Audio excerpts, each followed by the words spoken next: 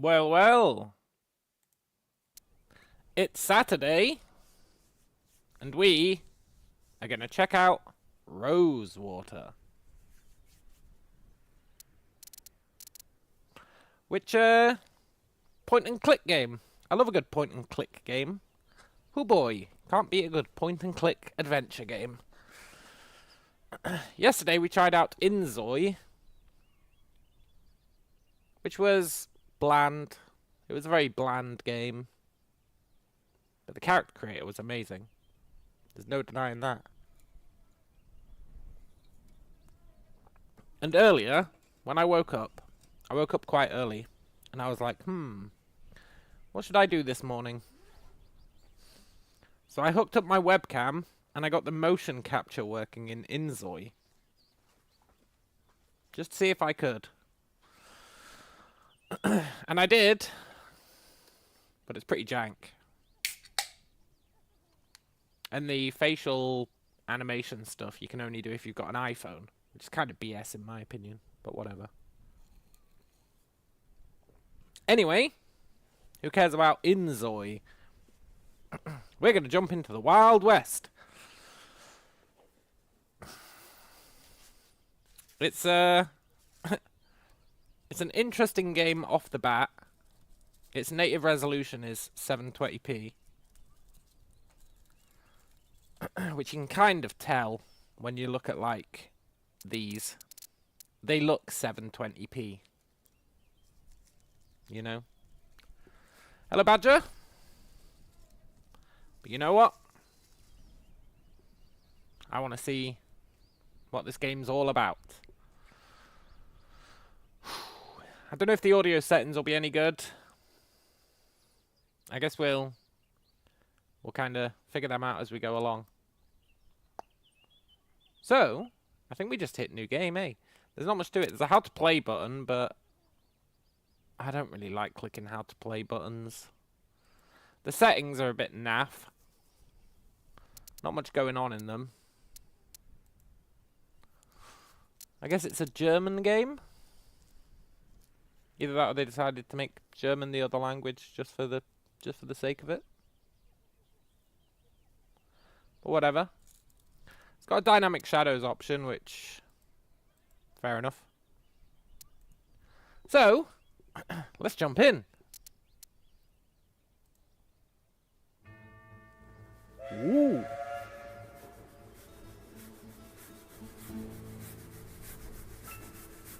Boarded the 743 from Pierre-Lorraine for Rosewater, Western Vespuccia. No baggage to speak of, in the literal or metaphorical sense. Just a little hope. And that doesn't take up much space.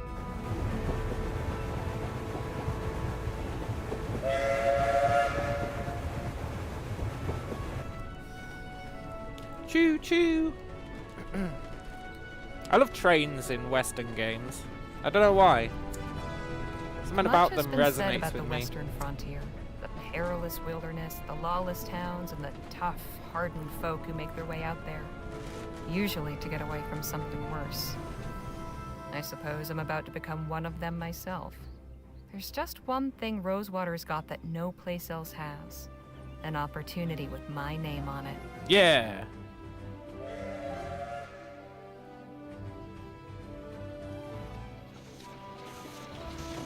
Yeah, I love Western trains. I don't know why. Something about them.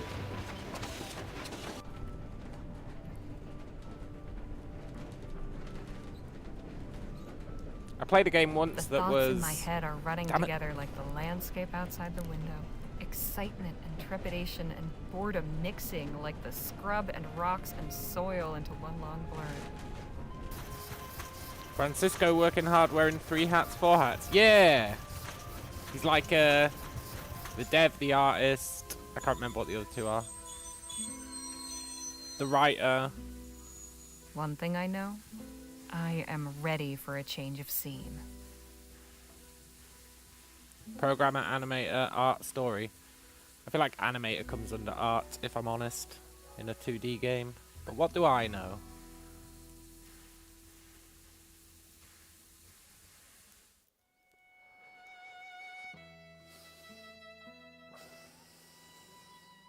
Western Vespuccia. Yeah, I played a game once that was just building a railway in the Wild West. You ran a company and you were like... That was like the dawn of the railway, right? Quiet. It was pretty good. Howdy, ma'am. Allow me Howdy. to extend the warmest of welcomes on behalf of the town of Rosewater and its inhabitants. Folks call me Jim.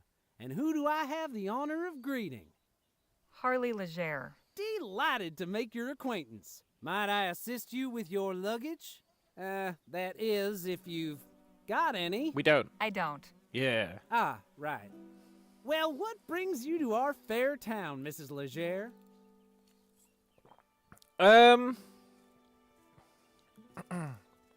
We don't know this guy. I'm just passing through. How's the audio, by the way? Miss. And I'm just passing through. Yeah, that's pretty much everybody's story. If they come here at all, things keep going this way and I'll be out of a job soon. Hello, Viper. How was my day? It was good, man. I went into town. I had a full English breakfast.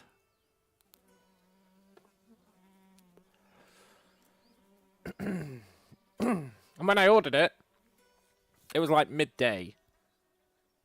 And I was like, can I get the full English breakfast? And the guy was like, we don't do full English breakfasts. And I was like, yeah, you do. And he was like, no, we do the full English brunch. And I was like, whatever, man. Brunch is just breakfast at lunch. What are you talking about? Yeah, beans and all, man. It was freaking awesome. No hot tomato, though. I was kind of sad there was no hot tomato. Sausage, beans, bacon, eggs, bunch of other stuff. It was really good. It was the perfect way to start my day. And it disputes the pizza and sandwiches allegations. Was he trying to be funny? No, man. He was trying to get me with the technicalities.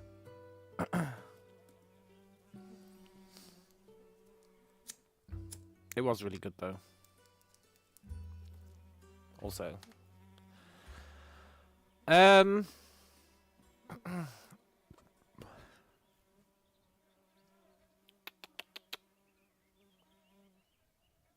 looking for work, yeah. This isn't quite the bustling frontier gateway I was expecting to find, but I heard there was an opportunity at the Rosewater Post. So you're what, some kind of reporter? No, I'm well, I write. Like Say, a I reporter. thought you said you were just passing through. Can't a body keep some things private? You want my Yeah. life story? Wait till I publish my memoirs. Yeah. Jeez, I was only asking. If you found a way to make some money here, good for you. But as official town greeter, allow me to offer a small caution. Rosewater ain't always such a sleepy little town. Look, buddy. Hey, Say, I've just remembered another engagement. this how you welcome new arrivals? Yeah. I have a mind to give you a thrashing. Yeah.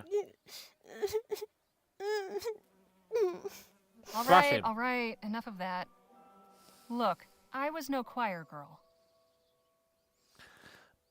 What is this game? What genre? It's a point-and-click adventure game.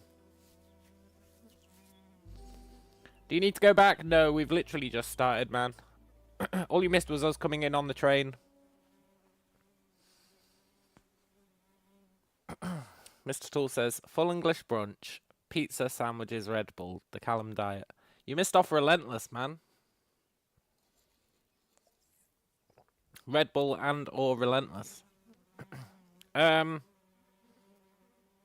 I never got caught. But I had the good sense not to get caught. Yeah. Word of advice, kid. Don't pick your mark in broad daylight. Yeah. Especially not at a lawman's doorstep. Double yeah. Go on, beat it, or I really will give you something to cry about. Yeah.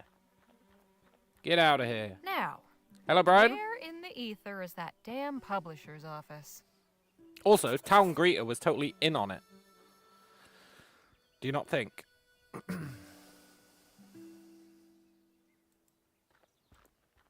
I think.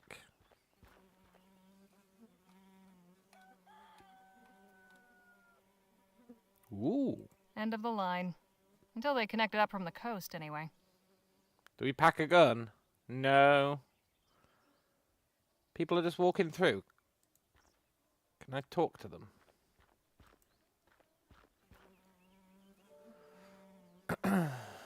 Let's go see the sheriff. You wish you could get energy drinks for $1? Yeah, it's pretty good. Howdy, stranger. Fresh off the train? Yes, sir. Come on in then. Let's have a chat. Yeah, town greeter is obviously a scam I'm facilitator. Sheriff Gamble. Harley Legere. Pleasure. Just passing through, or... I'm here about a job. Well now, that's refreshing. Yeah. You come to Rosewater these days with the intent of staying long. How are you finding our town?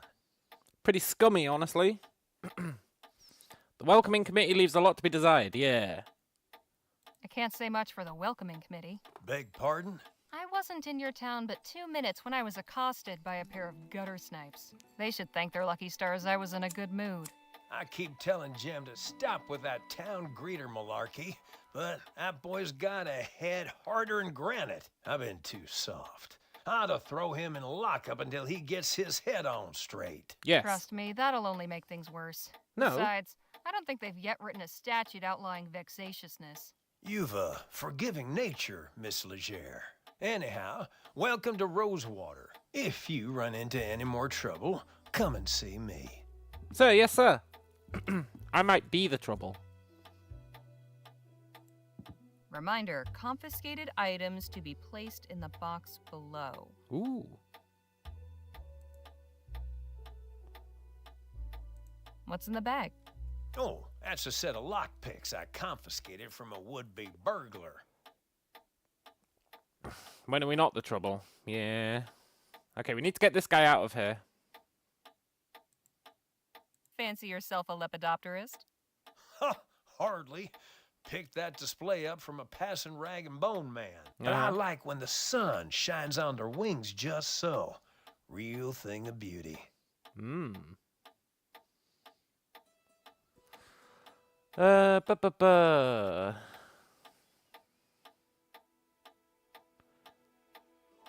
Hey, Sheriff? What can I do you for? Let's have a chat with him. How long have you been the sheriff? You hope we get a revolver eventually, yeah. Just how long have you been the sheriff here anyway? Oh, a couple years now. Like most everyone else, I came to Rosewater in '48 when we thought the hills were full of Orem. Except I stayed when it turned out they weren't. You were a prospector? Yep. But it turns out lawman was a more stable career. Fair enough. Did you find any gold? Is it hidden away?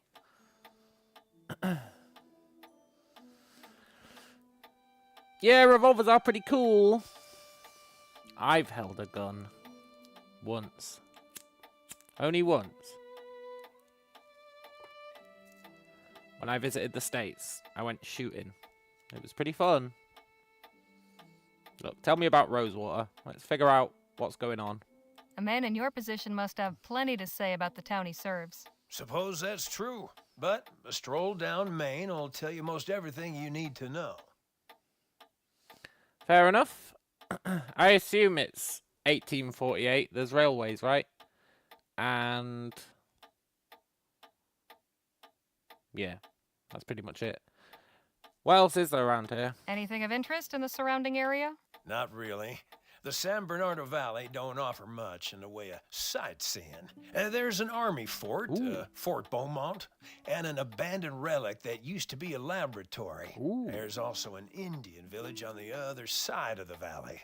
But you'll want to steer clear. I've heard tell they can be real territorial. But all that's outside my jurisdiction. When you leave my town, you're taking your chances out there. Thanks for the chat, Sheriff. Come back anytime. I will, when you're not here, so I can steal those lockpicks. Does this cell see much use? Nah, not really. Well, that's fine by me.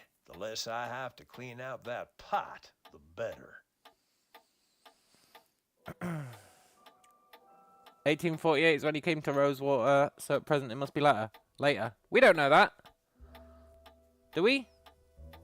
We know he came in 48, but it could have been any 48. It could have been 1948. He could be a time traveler. We don't know. Yet. We're assuming.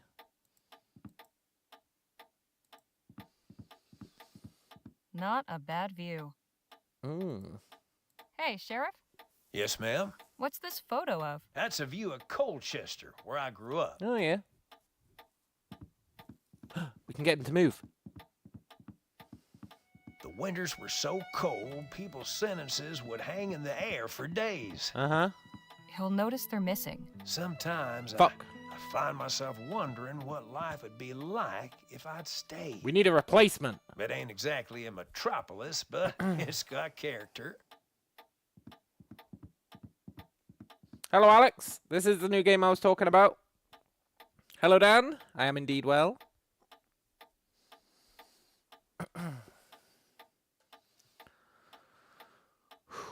Okay, I think we're done here. We probably need like a replacement bag to do the old switcheroo.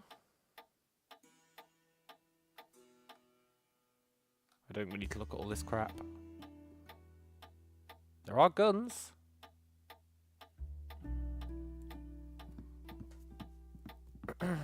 Hey, Sheriff? Miss Leger? What's the story with these guns?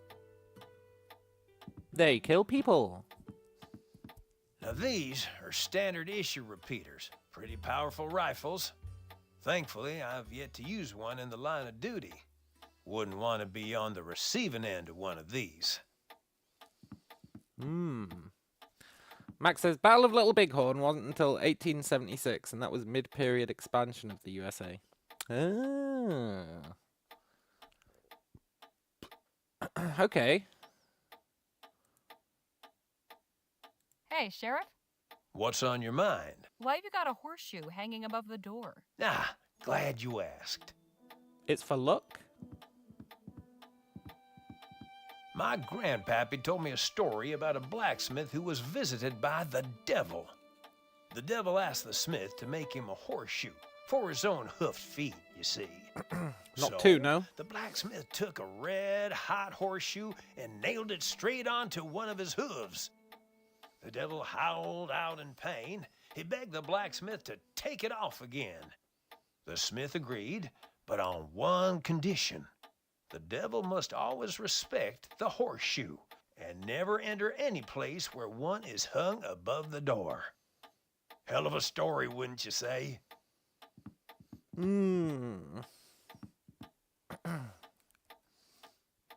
Yes, that is a hell of a story. Right, we're looking for a job. I mean, I immediately wanted to go for the lockpicks because I feel like we're going to need them. But, you know. More point-and-click games need a way to show everything you can interact with. I think most modern ones do, right? In fact, this one's got one of the jankier versions. But it does the job. There's no denying that.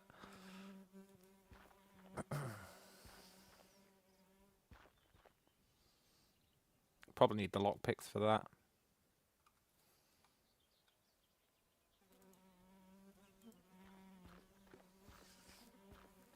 Soft drink crates. Ooh. A sugary, fizzy way to beat the heat. Ooh, can I get one? Nothing inside but a colony of ants. Can we take an ant? Shame. I could go for a sarsaparilla. You never know in adventure games. You might need an ant. Okay. Physician. Sure. I love how in adventure games your mindset is always, what can I steal? Oh, hello there. Don't think I've seen you around before. Just arrived in town. Name's Harley Leger. And you're Dr. Sedgwick? At your service. Welcome to Rosewater and to my clinic. I'm so Anything glad in this game is particular voice ailing you acted. today? Oh my god, I'm glad this game is voice acted. If it wasn't, I don't know if my soul could take it. Do we have a blister on our foot? Let's say that we do. Now that you mention it, I've got this blister on my right foot That's got me in a huff. I can take care of that for you. Step over to the chair and I'll cut it off in a jiff. They do tend to be gushers, though, so it might be a while before you're up and about again. On second thought, I'll just deal with it. Oh, the frontier life has its fair share of discomforts, to be sure. They do say that suffering is good for the soul. For Yeah. the soul? Is that a pun, Doctor? Huh? Oh, I see. For the soul. Most humorous. I assume they are spittoons, yeah.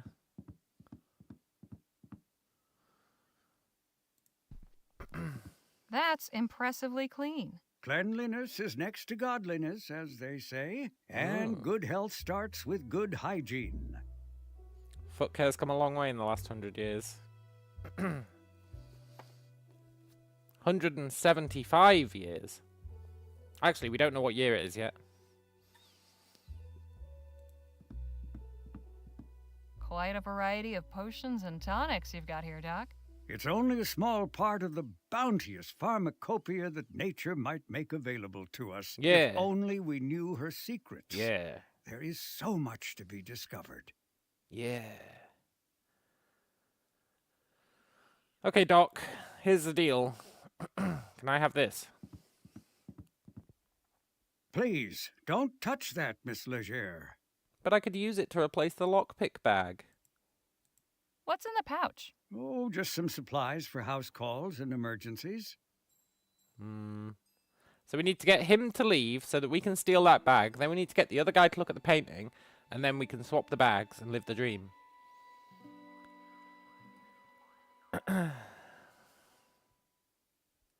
Now when you get a blister, you just pop it, cut a band-aid to fit around the blister, and another band-aid on top to keep it clean. I just kind of ignore it when I get a blister. Tends to be fine.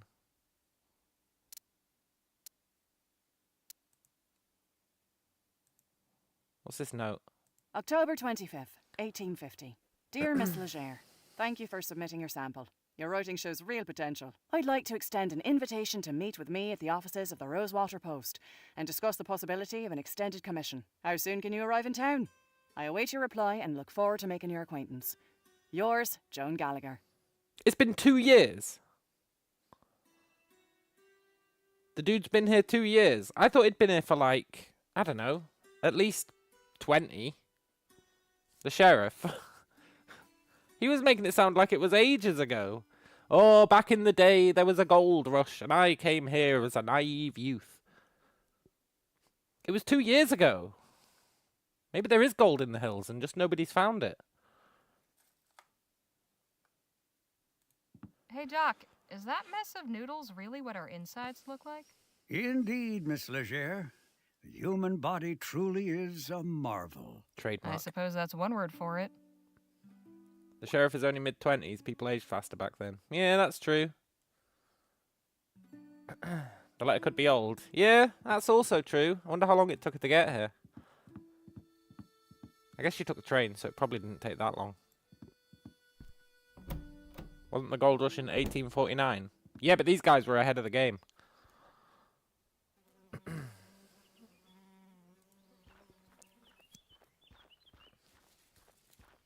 I hope that isn't the town water supply. I doubt it is. Let's be fair. He's still gold rushing.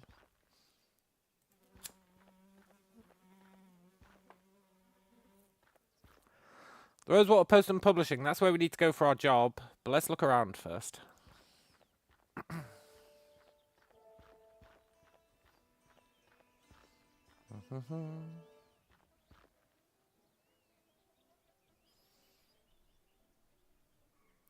The Undertaker, the Saloon, the Jack of Diamonds Saloon.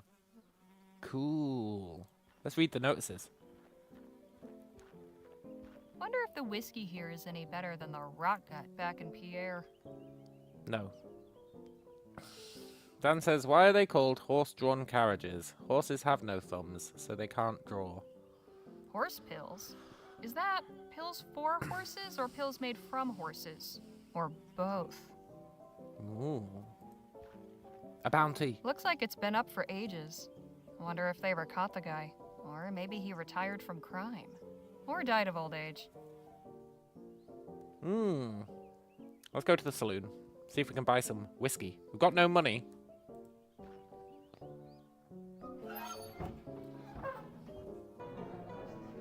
A button. Warning. Watch the dang door. Signed, Management. Now that is mighty tempting. Yes, it is. Oh, it's a dumbwaiter, right? Food delivery for the lazy. Yeah. These seem to be for decoration more than anything else. These seem to... Yeah, okay.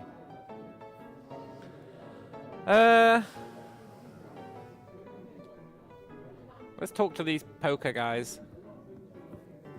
The local Poker? populace getting sloshed. I hardly know her. I bet that piano hasn't been tuned since the De Leon administration. She's making the best of it, though. The local populace getting sloshed. Okay. We'll probably need to rent a room somewhere, right? We've got nowhere to live. Nothing upstairs but a bunch of empty rooms. Okay. At least you didn't make me walk through them all. I appreciate that. I reckon we'll rent a room up there. It stands to reason. We can't go left. What's down here? The De Leon administration. When was that? Good question. I think it was 1923. Business seems slow today. Probably a good thing.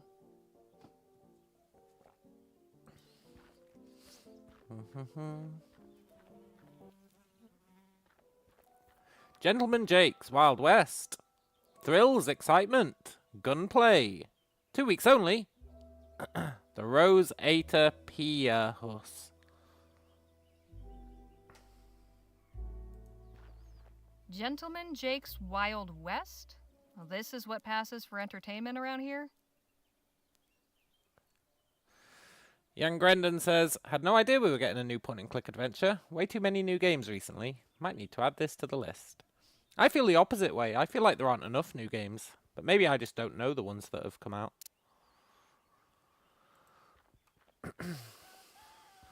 Dr. Bennett Clark, Master of Ethericity. All right, the Ethericity fellow. I didn't know he was working out here. Yes, the Ethericity fellow. Truly a classic. So I guess we can't go in here yet. Oh, I can pick up a stone.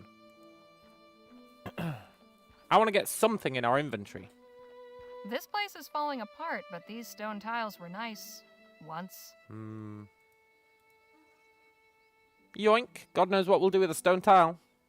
Probably murder someone.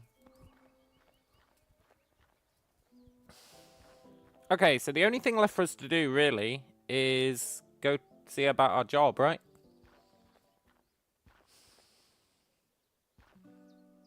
Let's do it.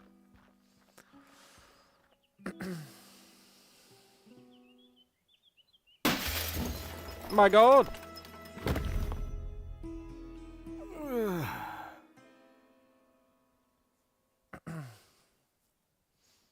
You almost landed on me. Just ignore him and enter the office. No. Let's see what's up. Hey, what gives? 2 feet over and I'd be flatter than piss on a plate. I don't think he did it on purpose. The sheriff or the doctor or nobody. The doctor! Don't you move. I'll fetch the doctor to have a look at you. Then we can steal his bag. Doc, come quick. I've got an emergency. How can I be of service? Some poor fool's just fallen out a window. At the Rosewater Post? Yes. Yeah. How did you... Sounds like Joni's in a mood again. Let's go. Here he is, poor bastard. Oh, dear. Go, go, go. Hello? Can you hear me? I'm Dr. Sedgwick. I'm here to help you. Can you move your legs? Spine seems intact. No obvious fractures of the arms or legs. That, I would say, is nothing short of a miracle. Right. He's in a bad way, but he'll live. I'll get him back to my clinic and patch him up. You are truly a good Samaritan, Miss Legere. Yeah. It was nothing. If you'll excuse me, I have an appointment to keep. Of course. God bless. No, I want to steal his bag. Oh, Hello, can I help you with something? I'm here about the writing commission. check out his mutton chops. Yes, you must be Miss Legere.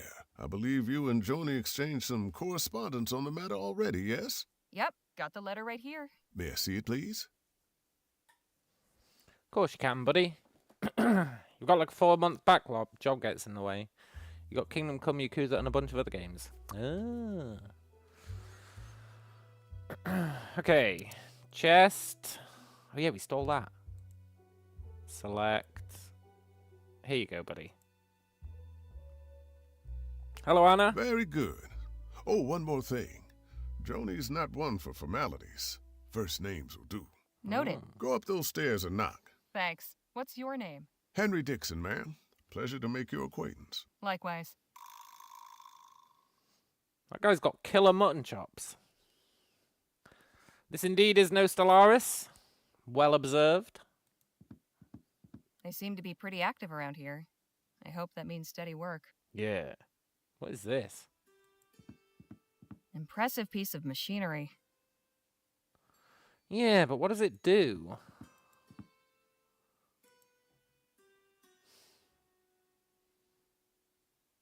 I don't know what it does. Is it a press? Is that bad voice acting or AI voiced? You can't tell anymore. You're only half joking. I think it's real voice acting. Is this going to be our typewriter? Cozy. Maybe. That cabinet's better organized than I'll ever be. Yeah. Okay, let's go and see Joanne or whatever her name was.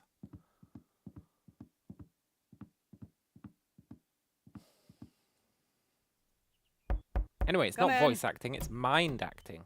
Hello, Joan. I'm Harley Legere. I guess this is voice acting. Yes. Nice to finally put a face to the name. Please take a load off. 33 and a third. Whiskey? Bit early for me, but thanks all the same. Sensible. I like that. I, however, have had a morning, so if you don't mind. Top of the morning.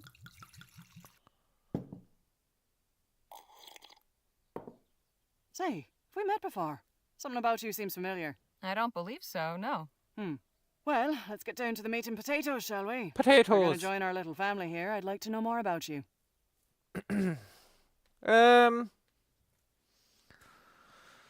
Let's avoid the question. We don't know anything about us either. Well, let's provide a succinct biography. Me? Well, I was born and raised in New Britannia. Got out, made my way New west, and started Britannia. writing. I saw your ad Britannia while I was up in rules the Pierre. waves. Thought a change of scenery would do me good. Well, admittedly, Rosewater isn't as cosmopolitan as it used to be, but maybe you'll find it to your liking. There hasn't been a dull moment since I stepped off the train. Speaking of, your writing sample had me in stitches. I haven't spent much time in Lamplight City myself, but your descriptions of the Toffs in Lyon, hilarious. That piece was inspired by my last visit a few years ago, actually. Oh? What brought that about? Oh, I wonder if that's the the game that came out before this. I know they had another game called Lamplight City, but I never played it. Nothing important. Just had some things to do. I hope you weren't there for the Lamplight City Expo. Oh, no, it was before that. The Expo disaster was a national tragedy, of course. But you know, I can't help remembering it as the week our paper sold more copies than it has before or since. Isn't that terrible? But enough about that. Let's get back to why we're here. I loved your sample, and I like you as well, Harley. So I'm going to go ahead and offer you a commission. I'll pay you 45 crowns for it. After that, we can talk about more regular opportunities. I thought she was going to pay us 33 and a third. But I'll take 45. Well, I'll be. Well, I'll be. So, what's my assignment? A scathing commentary on Rosewater's decline? Or maybe a hard-hitting expose on the plight of the marginalized criminal youth? Oh, no.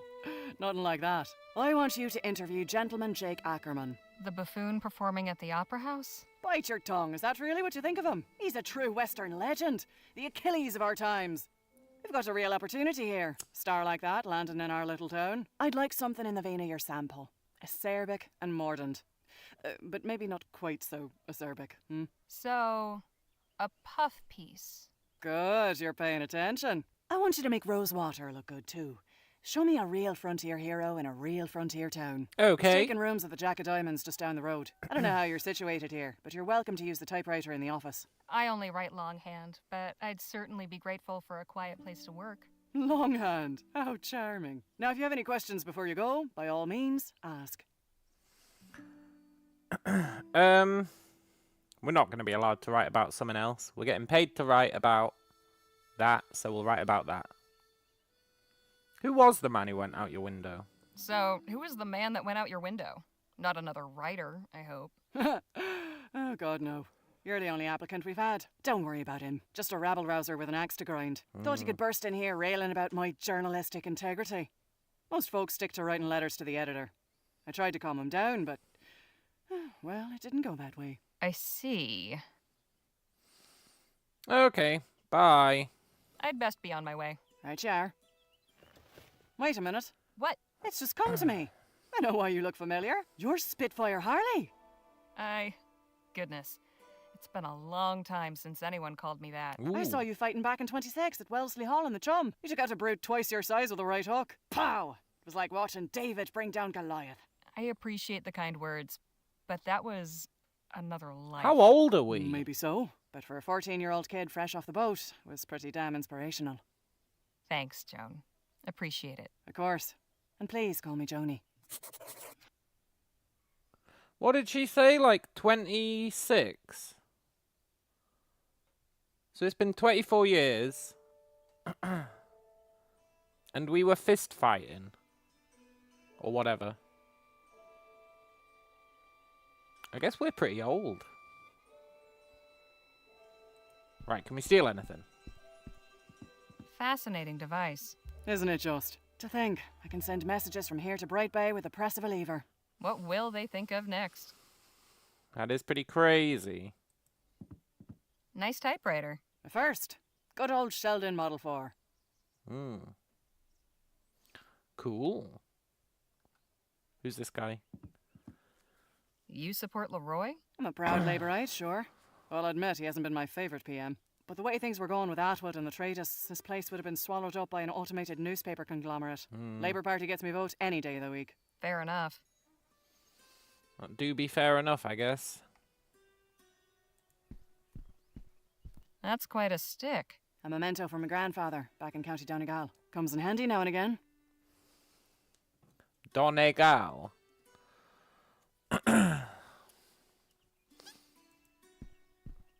See you later, Joni. Take care of yourself out there. I will. Maybe. Spitfire Harley, writing for my paper.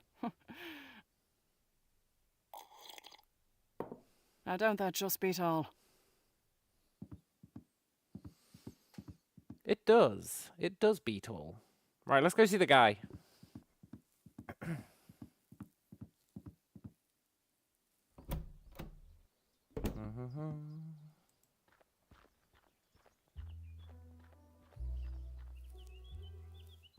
Ooh, who's this? Was your meeting satisfactory, ma'am? Quite so. Did you find any of those butterscotch sweets I asked for? Afraid not. Only taffy and some peppermints. Pity. This place seems to lack even the smallest of pleasures. Shall we? Butterscotch is so good. Oh my god. Butterscotch is amazing. Right, he's staying in a room here, so we'll probably go here, even though we know he's down there. We should check out here. He might have spawned in. Is that him?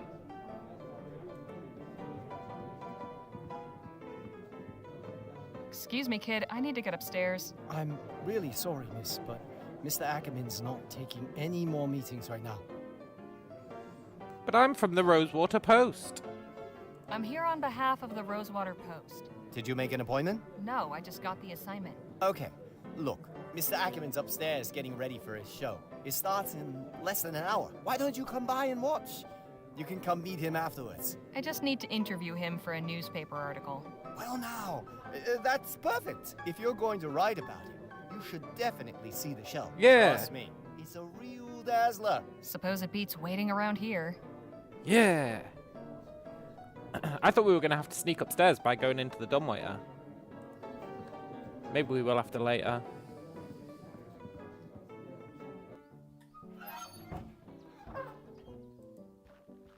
Do do do do do do.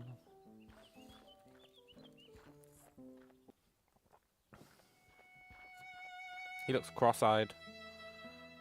You okay, buddy? You again? Oh, hey, Harmony. Oh, it's was it? him! Harley. What in the ether are you doing here? Oh, you're not still sore about earlier. Yes, I am. You tried to rob me. You bet your scrawny ass I am. Look, nothing personal. My brother and me are just doing our best to get by. You just walked away when your brother got caught? Well, that is pretty good self-preservation instincts. Your brother, huh? And you just threw him to the dogs to save your own skin. You're clearly the brains of the operation. Hey, thanks. But let me pose you a question. If you don't have your own brothers back, who else on this wretched earth is going to give a flip if you're alive or dead? You made your point. Now, can we drop it already? I'm trying to do an actual legitimate job here. Fair enough. What's the job? Legitimate job? So you're not selling snake oil or stock tips or fire insurance? Nah, nothing like that. I'm selling tickets to Gentleman Jake's legendary Wild West show. Only 20 coppers. I don't think we have 20 coppers. I'll take one of those tickets. Swell! And when would you like to come see the show? Whenever it starts? Oh, you mean today? Oh, well, I'm afraid I gotta disappoint you there. Sold the last of today's tickets not 10 minutes before you walked up. Liar. Seriously? Seriously, this ain't exactly the Coliseum. It only fits so many, and folks around here are real excited to see Gentleman Jake in person. Look, we just need to speak with him, although I do want to see the show. All right, look. I don't need to see some yahoo firing off his pea shooter. I just want to talk to this Jake fellow. And I'm sure Gentleman Jake would be happy to meet you if you had a ticket to get in. Damn it. Course, I might be able to sneak you in quiet-like, but I'd be putting my job on the line. And I can't afford to lose it now. After all, I have my little brother to look after. You Just son of tell a me bitch. what you want. Only a small favor. Spit it out. Just help me retrieve something. A small item of great personal value. Is it lockpicks? It's only my pa's pocket watch. Family heirloom, you see. What happened to it? It was stolen is what? By that one-eyed scalawag Lola Johnson. Probably stashed it away in the old smithy. She's been squatting in there for weeks now. Ooh.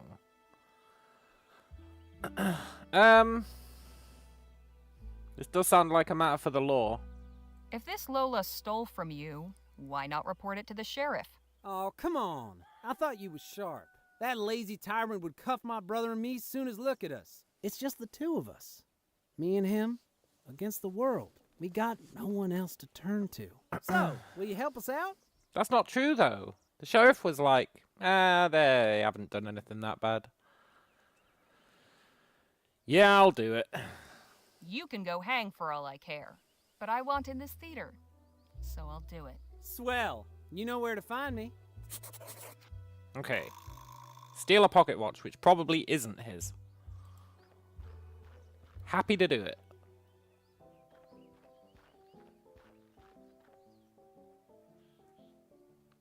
Where's the smithy, though? I don't think we've seen a smithy. And I really thought I looked everywhere.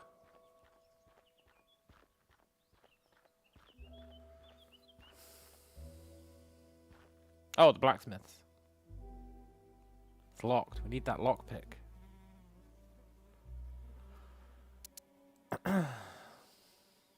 All we've got is a stone tile.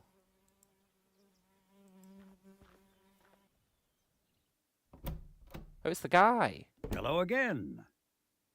Oh, can I steal it now that he's not paying attention?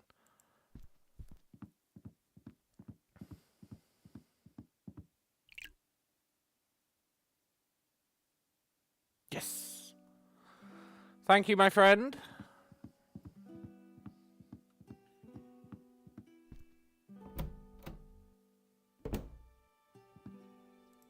Nice. Now we can do the old switcheroo. Get the lockpicks. That'll get us into the blacksmith. Live the dream.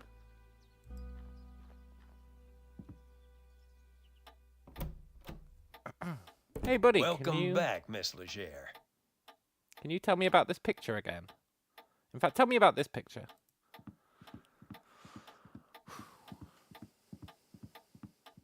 Hey, Sheriff? What's on your mind? Who are the people in this photo? Those are my sisters, Lord bless them. Uh-huh.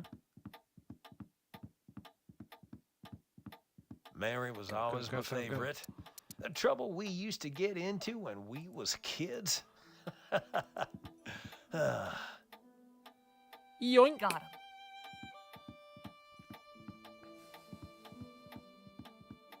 The perfect crime.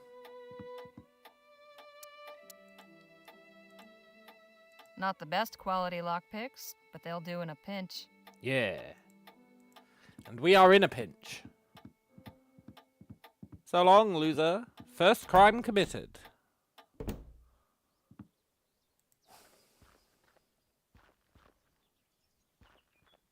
I guess this is probably the second crime.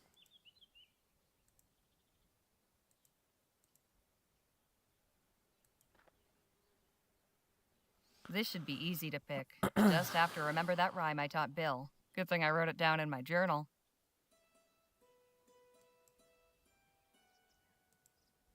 A hook pick. Good for locks with smaller pins. A snake pick. Best type for getting the job done quickly. I didn't think we were going to have to pick the lock ourselves. This is kind of cool. A diamond pick. This one's good for simple door locks.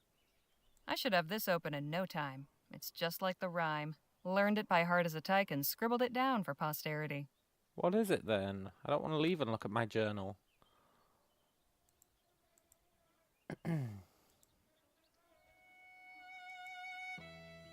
Okay, fine. We'll look at the rhyme.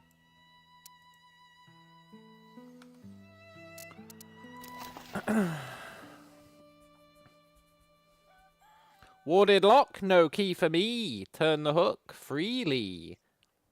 Padlocks, wiggle the key to start the fun. Then take the snake for a long, long run. Deadbolts, tense the key and choose the snake. Look round as you give it a shake. Tumbler locks, the key stays still, the diamond shines. Turns up just once, then down 3 times. Okay. We've got 20 crowns.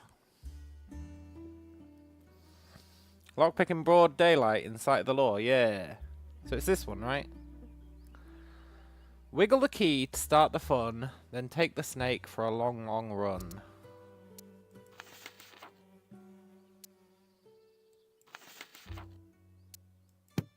Okay. On the main street, right next to the sheriff's.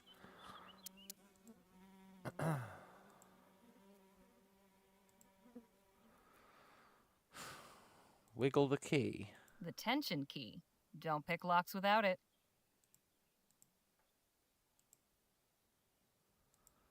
Wiggle the key to have some fun.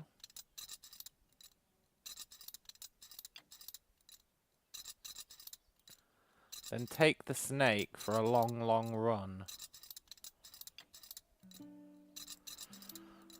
What does that mean? Twist left, twist right?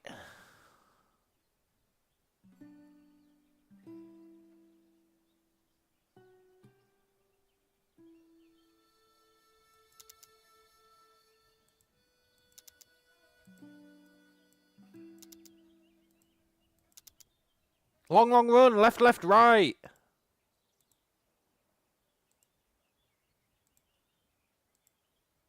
Okay. Wiggle the key to have some fun. Then take the snake for a long, long run. Long, long run. Well, Yes! I'm a genius.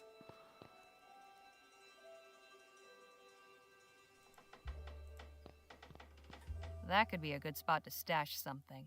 Mmm. Emptier than that fool Jem's head. Damn it. Maybe the kid's watch is in there. Nah, it's probably in that chest. Absolutely nothing. Did the blacksmith dabble as a Wainwright? Maybe.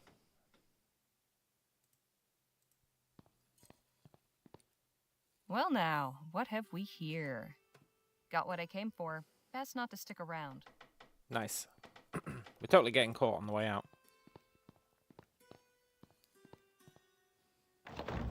No? Cool.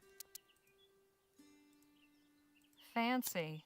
Too bad there doesn't seem to be a pawn shop in town. Nice.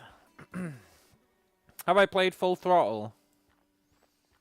I think so. That's the one with the motorbikes, right? Pretty sure I've played Full Throttle. Yeah. Right, let's give this guy the watch. Even though I'm pretty sure that was theft.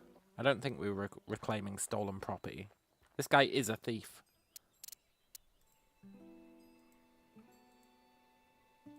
There you go, buddy. Here's your watch back. No fooling. You actually got it? They didn't used to call me Housebreaker Harley for nothing. Hey, I'm impressed. Yeah. Anyways, that's my part of the bargain held up. You gonna let me in now? Sure, go on. Oh, and thanks. It's gonna be I know empty. we've had our tiffs, but I really do appreciate you getting this for me. My dear departed pa can rest easy again knowing his watch is back where it belongs. That's not your watch at all, is it? Well, it No. is now. Kid, if I were you, I'd make myself scarce. Otherwise, the only way you'll be able to tell the time on that thing is by squatting over a mirror. You get me? Yes, ma'am.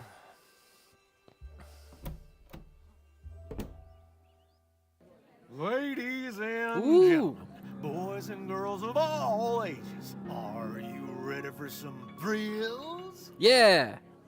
Are you ready for some excitement? Yeah. Are you ready for some fun? Yeah. Cheer. Ooh, yeah! Then without further ado, may I present the star of our show, the last man standing at the Bleachbone Gulch Showdown. The only man to defeat bastard Billy Boakes in a duel. The man who discovered a gentleman, then gifted it to an orphanage. Gentleman Jake Ackerman! What a guy.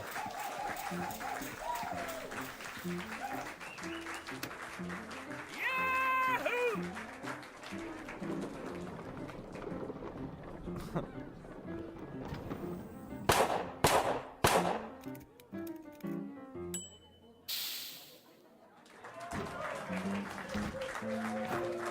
Thank you, Charlie, for that wonderful introduction. Hello, everybody. Welcome to Gentleman Jake's Wild West. We got a heck of a performance for you today, but first, allow me to introduce my brave and loyal assistant, Danny Luo.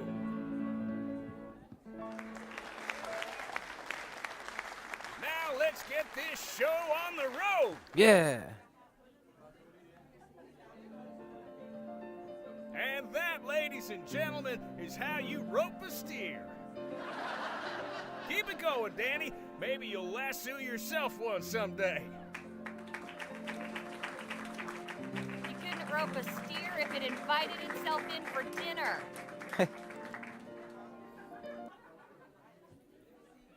The sun beat down upon them as the duelists stood and stared. But Billy Boakes had never fought somebody so prepared. Jake drew his gun, and bang! The bastard crashed down with a thud.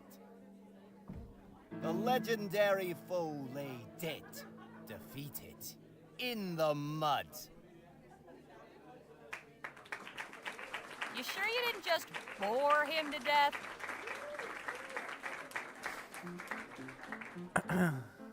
And now for a most challenging proposition. What's he gonna do, perhaps shoot the green? greatest feat of marksmanship to which a man can set his sights. You see those 5 juggling balls that Charlie keeps whirling aloft in such a dizzying display? Ladies and gentlemen, fix your eyes on that green ball in particular, and do not dare blink. Uh-huh. For with but a single bullet, I will pluck it from the very air.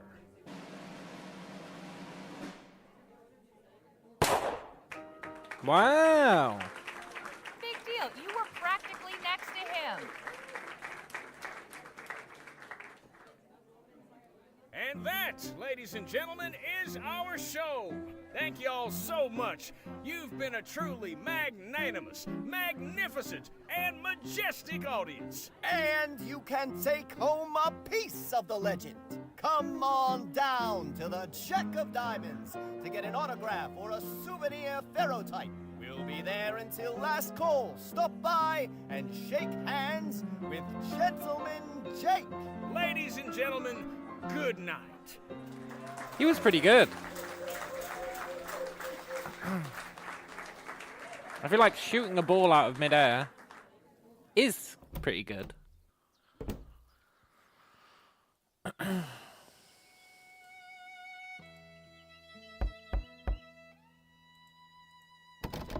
Locked. Well.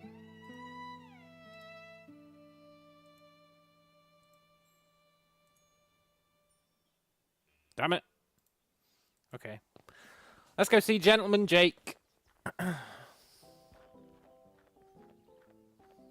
I'm telling you, Jake, I need that money tonight. You knew the deal going in, Charlie. There's nothing I can do about it. We'll see about that. Hope I'm not interrupting, gentlemen. My friend here was just saying his farewells. Weren't you, Charlie? Ooh. Please do pardon that unpleasant display. What can I do for you, my dear? Name's Harley Leger. I'd like to interview you for the Rosewater Post. Well, shucks, it would be my pleasure, Miss Leger. Shall we go upstairs to my room? Beats standing out here in the dust. Yeah. Lead on. Miss Leger, permit me to introduce my associate, Danny Luo. We've met, actually. Not formally, I suppose. Nice to properly make your acquaintance, Miss Leger. Likewise, Mr. Luo. Please, you can call me Danny. Everybody does. So what did you think of the show? Pretty spectacular, huh? Yeah. It was pretty good. Yes, that's definitely the word for it. I'm glad you think so. Wait a minute. The heckler. That was Was me. that you? Yeah. That was me. Yeah, so what? I like keeping performers on their toes. That way their heads don't swell up. What a refreshing perspective, Miss Leger. I appreciate your candor.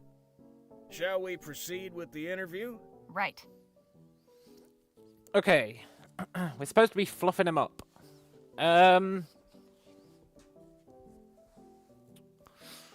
Why did you come to Rosewater? How did you come to pick Rosewater as your latest venue? Simple. Plenty of folk in this town are looking for a good show.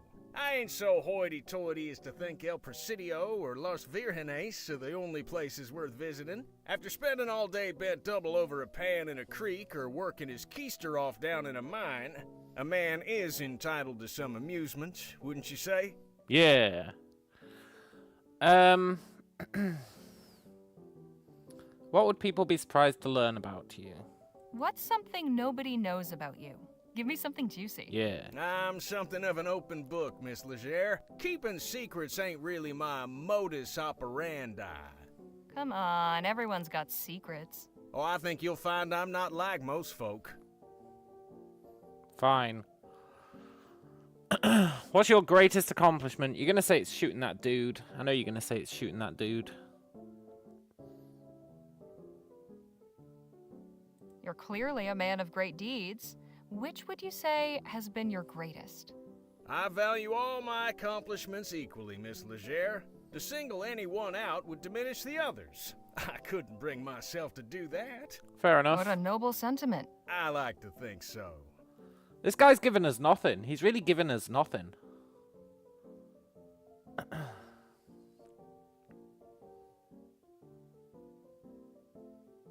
Is there anything that scares you? He's gonna go, no, I don't get scared much. Is there anything that frightens the mighty gentleman Jake? You know, somebody once told me, fear is only as deep as the mind allows. When you deal with the type of folks out on the frontier that I do, marauders, bandits, desperados, your fears have got to be shallow. Otherwise, you won't last 2 seconds. Hey, Jake, don't you have an appointment with Miss Sally this evening? Damn, you're right. Sorry to cut things short, Miss Leger. I've got another engagement I need to prepare for. I should have plenty for my article. I appreciate your time. Well, I look forward to reading your story in the next edition. Danny, see the lady out, would you?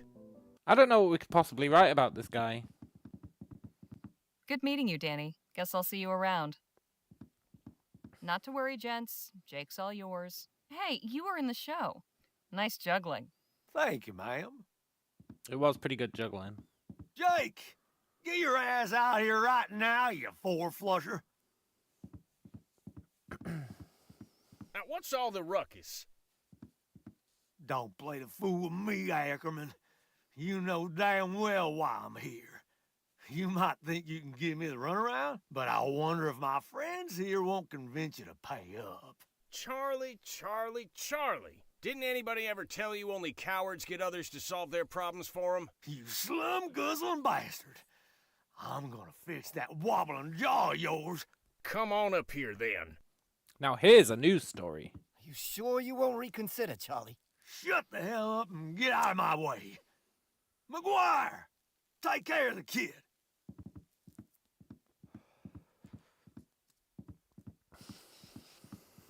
McGraw ain't taking care of shit. Cowboy.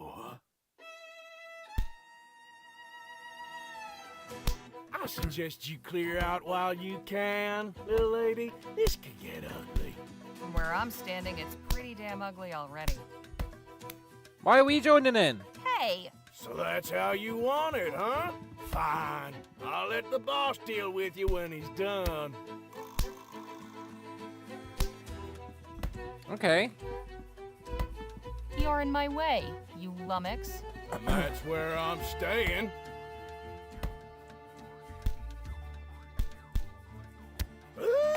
Give me that.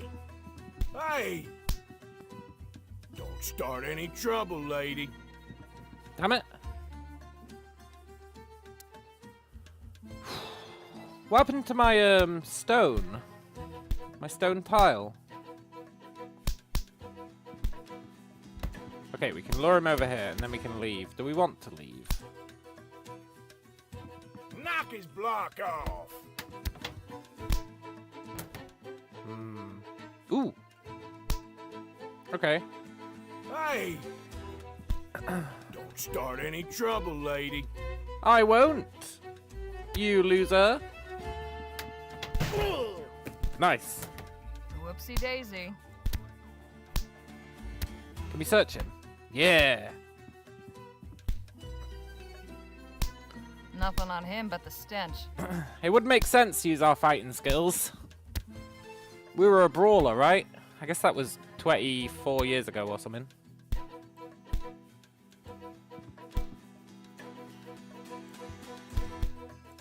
Okay. Sorry, Chief.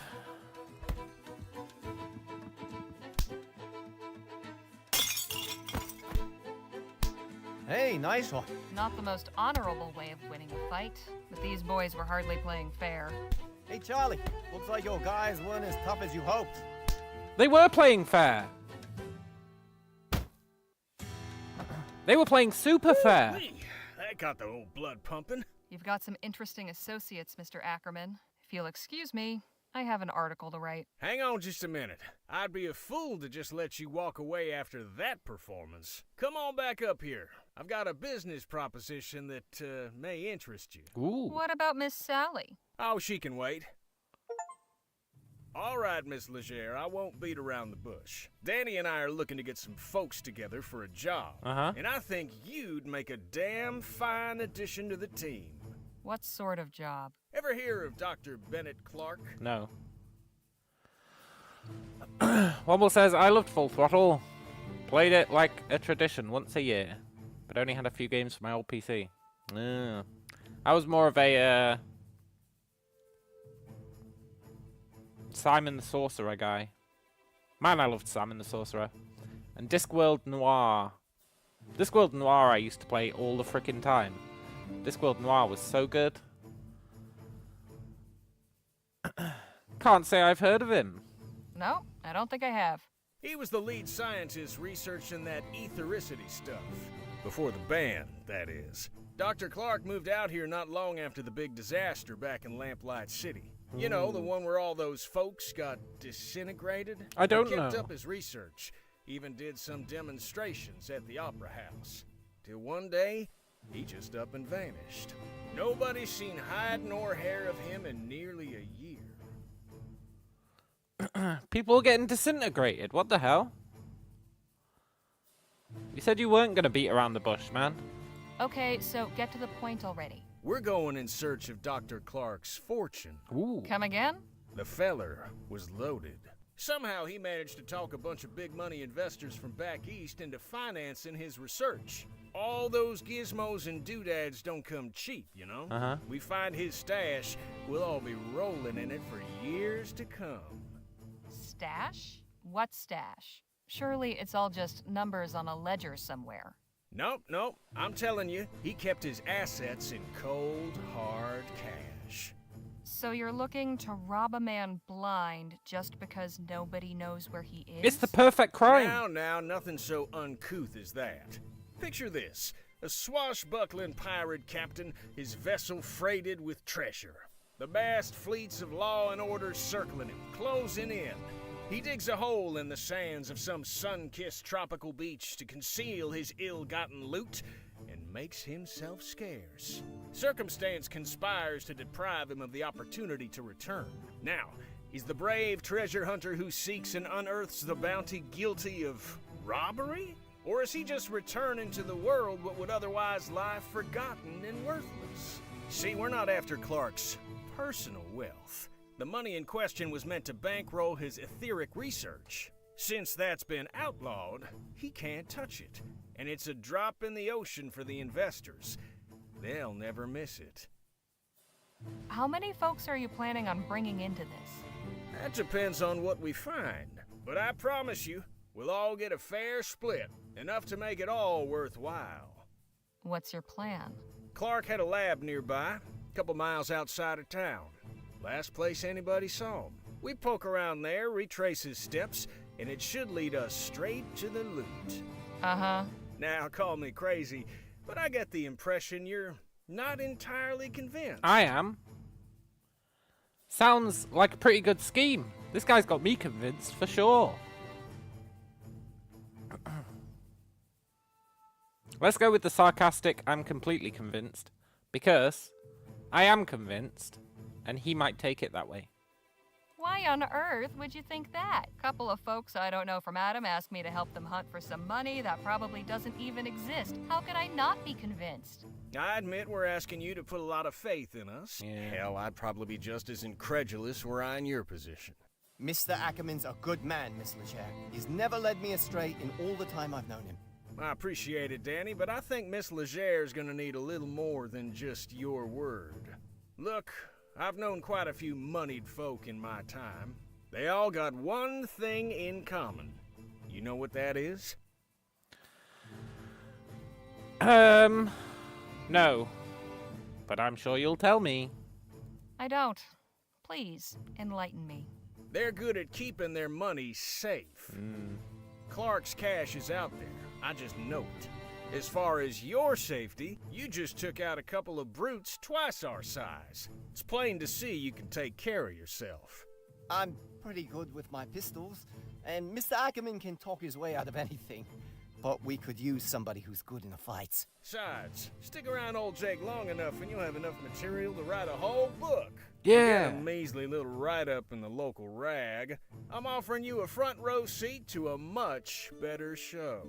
So, what do you say? That money's as good as ours. All right, Mr. Ackerman.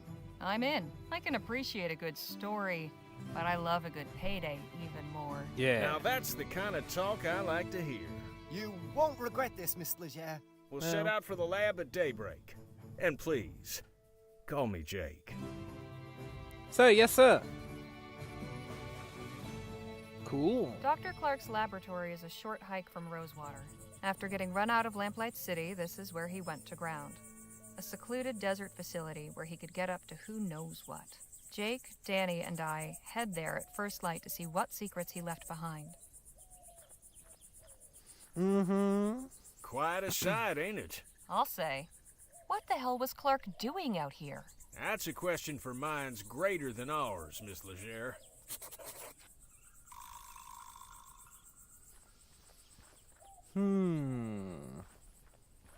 Okay. Can we talk? What's on your mind?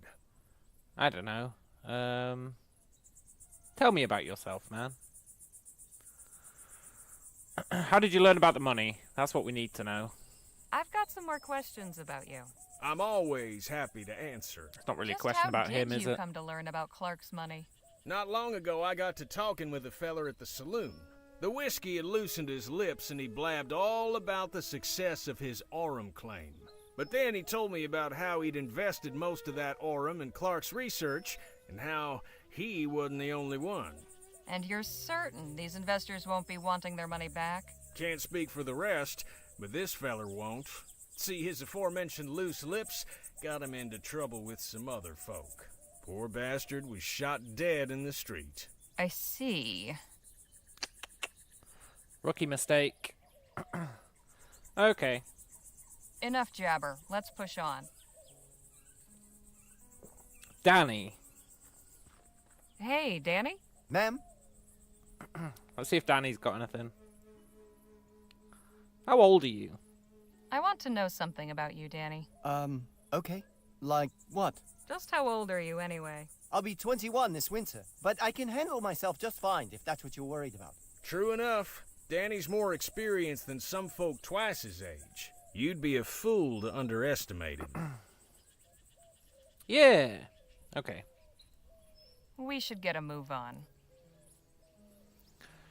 Is there anything here? We can go that way, huh?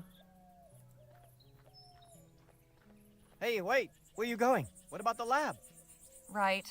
First things first. I feel like you guys should be leading this expedition, but sure.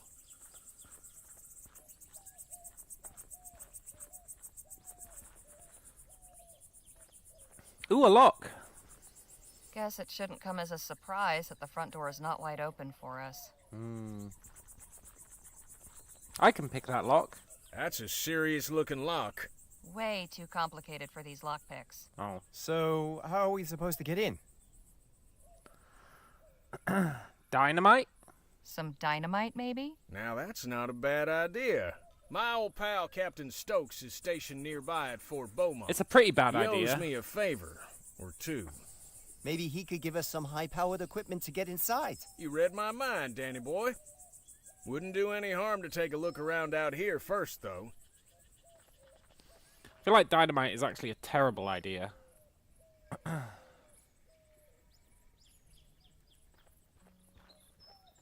Wonder if Dr. Clark boarded these up himself. Surely all you need is, like, something to get the nails out, right? Like a crowbar. A crowbar would do it.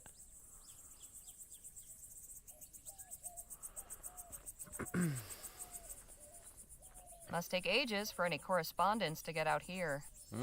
Probably beats having to hike into town, though. Is there anything in there? Looks like Clark missed his last mail delivery. Nice. What did we get?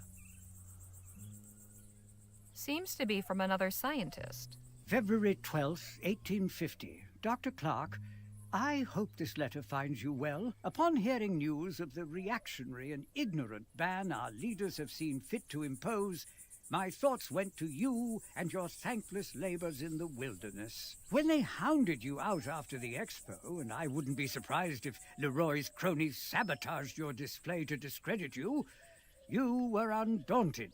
After enduring such a trying year, I know how much building that lab out there meant to you. A turning point in your fortunes, or so it seemed. Yet I am sure you will persevere once more. One day when rationality again prevails in the halls of government and this silly thing is lifted, I hope to take you up on your offer of a tour. If you've returned to the bosom of civilization by then, all the better. With warm regards, Dr. Roderick Nethersoul. P.S. How you managed to rig a TT-180 console to control both your equipment and door mechanisms still baffles me. Mine is destined for the scrapyard. Ooh.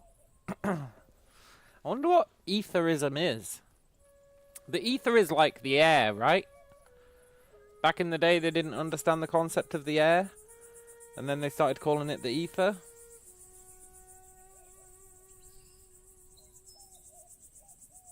I wonder what etherism is.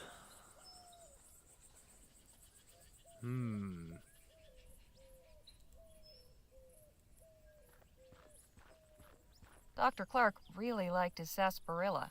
There must be at least 30 empty bottles in these crates. I once drank 10 bottles of sarsaparilla for a bet. Did you win? Well, yes, and no. Okay. It's also an alcohol. Is it? Ether, spelt with an A-E. I'll take a drink. Doing some tidying, are we? We might find some use for these. Come help me. I can't carry them all myself. Hey, I ain't gonna start belly aching if you want to go around collecting refuse. Might fetch us a few shillings if we sell them back at the Jack of Diamonds. That's small fry. There you go. And some for you. Thanks. A few shillings? I thought we were going to make millions. The good doctor was pretty self-sufficient out here.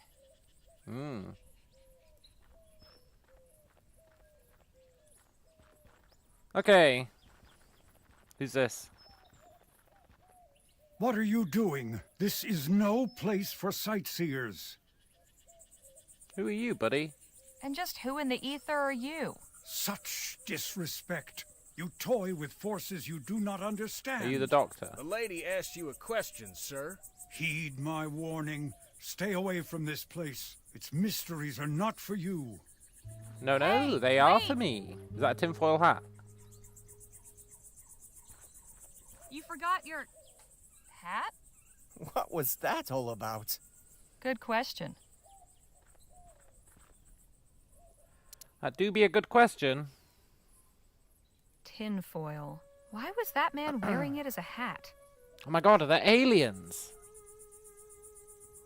This isn't really my style. Fair enough. Empty sarsaparilla bottles.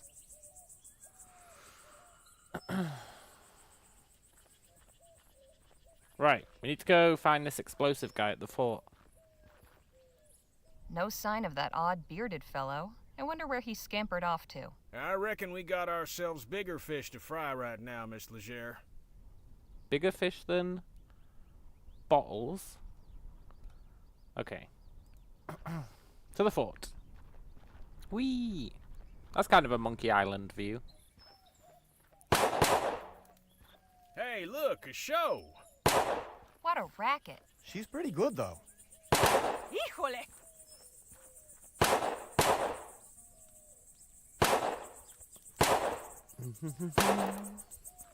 Nobody in sight, but I'm sure there are guards somewhere.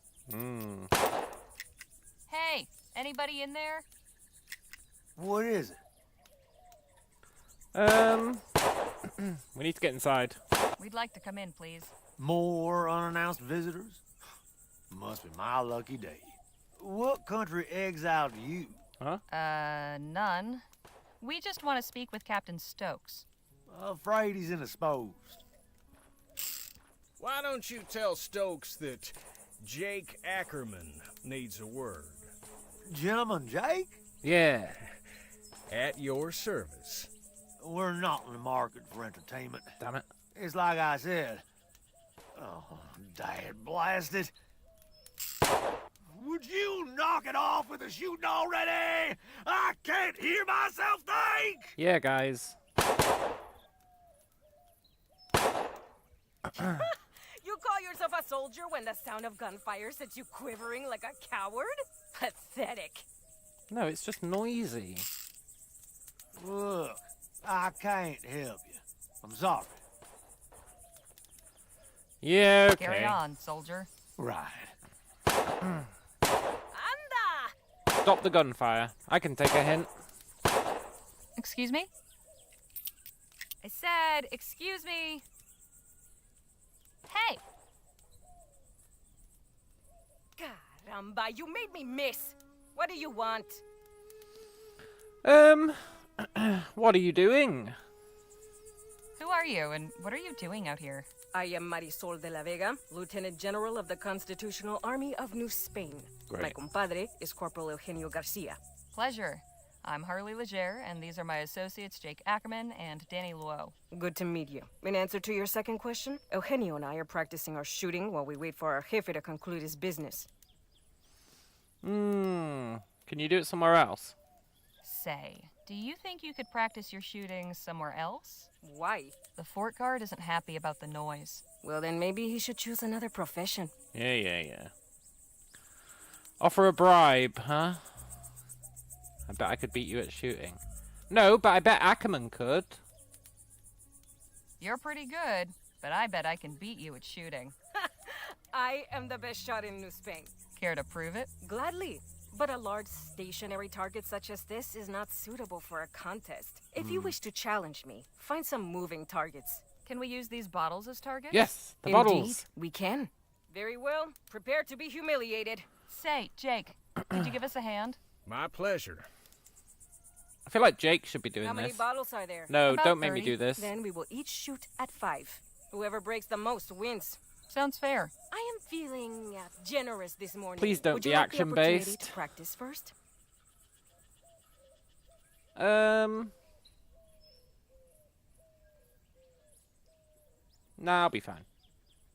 Kind of you to offer, but I think I can hold my own. Suit yourself. Ready with those bottles, Jake? Yep, get ready. No, Set. don't make me do this. Here we go.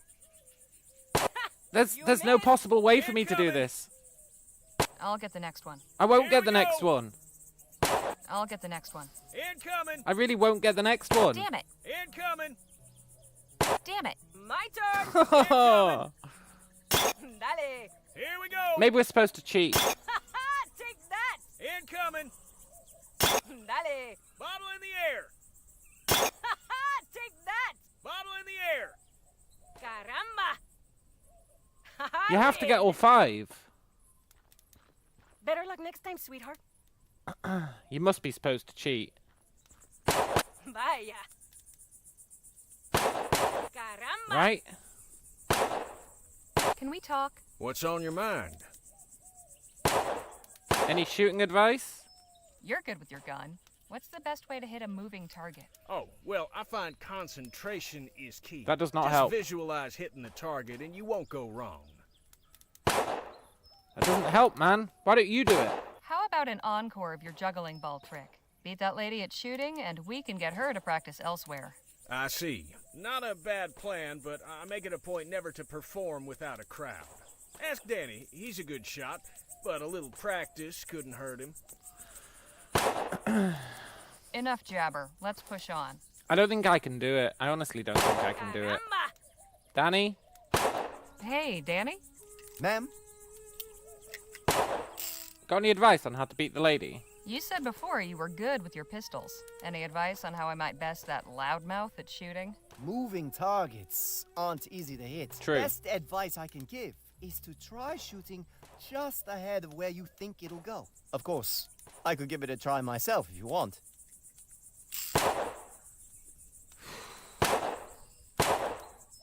We should get a move on. I'll give it another try, but this is not my specialty. Hey! Like, at all. You again? What is it now? I wasn't quite prepared last time. How about we try shooting again? If you insist. Remember, whoever hits the most out of 5 bottles wins. Get on with it, mustache wax. No need for name calling, madam. Ready, set, bottle in the air. You missed. Incoming. There's no way. Missed.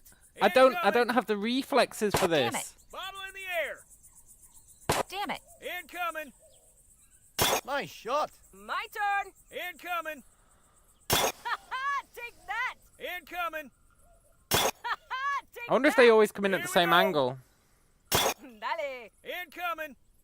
Take that. Bottle in the air. Caramba. Another victory for me. Maybe they always come in at the same angle? Nice. Perhaps I... You can't be of assistance, buddy. You explicitly Bye. said you wouldn't do it. Hey! One more try. You again. Third time's the I'm beginning to...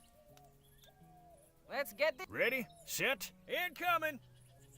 Pure luck. Bottle in the air. Damn it! Incoming. Damn it! Incoming. Damn it! Incoming. You missed. My turn. Yeah. Anda. Bottle in the air. Anda. Here we go. Dale. Incoming. Dale. Bottle in the air. Caramba. Another victory for me. Didn't even stand a chance. Híjole. Hey! Fourth time's the charm? You again. One more. I think... She won't let me do it anymore. That's all for now. Thanks. Well, I gave it my best shot. Which was manage to Hey, shoot Danny? one. Ma'am? Can you do it? Shooting's clearly not my specialty. Think you can teach that show-off a lesson? It'll be my pleasure. Nice. Excuse me, ma'am? Teamwork makes the dream work. What do you want, boy? I think I'd like to beat you at that bottle shooting. Oh, this is gonna be good. All right, kid. Let's see what you got. Why don't you go first? Show me how it's done. My pleasure. Ready, set, bottle in the air. Bottle in the air. Incoming. Take that. Here we go. Dale. Here we go. Damn. Incoming. Anda. Let's see you beat that. She got Ready, Danny boy? worse. Yep. Don't worry about the warnings. Just throw.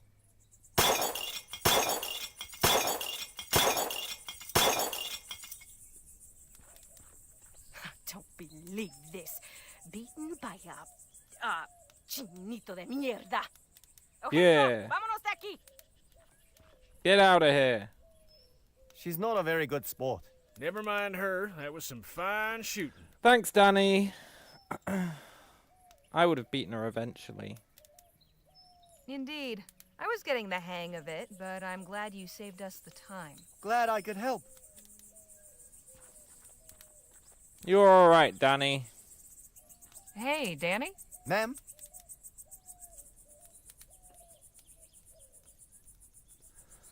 How did you learn to shoot?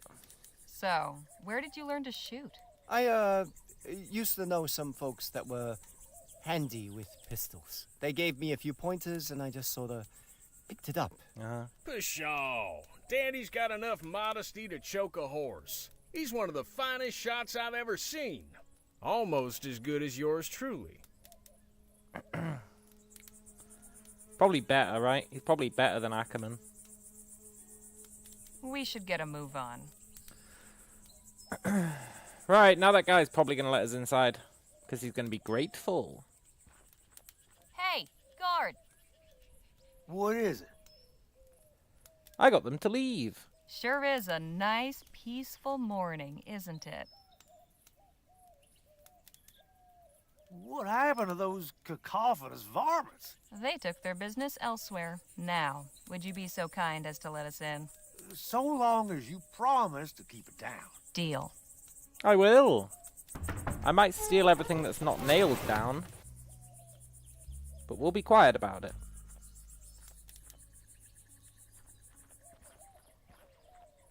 Well now, what have we here? I appreciate your hospitality, Captain, but I must admit I am perplexed by the change in your position. It's not my position, General Marquez. It's the position of the government of the Commonwealth of Vespuccia. I have some discretion in the execution of my orders, but I'm sure you can appreciate that there's a chain of command. I am, of course, most grateful for the aid you have rendered in the past. I am sure that your recommendations carry weight with your superiors. If you would be willing to lend your influence in support of our cause. Perhaps we can speak of this at another time, Mr. Marquez. As I said, I have other concerns to deal with. Of course. I look forward to our next meeting. Captain Stokes, you're a difficult man to see. Ackerman, how the hell are you? Leave this to me. I'll have Stokes eaten from the palm of my hand. Good day, Captain. Madam? Madam? Just a moment. I have seen you before. Yeah, Spitfire thingamajig. Oh, it's the guy who fell. Good to see you up and about. That's right. I'm glad to see you on your feet again. That was a nasty tumble you had. Ah, of course. The newspaper office. Yeah. I owe you my thanks. Happy to help. What's your name, anyway? Harley Leger. This is Danny Luo, and over there is Jake Ackerman. Sir? I am General Filomeno Marquez. Though Filomeno seems to be difficult for you Vespuccians, so you may call me Phil. Phil it is. Good to meet you. And you? What brings you to the fort? It's a secret. Just passing through. We were in the area and thought we'd pay a visit. A social call? Yeah. Jake seems to think Stokes can help God us damn get it. into the abandoned lab that's near here. And why might that old ruin interest you, eh? As a journalist, you should know better than spilling the damn beans. Especially when I tell you not to. You sure ask a lot of questions, buddy. You ask an awful lot of questions. Only because we may share a common interest. In fact, I could get the laboratory open so we could both go in. If Stokes were not so stingy with his munitions. How do you mean? My specialty is demolitions and explosives. I just do not have any on hand right now. I thought perhaps the captain might once again be willing to assist a fellow warrior in a righteous cause, but... It's like I told Mr. Marquez, my hands are tied. Much as I'd like to help, I've got enough to worry about with my men missing. In fact, I was just heading out to search, so if you'll excuse me. Hold your horses, We'll Captain. find your men. How about we come with? I'm sure you could use the extra eyes. Yeah. It's mighty kind of you, Ackerman. Can't promise it'll be safe, though. We'll be going near native territory. Come on, Stokes. You forget who you're talking to? I laugh in the face of danger. We'll ride with you.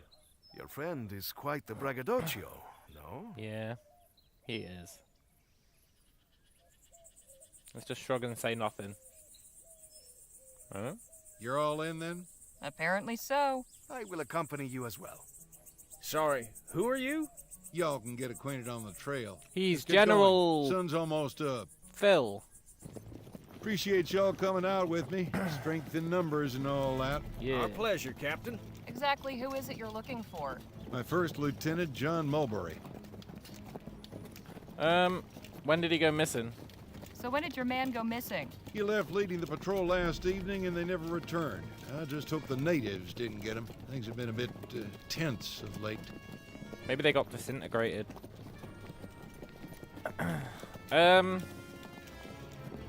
Yeah, did you ever talk to Bennett Clark? On the subject of missing people, did you ever cross paths with Dr. Bennett Clark? The mad doctor? No, ma'am. My man and I steered clear of him. Used to be we'd see strange lights and hear weird noises coming from his lab. Aliens? Don't know what he was up to out there, but it weren't natural. Look, if the natives did get him, what are we supposed to do? Assuming the natives were responsible for Mulberry's disappearance, what are we supposed to do? Get him and the men back if we can, by any means necessary. If that means burning that village to the ground, then God help me, I'll do it. No man left behind, that's my motto. That seems awfully drastic. What have the natives done to deserve such a show of force? Miss Legere, with all due respect, you've no idea what you're talking about. We've already given these folks an inch, but they have taken a mile. The government's tried appeasing them with treaties and such, but those ain't worth the paper they're written on. You'd sooner reason with a coyote. Well, I think... Ah! They're here! Engines!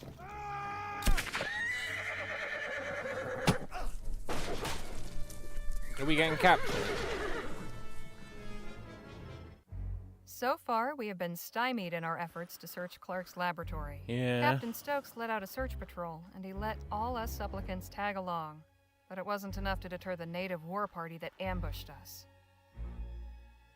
Oh well. Stokes slipped the trap laid for him, leaving us four to stand in his stead. Great. Now we await intelligence of our captors and some sign of our fate. Well, isn't this a fine turn of events? At least they gave us a big room. Let's look around. Also, did they let us keep our lockpicks? They did. Those poor fools.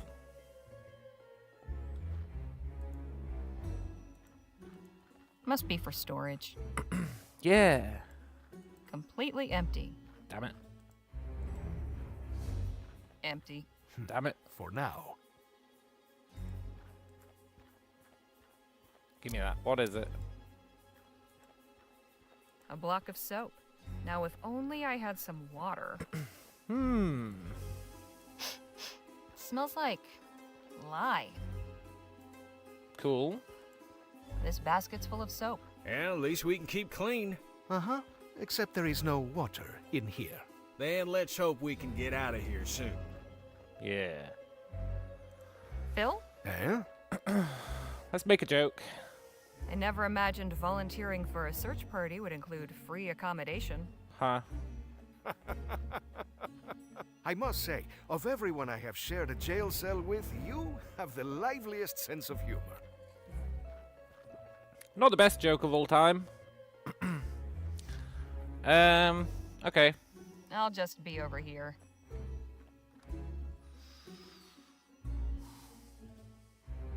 Who would be able to get us out? Maybe this guy? Hey, Jake? Miss Legere? You just gonna sit around, man? So, you planning on just sitting around all day? For your information, Miss Legere, I'm trying to formulate an escape plan. Me too. Could have fooled me. Okay. That is some big corn. I'll leave you to your thoughts. Or it's very close. It's probably very close. Doesn't look very sturdy. But it's barred on the other side. What I would not give for a stick or two of dynamite right now. Maybe we can make some? I don't really know how we'd make dynamite. I suppose all of these were made here. Quite a collection.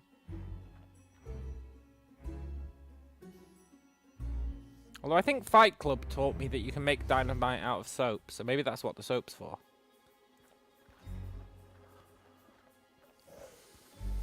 It's quite ornate. Brightens the place up, I suppose. It is noble to find beauty in dark moments, but perhaps not so very useful.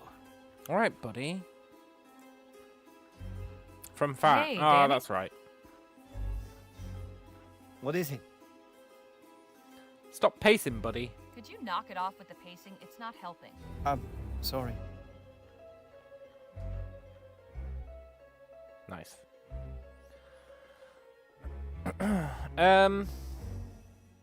We really don't have much.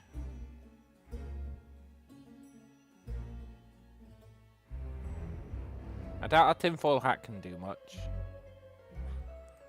I doubt our soap can do much. I don't think we can use our lockpicks on the door. A lot to pick. Damn. They make the soap from fat and the dynamite from soap. That's what I thought. Hey, Jake? Miss Legere? Jake, have you come up with a plan yet? Had any ideas for escaping yet? You'll be the first to know, I assure you. Damn it. Did you see what happened to Stokes? Did you manage to see what became of Captain Stokes? No, I was a mite preoccupied. But I'm inclined to take the fact that he's not in here with us as a favorable sign. Yeah, okay. I'll leave you to your thoughts. We probably have to get this guy to help us, because he's the new guy, right? Phil? Eh? How do we get out of here, buddy? Got any suggestions for how we might get out of here? Not just yet. I want to see how things play out. What do you mean? Something about this does not feel right. We know very little of our captors. I cannot devise anything until that changes. Fair enough. I'll just be over here. Let's yell. Hey, anybody out there? Let us out. I'd save my breath if I was you. Can I, like, slide my letter under the door?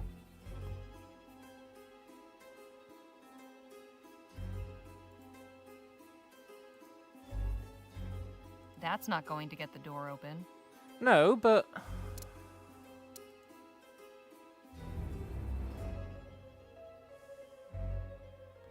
It might. They might read the letter and be like, oh, you're just like a journalist or whatever. That's not going to get the door open. Damn it. That was like my only plan.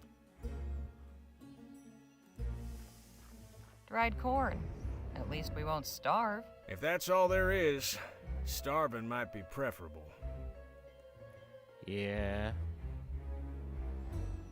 I don't know. Hey, Danny? Miss Legere? Are we gonna get Danny to do everything for us? No. Maybe Soap can lube the door. Maybe, but it said it was barred from the outside. It do be feeling like a bit of a stretch. That's not going to get the door open. Yeah. What about Soap combined with a tinfoil hat?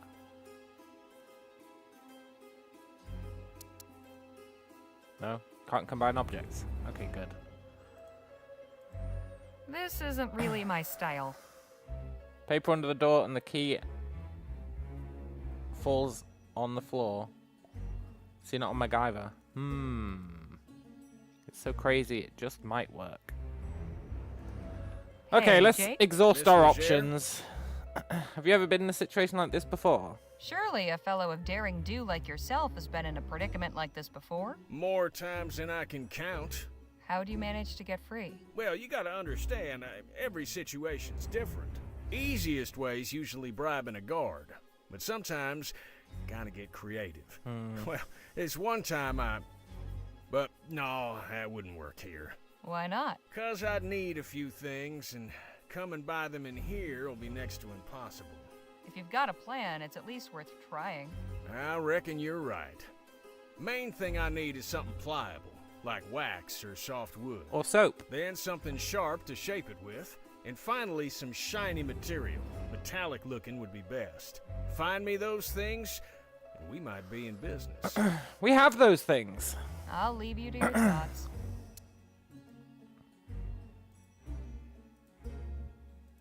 Is this pliable enough for you? This'll do nicely. Shiny hat. I've got no idea what his plan is. Will this work for what you need? Shiny and metallic. Perfect. And then something to cut with. I was thinking the lockpicks, but that's a bit of a stretch. You hang on to those, Miss Legere. But you only have to cut soap. How hard can it be? Do you have some in? Phil? Eh? Do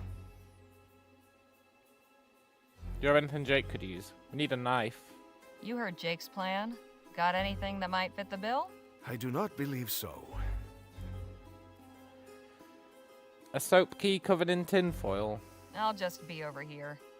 But the door's barred. I don't think it's locked, it's barred with, like, a plank.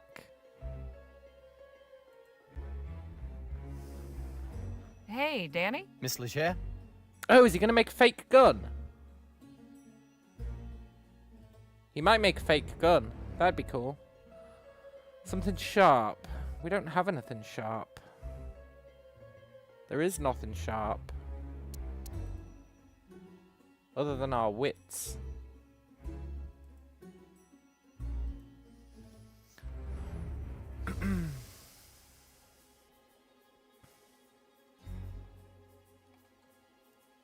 I suppose all of these were made here.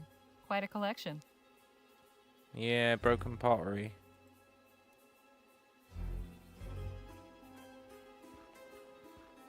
Completely empty.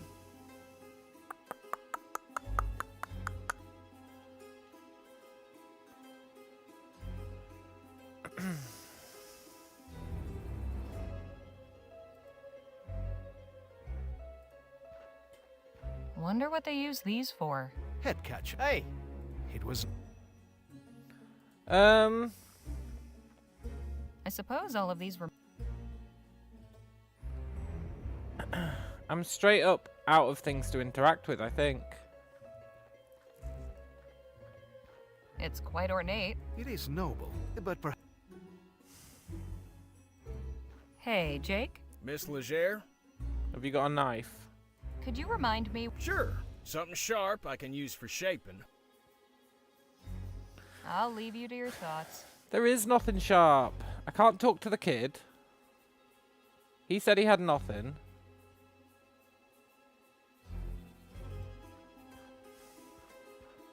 This basket's full of soap. Well, at least we can keep clean. Uh-huh. Except there is no water. Then let's hope we...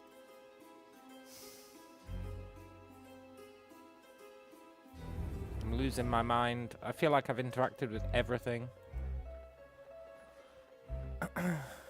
Dried corn. If that's...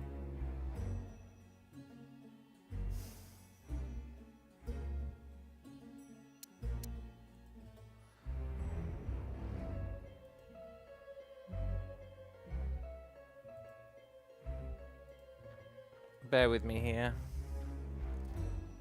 Please, more now. Damn it. Hang on. What did that other note say? It was like, oh, it was a letter to the scientist guy, right? Talking about, oh, once you're not considered mad. Blah, blah, blah. There's nothing sharp in this damn room. Doesn't look very sturdy. But it's barred. Oh, what I would... There's nothing sharp in this entire room.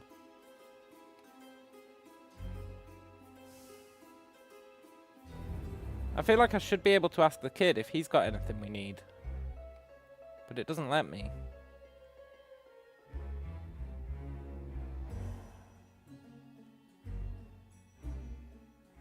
He just says, "What up, yo?" Hey, Danny? Miss Leger? I just don't know anymore.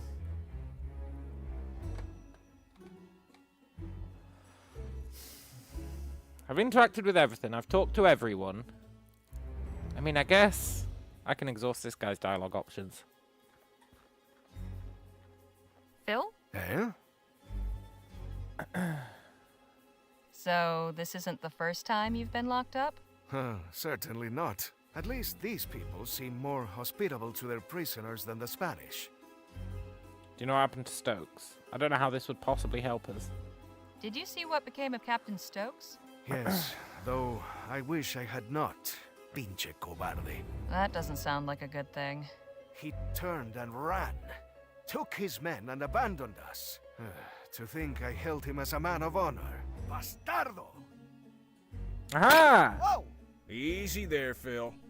Forgive me, but I cannot abide a deserter. It takes a low sort to abandon someone who's counting on you. I'll just be over here. I mean, I feel like we should have been allowed to smash the pot as well, but fine.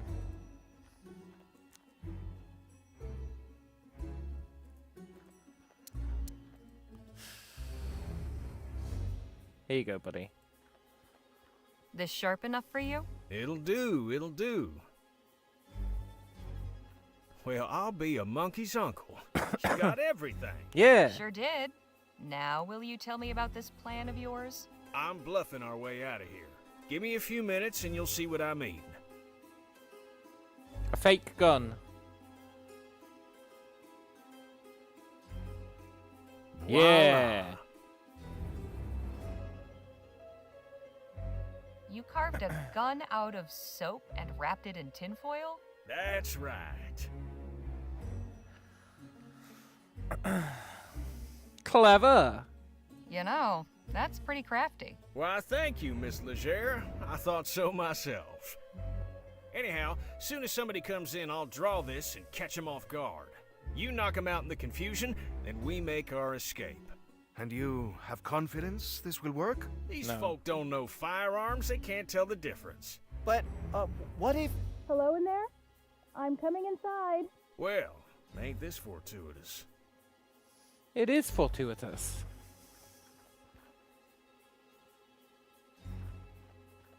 Greetings.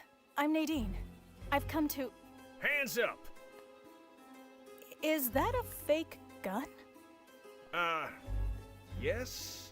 Don't mind my friend here. Nadine, was it? Yes, Nadine Redbird. Harley Leger. Mr. Toole says Francisco probably did all the voices himself. Maybe. Definitely not, though. There was a whole cast in the intro. Can't remember the names, though. Look, why have you come here? So just what is it you want from us? The chief sent me to make sure none of you were hurt. She also wants to speak with whoever's in charge of your group. That would be me. All due respect, sir, but after that little trick you just pulled, you're out of the running. I'll go then. All right, come with me. Is she going to join our group?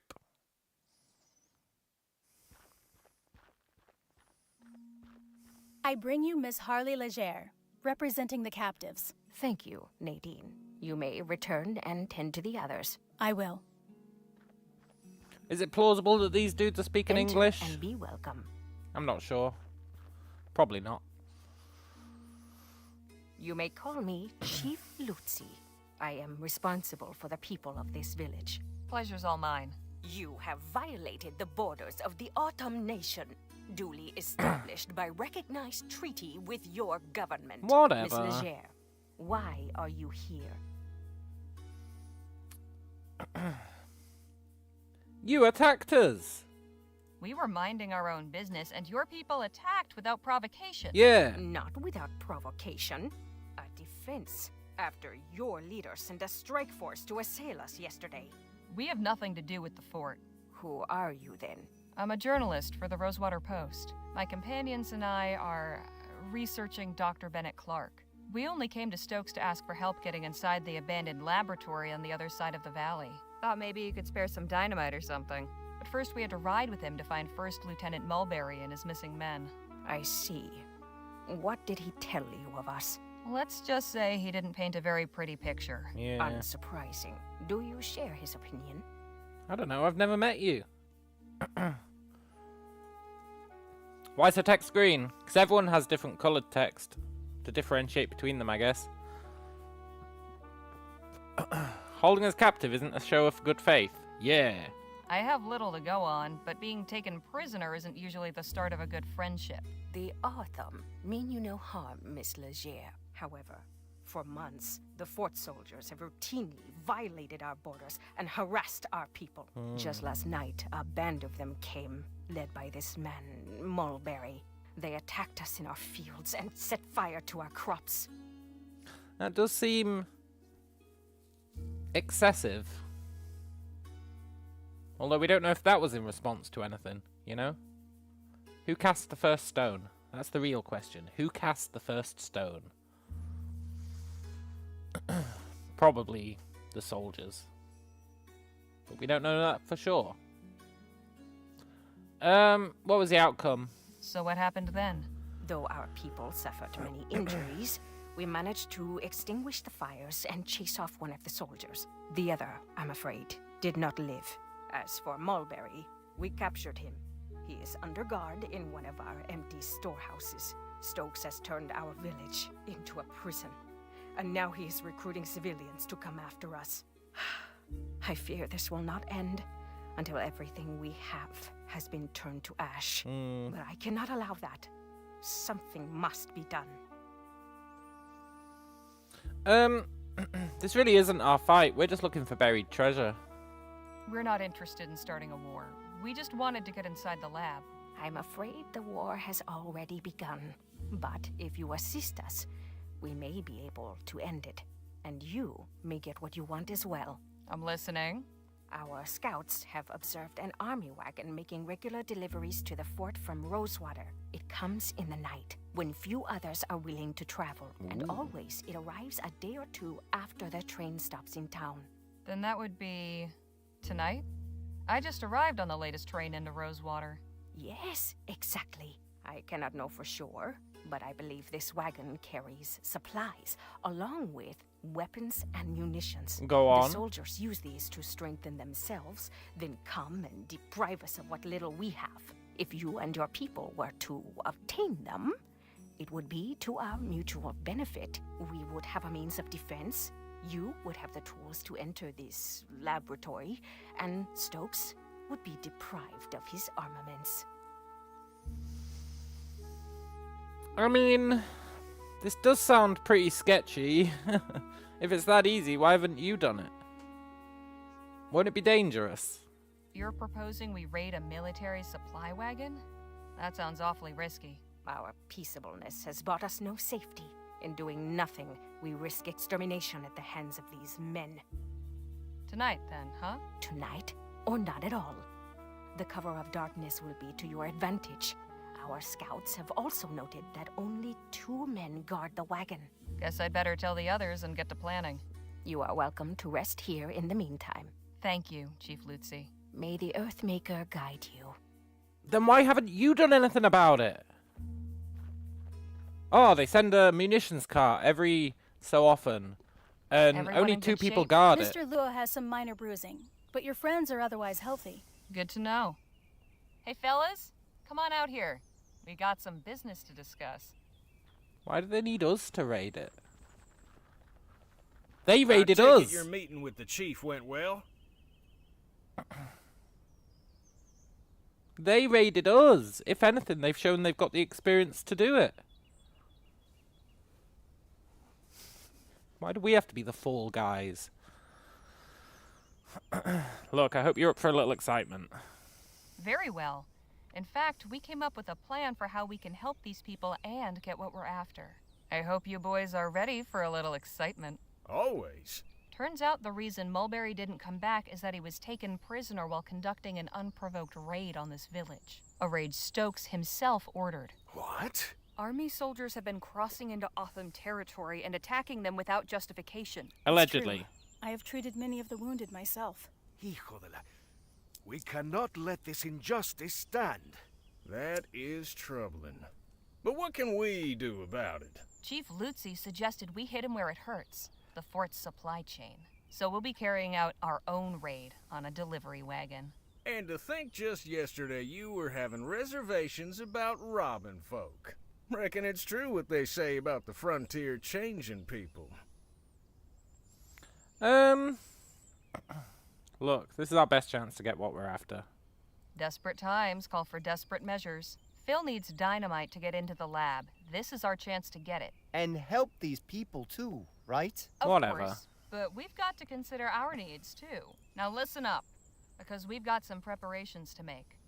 We should be staying out of this shit. And the wagon will be coming through tonight, according to the chief. We can get the munitions Phil needs to get us into the lab, along with some weapons and supplies for the Ahhh. Ah, the old 1-2 punch. I like it.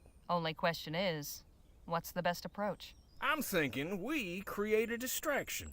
We get the wagon to stop, then you and I keep the driver occupied while Danny and Phil sneak the stuff out. I prefer a more direct approach. You said the wagon was poorly guarded, eh? We have enough fighters to overpower them. When they see they are outmatched, we should be able to take what we need without firing a shot. Wouldn't it be better to do this without drawing any attention? You could set up a roadblock, then sneak out what you need while they investigate. All good plans. Have you got anything, Danny? No, but I I think we should be careful. Something like this could so easily go wrong. Yeah. So, what's it going to be?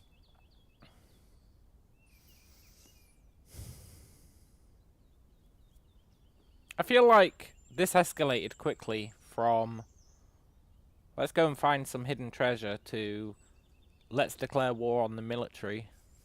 You know? It's a real escalation. Let's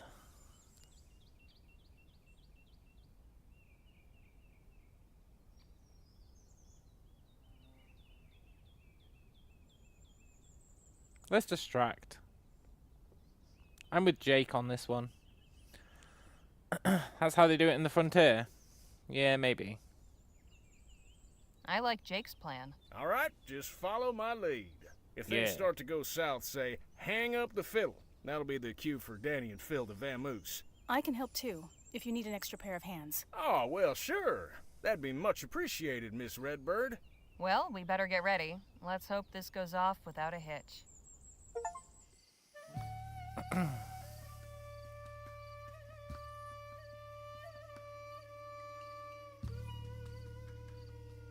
What's going on here? Ah, finally a third party. Maybe you can settle this argument for us. Ma'am, is this man causing you grief? Not nearly as much as she's caused me, I can assure you.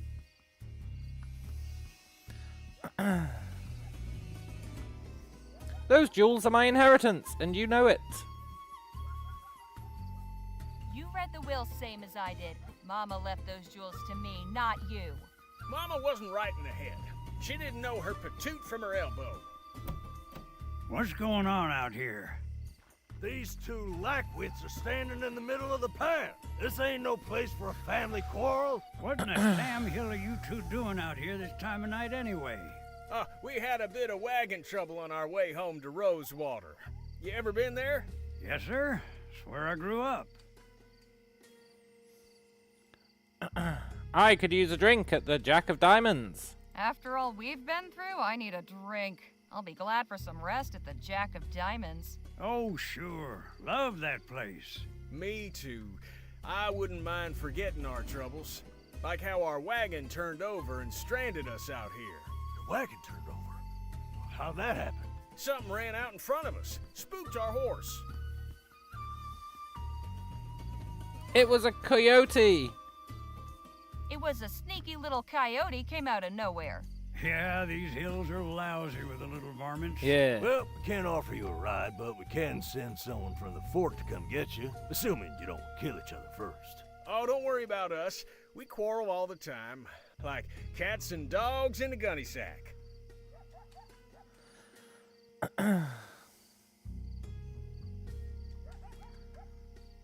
That's right. Our mother always had to break it up. Yes, Ma always had to be the peacekeeper, bless her soul. Your offer is most appreciated, but won't be necessary. So, you don't need our help? Why'd you stop us then? In all fairness, you stopped at your own volition. Yeah. At least you got to meet Gentleman Jake. We probably shouldn't drop his name. We really do appreciate your concern. But we're glad you did. Your concern is very much appreciated. Think nothing of it, ma'am. You folks sure you'll be okay out here on your own? Sure, we'll be fine. Sorry for any inconvenience we may have caused you. Don't you think it's about time we hang up the fiddle? Right. Thanks for your time, gentlemen. I feel like we weren't blocking the road at all. You have come back to us, and it seems your hunt was successful. Miss Leger, I gotta say, I ain't seen bluffing that good since I cleaned out Ace's O'Reilly at the poker table. Thanks. I've picked up a few tricks over the years. Yes. Yeah. We recovered firearms, ammunition, and some additional food. Did you obtain what you needed? Yes, with this dynamite, getting into the lab will be quite easy. Then I am glad the raid proved fruitful. Chief Lutzi, I am curious. Now that you can arm your people, what is your plan? We're gonna murder I everyone. can certainly understand your curiosity, General Marquez. You know me? We are close enough to the new Spanish border to keep informed of current events. To answer your question, we will defend ourselves. Peace has not worked against those who wish to harm us, so we must answer them with force. You strike me as a wise and capable leader, but allow me to offer one piece of advice. Do not underestimate your enemy. Nothing angers a tyrant like a show of resistance. I appreciate it, General, but I believe we will overcome. I truly hope you do. Nobody tell her. There's something else. Several crates in the wagon were marked Rosewater. I thought it was strange, considering that's where the wagon was coming from. And not only that, we found a safe filled with Aurum bars. I wanted to take them, but Danny refused. Was something wrong with them? I imagine you had good reason for that. They were marked. They wouldn't have been any good to us. Good thinking, then. The last thing we need is the Royals on us for stealing their Aurum. The Royal Police? Nah, out here they'd send in the army. Or God forbid, the Blackburns. The who? Oh, you don't want to know. The big question is, why send Aurum to the fort? To pay the soldiers? Line of inquiry, but I ain't sure the fort's dealings should concern us. Perhaps not, but I am curious as well. Something unusual is happening here. Stokes was all too happy to aid our cause before my exile. Now he acts like a stranger. It cannot be a coincidence. I am going to charge my Lieutenant General with finding out more about these shipments. Chasing more wagons full of Aurum? Something like that. It is clear there will be no more aid from Stokes now, and I still have an army to outfit. Perhaps we will find something we can actually keep. If money's what you're after, maybe you'd entertain the notion of joining our posse. That goes for you too, Miss Redbird. What are you talking about? I'll explain everything on the way back to the lab. Danny, you stay here and help unload the supplies. You can give Nadine the lowdown. Come meet us when you're done. Will do. I am sending one of our hunters to return Mulberry to the fort. He can show you the way back. Much appreciated. Right, let's get a move on. You coming with me and Phil, Miss Leger?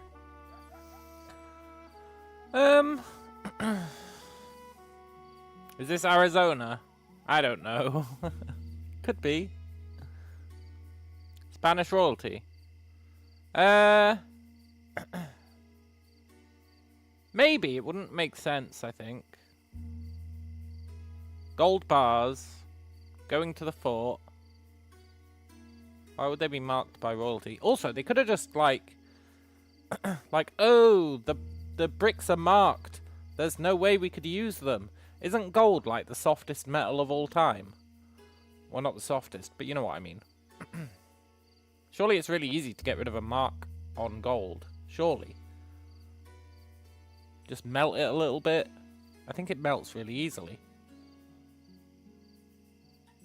But anyway. Whatever. I wouldn't want to miss the explosion. And missing all the fireworks when you finally set them off? I think not. And can it with the Miss Leger bunk? It's Harley. Duly noted. Now let's get going. Spitfire, Just Harley. one more thing before you go, Harley. You said you were a journalist, yes? That's right. Do you believe the townspeople would take an interest in our cause? Some might. I can certainly tell my employer about the treatment you've received. Please do. I have a statement I would like you to carry back. The Autumn are a peaceful people.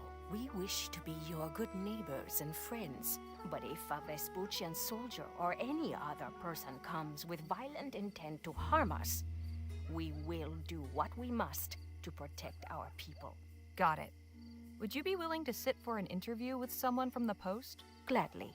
My words are for all who will listen with open hearts. I'll make sure your message is received. Thank you. We're just taking them at their word. They're like, we didn't do anything to the soldiers. Citation needed on that one. Thanks for showing us back, partner. We can take it from here. Well, would you look at that? His hat. Didn't think I'd be seeing old Jesse again. Nice. I'm keeping this arrowhead as a good luck charm. Good idea, buddy. And who knows? Maybe some collector out there would be interested in acquiring the arrowhead that nearly wiped out Gentleman Jake. Híjole. Is he always like this? Yes, he is. Yeah, I've never melted down gold myself either. I wonder how things will go for the Otham now that they have firearms. Well enough, I hope. Provided they don't point them at us.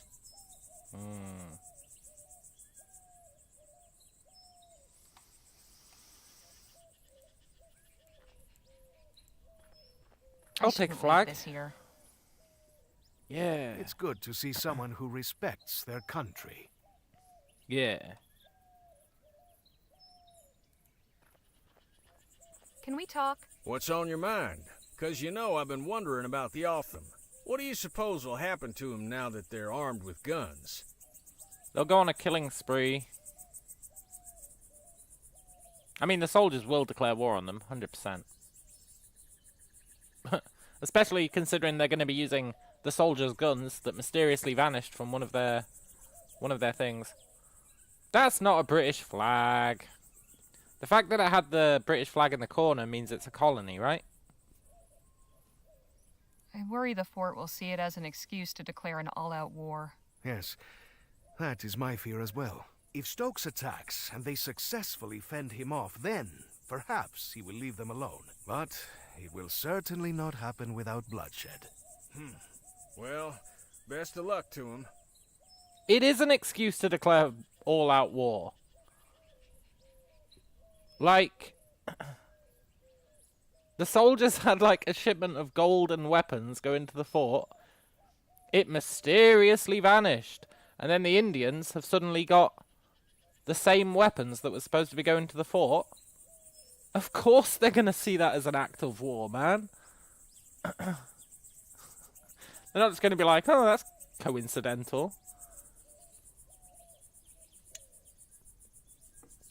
Those Indians are fucked. Tell me about your previous adventures, man. Would you care to recount some of your previous adventures? I'd love to, but I'm afraid now just ain't the time. Soon as we have a respite, I'll be glad to regale you. I feel like this is a respite, but okay. Enough jabber. Let's push on. Time to blow up this building. Some sweet, sweet excessive force. You're quite certain you know what you're doing? Just leave everything to me and stand far, far back. I know, he doesn't seem like the humble type, eh?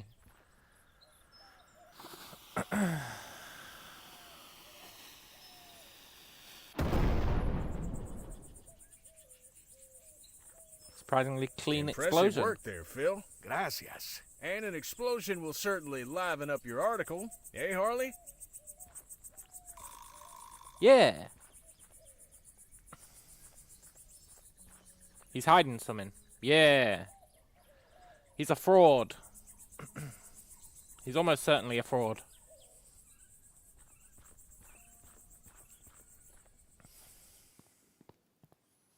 Is that a robot? Well, slap my behind and call me Betsy. Not sure what I was expecting to find, but it wasn't this. That did look like a lot of TNT for a small job. Still, there's got to be some indication of where Clark took his money. Let's take a look around. But watch yourselves. No telling what any of these doohickeys might be capable of. Was that like a steam-powered robot? A wooden mannequin in a cage? I have so many questions. You sure you want them answered? Yes, I do want them answered. At least Dr. Clark practiced fire safety. Yeah, sort of. Look at that handprint. Someone burnt to death. I can't see through. The window is too grimy. Looks like it's connected to the door somehow. And that wire runs to the console back there. Won't do us any good if there's nothing powering this place, though. Yeah, it's super weird. I can't really see through the porthole, but it looks dense in there. Classic dense room. Okay, so we need to sort the power. I don't appreciate these guys spoiling things for me. Jerks. Not much left. Some books and a broken device. Oh, a broken device! Maybe if you grab this thing, you'll be able to fix it. Damn it, they're following us. This Clark fellow was into some strange things, wasn't he? Yeah. I'm starting to understand why he chose to do his work out in the middle of nowhere. He was into some strange things. This may have held something interesting once, but now it's just lodging for spiders. Yeah. This must be where Clark parked his rear during his experiments. I get the impression this is what powers everything in here. We just need to get it running again somehow. Jack, can you shut the fuck up? Okay. I'm guessing this thing needs to hit full power before the machine turns on. Okay. Some kind of power meter. Never heard of an ampere before. Hmm. These meters seem connected to whatever's behind the panel. Okay, we need something to open that. Do we have anything? I feel like the lockpicks could do the job, but it's not going to let us, almost certainly. That won't help me remove the panel. But I feel like it would. You could definitely use a lockpick to open that. Do you not think? Sinister, if you ask me. Okay, we have to open the panel. I can't begin to fathom what these contraptions are for. Nothing of use to us. There do be a toolbox. Way too high for me. Want me to give you a boost? Nah, I still couldn't reach. I'll think of something else. We're probably going to go the other... Well... Maybe we have to go the other way. Anything interesting in there? Not really. Probably why they were left behind. Anything interesting? Okay. Guess we won't get to see what's up on the roof. Just as well. I prefer to keep my feet on the ground. Why can't she stand on the chair? I think it still wouldn't be high enough, right? That is pretty high up.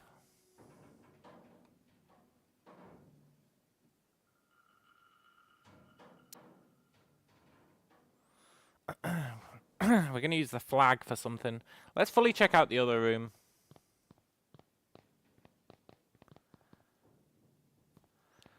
Land of the free and the home of the brave.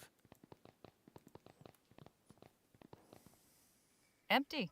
Not really surprising. Yeah. What in the ether is this thing? I wouldn't get too close.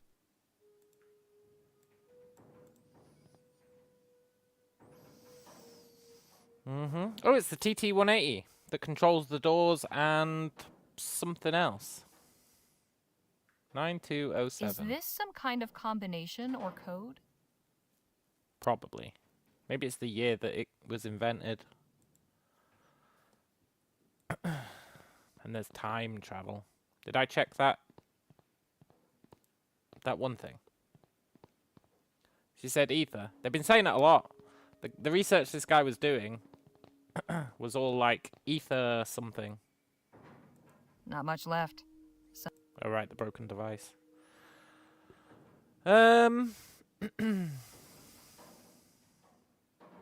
Okay. I can't make heads nor tails of this chicken scratch. Let's talk to Dynamite guy.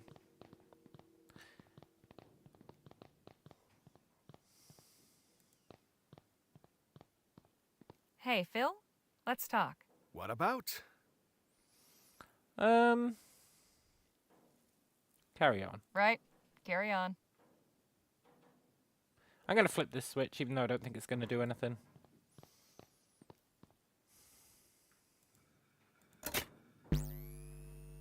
Well, it did something. No good. There's some power getting through, but it needs more. Okay. Surprised he's Dynamite guy and not Mexican guy. He's Spanish general guy. I don't want to ask him how we can get it back. Get it done. But we don't really have anything. Fort Beaumont's parade flag looking worse for wear. Yeah, I don't think that's going to help us. Unless we, like, whip it. We could whip.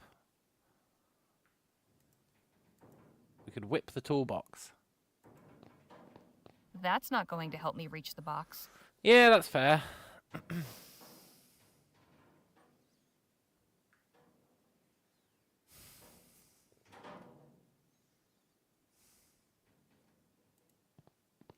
This is where all the cables wind up.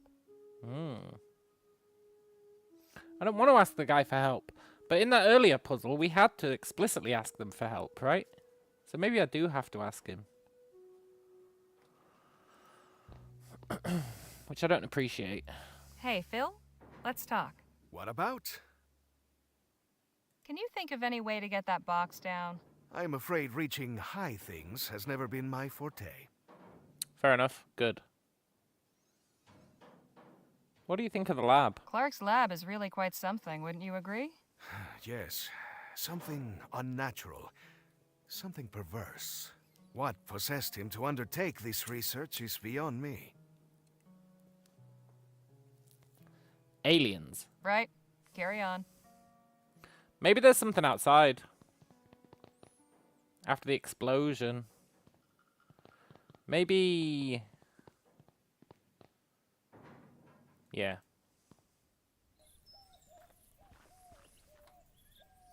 I don't think there is. Can we go anywhere new?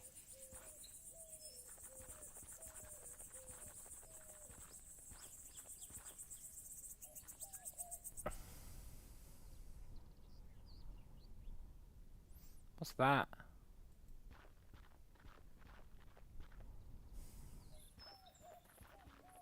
Miracle cures for all ailments. Ooh. Dios mío. What is this abomination? Howdy, folks. Interested in learning about Coltit's miracle elixir? Yeah. Of course we are, little lady. Then step on over here.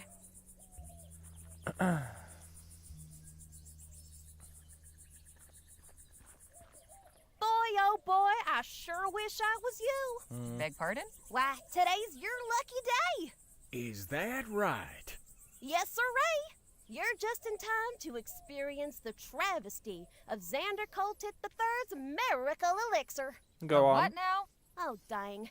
I mean, the majesty of Xander Coltit III's miracle elixir. My name is Olivia Coltit, and I'm here to answer all your questions about this evolutionary new medication. Is it approved? Look, we're not rubes. Look, kid, we're not born yesterday, townies. You can spare us the song and dance. Oh, leave her be. I think she's charming. Thanks, mister. My daddy says that to get anywhere in this business, charm is financial. I think you mean essential? I know what I mean. Yeah. You related to Gem. Gem Hadar? You wouldn't happen to be related to a kid in Rosewater named Oh, the Jem, pickpocket. would you? No, ma'am. Far as I know, I'm a lonely child. Okay. Tell me about your elixir. Fine, I'll bite. Tell me about this miracle elixir. Glad you asked. From the maker of the wildly popular Coltit's emulsified soporific comes Coltit's miracle elixir, the finest, most elective tonic in Vespuccia. Guaranteed to treat and cure all illnesses from arthritis to yellow fever. And for a special limited time, we're selling it for the treasonable price of just 5 crowns. We've got 20 crowns. How about 2 crowns? 5 crowns seems a bit pricey. How about I give you 2 instead? Sorry, ma'am. Daddy told me not to hackle. Oh, I'm sure we can agree that rules were made to be broken, young lady. Would you consider 3 crowns? We'll tell everybody we meet to come see you. Then you can charge them a reasonable 6. Well, okay, deal. Nice.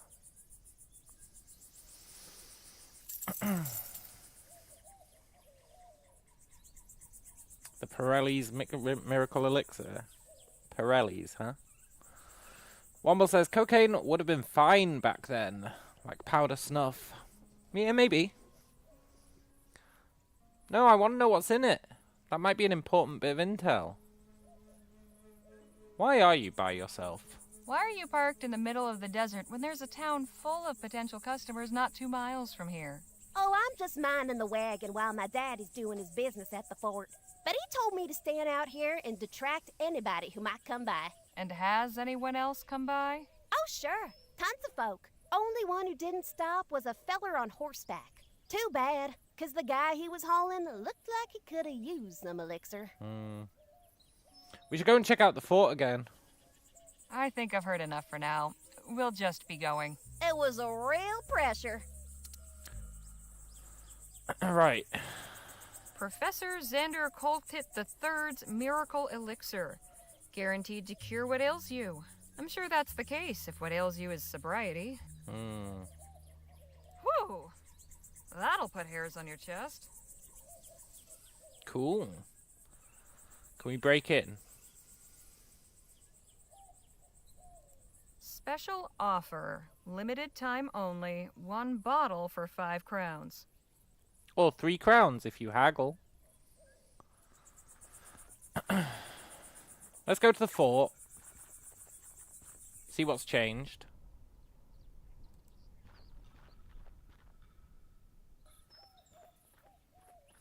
We did accomplish his task, right?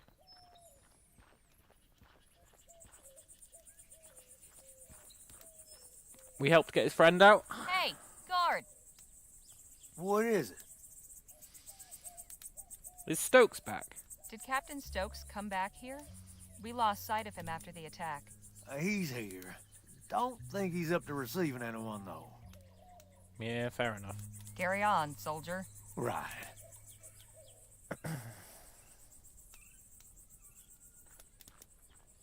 No handles. Must only open from the inside. Fair enough. Hey, Ethan.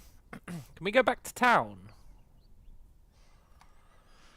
No. The miracle elixir with the flag, we could make a Molotov cocktail. I'm not massively sure how that'd help us, though.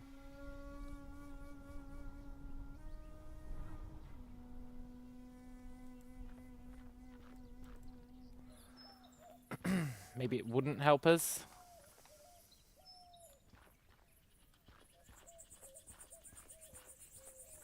Now there's something you don't see every day. You can say that again.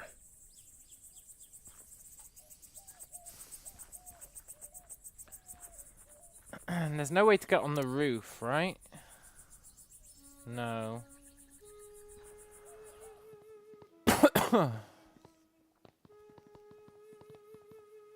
The mannequin arm. If we could get, like, the mannequin arm, then we could extend our reach. Can we talk? What's on your mind? Can I borrow the arrowhead? Yeah. Might I borrow that arrowhead for a spell? By all means. Maybe it'll bring you some luck, too. We can use that to open the thing. Enough jabber. Let's push on. Use Not it much to left. open the thing.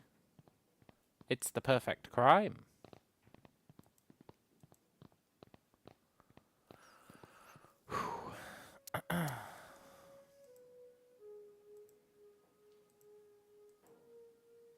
Try the elixir, turn into Mr. Hyde, and tear down the stairs. That's a good idea. Let's see if this works.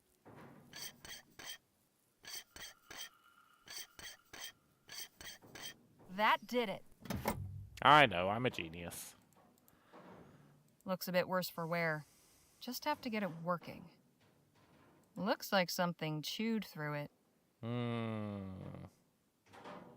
wonder the power's not getting through. This wire's all corroded. Use the miracle thing on the corroded thing. Let's put some of this elixir to good use. Uh-huh.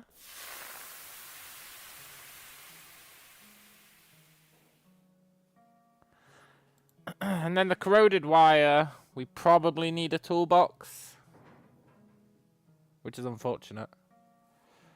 To be sure. But let's flip the switch.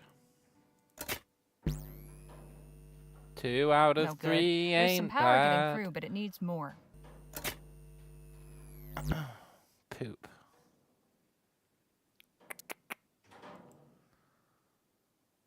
I don't think we've got anything that'd help with the corroded wires. We almost certainly need the toolbox, right?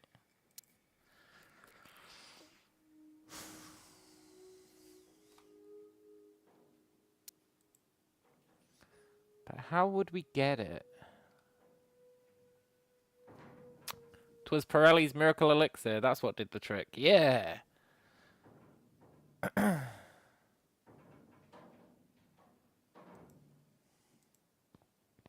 Looks like a toolbox. What's it doing all the way up there? That is the question.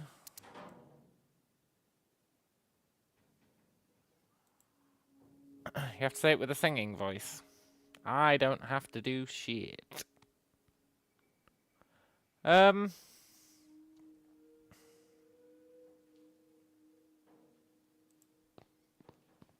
we talk? What's on your mind? I don't want to ask him for help, but sometimes you have to. This place sure is something, isn't it? I admit, I never gave much credence to all that ethericity business, but seeing all them contraptions and appurtenances, let's just say it's given me a new appreciation for Clark's tenacity. I guess they're just talking about electric. That's what ethericity is. Okay, look, buddy. Any clever ideas to get to that confounded box? Not too many, I'm afraid. Good. Although perhaps that chair could be of use. Are you serious? Enough jabber. Let's push on. I can move the chair. Maybe this will help. Then again, maybe not. Well, maybe.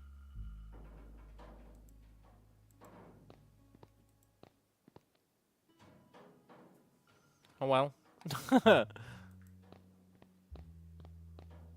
can't begin to... Nothing of you.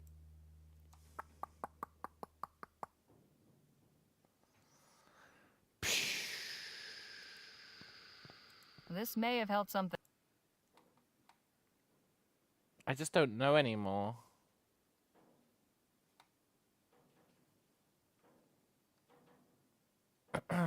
What if... You have to harvest the ether to get the box. Yeah, maybe. What if I just throw this at the box to knock it down? That's not going to help me reach the box. Not with that attitude.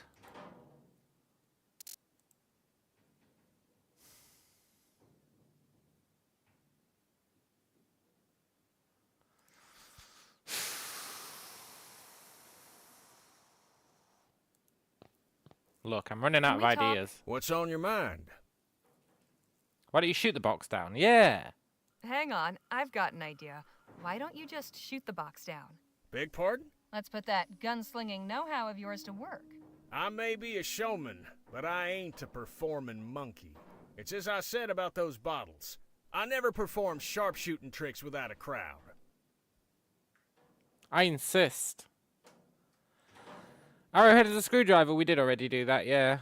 Now we just need something to fix the wire. Crowd be damned. I want to see what's in the box. You've proven yourself resourceful. I'm sure you can find a more practical way to get to that box that doesn't involve me wasting ammo.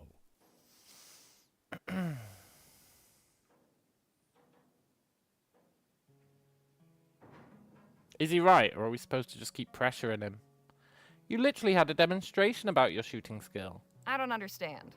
You showed off your prowess with a gun before. That was before a now, crowd. All I'm hearing are excuses. Why so shifty all of a sudden? All right, look. The truth is, I've gone a mite rusty. A couple of years ago, I could have done it with my eyes shut, but time ain't been kind to my hands. So how did you pull off that juggling trick? Danny's the one that shoots the ball from the wings. You want that box down so bad, ask him to help you when he gets back. Yeah, okay. Enough jabber. Let's push on. But I feel like I need the box to repair the... wire.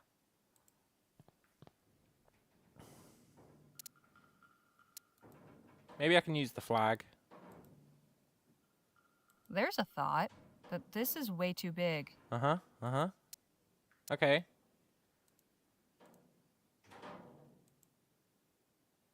I hope this isn't considered treason. I know, I'm a genius. That should do it. I'm not convinced it would do it, but you need to separate the ends and make 2 separate wraps, right? But sure. Yeah, I was right.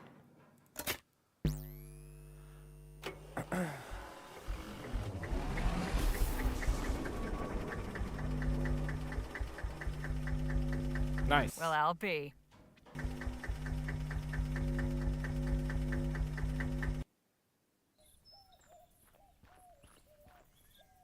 Looks like Phil managed to get the door open. I wonder if they found anything inside.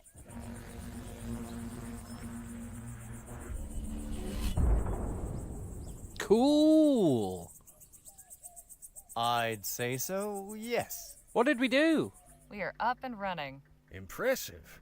This technology is amazing. What did this Clark fellow intend to do with such power? I'm beginning to wonder about that myself. Nice job getting the lights back on. Get everything squared with the Otham? I think so. They're adequately supplied. They should be well off for some time. Well, I suppose we should see about... Hello? Is someone in here? Damn. Yeah.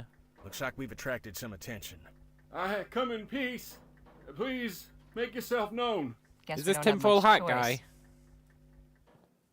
No, who the hell are you? Hail! Goodness, I wasn't expecting so many of you. And we weren't expecting anybody at all. Not another one. Terrific. Another one of these loons. You think he's associated with that fella we met outside? I am Paul Burkhart, emissary of the Luminarians. The what now? We are disciples of Dr. Clark, protectors of his artifacts and legacy. No kidding. So you must know all about him then. Quite so. How did I like that Sims game I was playing yesterday? It was too easy. There was no challenge in it. I don't know if that was a Tesla coil, man. It was like... It was... First of all, it glowed green. And then the sky around it turned purple. And like wavy for quite a distance. But it did have that Tesla coil look. But I don't know why it glowed green. I think we already met one of your people. You know, I think we've met one of these disciples already. You must be referring to Samuel. He is quite protective of this place. If you seek enlightenment, we will be glad to share our wisdom with you. But let us all return to the commune. We must not further defile the sanctity of this place. F off, dude. I am eager to learn about you all. No, we're busy defiling. Oh. Welcome to Chrysalis, friends. Feel free to explore, converse with the residents. You'll find we have much to offer. We'll speak again soon. Anna says... What an accommodating fella. This is all very strange. You all might be Come on, into guys. this porqueria, but I want no part of it. I am going back to the lab. Me too. Suit yourself. I want to go back to the lab. All right, let's see what we can learn about where Clark's stash might be. But let's not overplay our hand, shall we?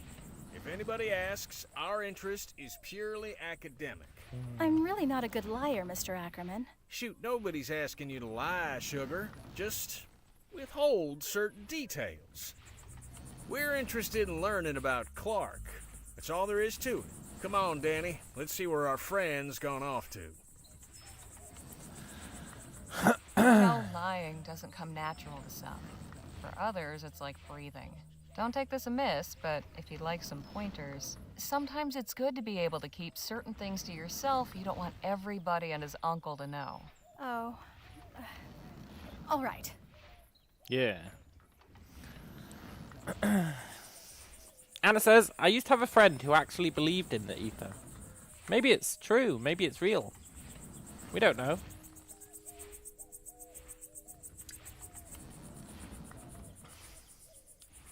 Could be real. Could very easily be real. I'm not saying I believe it is. I am saying I can't say one way or the other.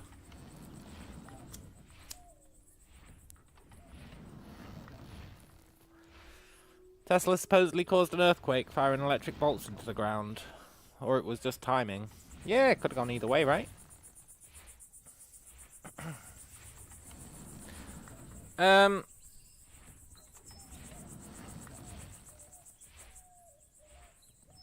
Believe what you're saying. Above all else, be confident. If you sound like you believe what you're saying, they will too. You seem to have a lot of experience in these matters. Look, everyone lies. Get used to it, kid. Look, everybody lies. That's just the way it is. I don't. Really? Not even the tiniest little fib? Dishonesty is disrespect. For others, for God, for oneself. That's, quite the aphorism. Your advice is appreciated. I'll just see what I can find out on my own. Whatever, that's bullshit. You've lied.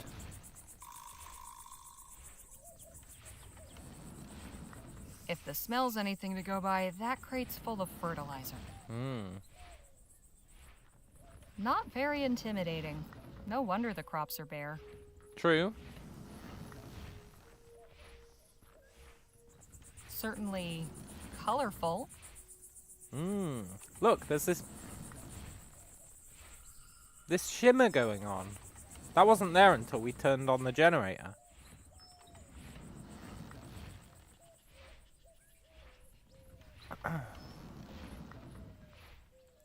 Suppose that's where the animals are kept.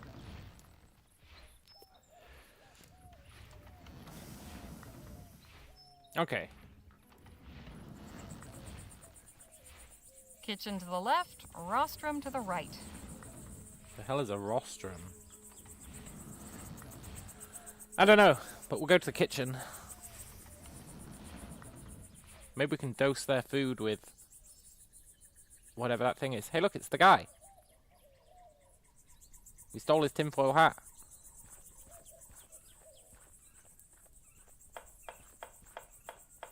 Well, well, if it isn't my old friend.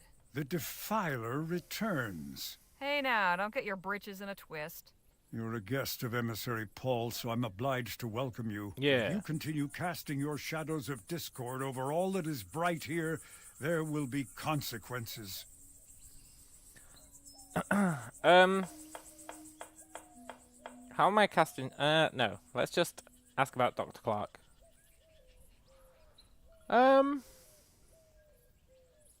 Where did Clark go? Where did Dr. Clark end up?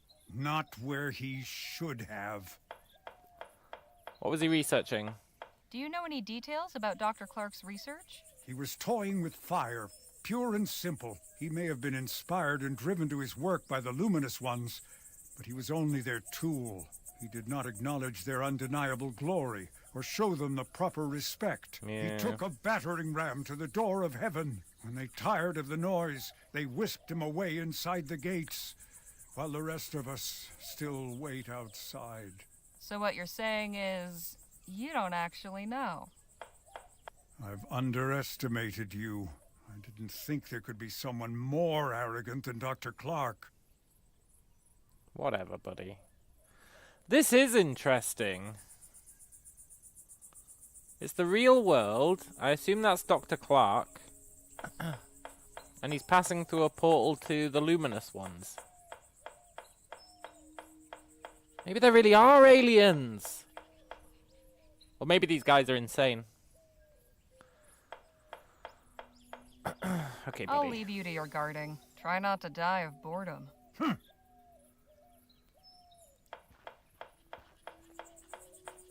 This isn't much use with a wheel missing. Handle still looks good, at least. Can I have the handle? The aliens who came via the ether, yeah. Excuse me? Ah, hello. You must be one of Miss Redbird's companions. That's right. Harley Legere. My name is Evan. Evan Holbrook. Welcome to Chrysalis. Evan was just showing me the cookhouse. You know they grow or raise everything they eat here themselves? Wow. Well, mostly. Sometimes we need to resupply from town, but we aim to be fully self-reliant. Our dedication will be rewarded with bounty. Look. What was his research about? Exactly what was Dr. Clark researching? Ethericity, of course. Of course, but what about it? Energy sources? Industrial applications? What? Miss Legere, I couldn't begin to tell you. Whatever reasons he may have given the public, the bankers, the professors, and what have you, his true purpose was to open the way for humanity to pass into the etheric realm. And it wasn't easy. He spent 2 years in that laboratory before transcending. Soon the day will come when we all can follow him. Cool. Is that a Portal reference? I think if it was a Portal reference, it'd be green or orange, right? I think it's just showing how he transcended dimensions or whatever. Do you know where he went? Yes, he went into the ether. Do you know where Dr. Clark disappeared to? Evocator Bennett didn't disappear. He transcended. Again, you use this word. What do you mean by it? He passed through the etheric gateway and joined with the luminous ones in the cosmos. Oh. Have you met him? Did you ever meet Dr. Clark? Alas, no. I hadn't really heard of him before the expo. I was looking at the waxed anatomical models in the medical marvels exhibit. But my wife said they turned her stomach, so she went to see the etheric pavilion instead. I don't think she really knew who Bennett Clark was either. It was just something to pass the time. If only either of us knew what a significant thing was about to happen. Yeah. You mean the demonstration? Didn't he, he vaporized a bunch of folk, right? And I guess they believe those vaporized folk went to the ether. Clark's demonstration? Indeed. The miracle that drew aside the veil and took my wife and the other 14 blessed souls up into the etheric realm. I only regret that I wasn't there, so I could have gone along with her. Oh shit, he vaporized her wife. It was good talking to you. I'll leave you both to it. Goodbye for now. See you later, Harley.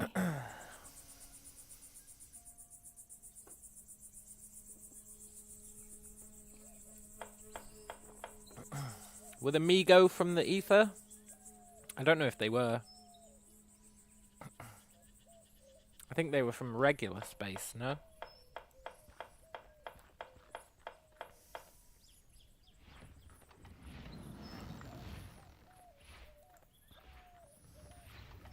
Maybe.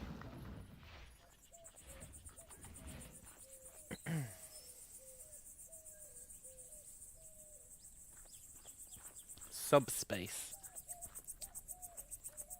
The butterfly makes this one less creepy, but not by much. Something about that makes my skin crawl. Why, though? It's just a person.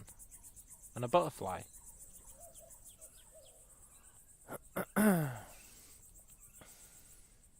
Think ether was just the thing in space. Space travel meant you had to pass through the ether. Yeah, it's what they called space, I think. The butterflies sure seem to like these flowers.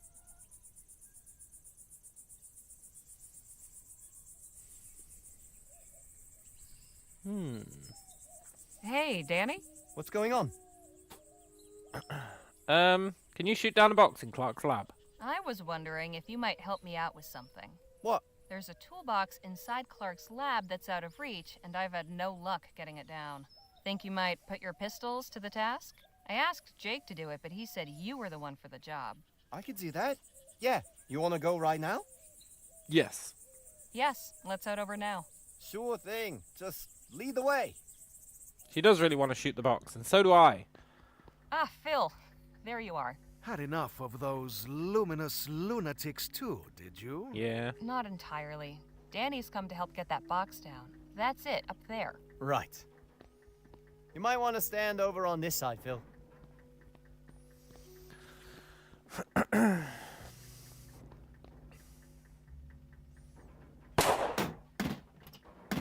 Nice shot.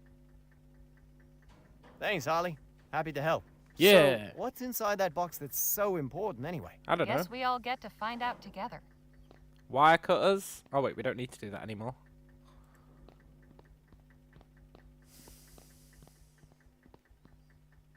Empty. Well, anything good inside? Not really. Just a wrench and this odd dial thing. I hope it was worth the trouble, then. That was good practice, at least. I'm heading back to Chrysalis. See you both later. Bye, Danny. Anna says, I believe in the luminous ones. They're calling them crazy, but we'll see who gets the last laugh. You know, I kind of believe in them as well. I'm definitely getting converted. A round dial with a small red notch on it. Cool. That goes on that machine, right? The T80 or whatever it was.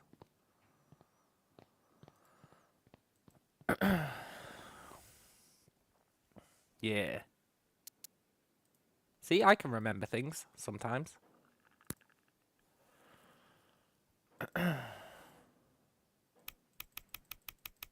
Nine. It won't turn any further that way. 2, 0.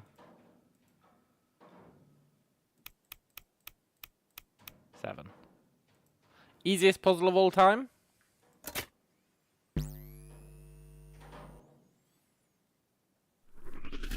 Phil, you might want to... The ether! Move. Are you all right? I think so. The cage seems to have absorbed all that energy. Just warn me before you try that again. So, this console operates equipment by setting the dials in a 4-digit sequence. That means we need to figure out the right code to get the door open. Hmm. Okay. At least Clark did his testing on mannequins, not people. As far as we know. No, it turns people into mannequins. At least Dr. Clark practiced fire safety. Okay, we're probably going to get the code from the other place, right? The code for the door. I will stay in here. Alright, Phil.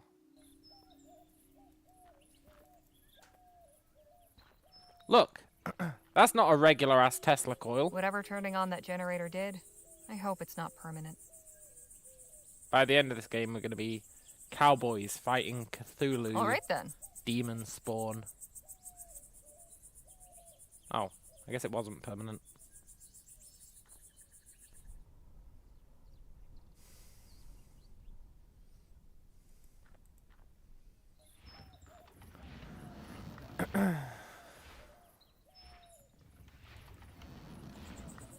You've only seen Tesla calls in Command and Conquer? Yeah. Who's this lady? I hope I'm not interrupting anything. Ah, Harley. Miss Larkin here was just telling me about this fascinating place. Hello and welcome. It's so nice to have visitors. Look, tell me about Clark. What exactly was Dr. Clark's etheric research about? Truth. Lovely sentiment, but could you be a bit more specific? He sought to connect us with the world above. Yeah. To unite us with the luminous ones. He succeeded in not only opening the door, but stepping through and crossing the veil. He showed that the way is possible. Now we all must learn to follow. As long as he didn't take his gold with him. All right. Thanks for the chat. Be well. Don't wander too far now. This guy might know the code. He's the head honcho, right? My friends, today we give thanks for our manifold blessings. On this day of celebration, the Evocator's Day of Transcendence. And why do we celebrate today on the 8-month anniversary? Because one is nothing special. One is an isolating, selfish, lowly number. But 8 is perfection. 8 is infinity. 8 is the flap of the butterfly's wing. 8, 8, 8, 8. On this day in March of this year, exactly 8 months ago, the luminous ones called Evocator Bennett up to join them in the luminiferous ether. In so doing, they showed us the path of light, where soon we all shall follow. Now our soul sibling Bennett dwells among them in the etheric realm beyond this earth, in a transcendent union of cosmic harmony and peace. Cool. Are those blast silhouettes on the wall? I think they're paintings. And they imply something. Not entirely sure what.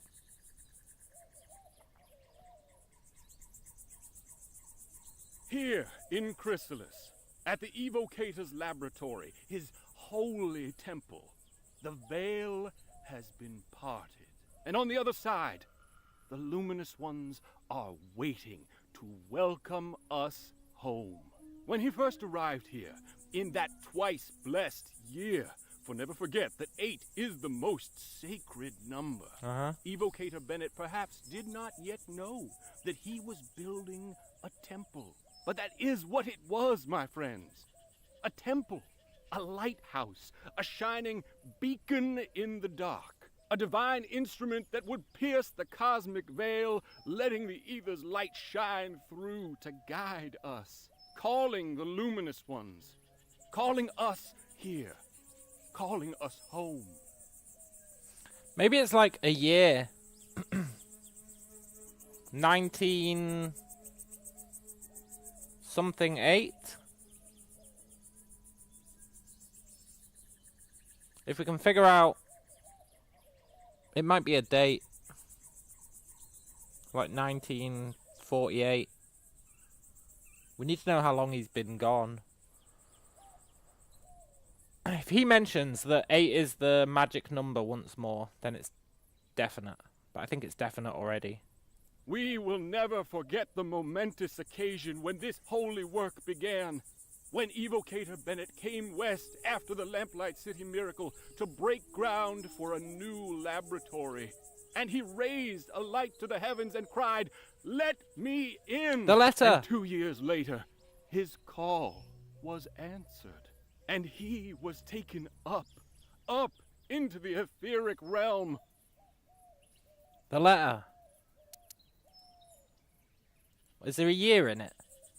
February 12th, 1850. Dr. Clark, I hope this letter finds you well. Upon hearing news of the reactionary and 1850. ignorant ban our leaders have seen fit to impose, my thoughts went to you and your thankless labors in the wilderness. When they hounded you out after the expo, and I wouldn't be surprised if Leroy's cronies sabotaged your display to discredit you, you were undaunted after enduring such a trial. One day when rationed with warm P.S. How you managed to rig a TT-180 console to control...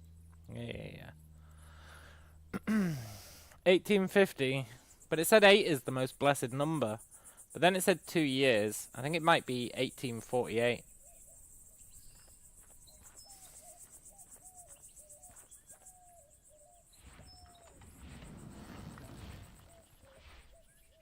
I feel like 1848 has come up before. But I might be tripping on that. Wasn't 1848...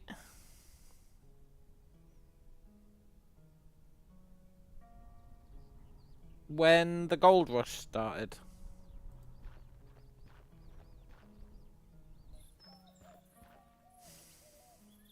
What year is it now? It's 1850, right?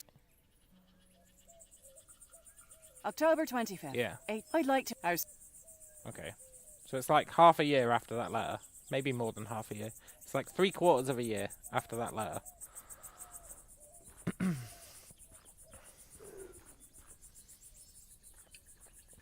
But you never received that letter. I'm a firm believer that it's 1848.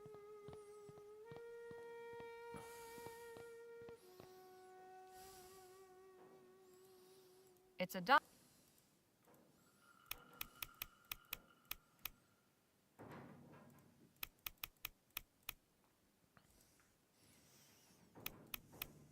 It's like the year that he... something.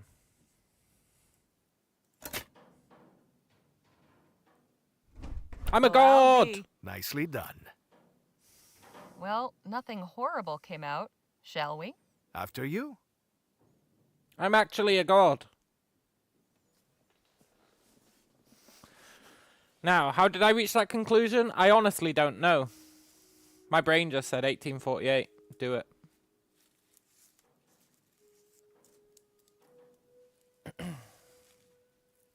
There must be some reasoning there, but I don't understand it.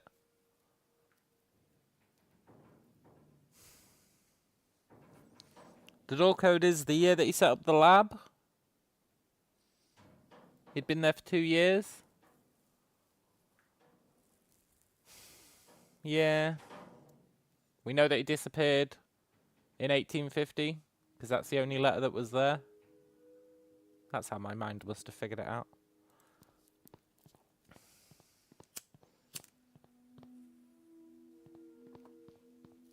Santo cielo. What in the ether happened in here? I do not know, but I am not going in any further. He actually did turn them into mannequins. Was I right again? These mannequins are disturbingly lifelike. This one's posed like it's reaching for something. Clark's research involved playing with life-size dolls? Que locura! No, it didn't. This one's just staring at his buddy. This one seems to be the happiest of the bunch. How can you tell? It's the only one smiling. I called it again. Maybe I did. This one's missing its head. I wonder how that happened. I can die happy never finding out. It is a good question. That mannequin's head fell over here and has been wrapped up by a tomato vine. This might be of interest to our friends in Chrysalis. I guess that's true. Completely overgrown. Probably for the best. Yeah. Yeah, I guess they might be interested in Chrysalis. It's got some tomatoes on it. Ripe and juicy tomatoes. How can they grow without any soil? Easy. Devilry. The ether.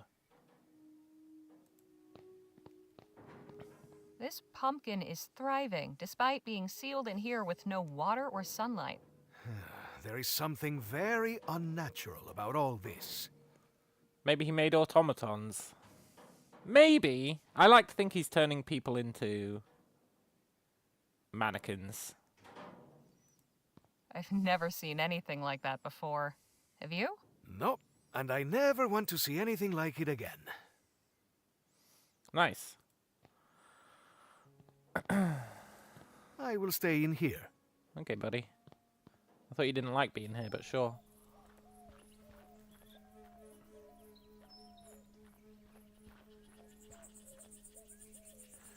Right, who over here would be interested in the head?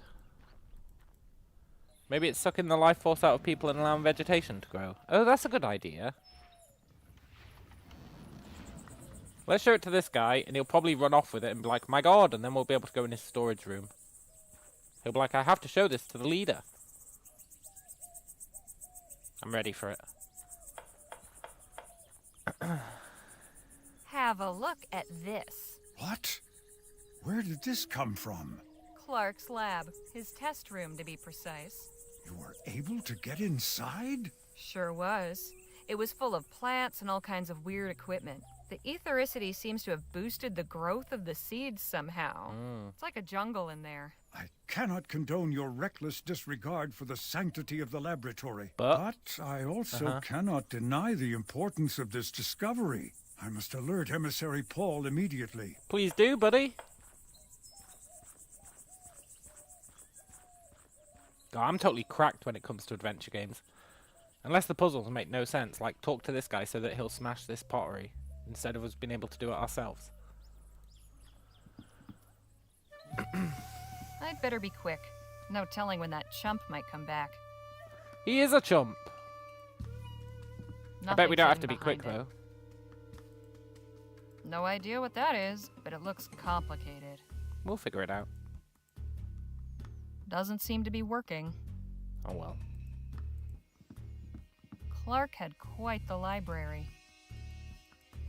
Let's see. Books on science, engineering, astronomy. I'm sure this is all fascinating, but it's not going to help me any. You don't know that. Just another one of Clark's weird toys.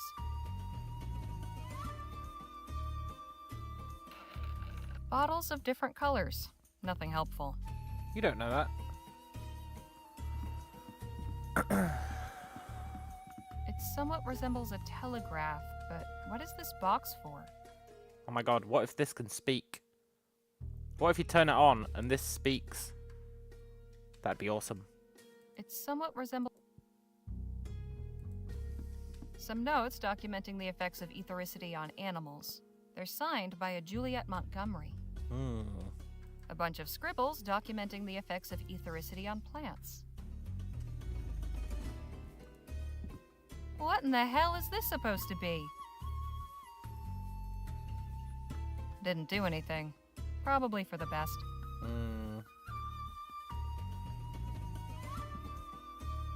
Damn, that's got a kick to it. King's Quest 3 has some very obscure puzzles and solutions. Yeah, all those old games do, right? Lots of extra glassware. Nothing I need. You don't know that.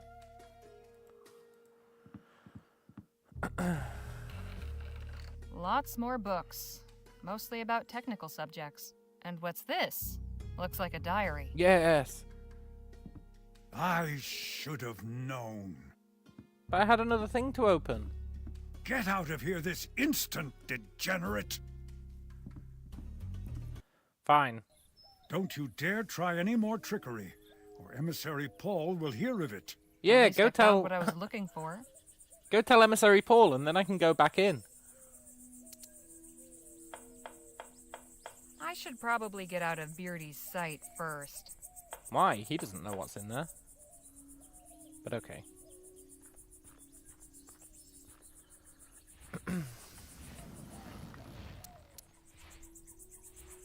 The final entry is bookmarked with a letter. Definitely worth a read. But first... Okay. March 13th, 1845. I'm embarking on a new project, which means a new journal. Here, I will record my notes and observations from a series of experiments on the generation and application of etheric energy. I believe it can be profitably harvested from the very air and harnessed for an immense number of beneficial uses. I see the streets of Lamplight City aglow, not with the smoky flicker of flame from burning costly oil, but with bright etheric light from lamps that never need fuel. I see compact, efficient, etheric engines replacing the bulky and limited diffusion generators that drive Her Majesty's airships. I see our nation's mills and manufactories humming, kept in motion, not with the sweat of the brow, or the belching fumes of coal fires, but with the clean, abundant power of ethericity. The applications are limitless, but before they can be realized, I must turn my attention to the practical problem of efficient generation, not to mention safe, reliable storage. Even if energy can be summoned from the atmosphere on demand, some intermediate storage device will be necessary to absorb the excess and release it in a controlled fashion. Absent such a mechanism to modulate the unpredictable flow of raw power, the effect would be akin to cooking one's breakfast by exploding a stick of dynamite. Tomorrow, I must visit Cunningham's to order glass tubes and ampules, as he always takes weeks to deliver. I hope he also has magnetite on hand in sufficient quantities, so I can start experimenting with it right away, but I will try the iron filings first, if not. Down to the last spool of copper wire, must pick up more, and I must stop by the offices of the Gazette soon to circulate an advertisement for a new assistant in the weekend edition. Much to do! Uh-oh. That was 1844. He evaporated himself in 1850. Are there going to be a lot of entries? I'll do it though. January 19th, 1846. That's the day after my birthday. Some days, the work has been maddeningly slow, and some days, it seems we advance by leaps and bounds. I'm kept too busy to think often of writing in this journal, yet I've made notable progress. I've built the first prototype capable of harvesting ambient etheric potential and channeling it to produce energy. In this instance, heat. There is as yet no flow regulation mechanism, so the entire energy yield feeds directly into a copper heating element, suspended within a water-filled cylinder affixed with a thermometer. The top is left open to vent the steam, which is frequently produced in abundance. In future, naturally, the entire heating coil steam tube apparatus will be replaced with another assemblage capable of converting the ethericity into useful energy to generate light or motion. Yeah. Thing is, right? Let's say that ether is real. You don't really know what effect harvesting it would have. It seems like a hell of a risk. Do you not think? Maybe it caused the planet to explode.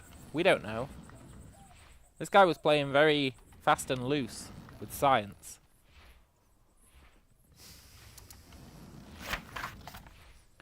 The prototype does not appear capable, as yet, of generating heat beyond the material's tolerance. However, I've reached the limits of this particular configuration, without hazarding a face full of superheated steam and shattered glass. I cannot say with confidence, even now, that a random harmonic flux in the atmosphere could not cause a sudden spike of etheric energy that would produce such a result. Now that the principle is proven, we must experiment with introducing a regulator to throttle and control the flow, for both safety and practicality. There remains the not inconsequential matter of funding. It's taken longer than anticipated to reach even this early milestone. Beyond the initial outlay for equipment, I'd not accounted for the necessity of covering rent on the old Turnbull Street storehouse, nor the wages of my assistant, Frank, for so long a term. Frank? Maybe it caused a chain reaction for the particles in the atmosphere and explode the entire sky like they were worried about the A-bomb. Yeah, exactly, right? That was also playing fast and loose with science. I've already removed from Mrs. Gladstone's modest but comfortable lodgings to the garret over the storehouse, a move which has proved economical as regards both money and time, if rather less satisfactory in the matter of board. I fear I did not give Mrs. Gladstone's Sunday roasts quite the credit I now realise, in want of them, was their due. Despite the savings thereby afforded, my meagre reserves will soon be depleted at this rate, unless I can induce a benefactor to relieve me of these pecuniary obligations. Sure thing, buddy. November 6th, 1846. This guy doesn't update his journal very often, eh? At Frank's instigation, I've embarked on a program of fortnightly public demonstrations of our apparatus. A brief lecture on the principles of aethericity, followed by a practical display of the generator's operation, is offered to all comers, or as many will fit within the storehouse, free of charge. I confess that at first I regarded this pageantry as a distraction from the work, a senseless bit of spectacle to dazzle the simple tradesfolk and labourers who occupy this district. However, Frank persuaded me that attracting an investor would require some measure of transparency as to my research. And while it's true that most who attend my presentations come seeking thrills rather than any intellectual or financial engagement, putting on these shows has allowed word to spread, and some are beginning to take notice. Last month's published proceedings of the Vespucian Royal Society of Natural Philosophy contained a mention of rumours of research into the generation of etheric power by a Mr. Clerk of Turnbull Street. I leave aside that they misspelled my name and omitted my title. Not everyone can pay society dues and have their credentials indelibly observed, but they know enough of my work to have it spoken of in those lofty chambers of knowledge and opportunity, and that's what matters. And since they did accurately remark the address of my lab, Perhaps one or two of these learned gentlemen might be persuaded to visit and see my work for themselves. I shall pen a letter to the Society Secretary at once. Cool. They assassinated him. February 2nd, 1847. With the introductions and encouragement lately extended by Dr. Nethersoul, that's the guy who wrote him the letter, second vice president of the VRSNP, I've secured connections sufficient to gain my place in an etheric pavilion to be installed at the Lamplight City Global Expo this very summer. Not only will I have the opportunity to demonstrate my etheric generator before a grand public audience, as a condition of my participation, Harmon and Grove, chief sponsors of the exhibit, have tasked me with consulting on the design of the pavilion, in terms of requirements as to technical equipment, layout, accommodations for visitors, tens of thousands expected, and so forth. There is so much to be done to prepare. Tuning of the flow regulator remains the utmost priority. We still have some months left to resolve the superheating issue. Have high hopes for the finer gauge electrum filament. It strikes me that whatever investments and explorations these firms have hereto conducted in the sphere of ethericity, there are really very few individuals to whom they might turn who have any measure of practical experience extending beyond the realm of pure theory. And yet I had to go begging, hat in hand, to them for the opportunity to take part in their exhibition. Absent my generator, which can produce energy at a fraction the cost of electricity, and with none of the polluting infrastructure, there'd be nothing to present in their pavilion but promises and fairy stories of a future not yet in evidence. But I must not bristle at indignities, and be grateful for my good fortune. At last, the world will see the power of ethericity revealed! June 6, 1847. Horrors beyond uttering. I can hardly bring myself to write them here. Frank. Poor Frank. He got disintegrated, right? Along with that one guy's wife. Your mother will not open the door to me, and I cannot say I fault her for that. I'll send her your 3 months' wage by post. A paltry sum for a life, but all I have to offer.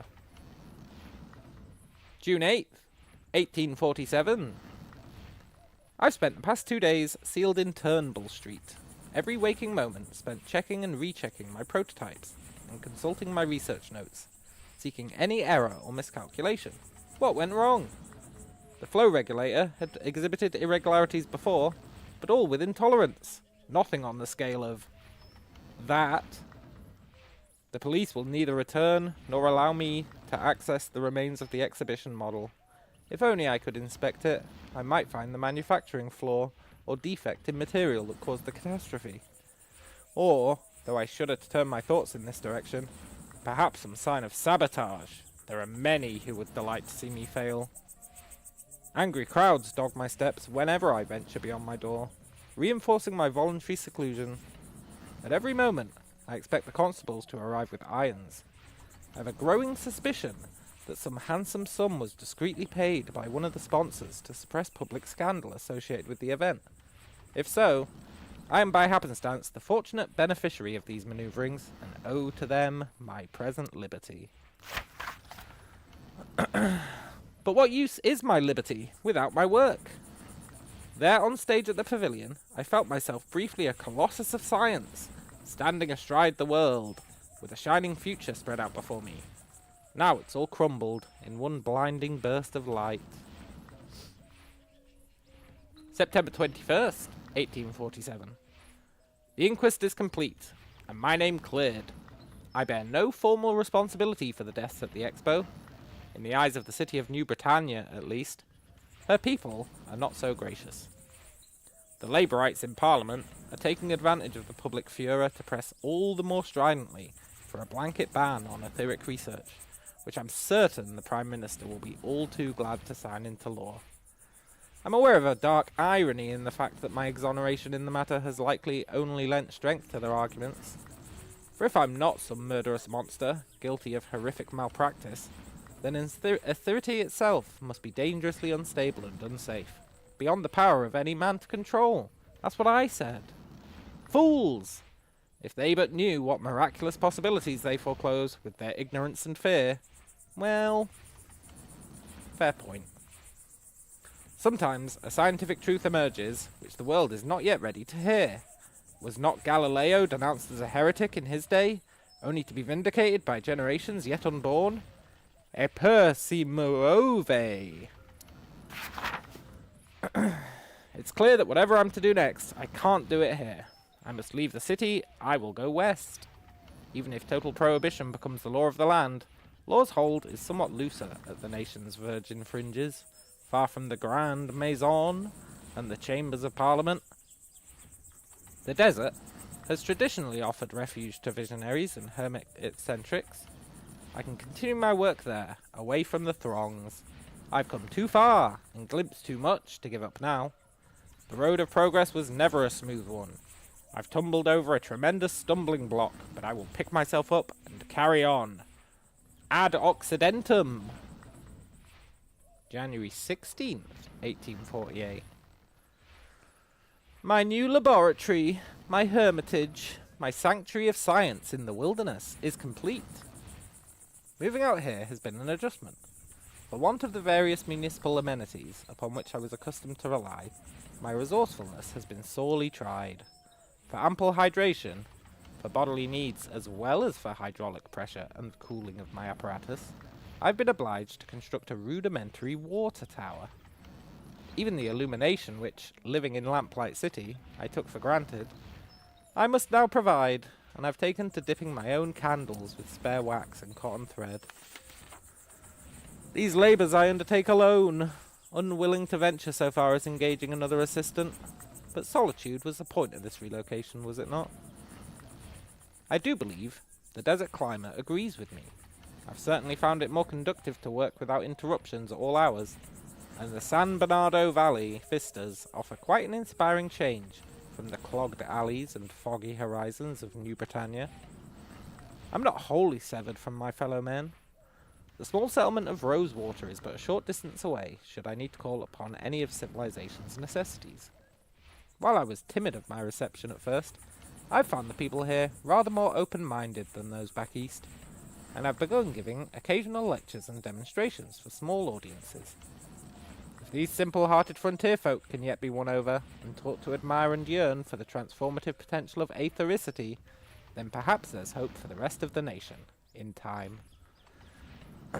In the desert I am made anew.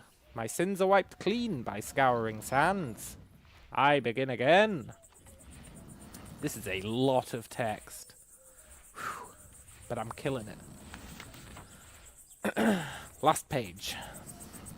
May 24th, 1849. The fools! They've done it! They've sliced off their own nose and stamped upon it as it lay bleeding in the dust, for spite. Our Prime Minister, having won re-election in defiance of all decency and good sense, has moved swiftly to deliver on his campaign promises and signed a total and immediate ban on all practical research, experimentation, and development of etheric technology. It's a dark age we live in, and thanks to Leroy and those Labourite technophobes, it'll stay that way. It's not yet clear what the repercussions will be out here, so far from the halls of power. I've no wish to tempt fate, and I've ceased all public display of my work. But will they remember the mad Dr. Clark, the erstwhile wizard of aethericity, and his self-imposed desert exile? Will they come looking for me? Like a scuttling bug, I must keep to the shadows and hope to escape notice. It's the only way forward. One day, I hope to deliver the fire of aethericity to man, to lift him up from darkness and keep him in comfort and splendor. For this deed, I can but hope that my punishment will be less severe than that which Prometheus endured. My work continues. You know, I'm not sure there was any clues in there, but it was a good read. Oh, there was a letter as well.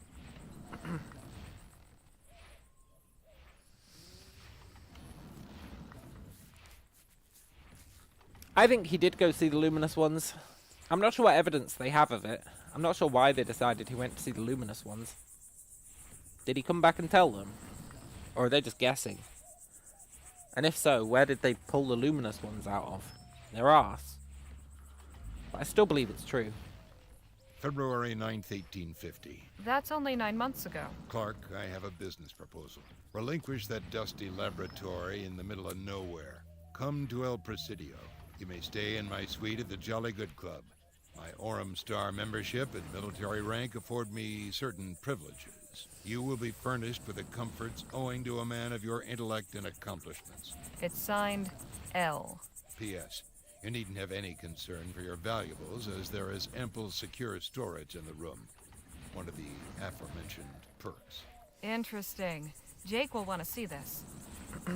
Did he just leave? Did he just skip town? I feel like he just skipped town.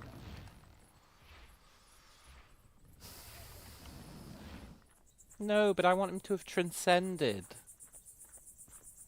Hey Jake, check this shit out. Hey Jake, I've got something to show you. So, show me. I'd prefer to speak in private. Excuse me a moment, won't you, darling? All right, what do you got? I found Clark's journal. Have a look at this letter that was inside. An invitation to the Jolly Good Club in El Presidio? Yep. Check the date. 9 months ago. Ah, nice sleuthing, Harley. Let's round up the others and say our goodbyes. We need to plan our next steps. Yeah. Leaving us so soon? But you've only just arrived. We appreciate the hospitality, but it's time we moved on. If your journey must continue, then so be it. But we cannot thank you enough for your discovery of Evocator Bennett's etheric cultivator, Miss Legere. Once we relocate and configure the equipment, our crops will surely flourish. That's great to hear. I hope you'll all be well fed this winter. Know that you will always find welcome in Chrysalis. Farewell, my friends. Cool. Odd bunch of folks, but quite charming in their way. No, they're not. Well, we got what we came for. This was an intriguing diversion, but now the real work starts. How do you mean? Harley turned up Clark's diary. More importantly, I found a letter inside inviting him to the Jolly Good Club in El Presidio. It was dated 9 months ago. That's right about the time he disappeared, isn't it? It is indeed. I'd say it's obvious that the good doctor accepted the invitation. And took his money with him? Well, it ain't here, or in his lab. And what's that postscript in the letter say, Harley? You needn't have any concern for your valuables, as there is ample secure storage in the room. Don't get much clearer than that. Look, the whole argument for this was that it wasn't thievery because he vanished, like a pirate who buried his treasure and then died. Now we're talking about tracking the guy down and robbing his vault. That's a completely different scenario, but I guess we're still in on it. In for a penny, in for a pound, I guess.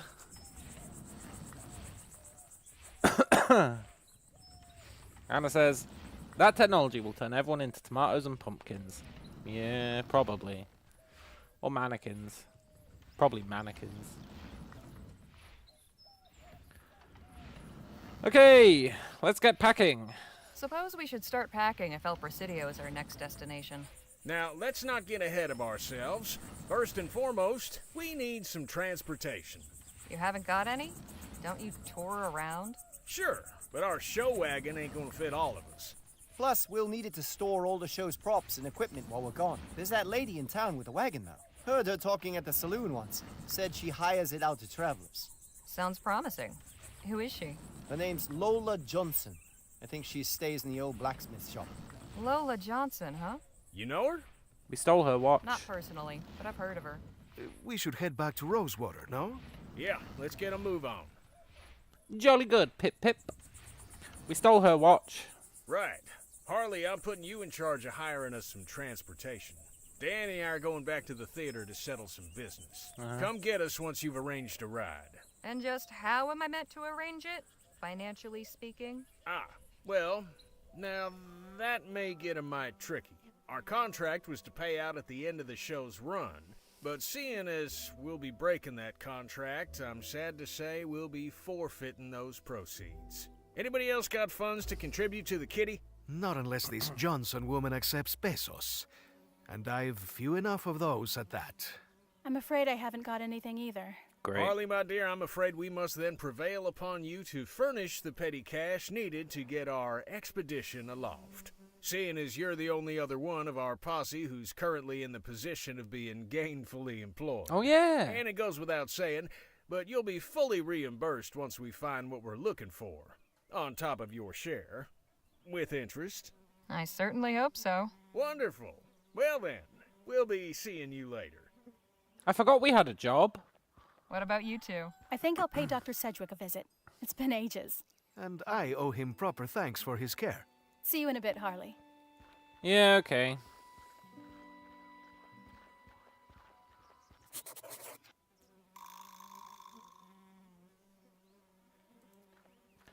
Let's go see our boss. We work on commissions, so maybe we'll actually have to write something.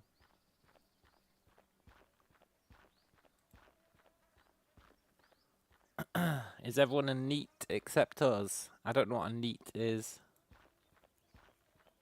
Is it an acronym? Non-essential extraterrestrial. Good to see you again. Maybe.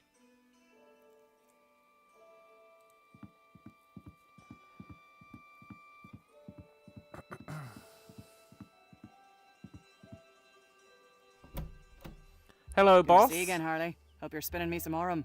Well, I've spent the past couple days following Jake around, gathering plenty of straw. Glad to hear it. I like writers who go above and beyond. Not in education, employment, or training. No, definitely not. Jake runs the show. You might have missed the show. It was quite near the start. But he's like a performer on stage. Danny is his assistant. Phil is a general for an army. And he wants the money so that he can fund his army. And the Indian lady, I think she is unemployed. But we've never really asked.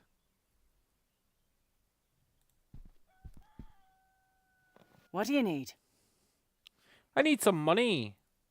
Joni, I'd like to ask, could I get an advance on my article? What for? The long and the short of it is that Jake has invited me on an expedition. I'll need some extra crowns to cover the expenses. What kind of an expedition? We're going to look for Dr. Bennett Clark's missing fortune. Surely a far more interesting story, wouldn't you say? You're right about that. Tales from the wild frontier are in vogue these days, and folk will be gumming to find out what happened to Clark. But I like people who finish what they start. Get me your assignment, then we can discuss your next one. Understood. Yeah, okay. Have you ever heard of the Luminarians? Have you encountered the Luminarians? What in the ether is a Luminarian? Oh, they're in the ether, all right. They're a community of folks living near Dr. Clark's old lab who have designated themselves protectors of his artifacts. They believe Dr. Clark transcended into the ether and joined some luminous beings that live there. They do. That's some wild stuff. But I publish newspapers, not copper novels. But that is news. They're real. What they believe might not be real, but they're real. I'd best be on my way. Right, you are. There's a load of batshit guys who believe this. That'd be an interesting article. You probably wouldn't frame it that way, but maybe you would, for the clicks. See you later, Joni. Take care of yourself out there. Okay, she said we're allowed to use the typewriter downstairs, which looks like it's got a really uncomfortable chair, but it's good for posture, probably.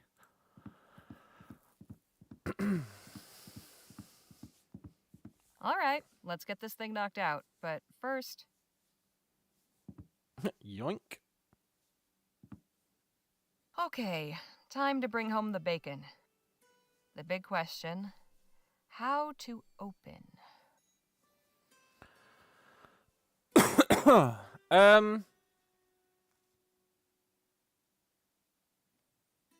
She wanted a puff piece.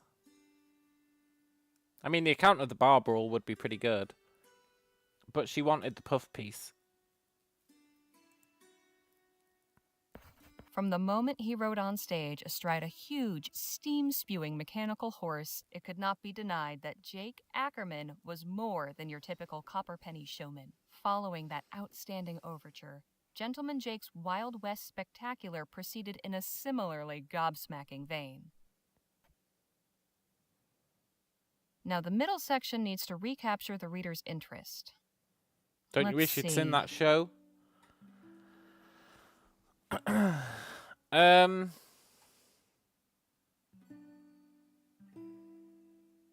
not talking about Clark's lab. We're supposed to be keeping that on the down low.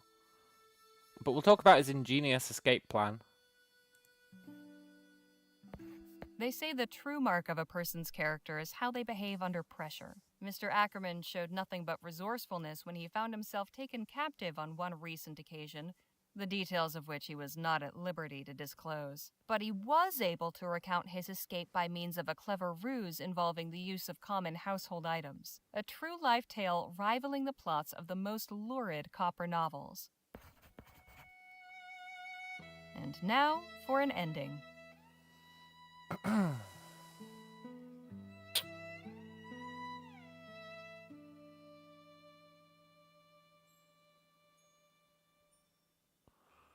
Conclude by praising Rosewater. Mr. Ackerman is a great man, and by his visit to our industrious frontier town, proves that Rosewater is the sort of cosmopolitan crossroads where one might yet meet and mingle with some of the true luminaries of our age. That's true. All right, that should do it. Now, what should I title it? Is Mr. Ackerman the hero? He's a fake hero.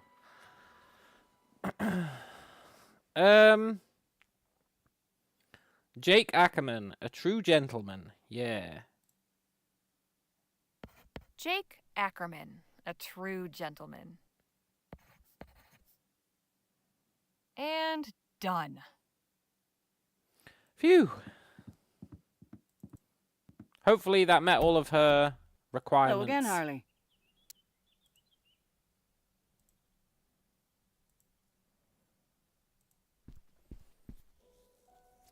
Here you are, Joni. One profile of Gentleman Jake, ready to print.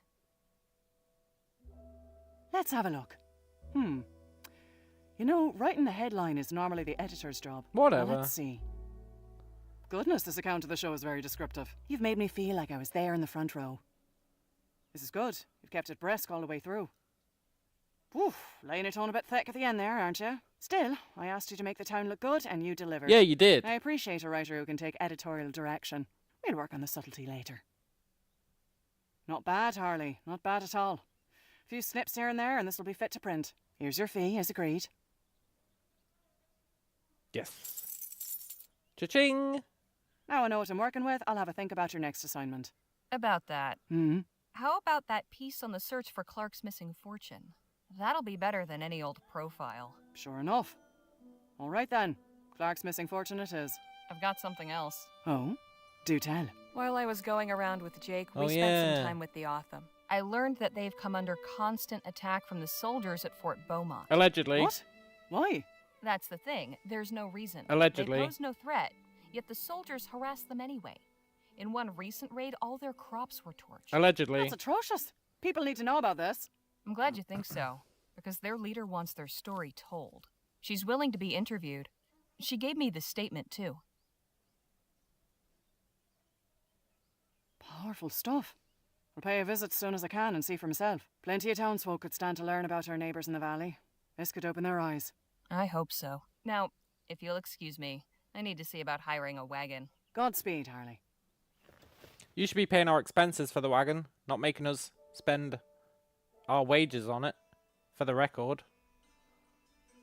But Godspeed. I appreciate the cash. See you later, Joni. Take care of yourself out there.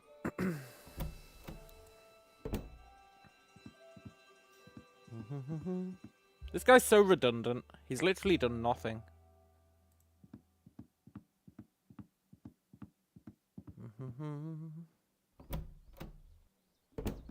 Right, let's go see the lady whose watch we stole. Maybe we have to steal it back for her. That'd be funny.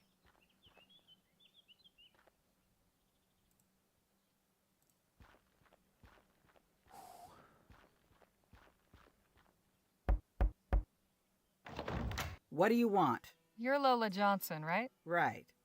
Who are you and what's your business? Name's Harley Leger. My companions and I are headed to El Presidio, and we heard you've got a wagon for hire. I do?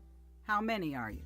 5, including myself. My fee is 40 crowns up front. Why so expensive? That's like all my money almost. It's 2/3 of my money. Your fee seems a bit steep. My price is my price. I don't haggle. Already been robbed once today. Don't intend to make a habit of it. You were robbed? Something of yours was stolen? My pocket watch. I see. What if I got it back? I would be incredibly surprised. Unless there's something you know that I don't. Let's just say I have my suspicions. You and me both. I'll come back later. I'm getting that watch back.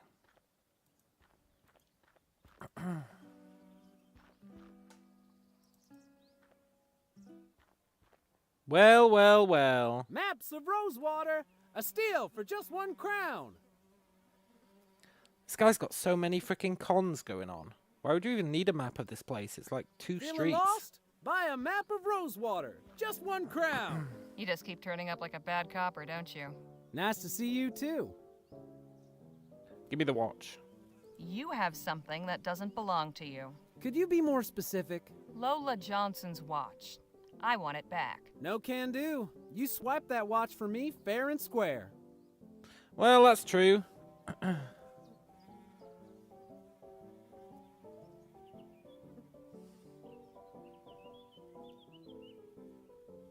Threaten.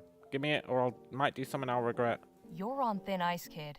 Hand over the watch, or I might do something I'll regret. No, you won't. We're in the middle of the town thoroughfare. You lay a hand on me, and everybody and his dog will see it. Well, can't say I didn't warn you. Let's give them a real show, then. Can't say I didn't warn you. Dee dee dee dee. I'm glad it let me do Here that. it is. I'd better get this back to Lola quick. Can I take his hat as well? Sorry, buddy.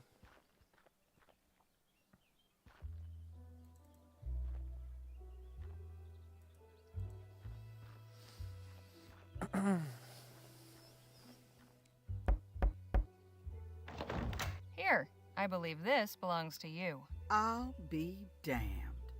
Where did you find it? Jem had it. I might have known. Little bastard. Yeah. One good turn deserves another. I'll knock 10 crowns off my fee. Make it 20. Okay, fine. Here's your fee. Good. Get your posse together and meet me outside town at sundown. We'll head out then. Let's go tell the police. No! Oh, she's missing an eye. Maybe we can get that back for her as well. There you are. This your group then? This is us. All right, folks, listen here. I'm Lola Johnson. This is my wagon. When you're in my wagon, you follow my rules. Rule 1. I'm your driver, not your friend. While we're moving, leave me be. Deal. That means no yammering in my ear about how pretty you think the mountains are. Rule 2. We stop and go as I say. I ain't interested in blowing up my engine just 'cause y'all are in a hurry. Deal. Last rule. Everybody does their part. Be it cooking, hunting, or gathering firewood. This ain't no pleasure cruise, and I won't be serving y'all. The road can be rough, but I'm an experienced navigator and tracker, so stick with me and you'll be fine. If you've got any questions, now's the time to ask. It does look more like an RV. I'll be right back.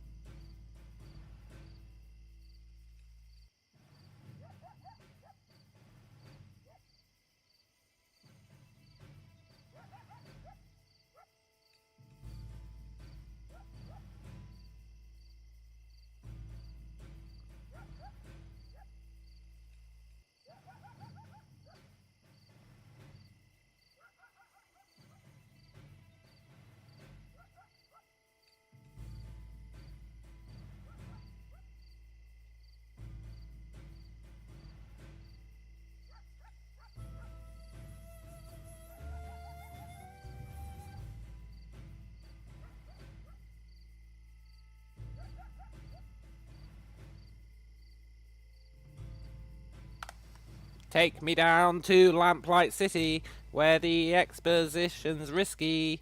Oh, won't you please take me down? Right. Let's see. What if it's important that we need to talk to you? Regarding your first rule, what if we have an emergency? Then tell me. Just don't bother me with small talk. I need to concentrate on driving. Anything else? Yeah. How long will the trip be? Just how long do you expect this journey to take? I reckon it shouldn't be more than 8 or 9 days, weather permitting. Anything else? Anything else? What do you mean by tracker? You said you're a tracker? What's that mean exactly? It means I'm good at finding things. One of you gets lost, or we're hunting our supper and need to trail an animal, I can do that. So, like a bloodhound? No, like a tracker. Compare me to a dog again, and you're finding yourself another ride. Understand? We've paid. Apologies. I didn't mean to offend. Folk rarely do. Anything else? Nah, you've explained everything. I'm not going to say shouldn't we be making the rules. She'll be like, no. So. We understand. You'll have no trouble from us. All right then. Let's get a move on. Time's wasting.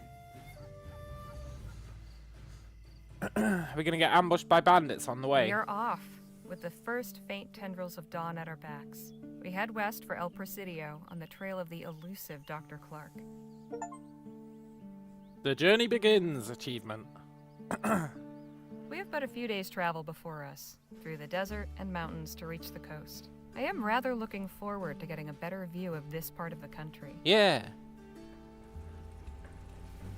And should the scenery lack for diversion, I suppose I'll have recourse in the fellowship of my new traveling companions. Now that we've assembled in this unlikely venture, perhaps it's time we got to better know one another.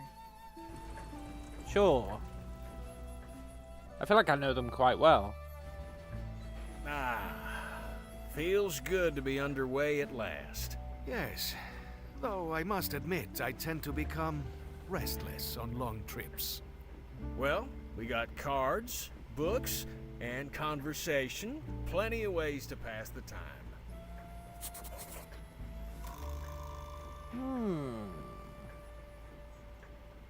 We're set for fuel for a good while.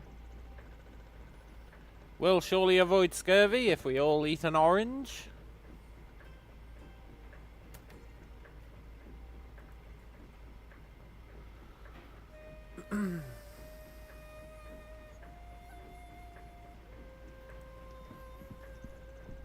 Hey, Jake? Yeah, Harley? How about a story? You promised me a story, dude. Looks like we have some time on our hands. How about a story? Sure, why not? It was 1842, and I'd been hired by the sheriff of Bleachbone Gulch to track down some cattle rustlers. It was a long and winding trail, but by following the signs, I finally tracked down the stolen herd and the rustlers' camp. So I went back to town and gathered up a posse.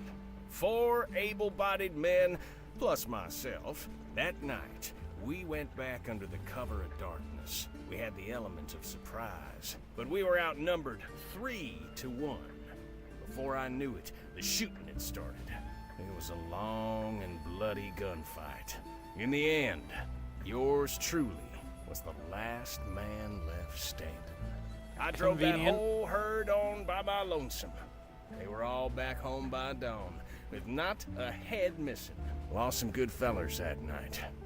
But that was the end of cattle rustling in Bleachbone Gulch. Hell of a story. Now there's plenty more where that came from.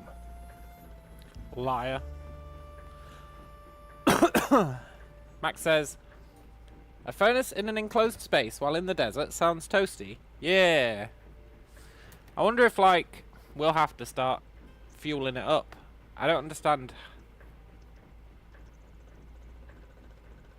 Does she come back every so often? I don't understand the logistics of this. Maybe there's a door hidden behind this. Maybe.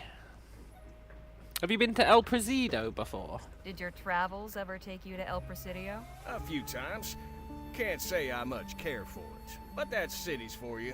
Too crowded, too impersonal. Yeah. I'll take the wide open countryside any day. I agree. I appreciate the chat. Anytime, Harley. I hated living in a fucking city. They're the worst. Even though Edinburgh's like one of the better cities, because it's a city, but it feels like the countryside.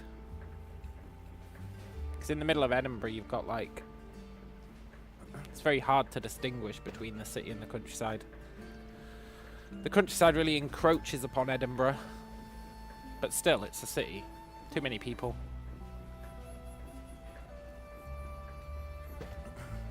I like the countryside.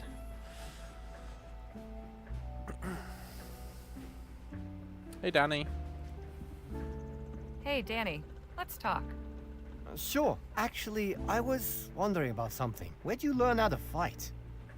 On the streets. It was a necessary skill. Growing up where I did, you had to fight to survive. Where was that? New Britannia. The Chum, specifically. Lamplight City, huh? I've heard it can get wild. You've heard right. Lots of sandstone buildings and flats. I don't know about the sandstone.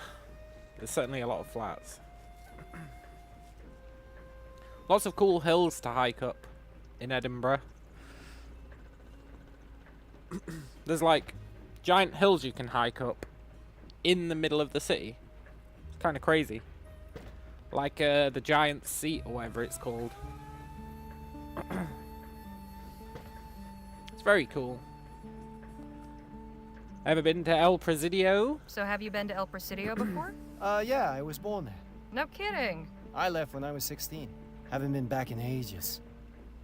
Fair enough. Hey, I see something up ahead, by the side of the road. No, I want to play cards. Oh! Looks like an oil derrick. Wagon's slowing down. Guess it caught Lola's eye, too. Let's But I want to play cards. I want to play cards. Any particular reason we've stopped, Miss Johnson? I needed to stretch my legs. You might take advantage and do the same. We're off again in about 20 minutes. Come on, Danny. Let's go have a look at that oil derrick. Righty-ho, pip-pip. Excuse me, ladies. I have some business to attend to. But I wanted to Both play of you cards. can do as you like. Just stay within sight. Actually, I'm curious about this machine. Do you think I could ask you a few questions? Oh, well, I suppose so. Oh, I see. She sits up here. The furnace is in the back.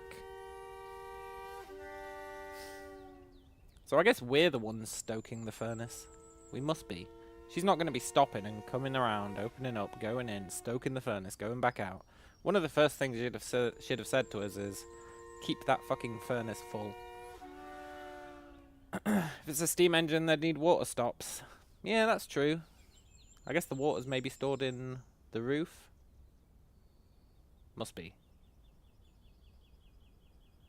Can I steal this rope? Tools of the trade for an oil worker, I suppose.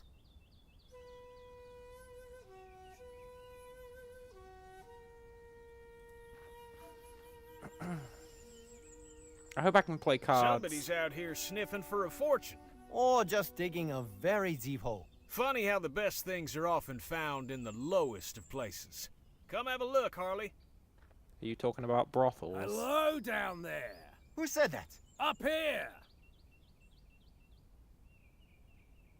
Afternoon to you. What brings you folks to Cormac's oil rig? Just passing through, friend. I was just saying you've a fine setup here. Thank you, sir. It pleases Cormac to hear that. Sit tight. Just needs to make a slight adjustment. Then Cormac can come down for a chinwag. Are you going to join us? I was going to steal all your shit. Whoops! Ah! Whoa, damn! Oh, clumsy Cormac. Jeez, are you all right? All right as rain. Not upright though, no. Good one. Good thing you folks is here. Hates to be a bother, but Cormac is in a pickle. Could you, lend a hand? Cormac would be ever so grateful. Maybe, buddy. Hang on. Can I steal anything off you? There's lots here, but nothing I can see that will help. Can you shoot him down? Danny? I know what we need to do. I just don't know how. Yeah, fair enough. He talks like Armag from Kingmaker. It's been a long time since I played Kingmaker.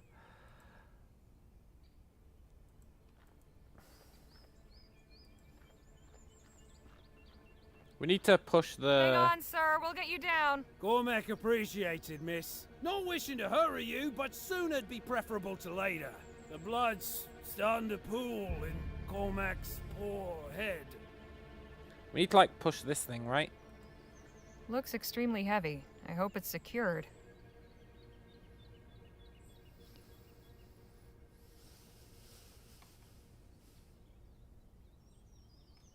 Got any ideas, buddy? Hey, Jake? Yeah? Any suggestions what to do? That rope doesn't look too thick. Should be able to cut through it. The trick will be keeping our friend from falling headfirst into that pit. Yeah. We'll get the guy to shoot the rope. Let's look around over here. Maybe there's something on the wagon.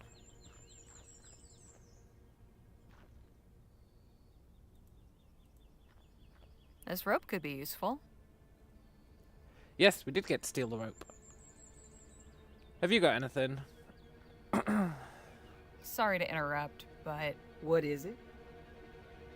There's a man at the oil derrick in dire need of help. What happened? He's caught on a rope hanging upside down. We're trying to get him down somehow. And what do you want me to do about it? I don't know. I'm starting to realize this is not a solo point-and-click adventure game. You do have to rely on your friends. The posse, as it were. Have you got a ladder? Is there a ladder in the wagon? Not anymore. Sorry. We can just tie the rope to him, right? Do you have something sharp enough to cut rope? Sure. My hunting knife. Could I borrow it for a spell? Only if you swear to be careful with it. On my brother's grave. Take it then. Wait, we've got a dead brother.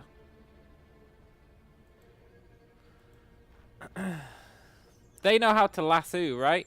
So we lasso this fool, tie him to I don't know, tie him to something.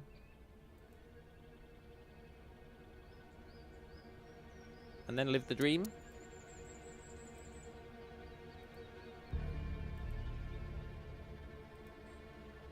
I've Is got this- this rope. Try grabbing onto it. Or just get him to grab it. Whoops! Damn. Let's try again. Grab the rope.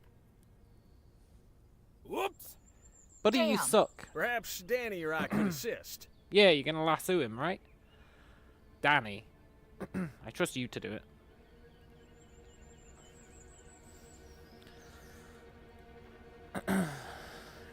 Use a tank canvas to cover the hole. I've got this rope. Yeah, that's Could true. you lasso the gentleman? Now? Yeah, do it now. Yes, now.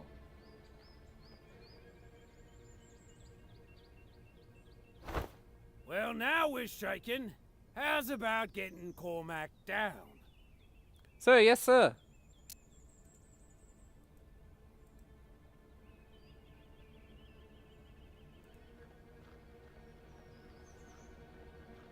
I've got this knife.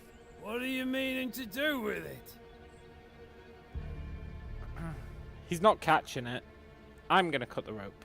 I'm gonna cut you down. Brace yourself. Oh! I wish you'd shared your intentions with us, Harley. We might have helped. Jake knows lots of knife throwing tricks. Too late now. Sorry, feller. I didn't expect that, and I was in the middle of having a smoke. Oh. Oh. That was funny. How was I supposed to know he knows knife tricks? He's never told us that in the past. No, we're not soft lock. We can just tell them to pull it out, right? All right there? Aye, but Cormac will feel much better once you finish getting him down!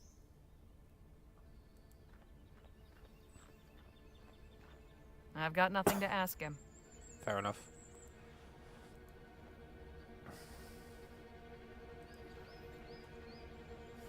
Sorry to interrupt, but What is it? Have you got another knife? that man at the derrick still needs help. And what do you want me to do about it? I don't know. I'm not sure what you can do, actually. Thought as much. Sorry to interrupt, but What is it? I'm not talking to you, I'm talking to her.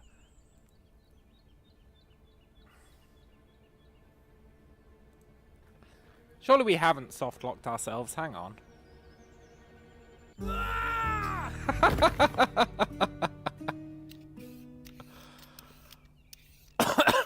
Well, Cormac, are you alive?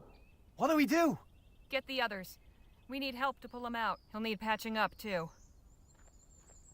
mission accomplished. You're very lucky you didn't break your neck. Cormac's got a bit of cat in him. Just stay off that leg for a few days. Cormac will try his best. You are making a habit of picking up the fallen, eh, Harley? Men just keep dropping out of the sky. I mean, we should be on our way. Suppose Cormac should be thanking you for the help. Sorry about the fall. And the knife. It's all right, miss. Cormac knew the risks when he took this job. Still beats what he used to do. Come on. We got to get back on the road. Sure you'll be okay on your own? Yes, sir. Cormac can handle himself. Good luck getting where you're going. that was a fun little side quest or whatever. I feel like I flubbed it, but that's fine. I did want to play cards.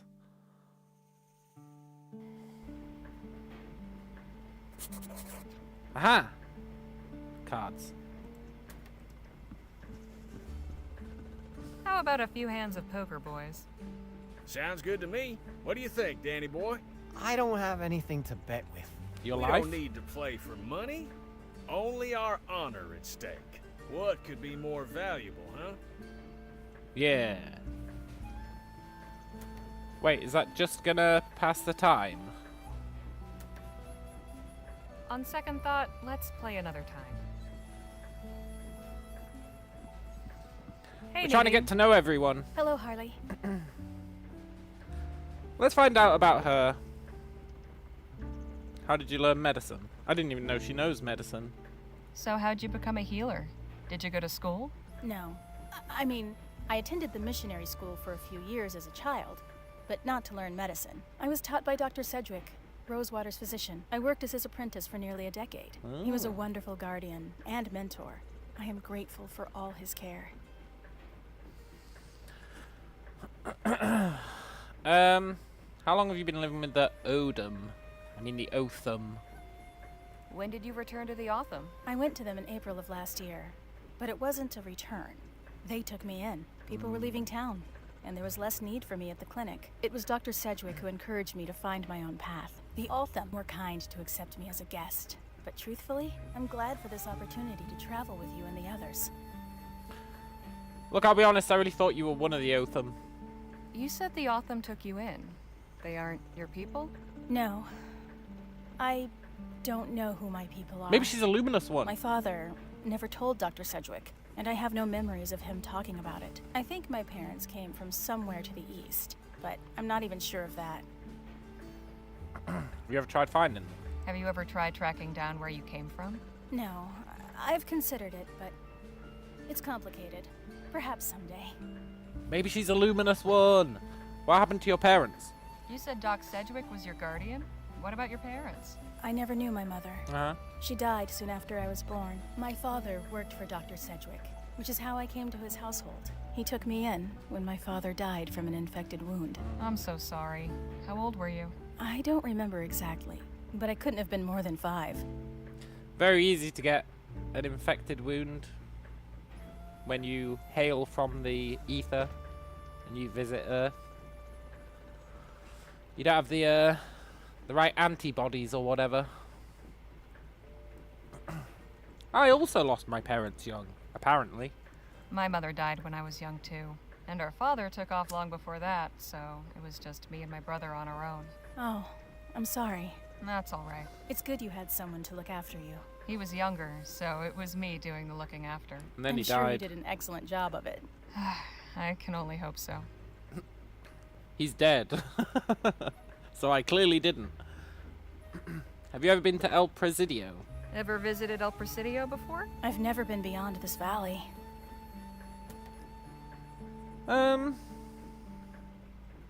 Look, we'll be with you. You'll be all right. We've got a good group, and we'll look out for you. Thank you.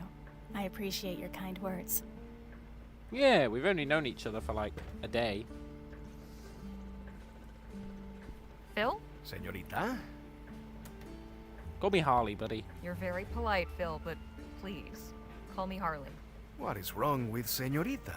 It's not my name. Ah, but it is a sign of respect. Yeah, okay. Never dream of addressing a new Spanish lady by her given name. Well, things are different here. As I am learning. If you wish it, it will be so. Appreciate it. Anna says, War of the Worlds reference. Where? What was the War of the Worlds reference? Did I miss it?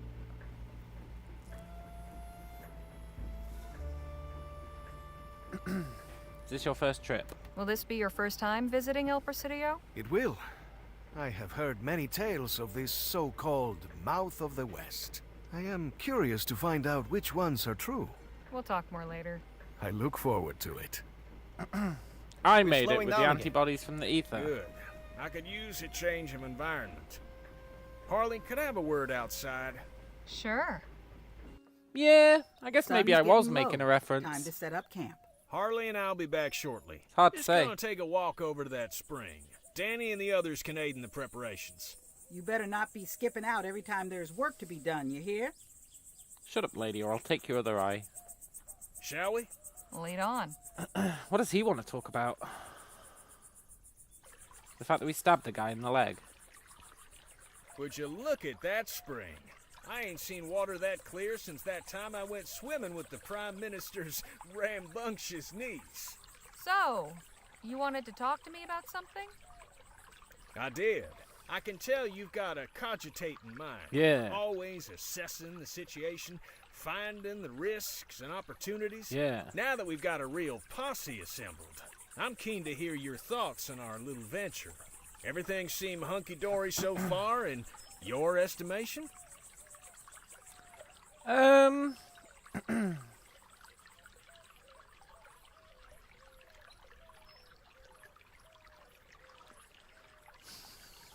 I mean, it's super sketchy. But it's an exciting mission, that's for sure. I'll admit I was skeptical at first. But after that lead we found in Chrysalis, I think we might actually be onto something. Yeah. Eager to see where it goes.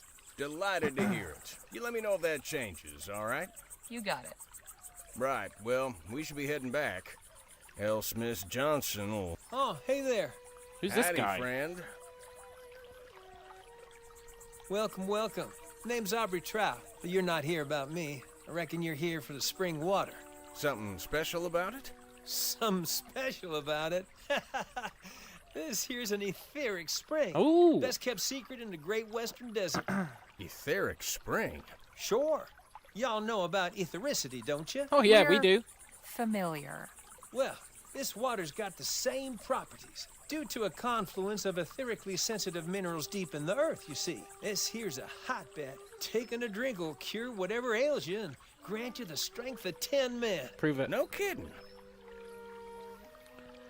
Yeah, prove it. Okay, so prove it. Gladly. Observe. Jumping Jehoshaphat. Daily sips of this water have conferred upon me a practically superhuman strength. Now, tell me, how old do you think I am? I imagine a spry young feller like yourself can't be more than 25? 97. What if I told you I was 52? I'd say you were lying. Then I'd say you're definitely lying. I swear on my mother's grave, if only she'd lived long enough to discover this place. And she'd still be right here with me. And looking so young and vital, you'd take the pair of us for brother and sister. Okay, look, I'll take a drink now. Watch me. What the hell is going on? There, you see? Tastes like springtime and sunlight. Now, if the water was no good, would I have done that? Reckon not. So go on, friends. Share in the wealth. Take a sip. If it does even half of what you say.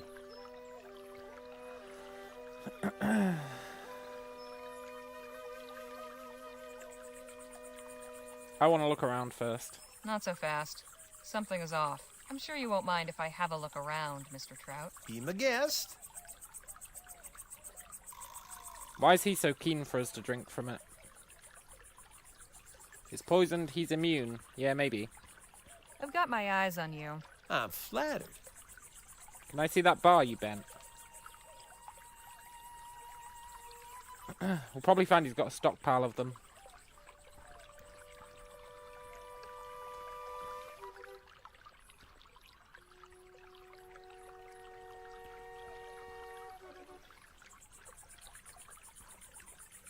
What's this? Ooh. These boards have been badly damaged, but it looks like it says W-R-N-I.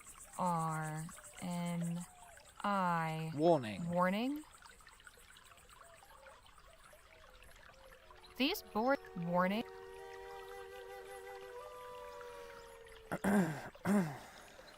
Nothing but twigs and leaves. Ow! Bunch of stickers. Damn. Search every bush. What's this? A money pouch. There's 10 crowns in here. Cha-ching! Easy money. Was there a sign here at one point? I wonder what it said. It probably said, warning.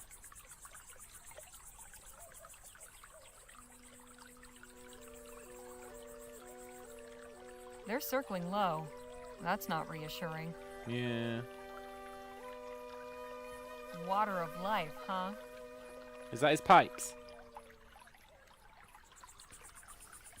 What have we here? Magic Spring didn't do much for this beast's health. I really thought I was onto something with the pipe theory.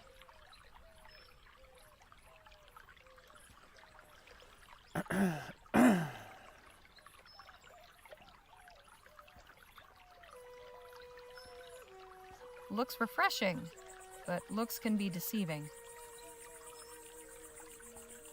I've got my eyes on you. I'm flattered. All these trees look dead. That can't be a good sign.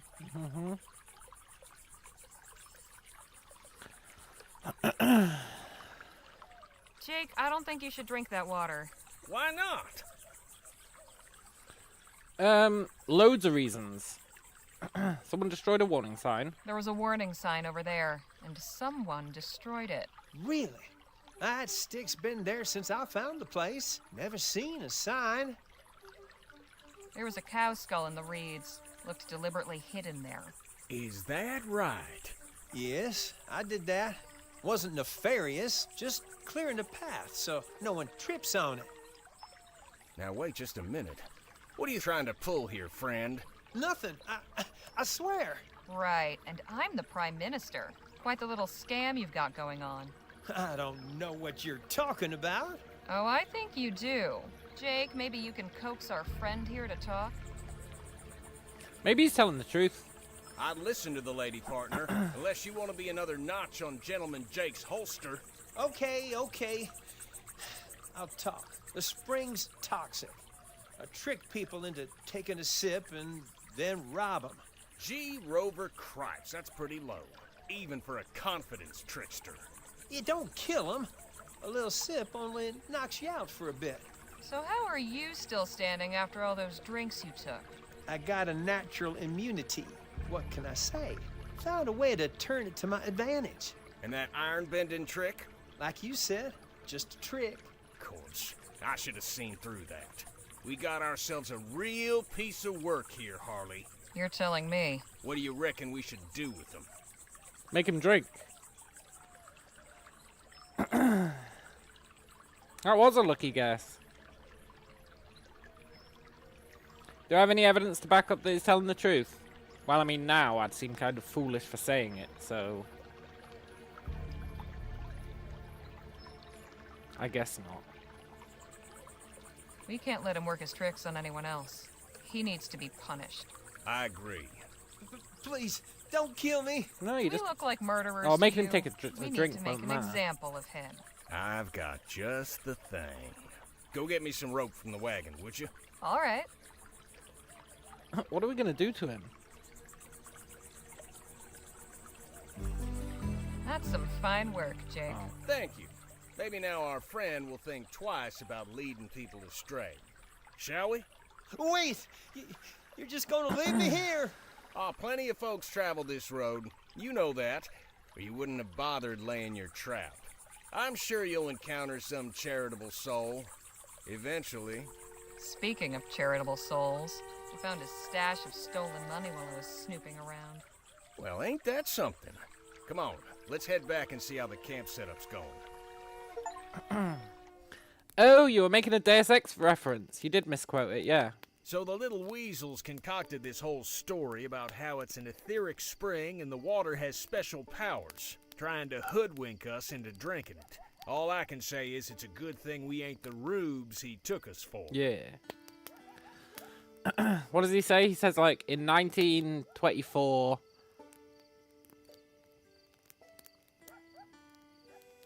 $70 something, like in 1920, these are just random numbers, but he says like in 1924, 72% of the population were self-employed. Now it's 4%. And then he rattles off a bunch of other shit. Something about the disposition of wealth, maybe? Yeah, he was pretty sneaky. I feel sorry for anyone falling prey to his tricks. He was a crafty one. Even so, gotta get up pretty early Where are the in other the morning dudes? to pull one over on old Jake. So what happened when you found him out? We got a full confession. Turns out, the water's poison. The snake worked up some scheme to get passers-by to drink, and then empty their pockets as soon as they were out of commission. Leastways, I think that's what he said. Couldn't catch half of it through his blubbering and sniffling. Yeah, he was a ruthless trickster. It was a depraved little operation he had going. So how'd you deal with him? We made an example of him. You killed him? No. Let's just say he won't be harming anybody else. Look, we just humiliated him. We didn't kill him. I don't know why he's trying to imply we did kill him. It's not a good look. Don't worry, Nadine. Jake's just pulling your leg. We left him tied up next to the spring and wrote up a sign warning about what he did. And whatever happens after, I guess, is up to the next person who comes along. Oh, well, that's a relief. Sounds like he got off easy. Whatever. We didn't ask Chili's your almost opinion. ready. Holly, can you come help me and Phil serve? Sure thing. Yeah, we do everything around here, sure. I mean, I guess you're cooking. I can't really say that. That smells heavenly. The kid is a good cook, eh? But I believe this chili could use a little of my secret ingredient. What's that? Mezcal. I picked up a bottle before we left Rosewater. Gives it a nice smoky flavor. And makes you feel nice afterwards, too. This group needs a bit of loosening up, don't you think? Yeah. Might as well pour in the whole bottle. After what we've been through, you should have the whole bottle. Orale. You really know how to have fun. Si, senor. We should be ready to serve. Righty-ho, pip-pip. Just one last taste. You ruined it. What did you do to my chili? Relax, I just added some mezcal. Some? Figured we could all use something to help us relax. I don't know about this. It'll be fine. If you say so. Come on, let's fill up these bowls and get everybody fed. Yeah.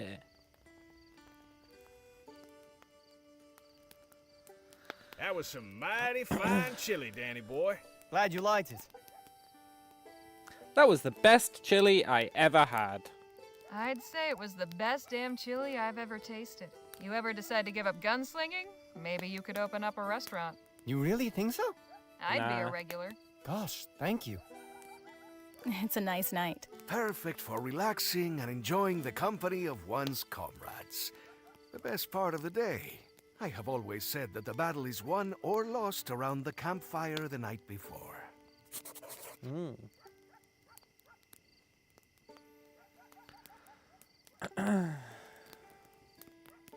How you doing, Jake?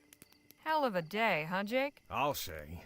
It's disheartening to know there's so many men out there hell-bent on bringing others to ruination. Yeah. But at least we saw through his ruse. It's as they say.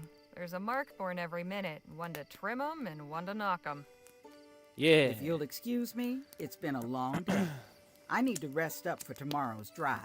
Night all. Good night. Taxes, that's right. So, Danny, where'd you learn to cook chili anyway? I just sorta picked it up. Can't really remember where. I hate to leave such merry company, but I'm suddenly feeling very sleepy. But I want to talk to you all. Please excuse me. I'll see you all in the morning. Sleep tight, Miss Redbird. Night. 3 out of... No, it... Oh. But... Okay. 3 out of 5 ain't bad. You look like you're enjoying yourself. Uy, ando bien pedo, señorita. What now? Oh, did I not say that in English? Apologies. I said I am good and drunk. That mezcal was more potent than I thought. Mm. For you, maybe. Time for me to call it a night. Night, Harley. Buenas noches. Night, Sleep fellas. well.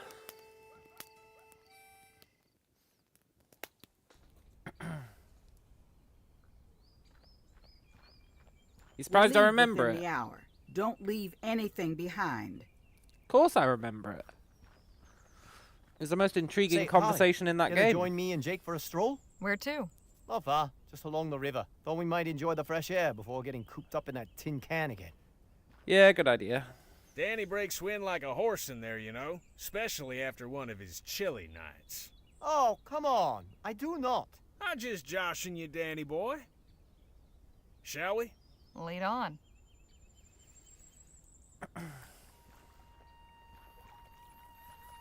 Beautiful, ain't it? Let's keep going. I think the river bends up ahead. Every time there's one of these little segments, we screw someone over. I guess here's our next mark. Awfully rough water. Shucks, this ain't nothing. It gets real wild a little ways down. Look, if you fall, I'm not saving you. You're tempting fate up there, kid. Yeah, you ought to come down. You fall in, won't be me that drags you out. Who asked you to? The world's rough enough without finding new ways to hurt yourself. I'll pay these fussing old hens no mind, sonny. I was the same at your age. Used to jump around trees like a lemur. I'm good at climbing. Watch this. Showing off's gonna be his demise.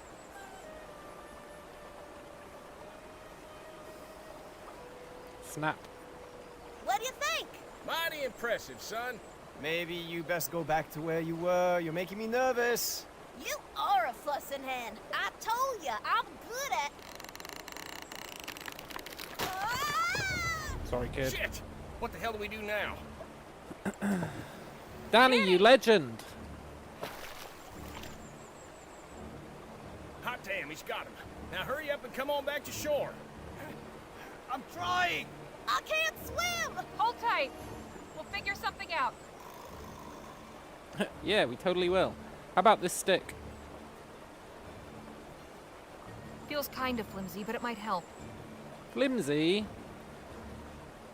It's not gonna help. Well, it's kind of our only option. Wait, you always talk to people. Jake! What? I might have an idea, but I'll need something of yours. Okay, what? I need your belts. Give me your belts. Okay, sure. Take them. I want your clothes, your boots, and your motorcycle. Hang on, Danny. I need something to grab to get back to shore. Give me a rope or something solid. Sir, yes, sir.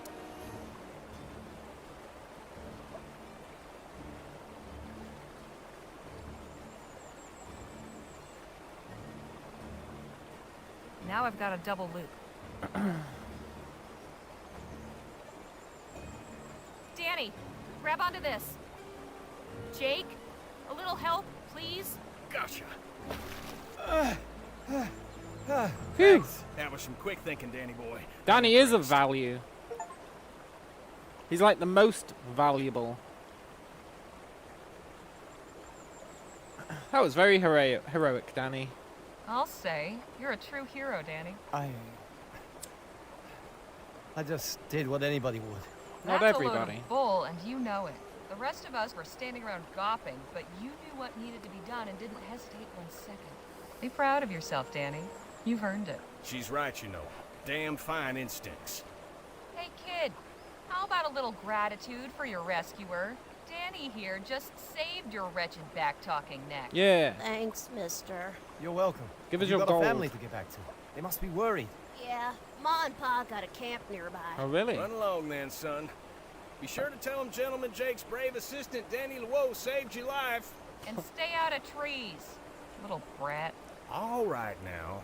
Let's head back to the others so Danny can relate the tale of his heroic deeds. Yeah. Actually, I'll catch up later. Why? Suit yourself, hero. Hey, don't be too long. Why? Do you want to talk about it, Would Danny? you mind a little company? Sure. I just needed a moment. How are you feeling, buddy? What's going through your head right now? I don't know. I guess I'm not sure how to feel. I mean, I should be happy, right? The kid's all right, we both made it back. But what if it had gone the other way? What I did was probably stupid. I leapt before I looked. Yeah, you put the whole expedition at risk. But you took action. That's what matters. The important thing is that you saw a chance to make a difference and you took it. That puts you ahead of 99% of the human race in my book. You are writing a book, aren't you? Yeah. Well, an article. I'll be sure to say in it that Danny Luo is a man of action.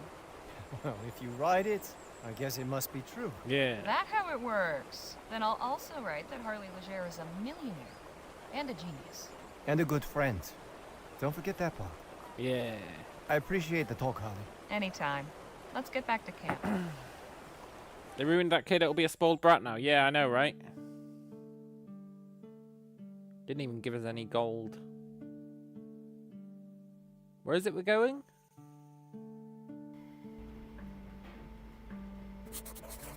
Right, I think we can finally play cards. I want to look at our diary.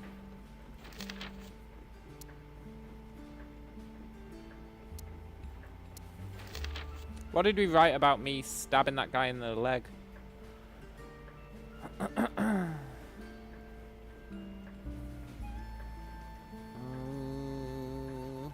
We missed it out. Oh no. With admirable insouciance, he shrugged off even the leg wound sustained in an ill-advised attempt to cut the rope. Yeah. Ain't that the truth?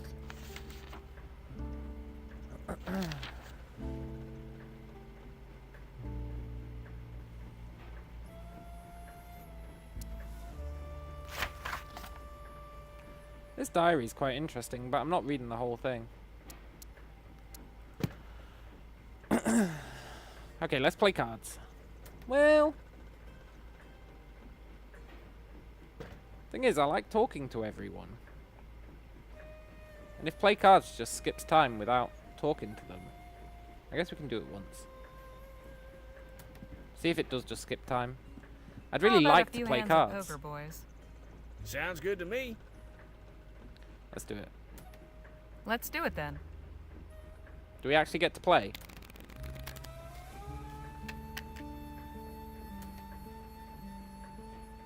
Hell of a game, boys. Damn it! Folks, we're making a brief stop. There's a lady by the road might need some help. Let's see if we can be of assistance then. Have you been stranded out here, ma'am? Oh, no, not at all. I can see how it might look that way, but I assure you, I am here with fierce and deliberate purpose. Are you a scam artist? What's with the holes? Are all these holes you're doing? Indeed. This is my dig site. Oh, Please she's an be careful archaeologist. where you step. My name is Amber Lee, and I am a paleontologist. Same thing. Beg your pardon? It means I collect and study fossils. Fossils? You mean bones? Yes, that's right. Bones of the great creatures that roamed these lands millions of years ago. The mighty thunder lizards who shook the ground with every step. This wasn't always a desert, you know. It may seem difficult to imagine now, but millions of years ago, this was all a vast, lush rainforest. The perfect habitat for these awesome beasts. That is heresy. Suppose everybody needs a hobby. This is no mere hobby, sir. This is my vocation. In fact, I have been invited to exhibit my findings at the esteemed Jolly Good Club in El Presidio. Hey, we're going The there. Jolly Good Club. Jolly good, pip pip. Do you know Dr. Clark? Does that mean you know Dr. Bennett Clark? Afraid not. As women are excluded from the club, I've not had occasion to associate with its members. They have made a special exception to allow me to give my lecture, and they are expecting something spectacular. If I don't find something truly extraordinary to show, I will be in quite a bind. Just Fortune lie. has not been in my favor on this expedition. I am certain this area is full of treasures. Fossilized remains, that is. But the Earth stubbornly refuses to yield up her secrets. Say, have you any experience with excavation? Sure. Plenty. You bet. I've dug more holes than I can count. Marvelous! Then perhaps you can assist me. I shall compensate you for your trouble, of course. How much are we talking? I'll need 2 field assistants. I am prepared to offer you 5 crowns each for a day's labor, and double that if you turn up something I can exhibit. How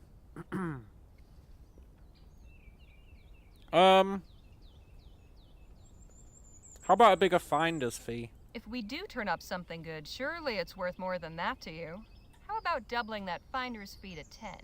These discoveries will surely have enormous value to the scientific community, but I fear my cash is limited. It seems you are confident in your abilities. In exchange for the chance of a greater bonus, perhaps you will accept a reduction in the guaranteed fee to 3 crowns each? So we'll make at least 6 and as much as 26 crowns.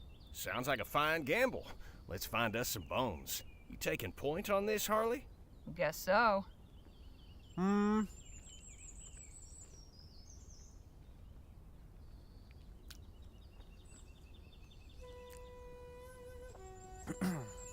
Sorry, I'm eating a Twix. Who would be best? I don't think anyone has mentioned anything about digging or paleontology or anything like that. We've got Danny. I mean, he's a god at everything. We've got Jake, who's kind of a loser at everything. We've got Nadine. She's a medicine woman. We've got Phil. He's an explosives guy. But I feel like even though Danny is a god at everything, he's had his time in the spotlight, right? It's not always going to be Danny does everything.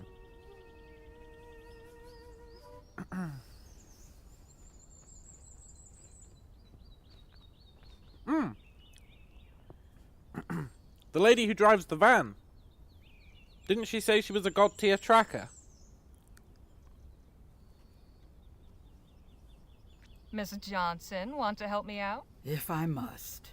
Now remember, we are searching for bones belonging to the great dinosaurs that I believe were once abundant here. They may be scattered in pieces. I aspire above all to discover and assemble a complete skeleton for display. My holy grail, if you will. If you uncover anything useful, be sure to tag it for classification. Will this take long? We shall reconvene in an hour. All right, but not a minute more. May fortune favor our search. Shit, what are we doing? Is this just RNG?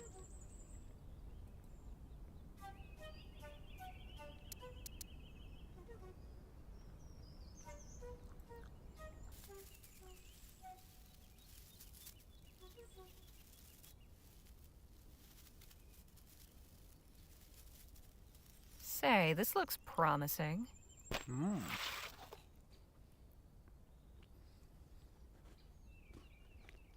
I don't know the scale of it. It could just be a regular bone. I'm pretty sure fossils don't just come out of the ground like that.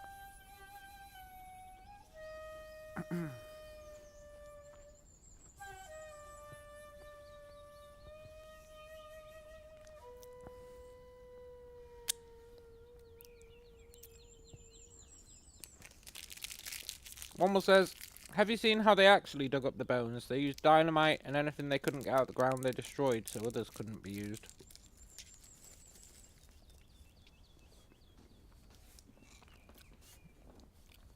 Fair enough.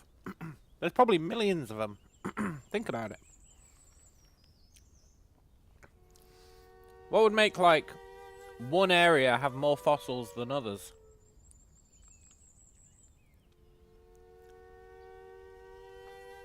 Wouldn't they be literally all over the place?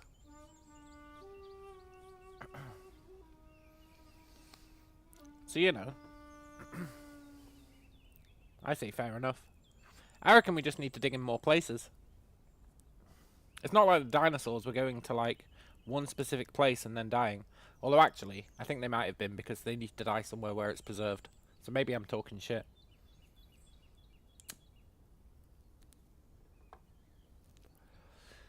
Three guys found 80% of the bones in America. Wow. They must have been working real hard. I just don't think fossils would come out like this, but maybe the game thinks they would. I guess we'll tag it.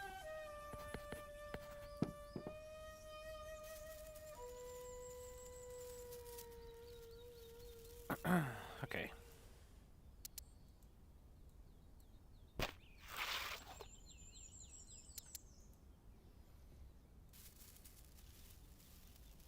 I found something. Must be my lucky day. This comes with me. Cool.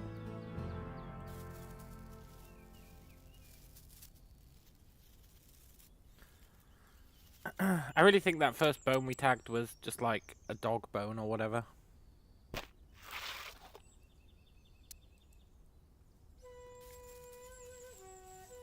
Say, this looks promising. The hell is that? What is that? Like it's just a belt buckle, eh?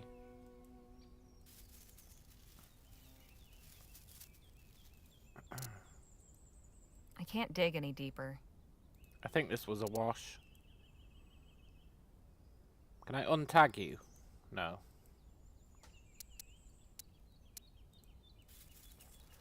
I feel like doing the surface is a waste of time. Must be my lucky day. This comes with me. Fair enough.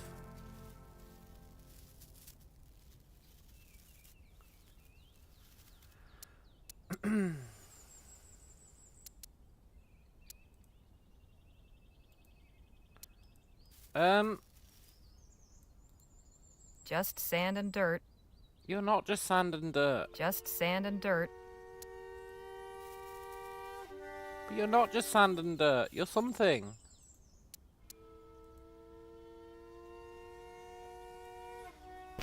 Oh, whoops. Oh, come on! It wouldn't...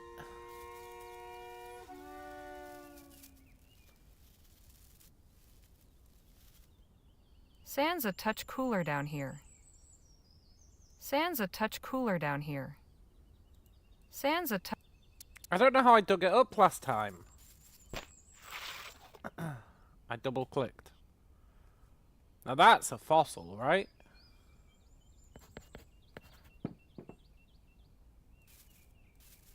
No, I didn't double-click. Okay. I think I've screwed this up royally. Because God knows what we broke on that first floor. Hopefully it was just Well trash. now, what's this? Discard. Say, this looks promising. Yeah, I guess you're promising. You look fossil-esque. I can't dig. We're not going to get our 26 bucks.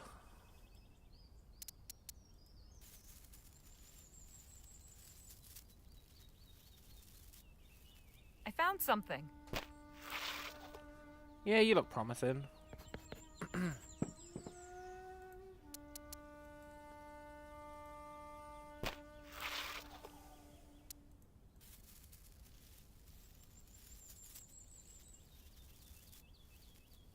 The old empty floor, huh? I think there was a huge fossil pit near there in Utah. Utah. Oh, really? Utah? Still nothing. I can't dig any deeper. I can't dig. Yeah.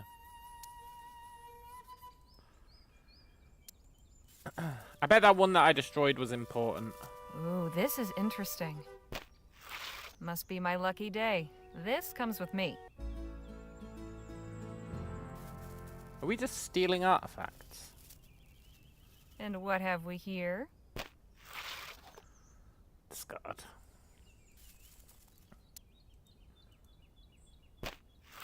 Roman coins, yeah. In the US of A.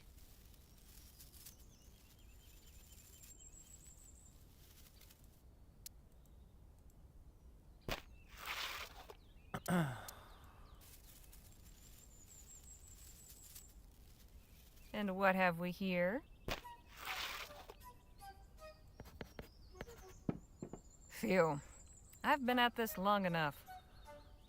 All right. Place everything you found on the table here, and we'll have a look. Why, this is absolutely astounding! Uh-huh. Such incredible finds! I know. Guess I've got a knack for it. As for your companion, goodness, you've also found some wonderful fossils. Yes. This is absolutely splendid. Why, if I'm seeing what I think I'm seeing, I believe we may even have the makings of a complete skeleton here. This is incredible. Thanks to you, my presentation is sure to be a great success now. Here is your fee, as we agreed. Thank you again for your assistance. Yes, I really thought I fucked it up. Don't mention it. Good luck with your exhibition.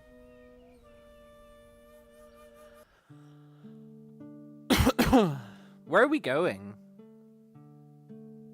We're going to... I'm trying to find it on the map.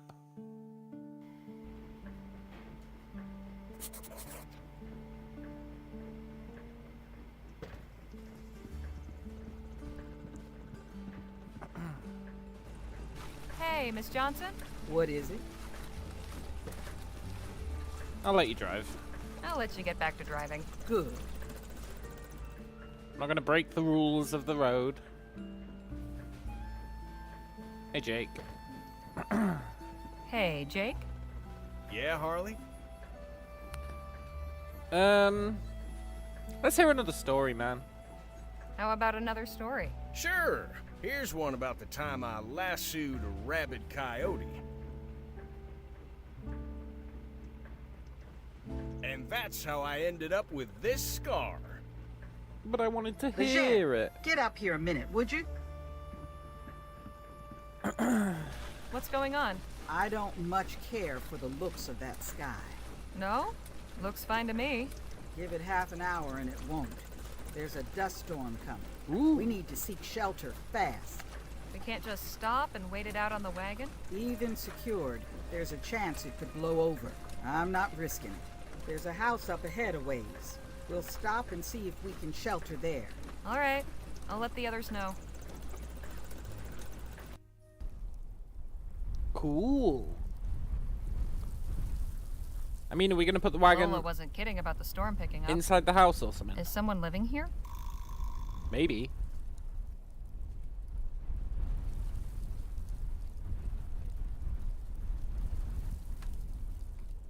That sky is bad news.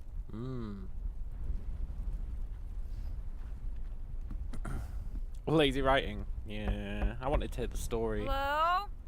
Anybody home? No answer. Cannibals. And wouldn't you know it, it's locked. Good thing I've got these lockpicks. Oh! Can I help you with something? My companions and I need a place to ride out the storm. We thought this house was abandoned. Well, it's not. But how many are ye? There's 6 of us. That's our wagon back there on the road. Well then, go fetch 'em. You're sure? I won't have ye blow away on me porch. And you'll be keeping an old man company. So long as you're not bandits or thieves, are ye? No, sir. We're fortune seekers. Of an honest sort. Then we'll be getting along just fine. I mean, we Now, were just get going to break folk into in your here house. quick before we all get whisked to Kingdom Come. Kingdom Come? Appreciate you letting us ride out the storm in here, sir. Mighty good of you. Ah, of course. As I told your mate, I'm glad for the company. Welcome to me home. I'm Captain Philip Boylan. Pleasure's all ours. I'm Jake Ackerman. And this is Miss Legere, Mr. Luo, Mr. Marquez, Ms. Redbird, and Miss Johnson. Fine-looking crew, sure. And not to worry, there's plenty of space here. I've a spare room upstairs and a settee in the library. See? He is a cannibal. When times got lean one time and he had to eat his own leg. Do you need help with anything? We're grateful for your hospitality. Anything we can help with? As a matter of fact, there is. I was about to start supper. Seeing as I'm setting extra places, I could use a couple more hands. I'd be glad to help. As would I. Ah, grand.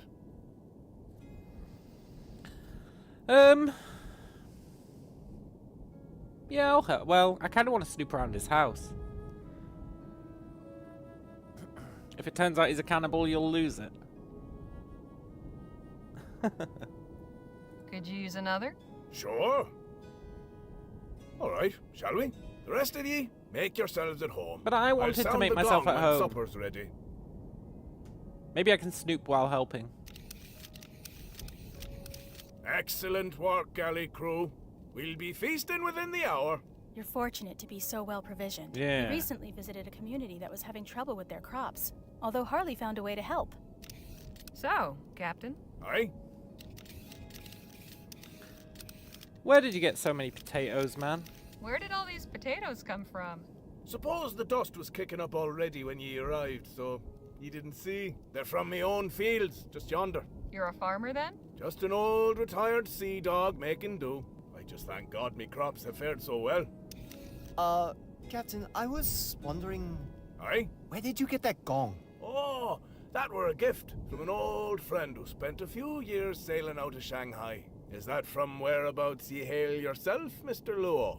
Me? Oh, no. That is, my parents came over from China, though I'm not sure where exactly. They never talk much about it. But my brother and I were both born in El Presidio. Ah.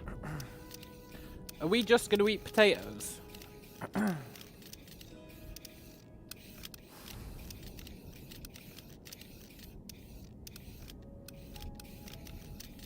Have you been to China?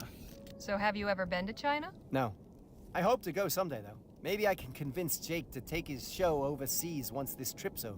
Maybe. Stranger things have happened. Nah, Jake's gonna be dead. He's useless at everything. The only thing he's gonna be able to do is sacrifice his life for us at some point. And when it happens, I'll say, told ya. There will be meat. Yeah. Man meat. Do you speak any Chinese? So does that mean you speak the language? Yes. Although my parents wish I spoke it more. That might come in useful in El Presidio. Well, I'll try my best. Well, this should be plenty, thank ye. Why not go rest up? I'll sound the gong when supper's ready. Nice. That was lovely. What an interesting life he's led. I bet he's got as many stories as Jake. Allegedly. Speaking of which, I better go find him. I'm going to look in the library. See you at dinner. Okay. I'm gonna snoop around this guy's house. I bet we can pick this lock.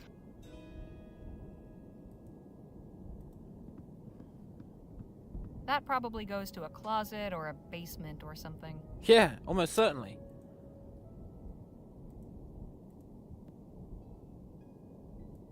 I should leave it be. Don't want to upset the captain. No! I do want to upset the captain.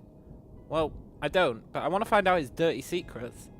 Nobody grows that many potatoes.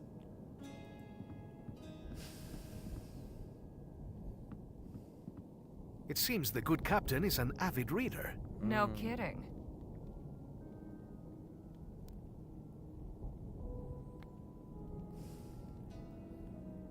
Why would you grow that many potatoes? It doesn't make sense. Who's that? Palace, I believe. These shelves are full of ship's logbooks. Captain Boylan had a long career.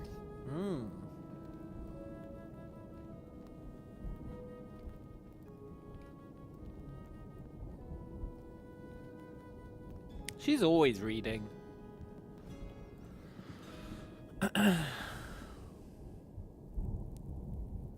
Anna says, I bet he has so many stories, like that time when he was sailing at sea. And that's how I defeated Moby Dick.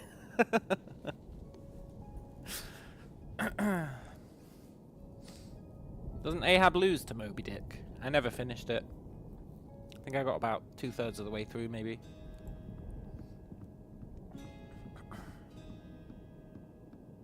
It's good, but I think I moved on to other things.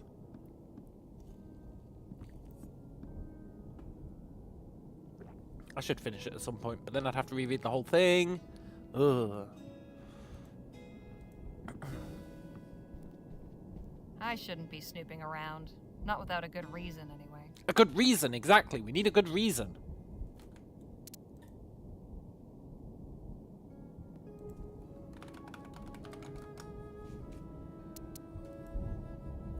I'm worried he's gonna hit the gong.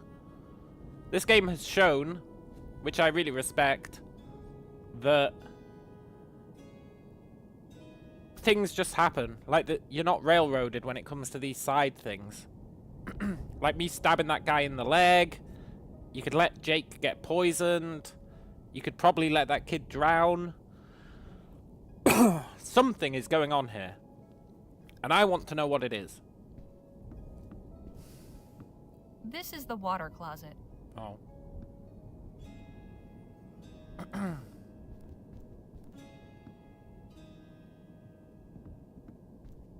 Miss Johnson, there you are. Yep.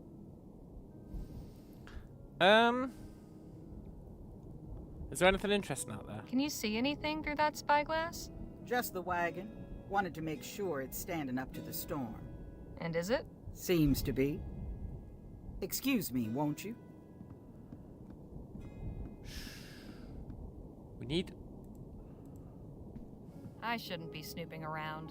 Not without a good reason, anyway. Maybe he'll give us a good reason at lunch. And then... Because we'll be staying the night, right? I can just make out the wagon through the dust. At least it hasn't blown away. Yeah. Look outside.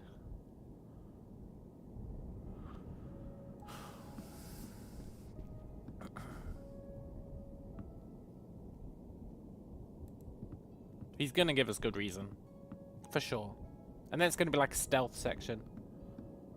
Wasted no time making yourself comfortable, I see. My back's been acting up lately, you know? Truth is, it's been a while since I was out on the road like this, camping with only a bedroll every night. Guess I got used to inns and soft mattresses. And there's a decent bed in the show wagon. Now, it ain't like I've gone soft or nothing, just, you know, showing my old bones some love. You look completely different when you're not in your normal outfit. Nice to be able to freshen up. Yeah.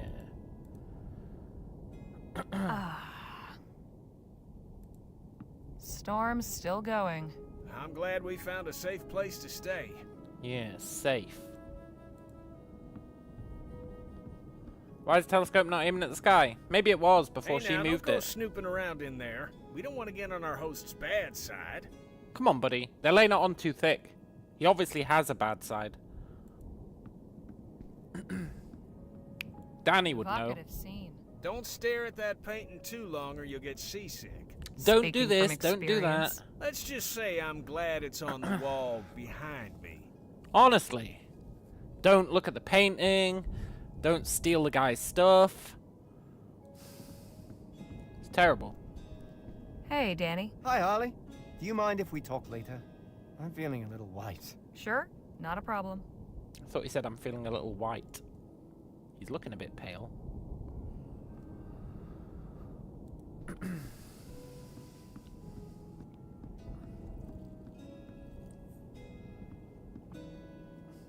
Danny, are you wearing like metal cufflinks? Or not cufflinks, but like metal thingies?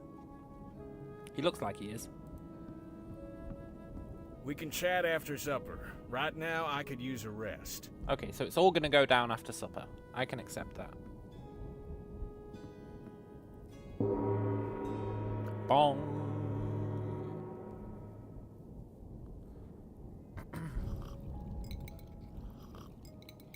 This meat, it's so... I can't remember the last time this table was so full. Unique. How are you finding the fare? Not bad.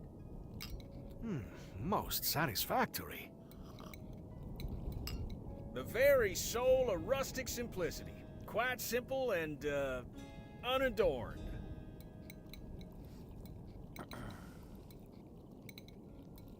Yeah, it's a bit bland. Could be adorned with a little seasoning. You might have told our host you preferred things spicy. In any case, it's been a real pleasure having a proper meal at a table. And roughing it then? And how? A campfire don't compare to this. Where are ye folks headed? El Presidio. Ah, I used to sail over there. Is it pork or chicken? Can't quite put a finger on it. Yeah. Look, I want to hear about you, Captain. Captain, I must admit I'm curious to know more about you. Well, I'm flattered, Miss Leger. What's your favourite food? I can assure ye there's nothing much exciting about this old sea dog. At least not nowadays. You said you sailed from El Presidio, Captain Boylan? Aye, for many a year. I used to captain a whaler. No kidding. You must have some stories. A fair few. I could tell ye about the largest beast we ever snared. The one what took me leg. Moby Dick. Sure, let's hear it. Go on then, tell us. It was back in 25. We was circling a lagoon off the coast of New Spain. We were on the point of giving up, when suddenly a great monster breaches off the port bow. She was the biggest I'd ever seen. I shouted the order to launch the whaleboats in pursuit. Me men put all their backs and all their hearts into rowing, and soon we was on her. All around, the water was churning white with foam. The beast surfaced again so close, we nearly capsized. But the harpooner had steady legs, and a steadier aim on him, and he struck true. Then, the battle began. Oh, how she thrashed and reared. Somehow, the rope got wrapped round me leg, and pulled, and tore almost clean through. I thought I was a goner for sure, but it wasn't over yet. At last, the beast tired out. We hauled her in just as it was getting dark. Cutting her up was no easy job. She was 50 foot if she was an inch. Got a good sum for all that oil and blubber. But it wasn't only the whale went under the knife that night. Doc cut me up too. Taking care of what little was left of me leg by that point. Saved me life. Quite a tale. That poor creature. I doubt you'd feel that way if you met one yourself, Missy. How about we just finish our dinner? If anybody has an appetite left after that story. Aye, fair enough.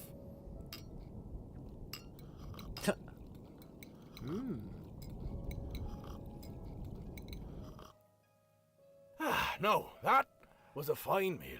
And a fine meal should be followed by some fine rum and conversation. Would you care to join me in the library? That sounds like a perfect way to pass the evening. I'm going to retire. Sounds like the storm's died down, so I'm bunking in the wagon. You sure that's a good idea, Miss Johnson? I'm sure. See y'all bright and early. I ain't getting eaten by no cannibal. Sure you won't have some rum, Miss Redbird? I'm sure. Thank you. Still recovering from last night? I prefer not to overdo it. And for you, Miss Leger? I'll abstain. Nadine makes a good point. None for me either. Aye, fair enough. A toast to new friends. Cheers! Damn, where'd you say this stuff came from? A gift from an old friend in Barbados. Best rum in the world, in my opinion. Got plenty more in me cellar. You're welcome to it. Now then, Mr. Marquez, I had a question for ye. I may have an answer. Am I mistaken, or are ye of the new Spanish persuasion? I am, yes. Ha ha ha! Grand! I'd like ye to have this. She belonged to an old friend of mine. New Spanish, like yourself. He used to play the most beautiful music. He left her to me when he died, but I always felt she should return to her proper home, as it were. What are you trying to imply? Honored. Suppose I ought to have asked if you play. In fact, I do. A little bit, anyway. Go on, then. Give us a song. Very well, but let me tune her first. I've also got a sombrero. You should have it.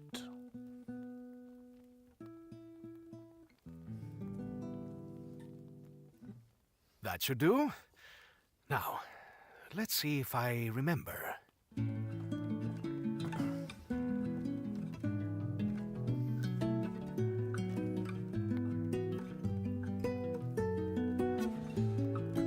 He was really sandbagging his talents, eh?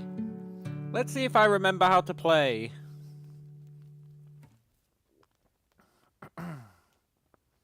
Can't you play a sing-along? That's pretty, but don't you know anything we can sing along to? Not unless you sing in Spanish. I think this calls for another round. Here, here. He must be left-handed. It's been a grand evening. But this old salt needs his beauty sleep. Stay up late as he like. All I ask is he not disturb me in me quarters. Well, we'll I'm see not about a light that. sleeper, but I can be a right bastard when startled. I promise we'll steer clear and tiptoe quieter than the angels. Good night, Captain. See y'all in the morning. I wonder if he's consistently left-handed. I haven't been Don't know paying about attention. you folks, but I ain't ready to bed down just yet. Yes, the night is still young. What say we have a couple more rounds? The rum's all gone now. Captain Boylan said he had more in the cellar. I'll just go fetch a bottle or two. I'll come. Play Despacito. Oh, bad news. Cellar's locked. Oh, chingada. Guess the party's over, then? Nope. Not necessarily. Harley, would you be so kind as to apply your skills to our little problem? Sure, let's steal this guy's booze. Sure, I can get that door open. I've still got my lockpicks, so it'll be a cinch. Atta girl. Let us know when you done it. Sir, yes, sir.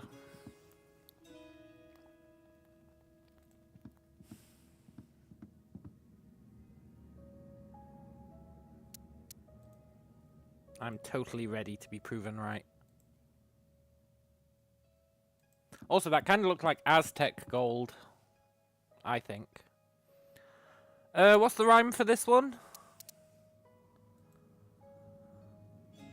No, that's the wrong diary.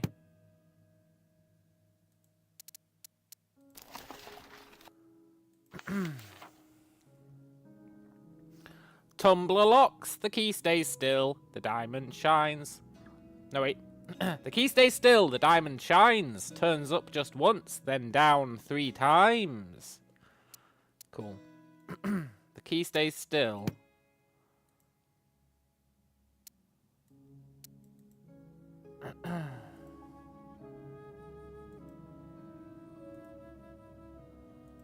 Does that mean we put that in, but we don't move it? Is this a diamond? A diamond pick. Yeah. This one's good for simple door locks. Aztec's too far south. You're in North America. Well, maybe someone robbed the Aztecs back in, like, I don't know, 1500s? 1400s? 1300s?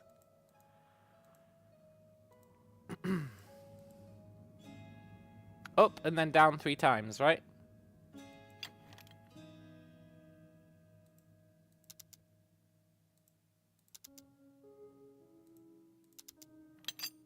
Well, I'll be.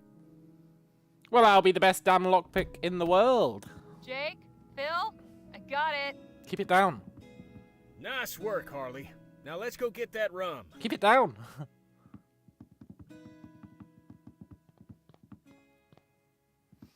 I cannot see a thing down here. How about we light that wall lamp? Light the wall for the big reveal. This will help us see down here if we can light it. Oh. Do you have anything to light it? You're a dynamite guy. We're lucky to have made it down the stairs without tumbling down in the dark. I don't have anything to light it with. An old Spanish doubloon. I guess it's a Spanish doubloon. A piece of petrified wood from the desert. Okay, so we need something to light it with. I feel like he would have matches because he's Mr. Dynamite. He's Mr. Dynamite. Tee-hee. I also wanted to check out the storeroom in here. Can we ring the gong? Probably shouldn't. This door goes into the captain's quarters. Okay, good to know.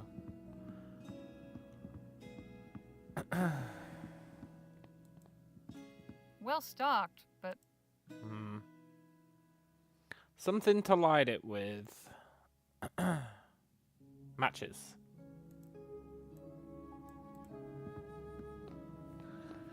Don't ring the gonk. I'm cooked if I do. Don't mind if I do. Yeah. We'll just steal the matches.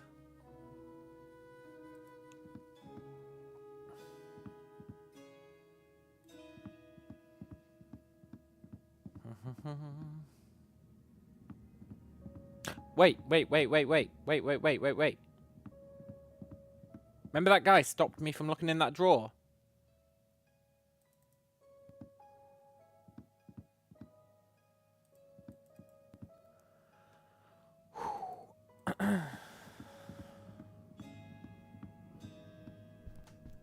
I shouldn't be snooping. No! She's inherited his morals.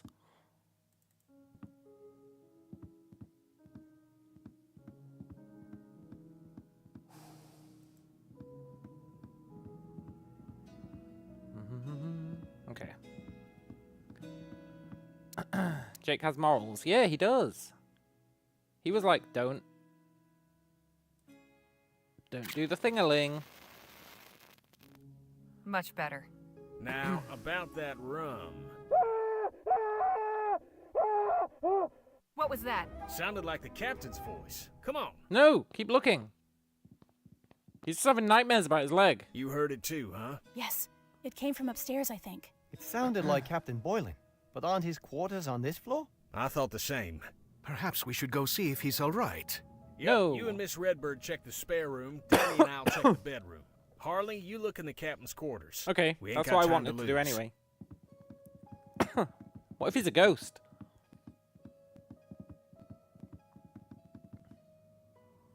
Ah, someone stole my matches!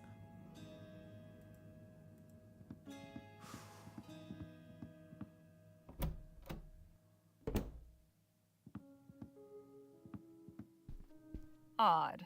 Captain Boylan's not here. Where could he have gone? I mean, he was yelling from upstairs, so it's reasonable to assume he's upstairs. There's an old book in here. A journal. Better take it. Womble says he was hungry and ate the other leg.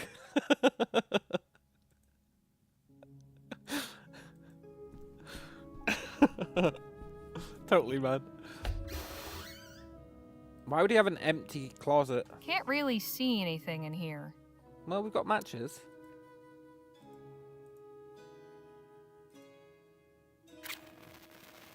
Hang on. What's this? Yes! There's a small switch in the back. Well, I'll be damned.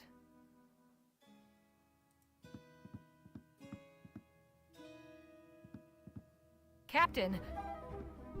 Why have you got a hidden room? You're still breathing, thank God. Hang on, I'll get help. No, inquire! He appears to be fine physically, but he seems to be in some sort of trance. What? A trance? How do you mean? His eyes are open, but he's not really awake. He's gone within himself. I've seen people do this voluntarily, to meditate or relive certain memories, but Captain Boylan seems trapped. Is there anything we can do? I'm not entirely sure. Did he say anything when you found him, Harley? Not a word. He said, I'm lost. "Ah!" Something brought this on, but what? Why did he come to the hidden room? That's like the obvious question. Could it have something to do with this room? If he went to the trouble of building a secret passage, it must have some significance to him. That's a very good point. I would say this place is a sanctuary. But from what? The man lives alone in the desert already. What's he need a secret sanctuary for? Yeah. Look, on the wall there. The ghosts of his past victims came back to haunt him, yeah. It's a sketch of Captain Boylan with 5 other men. His crew, maybe? There's a signature. A. Kranich. Kranich? God forgive me. I ate them all. Captain, can you hear me? The dome? The dome! What doom? What do you mean? I came from nowhere. I ought to have taken heed. I ought to have let it take me. Captain? Captain? He's unresponsive again. Okay, I reckon we need to find all those items that those guys have got. Because one of the guys was holding the harpoon, which was on the roof.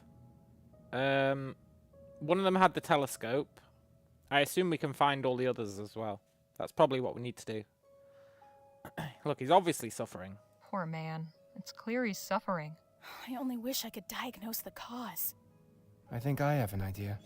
I have an idea Yes? too. That His journal. chair, the way it's positioned, facing that sketch, this room being hidden, I think something happened to those men.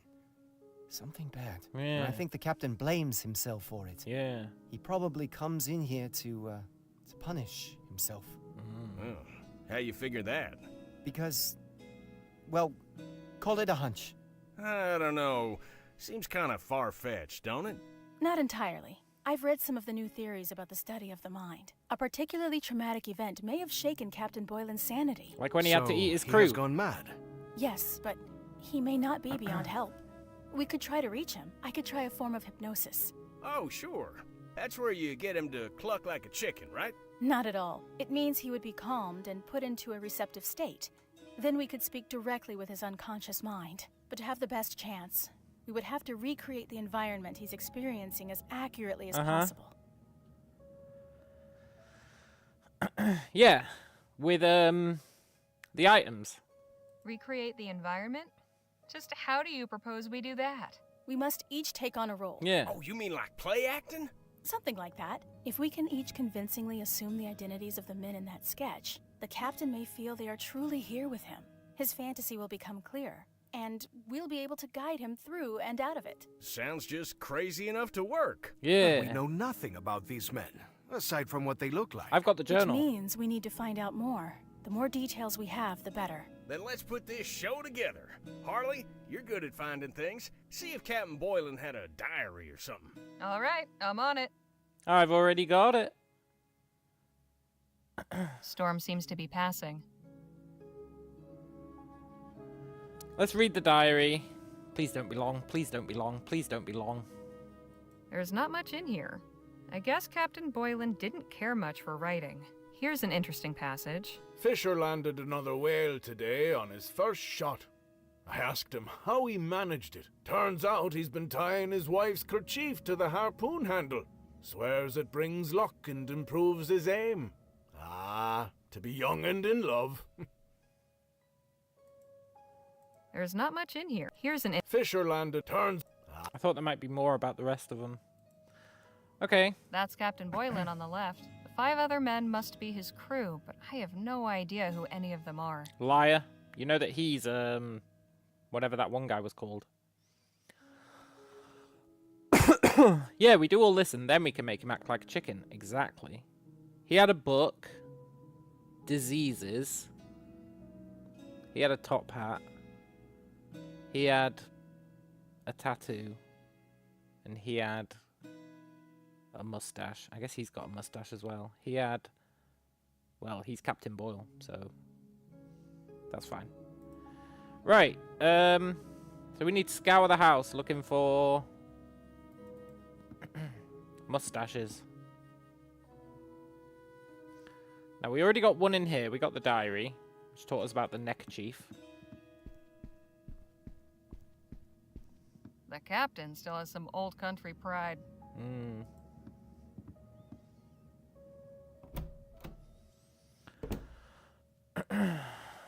Let's get the easy one first. Which would be the harpoon. Can't reach it from down here.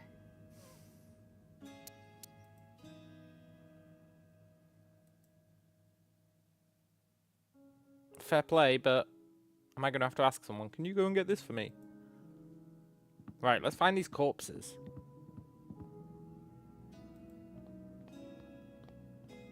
Another unlit lamp. Yeah. Story of my life.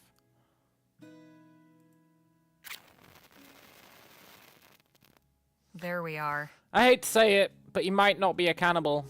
I think there's a slight chance that he got shipwrecked and ate his crew to survive.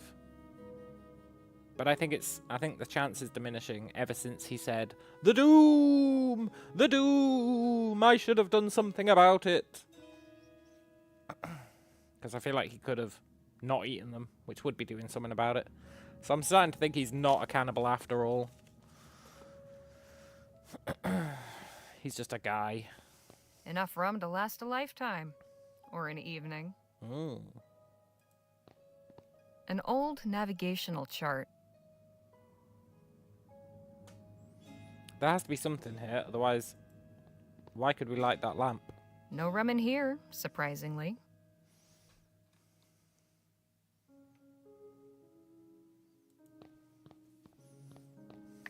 This crate's been emptied. Probably full of more rum. Probably. Yeah, probably. Is this entire area pointless?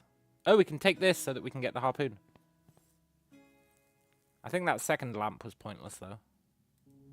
Unless we do something with the map later.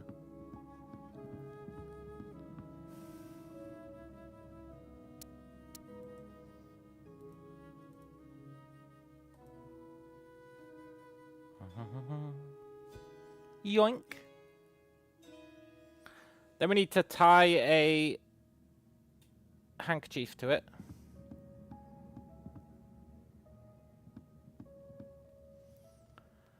There's a book. I wouldn't even know where to begin. Yeah, fair enough. We just need a medical book. Nautical adventures, war stories, medieval romances, and frontier tales.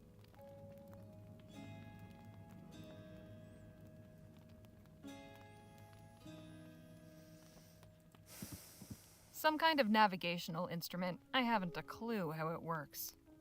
I would love to explain, but it'd go over a layman's head. It's a sextant, right? I'm no expert, but it looks old, foreign, and valuable. Classical dialogues, poetry, and natural philosophy. Mm. The label says Barbados rum. I don't think there's anything in here.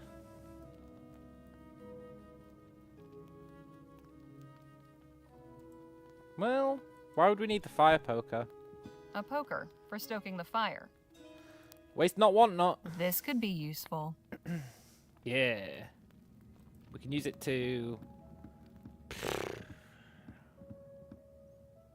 I don't know, crack open that chest?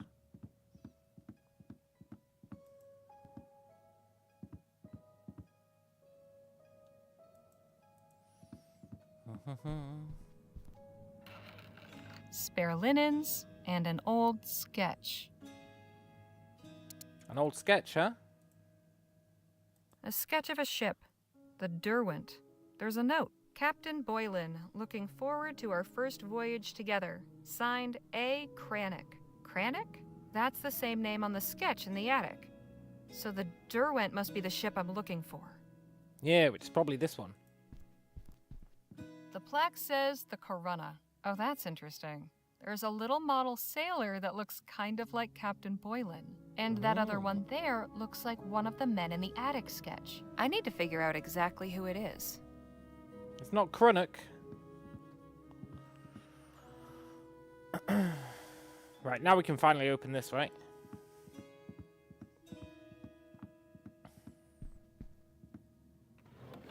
There's an empty bottle and a note in here. I'll take the note. Why not the bottle? Earlier we picked up like 50 bottles, but you won't take one. Captain Boylan, I recommend taking 1 nitroglycerin tablet per day and avoiding overexcitement. Dr. Francois. That doesn't seem wise. Nitroglycerin tablets. I mean, I'm not a doctor, and he is, so... I guess I'm not in a position to speak.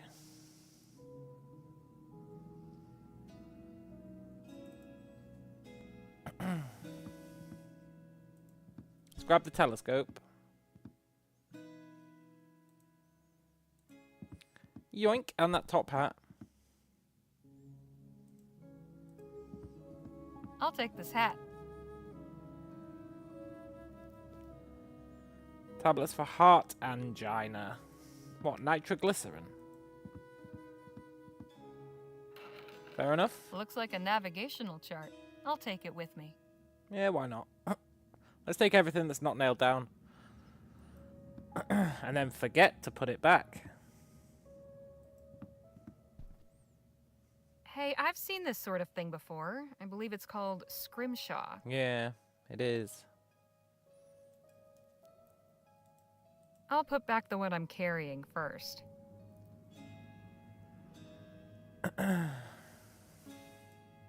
I'll put back the one I'm carrying first.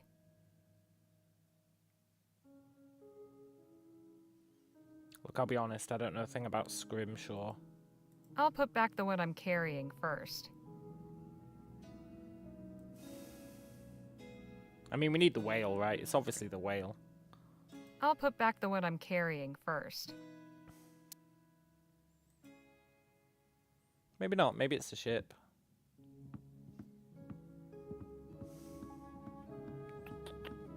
Where else haven't we been? We didn't get anything from this room.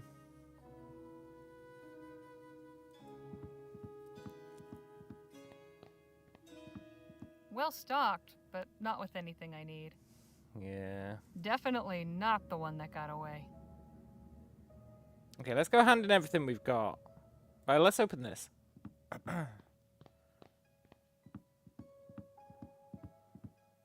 Not much inside. There is a folded up piece of paper. Seems to be a recipe for sea biscuits. There's a note. Your favorites. Told you they were simple to make. Perhaps someday you can whip some up for me. It's initialed G-O-M. Something O'Malley.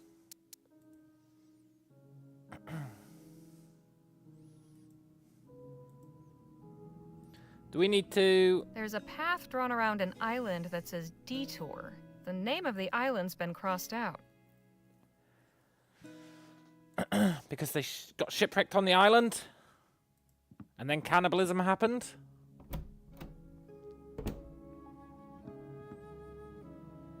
We need this to tattoo someone.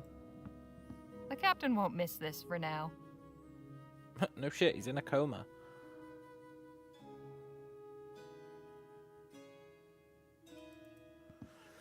Okay. I must admit, this is all very odd. Though I do pity the captain. Here, do you want a top hat? You wear a hat already, so it's appropriate. We ought to find out who those men in the sketch are before amassing a collection of trinkets. But... okay. I guess I don't know. There's gotta be something we can do for him.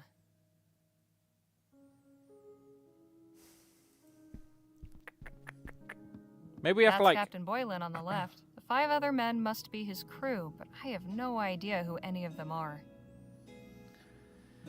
Yeah. Maybe we can, like, trigger him, like the Winter Soldier, by saying certain phrases. I hope we're able to help the captain. Shit, man. They're all soft-locked. Poor Captain Boylan. It's not easy living with demons. Okay, here's what we do.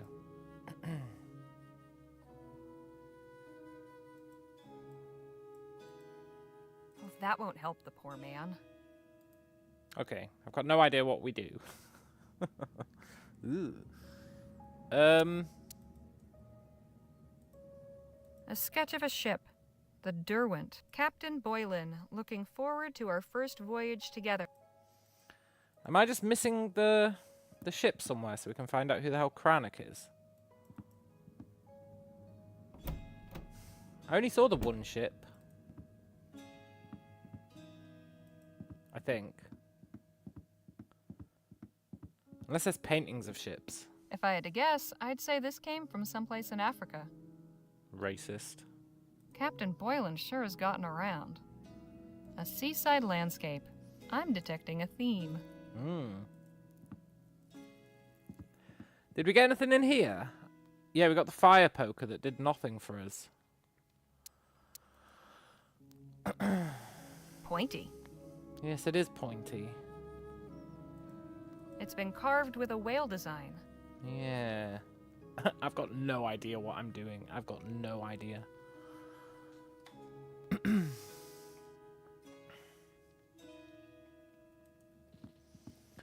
There has to be something you can do downstairs when you light that light. Maybe we have to compare the maps. There's a path. The name of the island's been crossed out. These two charts show the same land masses. Uh-huh. The island crossed out on my chart is called Hastram Scary. Well, that's useful. Enough rum to last. So we did do something down here. Okay. I feel like we've done something everywhere. A painting of a harbor. I feel like I've seen this somewhere before. Night City? I mean, Lamplight City? It's empty. Captain Boylan keeps a tidy house.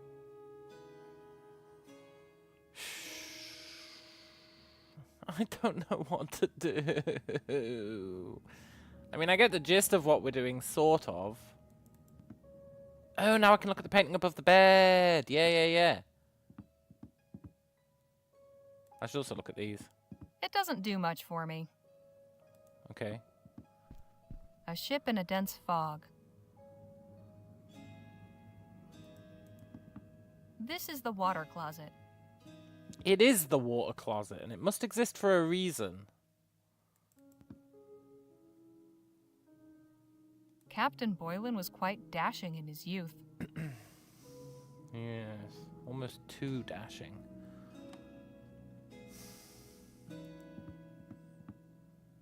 It's empty.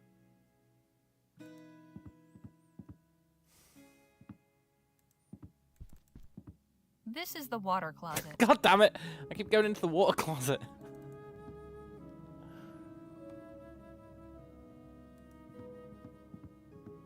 Wonder how Lola's doing out there. Who cares? She gave up on this party. Evocative scene.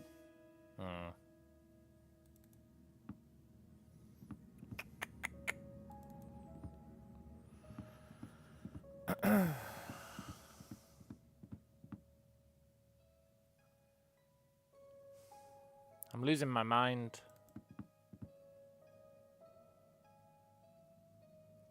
There's the implication that we need to find that one ship. For an old sea captain, Boylan's got some rather modern conveniences.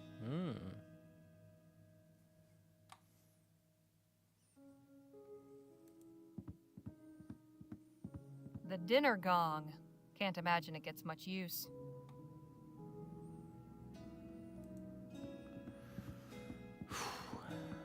Captain Boylan keeps a tidy house.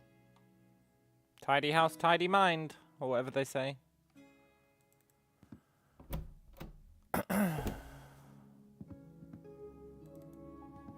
Okay, we show him the map. And we say, whatever it was called. Well, that won't help the poor man. I'm afraid I don't recognize that landmass. Don't worry about it, I do. Seems like handy information to know. I wonder why this chart has been vandalized. Yes. Never seen that island before. Can I use the top hat with the picture? A bit tight, but not the worst look.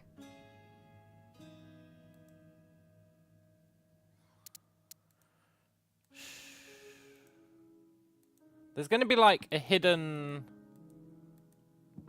something that we have to use the poker for, right? The poker has to be for something.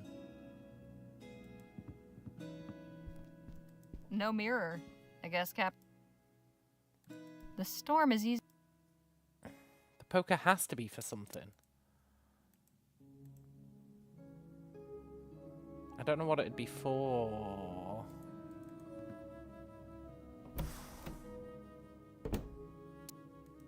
Apart from poking the fire.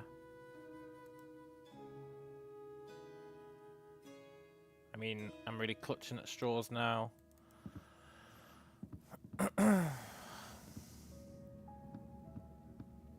What did she say? I wouldn't know what to look for. Ah, here we are. The logbook for the Derwent. Yeah, she said I wouldn't know where to begin. Now she does know where to begin. The Derwent sailed out of El Presidio in 1830. Uh-huh. Listed crew is Captain Philip Boylan, First Mate Michael Benelli, Navigator Karenga Payo, Harpooner Jalal Fisher, Dr. Jonas Francois, Cook George O'Malley. I knew it was and O'Malley. Alfred Cranach, profession unlisted. I knew it was O'Malley. Okay, so we show the book to the guy, because he said, we need to know who they are. I don't know why I came upstairs.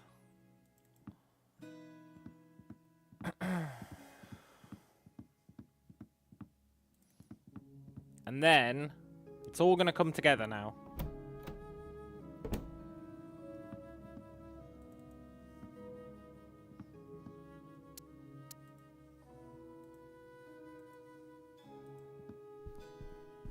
I found the ship's log for the crew in the sketch. Yeah. Nicely done. Let's have a look.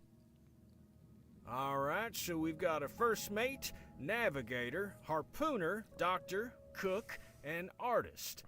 We can probably leave that last one out. Why? Okay, so Danny can be the cook, Nadine the doctor, Phil the harpooner, you can be the navigator, and I'll be the first mate. Oh, don't you think I ought to be the first mate? Does it really matter? Reckon not. Right, now all we need are some props. Props? Sure, for authenticity. Have another look at the sketch. Yeah, I know. Each of the crewmen is either wearing or holding something unique. Jake's right. If we each have the appropriate item, it will increase our chances of convincing the captain that we are his former crew. I'd also suggest trying to learn at least one personal detail about each one, just in case. Okay, I'll have a look around. Bring me any items you find. And let me know when you're ready to begin the performance. This is a lot to keep track of. I'd better make a list. You don't need a list. Is that the list? Oh, okay, cool. So I do actually want the list. We need info on the first mate. We need props for... Well, we've got the prop for the harpooner, for sure.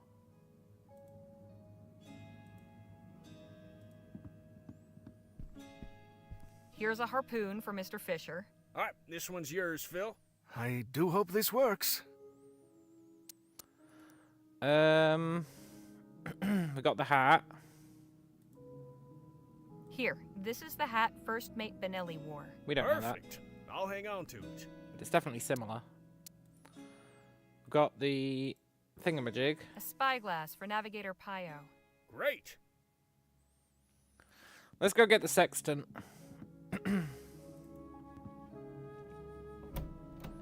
Poker for the surgeon. Oh. No, I don't get it.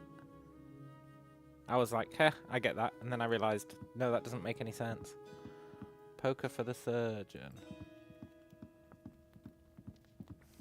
Some kind of navigational instrument. Cauterize the wounds. Yeah. He had a medical book, though. Classical dialogue. Nautical adv I guess maybe a poker for the surgeon.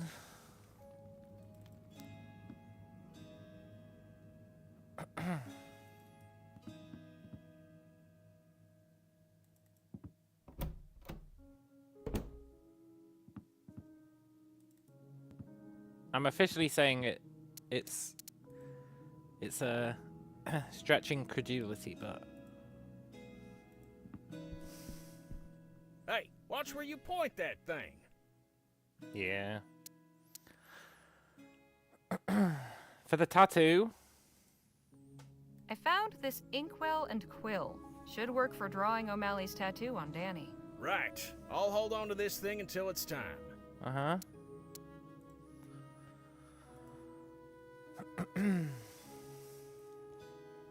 We need something for the doctor. And we need info about the first mate.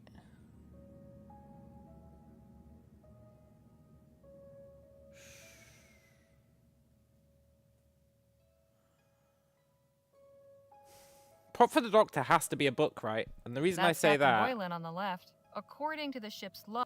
Oh no, he's got the whale thing. He's got the whale thing. He's got the whale thing.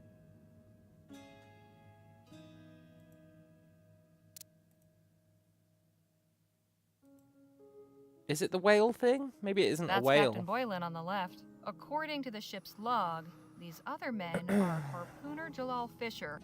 Is that the bird?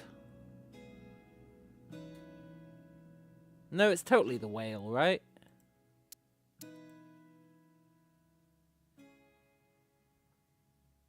I think it's the whale. That's Captain Boylan on the left. According... It doesn't look quite like the whale. The whale goes down more.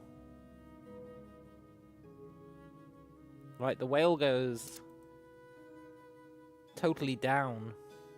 We need to go have a look at the others. I didn't actually bother remembering what they were. There was a lighthouse, there was a bird.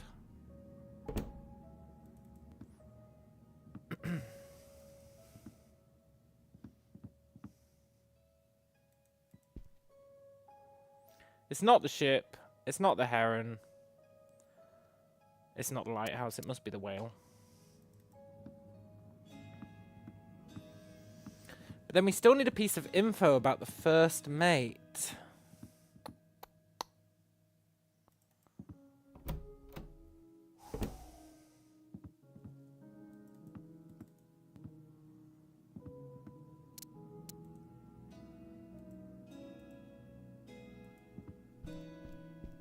Here's a carved whale tooth for Dr. Francois. This one's you, Miss Redbird.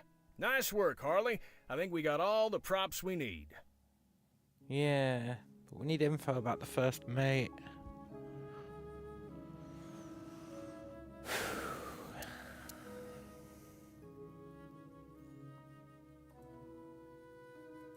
A sketch of a ship. The Derwent. There's a note. Captain Boylan, looking forward to our... Pointy. It has. We haven't used the poker for anything. We have to use the poker to get info about the first mate. I don't know how. I don't know where. I don't know why. But we have to use the poker to get info about the first mate.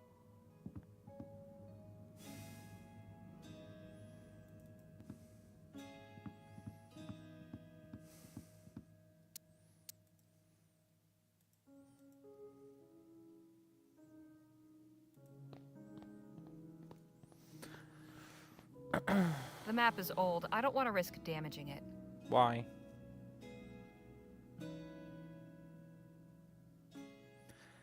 I mean, now I'm really clutching at straws, but the poker hasn't done anything.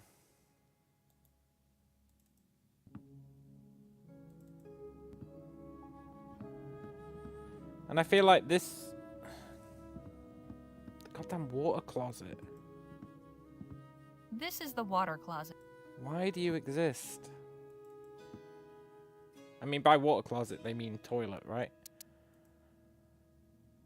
There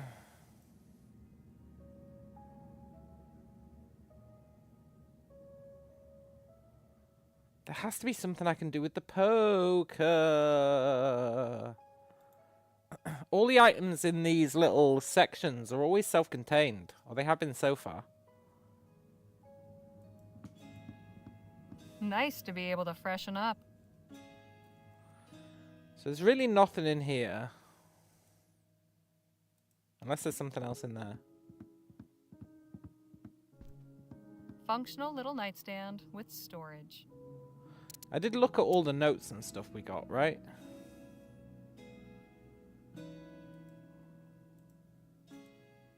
There's not much in here. Here's an Fisher landed another whale today. Turns out he's been tied. That just taught us about Fisher. A plain wooden Oh, the wooden stool given to me by my first mate. A sketch of a ship. Captain Boylan. Captain Boylan. There's a it's crossed out on here. Info about the first mate, Michael Benelli.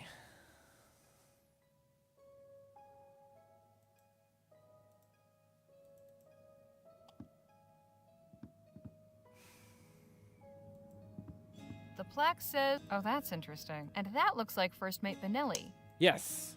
Now that we know what they look like. Perfect. That was the info, right? They served together on that ship. Yes. Oh, praise the Lord. Now, before we start this dialogue, we need to make sure I vaguely memorize that information. Because I don't know if it's going to let us cheese it.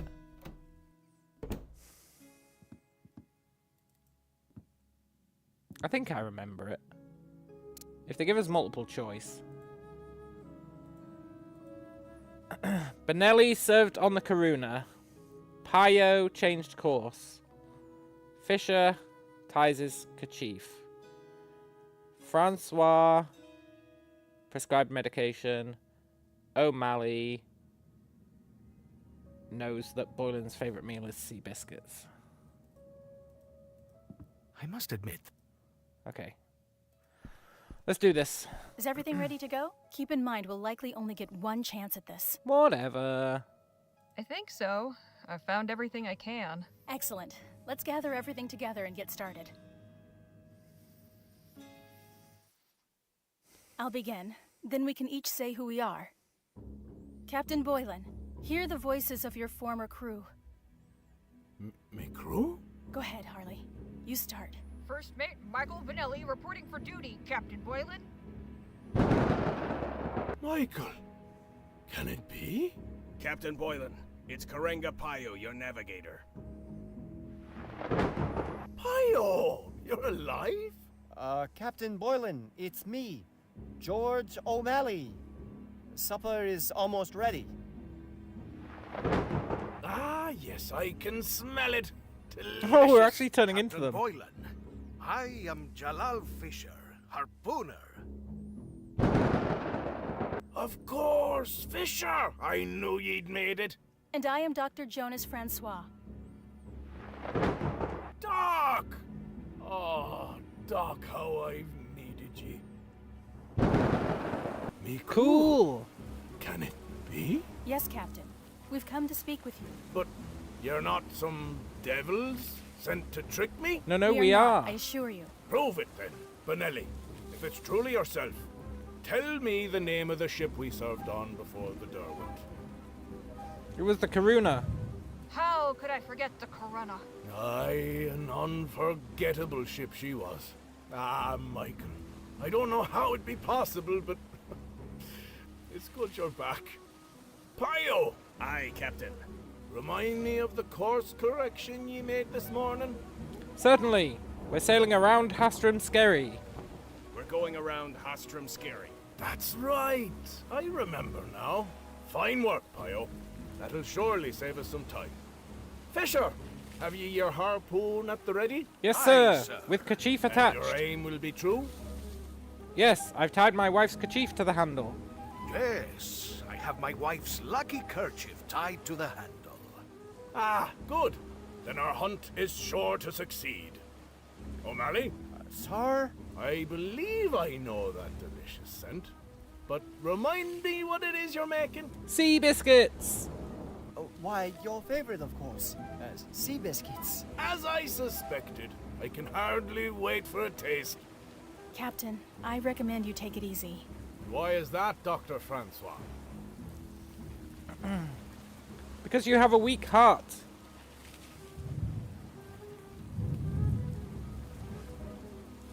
I don't want you to put any stress on your heart. Have you been taking your nitroglycerin tablets? I have. I think I have. I can't believe what I'm seeing and hearing, but y'all are really here. Yeah, it's quite literally incredible. How can this be? I saw ye all dragged under. I can't make sense of this. Perhaps you still can. Tell us what you remember.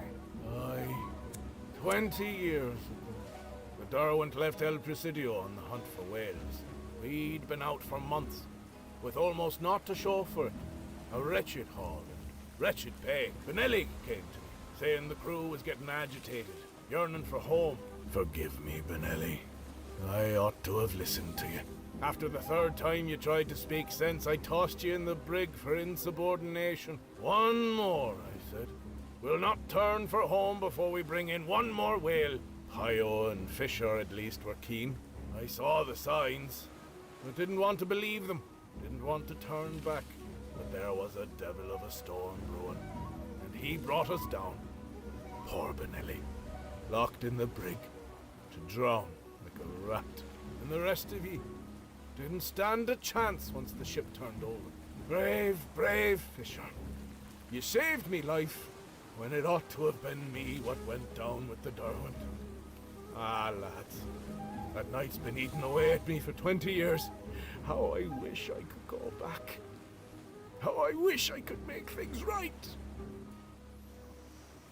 I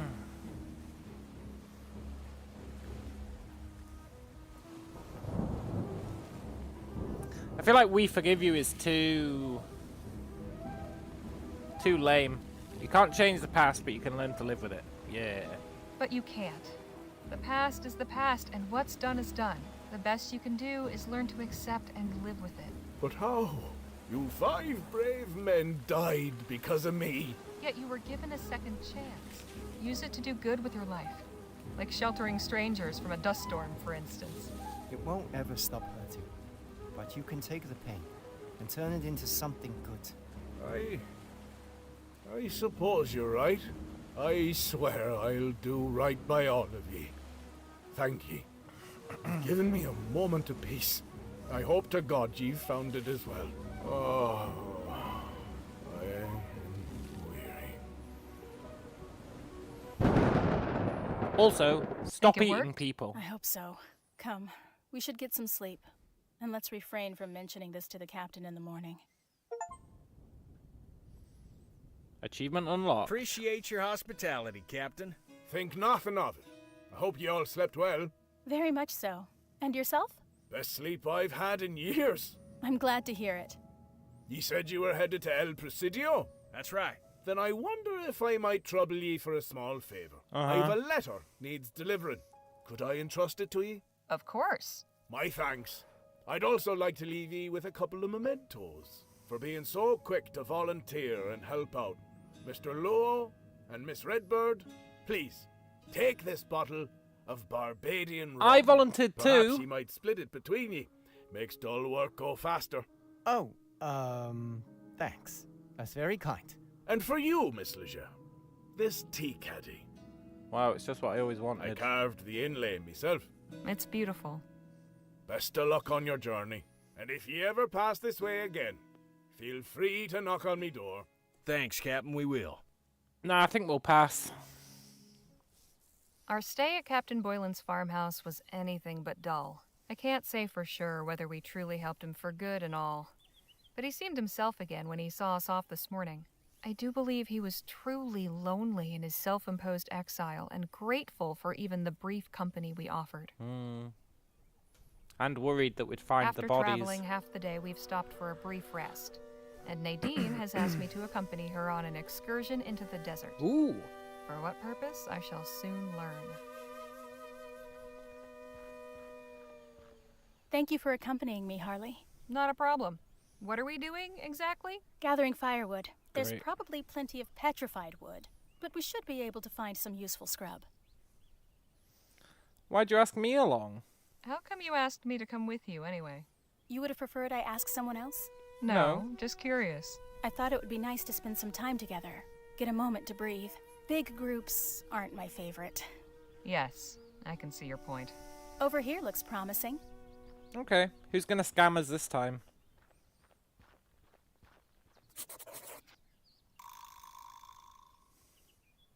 There's always someone scamming us. Someone dropped their flask here. Ooh, free flask. Whew, that is some strong-smelling stuff.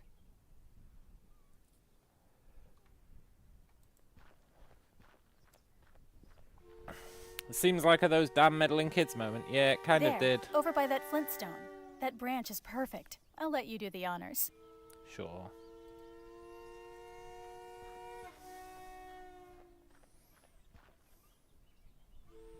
Surprisingly light. Suppose there's more around here? Undoubtedly. It probably came from that tree over there. Let's split up. I'll check beyond the tree. You search the area to the south. Once you've gathered enough, we can meet back here and sort it. Okay. Good luck, I guess. And to you. Okay. I'll find the best damn firewood there ever was. Nadine said this was flint. Yeah, and that's the wrong type of twig. We only want big bulky ones. What's that? A piece of torn cloth. Looks like it came from a shirt or a jacket. Yoink.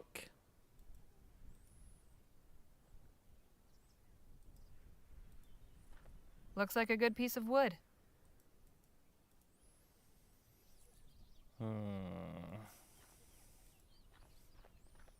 This will do nicely. Stuck under that rock, though. Yeah. This branch isn't going anywhere without coaxing.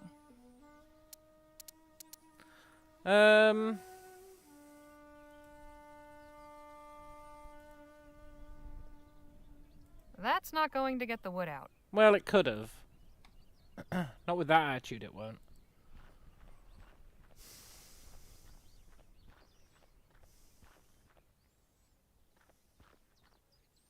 What is going on here?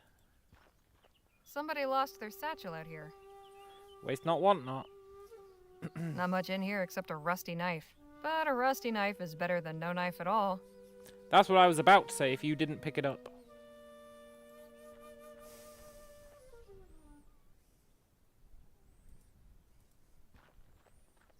I think this one will do. Well, it's a bit small, but yeah, okay. Hey. Damn it! Fast little son of a gun. My wood! A bunch of rocks. Desert's full of them. We can throw them at the dog.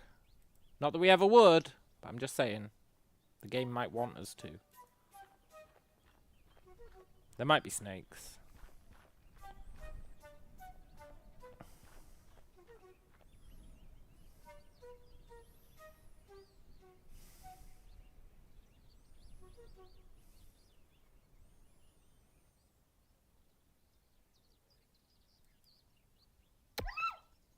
Get out of here! Take that, you little pest. Now I'll grant you, I'm not sure how we're going to get this other one. Oh, the rusty knife! Achievement unlocked.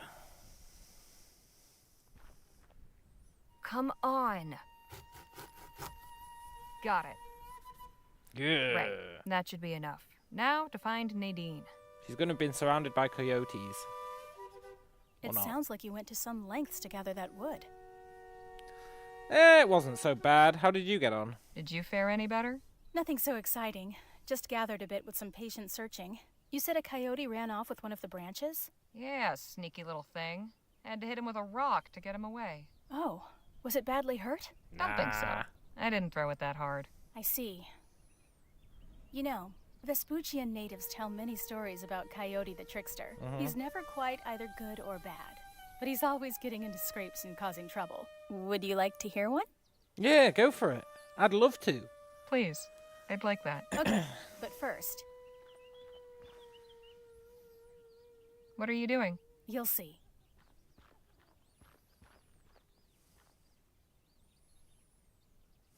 Now then.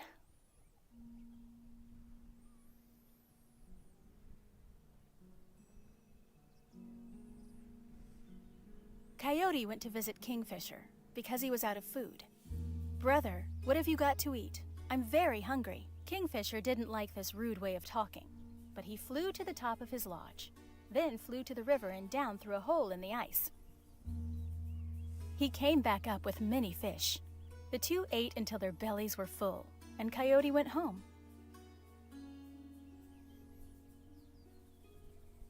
The next day, Coyote climbed up onto the roof of his lodge. "What are you doing up there?" asked his wife. "Why, you know I've done this before. I'm getting food for our supper." Coyote jumped off the roof, down to the river, but he missed the hole and broke his neck and was killed. Kingfisher, who had been nearby, walked over to where Coyote was. He jumped into the river and emerged with many fish. Then he jumped over Coyote 4 times, and Coyote came back to life. "This is my way, not your way," said Kingfisher. "I do not imitate others like you do."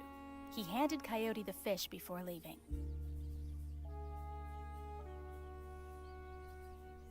Coyote went back to his wife and showed her the fish. "Look at these big fish. I caught them the way Kingfisher does. Kingfisher is afraid of my power. He told me not to do this again. He knows my medicine is strong." Coyote's wife cooked the fish.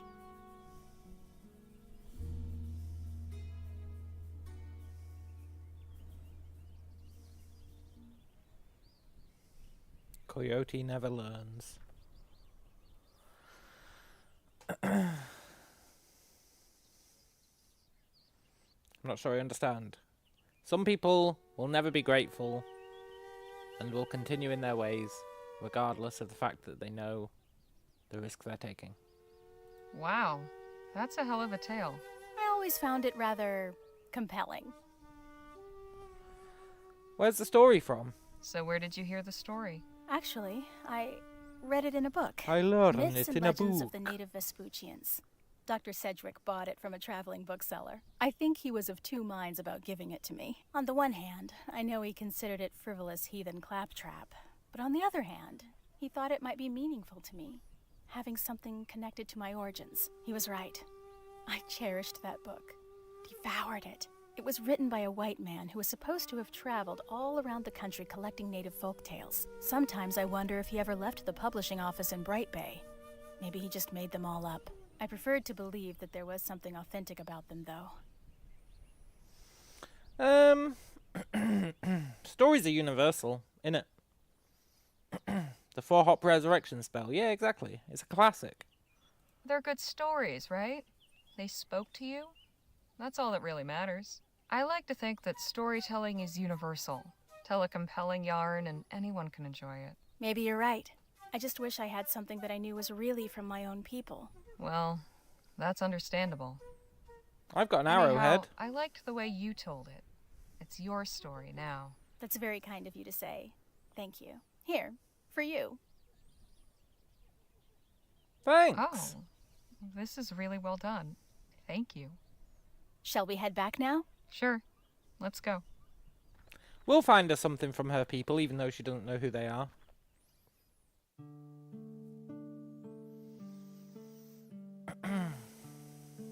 El Presidito is miles away.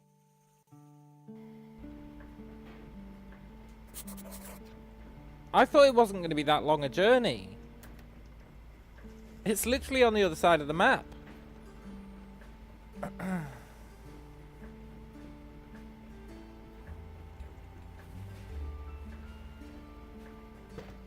8 days. So 8 encounters, maybe. Hey, Jake? Yeah, Harley? Do you think Captain Boyle will be alright? Do you suppose Captain Boylan will be okay? I think so. You did a good thing helping him. Of course, without all the proper atmosphere and props, I doubt it would have been half as effective. Yeah. Thanks for the chat, buddy. I appreciate the chat. Anytime, Harley. Phil? Harley? You enjoying your guitar? How are you liking the guitar? It is a fine instrument. I have not had the opportunity to play in some time. Favor us with a performance soon?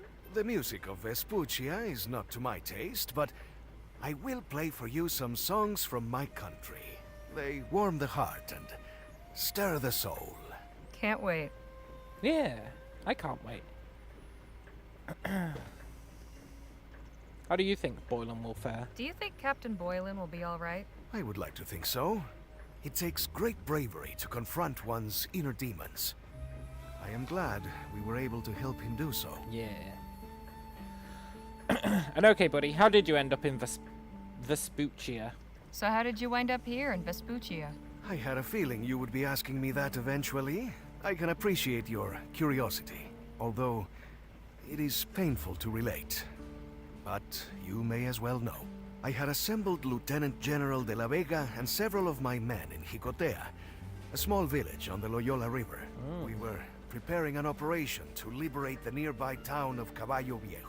The Spanish army had it under occupation for some weeks, seeking intelligence on our movements. But before we could act, they struck without warning, without mercy. They did not confine themselves to fighting armed revolutionary soldiers. Old men, women, children, all were valid targets in their eyes. All held collectively responsible for resisting imperial rule. Victory was out of the question. We were hopelessly outmatched. Many brave souls laid down their lives to allow innocents a chance for escape. As civilians fled the village, I led the retreat north with Lieutenant General de la Vega. We gathered what we could of our forces from other positions along the way. It was clear that the army would relentlessly target any village known to harbor revolutionary cells and administer the same treatment. I left Jicotea a smoking ruin. I could not allow that to happen again. Temporary exile was the only alternative. Yeah. When was this?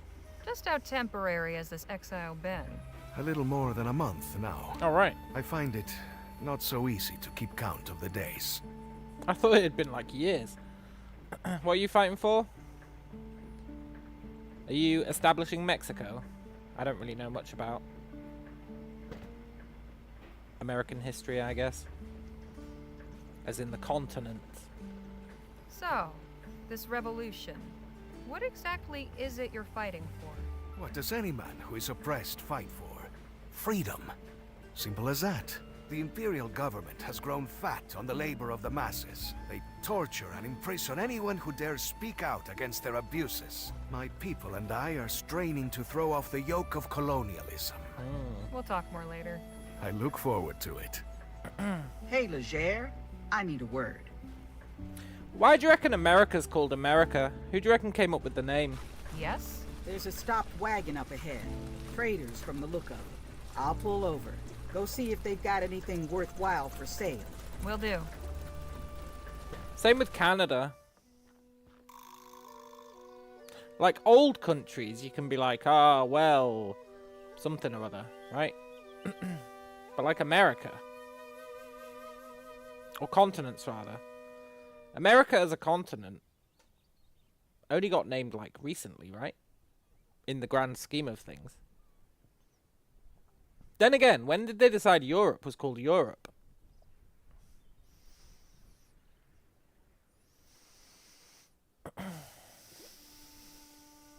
I guess we'll never know. Hey, she changed her outfit. Excuse me, ma'am? Oh, hello there. Oh, it's a different Where lady. did you come from? The wagon just down the road there. I was coming to see if... Hold up there, stranger. Pa, what are you doing? State your business. We do not want trouble. I don't know why, but I was too busy thinking about America and Europe. And I was like... I thought we had horses pulling our cart. But these are oxes. My mind just totally went completely off the factual world that we live in. We're in a steam-powered thing. Look, if you don't want trouble, put down the gun, buddy. Then I suggest you stop waving that thing at me. Not waving. I am aiming, and I have a steady hand. I will stop once I know your intentions. I've been sent to inquire if you were traders. Thought we might do business. Ah, well, there you are then. You can put the gun down, Pa. She's clearly not a highway woman. Well... No? You know how sneaky they are, Ma. And this Yeah. road is infested with them. The Native Americans called the land they lived on Turtle Island before Europeans showed up. Yeah, but it's not called that now. What I'm wondering is where America came from. Like, who decided on the name? Was there a convention? Did one guy decide it? What does it mean? Maybe it means Turtle Island. Have you had trouble with highwaymen? You've had some trouble with bandits, then? Not personally, thanks be to God. But we know the terrible tales. And we take such warnings seriously. Very seriously. Pa, please. If she did have any wicked intent, I'm sure she's given it up now that she sees how well protected we are. Please put the gun away. And let's talk like civilized Christian folk. Why is that? Why is that Very ox well. breaking the fourth wall? I swear, if you attempt anything... She'll regret it sorely, I'm sure. He's looking right at us. There now. Well, you asked if we were traders, and indeed we are. We're bound for Rosewater to sell our stock. We were about to make camp for the evening, but we'd be glad to show you what we have, provided you can pay or trade. I can pay. I've got money. The guy who mapped the continent called it America and it caught on. Yeah, maybe. We're just coming from Rosewater. Rosewater, you say? We've just come from there ourselves. Is that right? We've made the trek many times. It is never dull. It's been eventful for us as well. Yeah. Oh, I'd enjoy hearing about your journey. How about your folk camp with us tonight? Make an evening of it. A chance to trade stories as well as wares. Now, Ma, is that a good idea? Rhea has been fussy all day. It will be fine. She loves meeting new people. Who's We Rhea? do not have extra food, so we cannot feed you. That's all right. We have some. We can pool what we've got. Very good. A potluck. Great. I'll let my companions know to prepare for company. By the way, my name's Harley Leger. Pleasure to make your acquaintance. We are the Fortine family. I'm Sarah Little Owl, and my husband is Carl. We've also got 3 children in the wagon. Beth, Bram, and baby Rhea. You'll meet them later this evening. I look forward to it. Wonder what the Vikings called it. Yeah. What a nice evening. I'm so glad we did this. Wonder what the Seems Biggie's dinosaurs taken called a it. shine to Miss Johnson. She's a fine dog.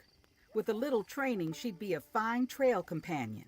Oh, I don't think we'll bother with all that. Fair enough. If you'll excuse me, I'm going to the other fire. Take Gagey along if you want. All right. Come on, girl. Sweet, we got a free dog.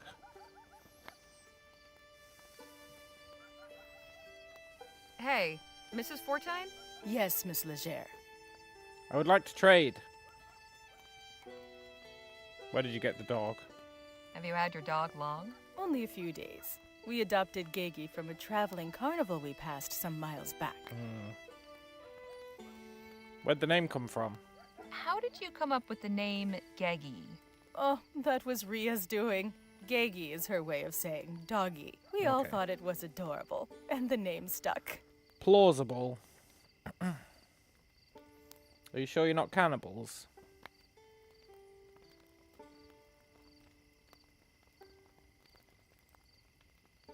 Do you often travel to Rosewater? Stupid question. She already told us she did. She said she made the track all the time and it's never boring.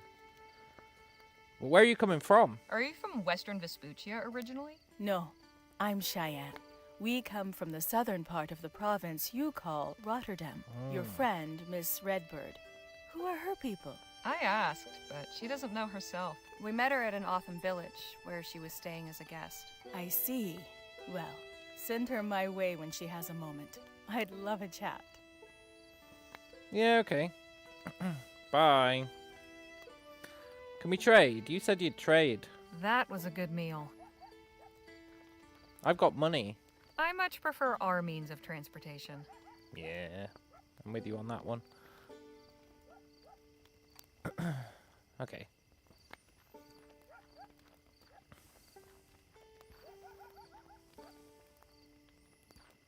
Harley, come, join us. No!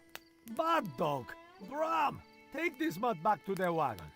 She has caused enough trouble for one night. Who the hell is Bram? Oh, the son. She's just a pup. You can't expect her to be a perfect angel without being trained to it. Trained? I would like to know how we will find the time for that. Honestly, I do not know what Sarah was thinking taking her in. Here, Mr. Fortime, have some rum. I think it will do you some good. I probably shouldn't, but why not? Because we might be elaborate thieves. That's why not. How about that song you were gonna play us, Phil? Yeah. Ah, yes. This is a tune I have always enjoyed. Play Despacito.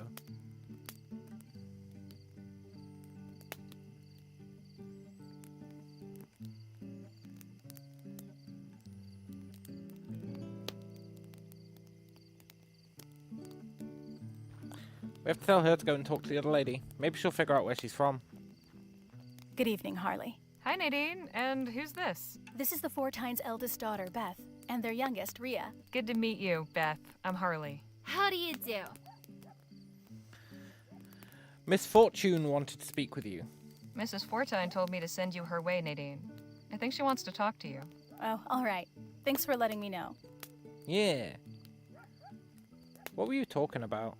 So, what have you two been chatting about? Beth was just recounting her family's journey from the mountains. Hasn't been too eventful. Most interesting thing we've seen is a traveling carnival. Of course, we didn't get to see much of it on account of Pa. He kept saying there were a bunch of hucksters and thieves looking to steal our money. Plausible. Your puppy's cute. Can I have it? That dog of yours is real cute. Oh, do you think so? I'm not fond of dogs, but Ma got him mostly to keep Bram entertained, I think. I worry when she gets too excited around the baby, though. That's fair. Bye. I'll just leave you both to it. Excuse me, but it's getting late. I should put Ria to bed. Very well. It was nice talking to you, Beth. And you. Good night.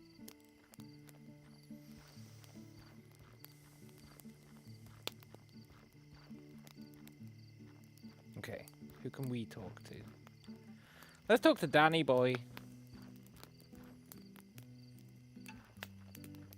Oh, Danny Sorry, boy. think we could talk later? I want to hear Phil play. Fuck you, Danny. Not now, Harley. I'm listening to the music. Hey, Miss Johnson? What do you need? You and Geggy seem to be getting along. We're stealing this dog. That is my objective here. I noticed you and the dog were getting on well. She's sweet. This family don't appreciate what they've got. Yeah. Not everybody's cut out for taking care of others. Yeah. Mr. Fortine? Yes? Can I have the dog? Just wanted to tell you, your family's lovely. Oh, that is very kind of you, Miss Leger. I am blessed to have such a loving wife and children. Quite fortunate. Ironic, really. How do you mean? Most folk mispronounce my surname as Fortune if they see it written down. There's supposed to be power in names, right? Maybe even wrong ones. What? How is it ironic? Isn't it ironic? Don't you think? It's like being fortunate when your name is Fortune. That's not ironic. That's like the opposite of ironic. Look, you don't seem to like the dog. Pardon my frankness, but I get the impression you don't much care for your dog. It's not that I don't care for her. I do not believe we can care for her. We've already got 5 mouths to feed. One more won't help. Ma didn't even consult me before taking her. Says she got her for the children, but they should worry about taking care of each other, not some poor animal. Yeah, give us the dog. We could take the dog. Yes. If Geggi's a burden to you, we could take her off your hands. You would do that? Sure. No, I couldn't. Damn it. Ma would raise Cain, and the children would hate me if I gave away their dog. But Beth told me she doesn't like dogs. Your daughter told me she's not fond of dogs. That's right. I wish she had told me, or her mother for that matter. Tell you what, I'll go discuss it with Ma. Yes. We will let you know what we decide. Yes, we're getting the dog. One way or another.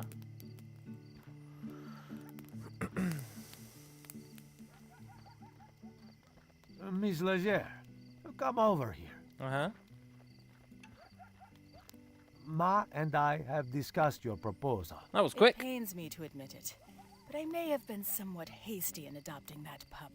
Now, you're certain you can provide her a good home? I think so. Sure. Yes. Why not? Then it is settled. We'll let you have her for 2 crowns. Yeah, okay. Here you are. We made loads of Thanks money. very much. Brom, bring the dog out here. Sorry, Bram. You're outvoted.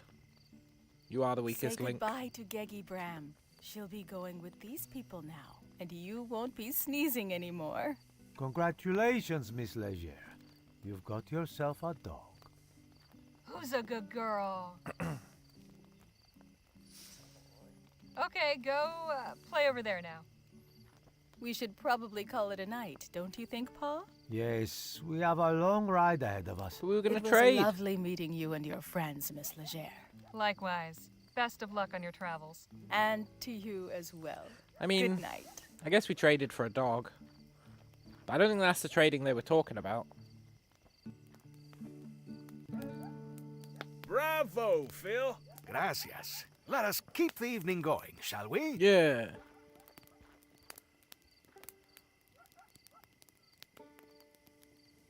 Got any more songs for us, Phil? In fact, I do. I always found this one rather beautiful.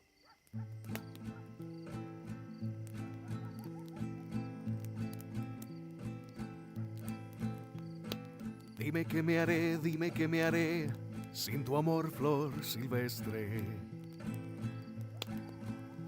Si los días no me pertenecen, desde que crucé tu jardín, si tu aroma mi alma carece, pierdo el deseo de vivir.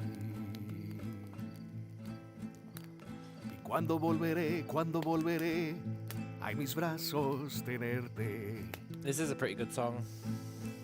Si estando libre tú eres feliz, cuando nadie tu paso detiene, la distancia no Dueling se banjos. compadece de estos ojos que sufren por ti. Y vivo la ilusión de que un día regreses. Entre abrazos y caricias confieses que no hay vida sin mí. snake eater. Dime que me haré sin tu amor, flor silvestre. Si los días no me pertenecen desde que crucé tu jardín, si tu aroma mi alma carece, pierdo el deseo de vivir. I wonder what this means. I'm sure someone knows. Pretty good song, though.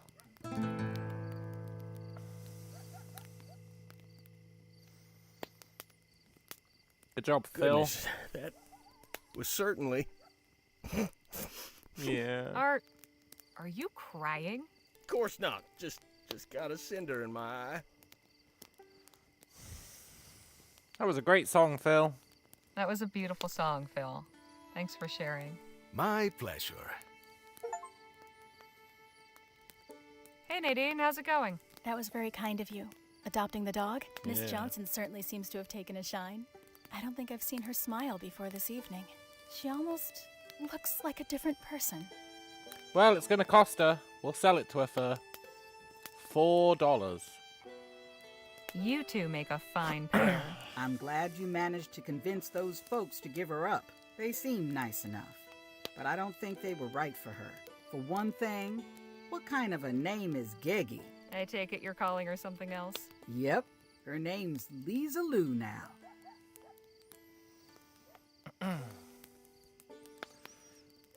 Yeah, fine. Take my dog. Without asking. Good choice. She looks like a Lisa Lou. I'm glad you think so. That dog's gone through 3 I'm names. feeling a mite queasy, so if you folks don't mind. No, I want to speak to you, Jake. Jake the snake. Hey, Danny. How's your evening been? I really enjoyed meeting the Fortines. It's nice to see a family that's so close. All that time on the road and in the mountains, with only each other to rely on. It can't be easy, but they clearly make it work. I think maybe I'll ride my parents next chance I get. Good idea, buddy. Time for me to call it a night. Good night, Harley. Buenas noches. Sleep well. Night, Legere. Another successful event. Look how far away we are. Like, seriously. We're like a quarter of the way there, maybe. Not even that, I think. We're like a fifth of the way there. That's crazy.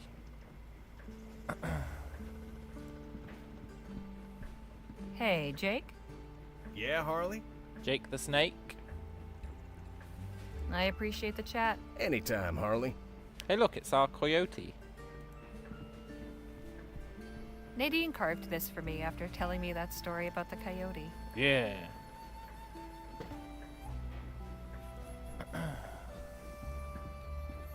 Oh, Danny, Danny, boy. let's talk. Sure. I can't believe you jumped in after that kid. I'm still impressed at how you just jumped in after that kid. I'm just glad we were able to save him. It's nice to be on a team again, like old times. Yeah. You were on a team before, that's right. I think he was a bandit, right? He was very shady about it. What about this team you mentioned? So, before I met Jake, I used to run with some folks who, well, we got into some trouble. We Yeah. were a posse. My best friend Petey was our leader. Petey and I left El Presidio along with 5 of our friends. We were looking for new lives out on the frontier. I told my parents we were pooling our money together to buy a farm, which was true. Except, we didn't actually have any money. Petey took charge and we all started off working odd jobs here and there. But he got impatient. He got it into his head that it would be easy money to rob a stagecoach. I didn't much care for the idea, but once Petey put his mind to something, there was no turning back. So the big day came, and things didn't go so well. Petey didn't make it. I was the only one who did. I'm sorry. Me too. I just wish I'd said something more. Push back harder on the whole idea. But honestly, talking about it helped. So, thanks, I guess. That's alright, man. We know what he thinks of the Fortune family. He thought they were great. The wagon is slowing down again. See anything out there, Danny? Yeah, this is a small building. Let's go take a look. Oh, thank God you're here. I was starting to think no one would ever turn up. Post office, huh? Wanted for armed robbery. Queena Filter, the demon. 5,000 crowns. Maybe it's Gina. Gina Filler. Look, what are you standing out here for, buddy? What are you doing out here? I'm not going back in there. Not till that evil's been vanquished. Evil? What evil? The deceiver. The father of lies. Beelzebub? You're saying the devil is in your post office? Yes. You should get a just horseshoe. Like in that story. He lives in there. Wonderful. Another maniac. Frontier's lousy with them.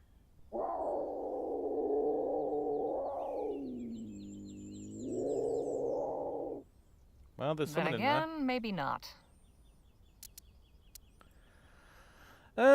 What's the deal with this thing? It's a beautiful wooden box with an inlaid scrimshaw carving. Says it's from Ceylon. There's some tea in here. Oh yeah, our tea. Leftover tea from the other side of the world. It's got a nice fruity aroma. Kind of sweet. It's addressed to the Widow Bonelli. There's no specific address. It just says El Presidio. We're not going to read his letter. Hey, Jake? Yeah? Do you really think the devil's in there, man? Do you believe this fellow? About it being the devil in there? I don't doubt he believes it, but I also think the poor fella's got a wild imagination. She'll know it, right? She's a trapper. She'll know what that sound was. Maybe it is a mountain cat. Hey, Miss Johnson? What do you need? What do you think's in the office? Not the devil, that's for sure. Can you be more specific? Nadine? Yes? What's your take on all this? I'm not sure, really. Obviously, it's nothing supernatural. I believe the explanation will be far more mundane. You can't say obviously it's not supernatural. Hey, Danny? Yes, Holly. Any thoughts on what could be inside the post office? Whatever it is. It sounds scary. I don't think it's the devil, though. They're all gonna look well foolish when we go in there and it's the frickin' devil. Phil? Harley? What do you think, Phil? Is that the devil in there? If it is, I am not going to be the one to find out. Okay, we'll do it. Can we look through the window?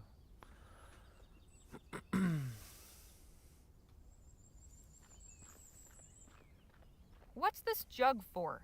It's my supply of drinking water.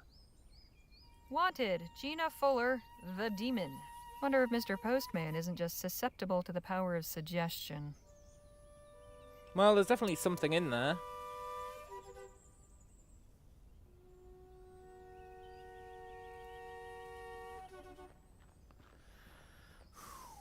Wait, what are you doing? Don't go in there. He'll devour your soul. Excuse me? Just stay away from there, please. Don't worry about it, man. I don't have a soul. Mr. Postman? Yes? What is it? Isn't this a little out of the way for a post office? Yeah. Aren't we pretty far from civilization? Why have a post office here? Not at all. We're just outside the delivery area for Shivering Pines. 10 homesteads within a 2-mile radius. Anyhow, it mostly serves as a transfer and rest station for carriers like me. But next time they ask me to take this route, I'll tell them to go to hell. Because that's where they sent me. Yeah, very good. Look, just stay calm, man. Keep calm. I'm going to try and take care of this. God be with you. Please let me in. Wait, what are you doing? Don't go in. Excuse? Just stay away. Buddy, how do you expect me to take care of it if I can't go inside? Okay. Yes? What happened? I'd like you to tell me exactly what led up to your current predicament, and give me every detail. Very well. I arrived last night with a load of mail from Bly, up north. Passed the night here and spent the morning sorting and tidying, getting ready to continue on to the next station in Wolf Spring. About midday, I stepped outside to ready my horse. Then I heard the most awful noises coming from inside. Sheila heard them too, and bolted off like a shot. Saving her own skin, I can hardly blame her. When I looked in, I beheld a most dreadful scene. Blood everywhere. Sounds of snarling and crunching bones, and his horrid shadow on the wall. Huge and horned. I ran out here to pray for help, and ain't moved since.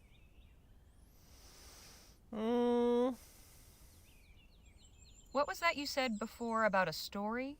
That this was just like in some story? Yeah. Of course. You must know the famous short story by H.W. Montesquieu. The devil lives in the post office. A most chilling tale. Of course, I used to think it was just one of Mr. Montesquieu's celebrated flights of imagination. But now, I suspect he must have known something the rest of us didn't. Big fan of horror fiction, are you? Well, you know. No more than anyone else, I suppose. Just something to while away the long hours on the road. Isn't life horrific enough all on its own without thinking up new, imaginary ways for things to be awful? No. But the devil is very real, miss. He'd only like you to think otherwise. Yeah. Exactly. He's doing a good job. Do you really think it's him in there? What makes you think it's the devil and not something else? What else could it possibly be? I can think of a few possibilities. Go and have a look for yourself, then. Yes. You'll not doubt once you see it with your own eyes. Keep calm. I'm going to try and take care of this. God be with you. It's an illuminated one.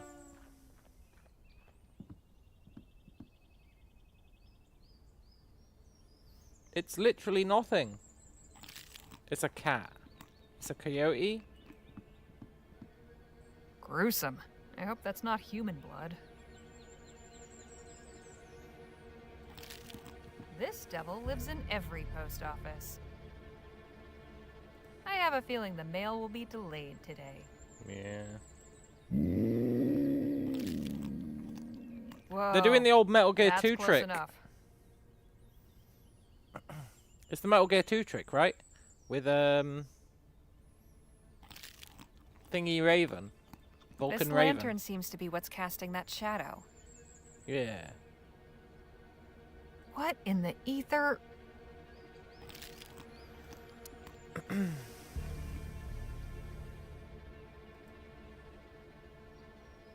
The lantern is what's casting the shadow, so we don't need to be worried. Glad it's not my job to... Otherwise it'd be a much bigger shadow.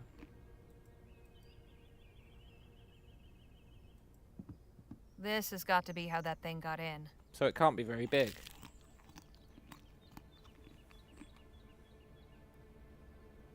What in the ether?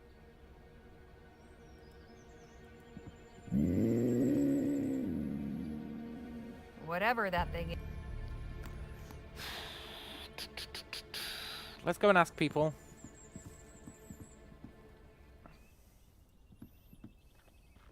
Phil? Harley? Are you carrying anything that might be useful? I left my holy water back in New Spain. Hey, Danny? Yes, Harley. Would you happen to have anything on you that could help the situation? Just my pistols. They could be of use once you figure out what's in there, I guess. It's just a cat. Nadine? Yes? Don't suppose you've got anything that might help? Help with what precisely? Good point. I should find out more about what we're up against. Hey, Miss Johnson? What do you need? Do you have anything I can use to deal with whatever's in there? I might. Yeah. It won't let me... It won't let me see whatever's in there, though, right?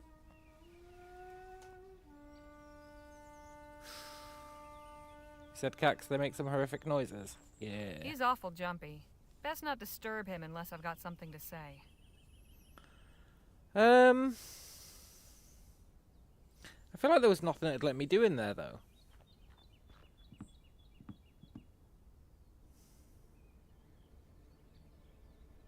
What in the ether? A dog would be nice, yeah, totally.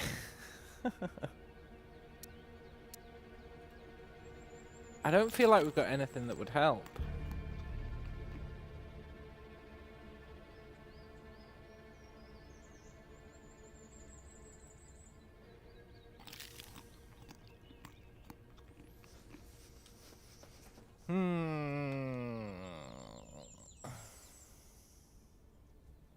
What in the ether?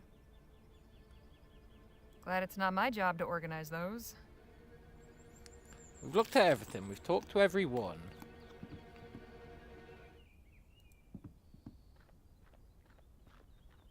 What's this jug? It's my... There's no other entrance. We can't, like, go around the back.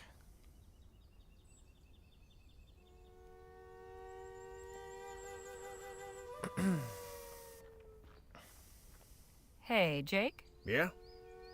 Got anything on you that might help the situation? Aside from my gun, you mean? Well, I got my pocket mirror, but I don't see how that can help. Thank you. I'll take that mirror for a spell if you don't mind. Okay. Curious to see what you do with it. You've always got to speak to literally everyone, just to be safe. We're a posse.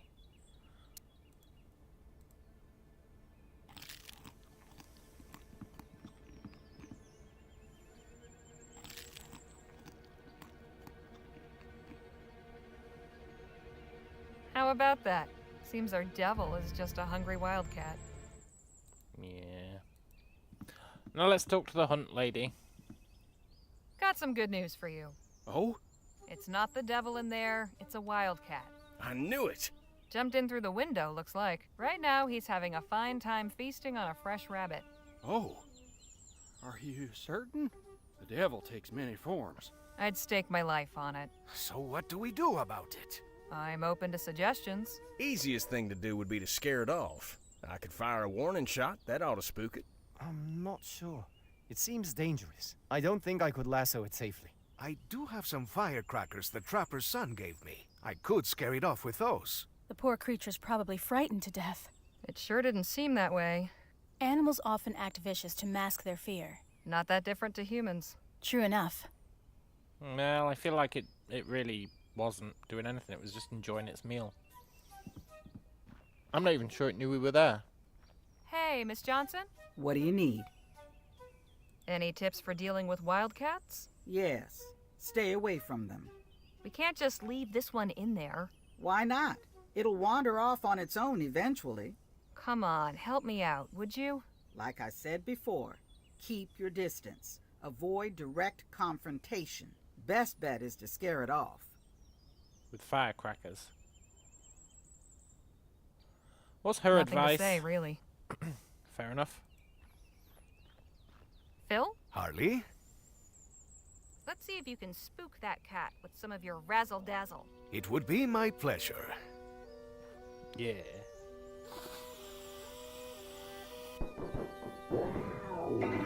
Anda! Success! The beast jumped out the window. What about that other noise? Don't worry about it. Damn it! Uh-oh. The wildcat must have knocked over that oil lamp when it took off out of here. Santa Maria! This is not good. We need to do something, and fast. The water! The water!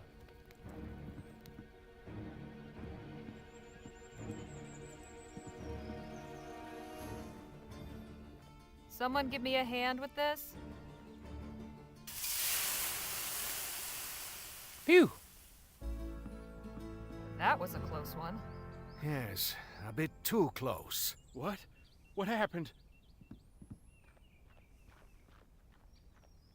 The inside of the office got a little singed, but we managed to put out the fire. He's gonna believe it's the devil even more now. Thank the Lord. Funny, didn't see him in there with the bucket. Guess we should head back. God bless you folks. No reward. What a bastard. Oh my god. It's literally gonna take us forever to get there.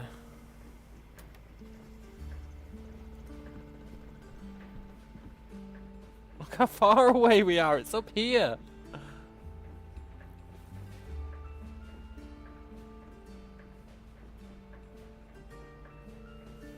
We might stop in Shivering Pines, I guess.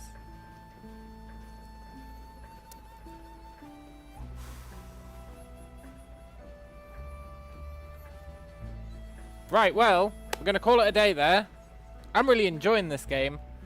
I'm loving that you can fail things. I'm loving that you can fail things. Normally in these games, it's like you've only got one option, right? It really threw me for a twist when we threw that knife into that guy's leg and then he fell in the hole. I think if we'd saved him effectively, he would have maybe given us a reward. It looks like we get like items as rewards when we succeed in things perfectly. It was effective, but I think we were supposed to... Back then I didn't realize that this game is like... Well, I kind of did. But you're supposed to talk to your posse and figure out who's best suited to deal with the situation. You can't just solo everything. It's more of a collaborative effort, which is cool. You don't usually get that in these kind of games. Gonna play it tomorrow. Yeah, man. I need to learn about the illuminated ones, or whatever they're called. The luminous ones. We need to go through that portal. Imagine that. Imagine if we go through the portal into the ether. Oh, it could happen. We're definitely playing it tomorrow. You better believe it.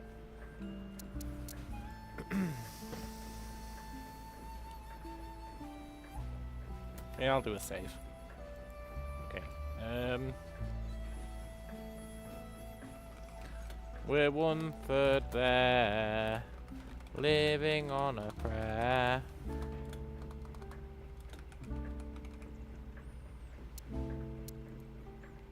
Gonna play the Noita daily?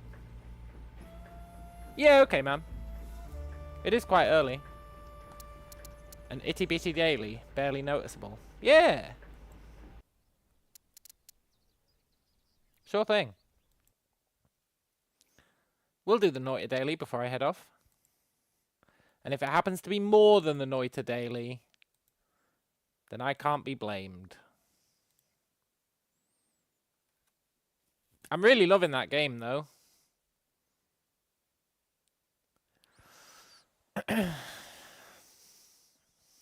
It started off a bit slow, I think, when it was like, do this news report. And it was like, wow, brilliant. But I think it's really stepped up its game.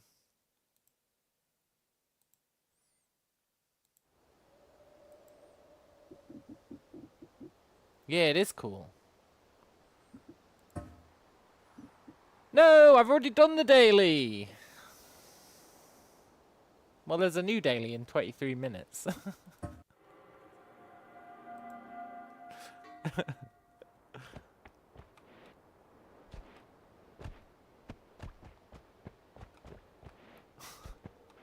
I'm invested now. I've loaded up the game.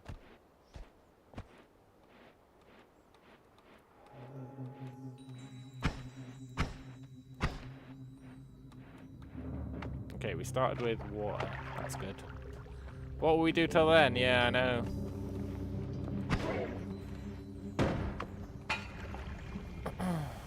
What did he just break? Is that levitatium? No, it's teleportium. Okay. Oh my god, he's breaking everything. Was that a potion shop? Was that one of the rare potion shops?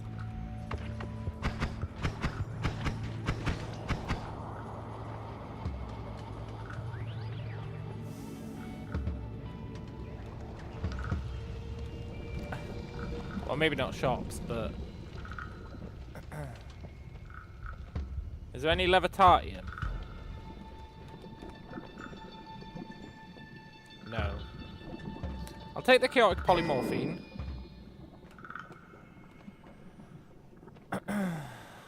I really wanted Levitatium. We'll take the acid. But I did really want Levitatium. Out of anything.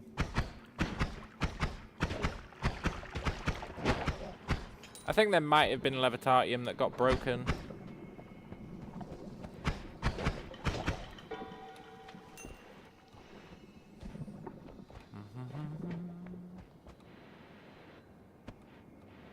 It's fine. We don't need no stinking Levitatium, I guess.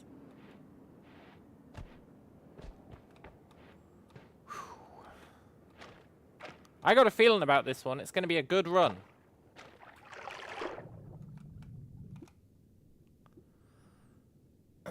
Do not equip that torch. Do not equip that. If we equip that in water, we're dead.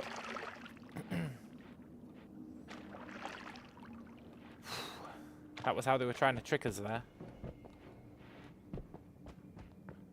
Give us a torch in liquid, but if we activate it in liquid, we die. Not even activate, just equip. If we equip that torch in liquid, we die.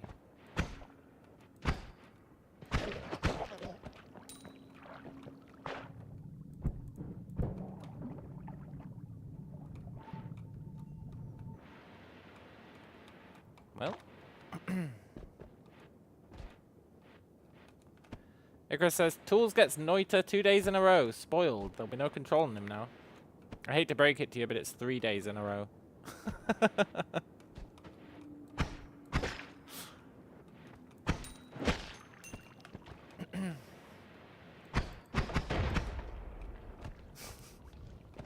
We played it on a Thursday as well. After I had that horrible ending to my Marjayal run.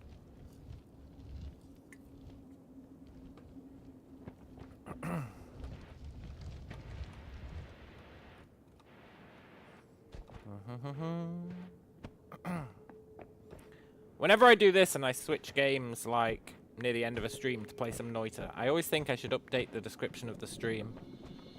Otherwise people are going to be disappointed when they like click on it. They're like, oh, I really wanted to see what Rosewater was all about. And then they see that I'm just playing Noita. And then they might think, oh, I guess the game sucks. But it doesn't, it's really good. The hell is that? Coup. What the hell is coup? Can I?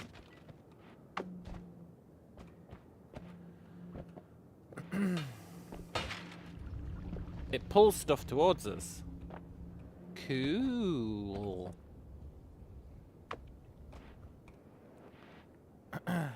That's true, I did once say that we should do Noita once a stream, like at the end of the stream. I definitely did say that. That was like a year ago or something I said that.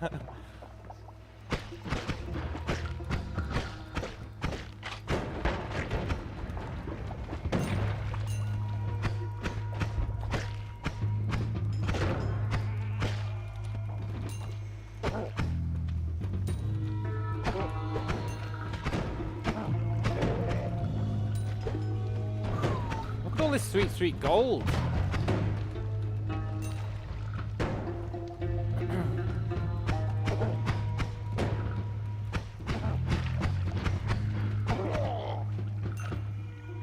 There's gold in them thar hills.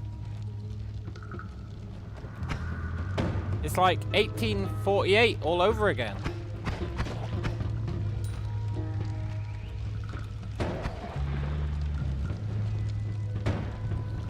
Fuck.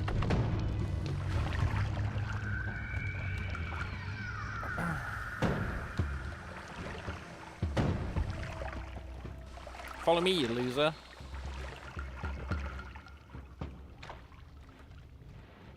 Or drop down there.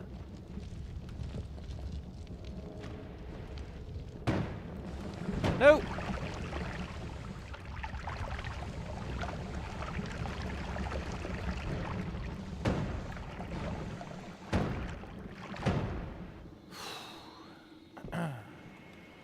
I want him to die to the water.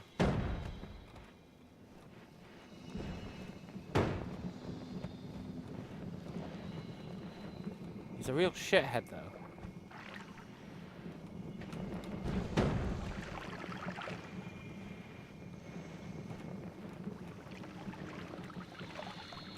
That's right, stay there. Aha, you dumbass. Double gold. We did use like all our water though.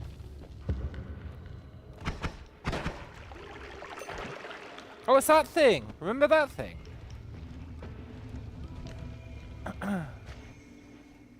Did I ever fully do this? I can't do it. They've destroyed it. No! I've never done this.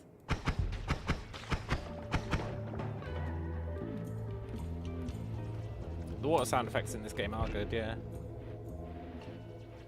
I've never done this and now I can't do it.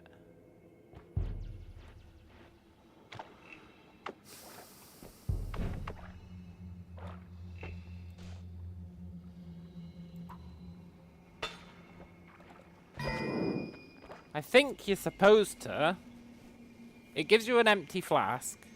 It's got one of these and one of these. I think you're supposed to transfer the liquid from one to the other. But there's a goddamn hole in the bottom of it that I don't think I can fill. I've got no reasonable way of filling it. Poop. One day I'll do that and see what happens when you do it.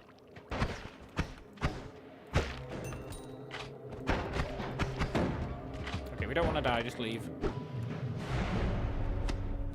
We didn't get a fourth wand, but that's fine.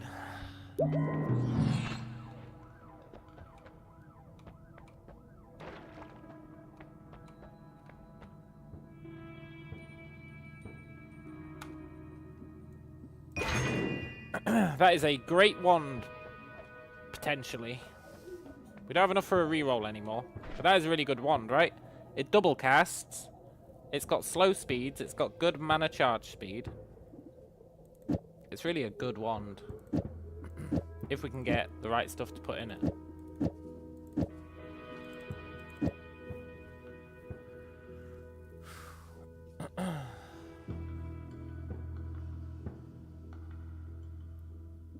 For now, it's usually a pretty safe bet to, like, put one of those in your bomb launcher. It's usually a pretty safe bet to do that. And then you just put the bombs in, I don't know, literally any of the other ones. Probably that, because we're not going to get rid of it. Cool. Okay, good perk, good perk. Faster movement. Concentrated spells. Phasing. I think we take faster movement. You can't go wrong with faster movement.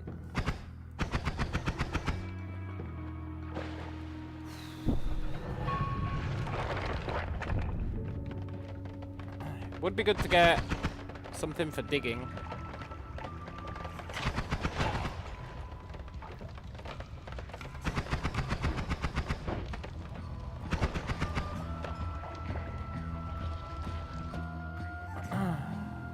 Summon explosive box. You're a pretty good wand, sort of. Apart from the shuffle.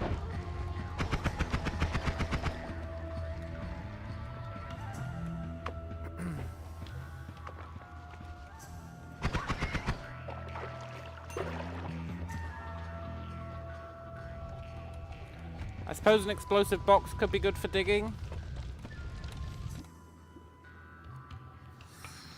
Critical on oiled enemies. You're quite a good wand as well. Sort of. Apart from the shuffle.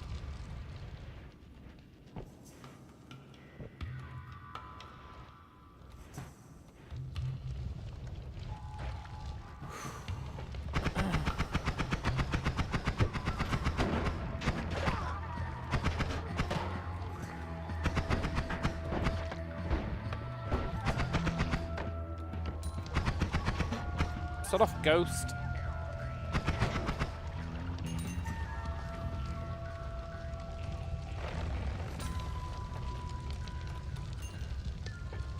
Whew. I like gold.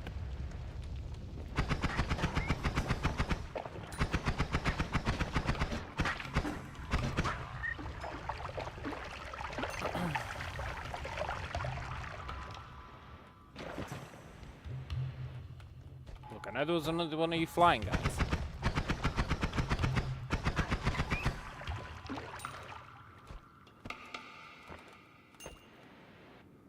Nice.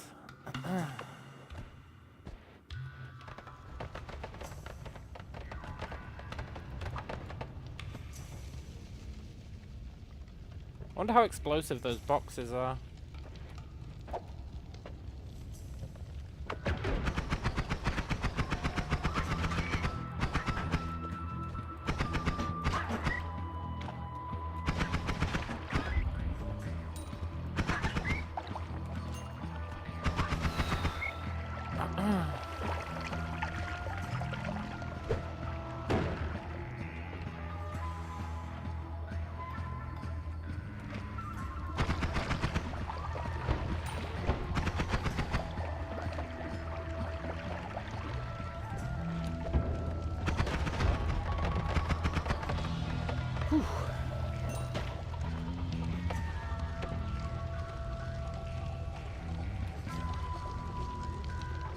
Nope, not going that way.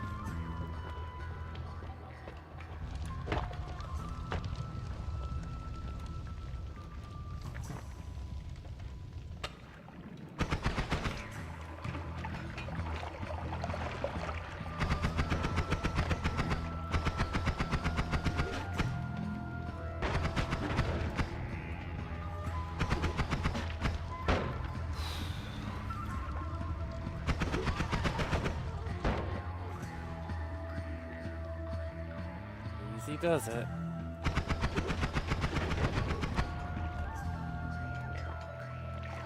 Yoink.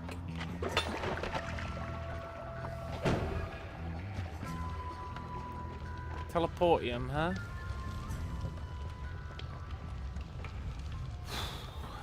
Do we try for a fungal reality shift?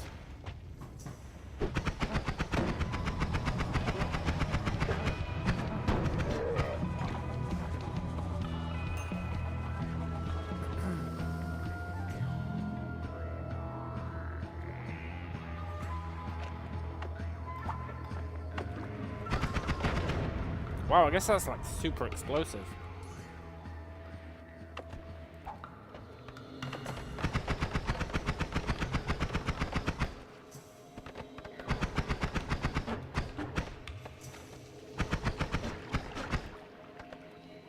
Sometimes.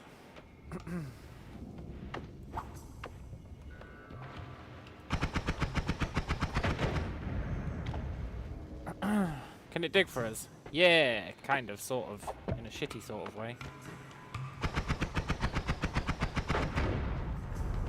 Like a really shitty sort of way.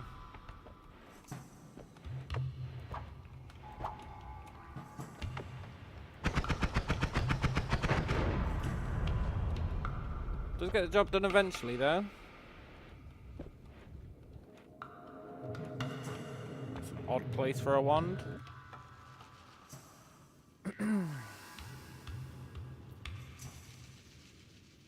Explosion on slimy enemies. I do like energy orbs. They cost a lot of mana, but they're really good. What would I get rid of?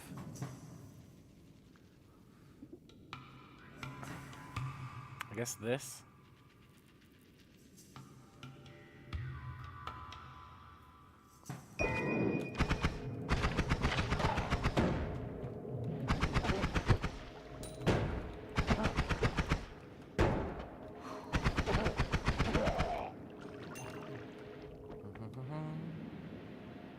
I'd love for us to get a meaningful perk in the second mountain.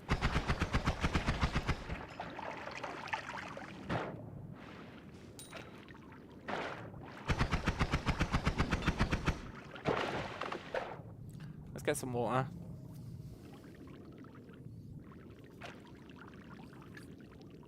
Can never have too much water.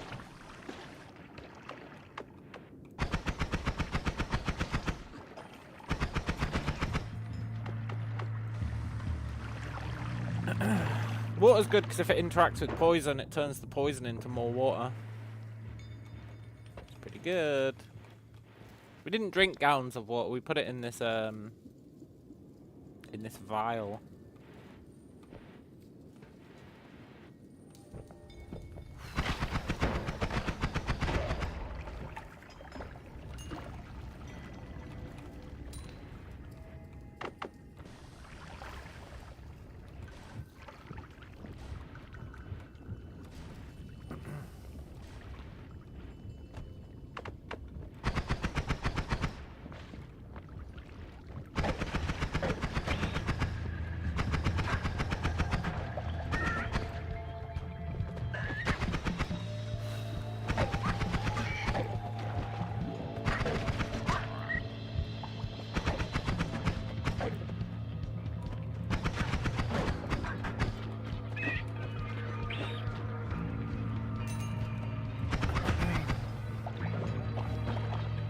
I wonder if those guys are an infinite source of gold. Because they summon those guys who do drop gold. They're probably caps. Like, oh, they only drop a certain amount. It'd be cool if they didn't.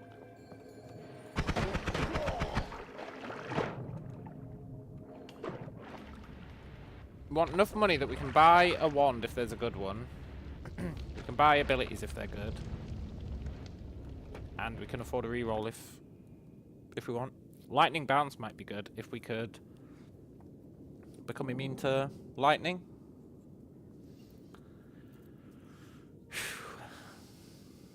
What would we get rid of?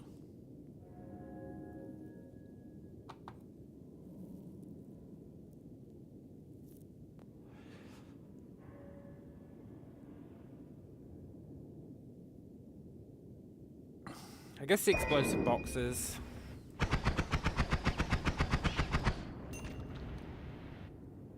I don't really care for the explosive boxes.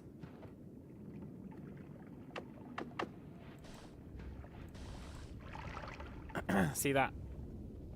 It converts. It's pretty sweet.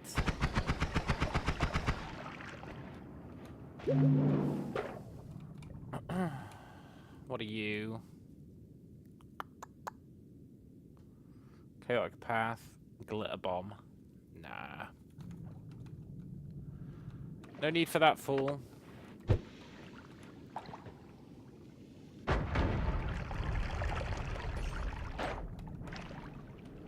Grab any gold we dig out. We're probably getting quite close to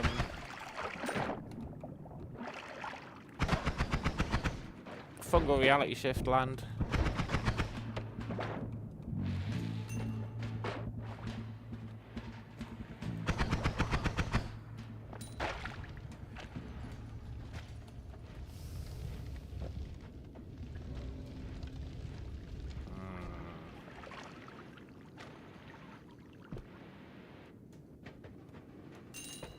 Okay.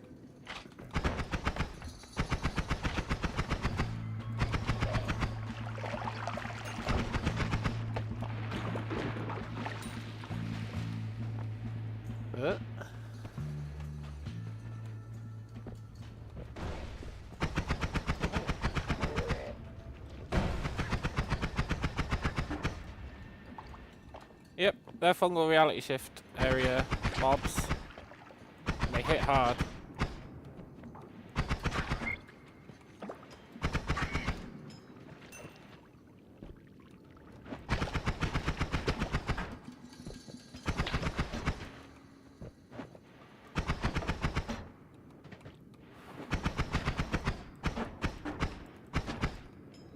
Whew. Fungal gatekeepers, yeah, they are. No!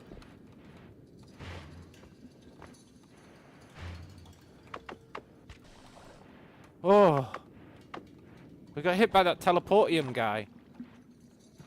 Remember how that screwed us yesterday?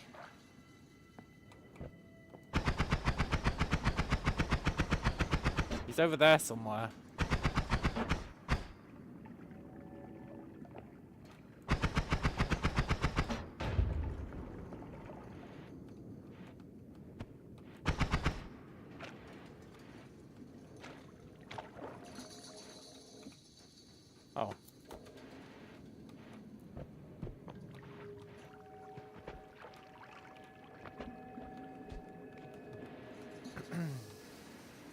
I don't want to get hit by teleportium guy and sent into the middle of the zone. It will definitely kill us.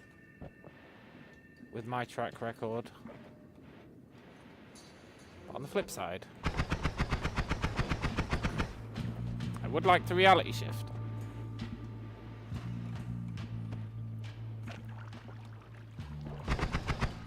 They're teleporting as well.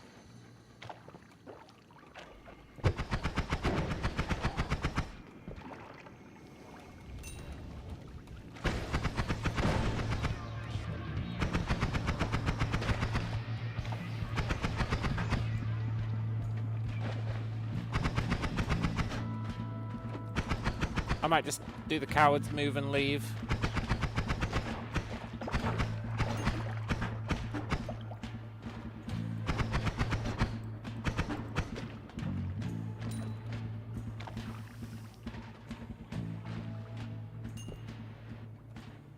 But on the flip side, I might not. We are making good cash off this.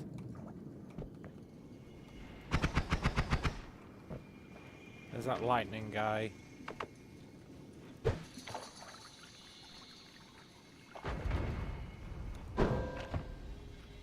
Damn it.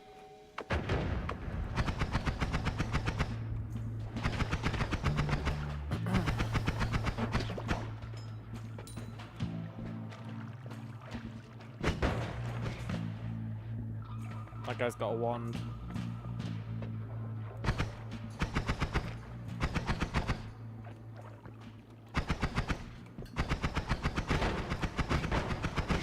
Nope. Oh!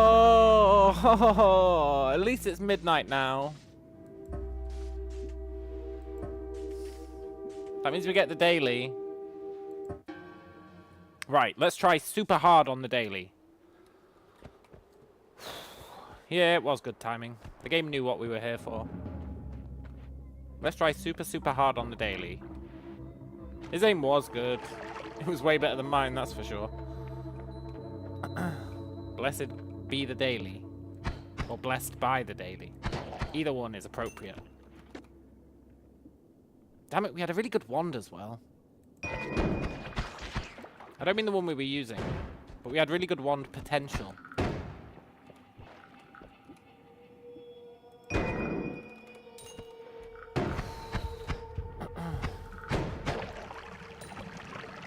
A wand with double cast and really good mana regen and no shuffle.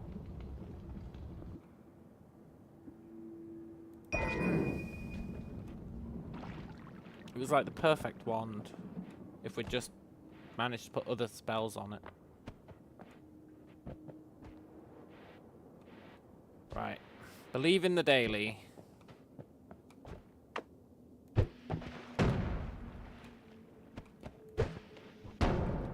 A shop! We've got no money, but a shop. With nothing in it that I want, but a shop.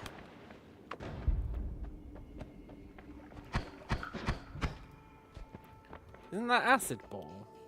20 acid balls. That's actually pretty good.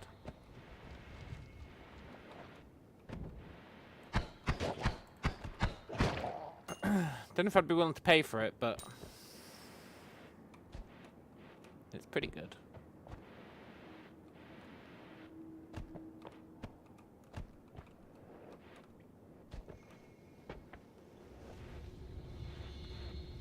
Why is there so much berserkium here?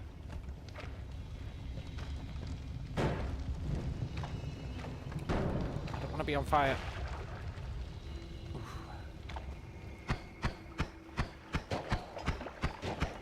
Why is there so much berserkium? What's going on? It's going to make the enemies do more damage. I mean, it makes us do more damage as well, but our damage is fine.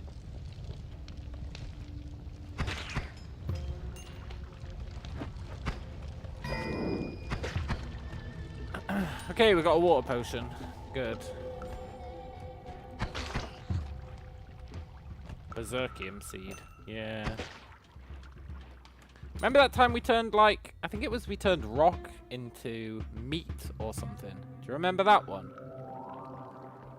It was a really good run we had going on for ages. And then I'm sure we turned rock into meat. And we set fire to it and it burnt down the entire map.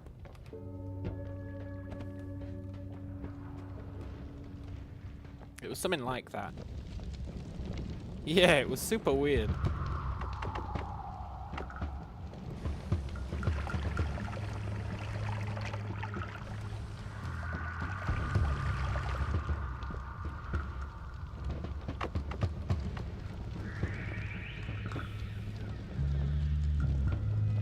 It was one of the better shifts, yeah.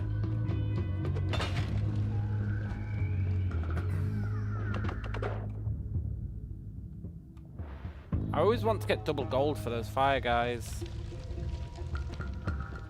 They do so much damage if they hit you, though. Oh, never mind, he killed himself. Yoink.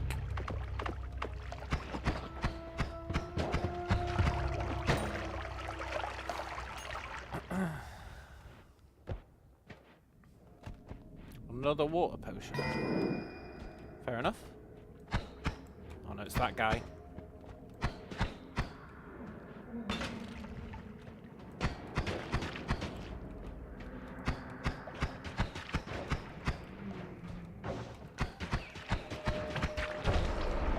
Killed his friend. That's good, sort of.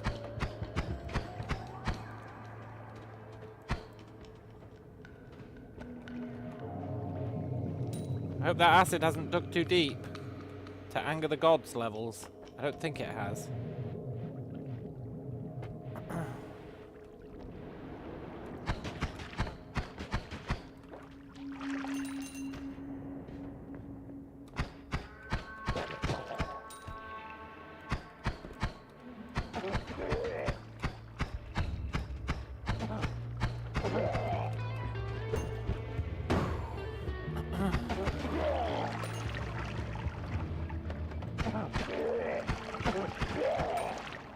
Easy does it. I'd love to get a light source to go in there, but you also need something to drain the water, right? You need a light source and some way to drain the water. We always have one but not the other, except that one time when we had both and then I died.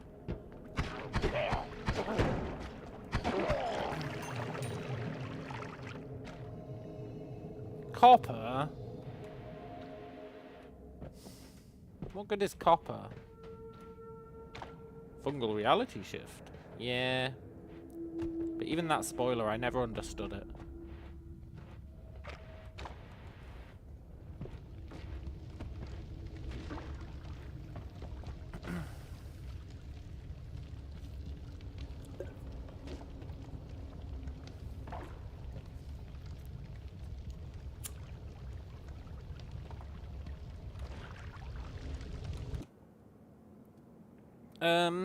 We'll take you. You're not shuffle. You've only got 2 spots, but you're not shuffle. Which means a lot, actually.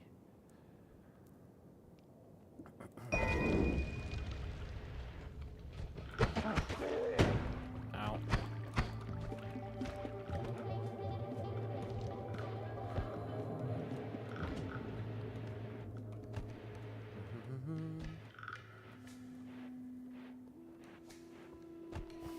Thing is, a non-shuffler with only 2 spots. You need 3, really.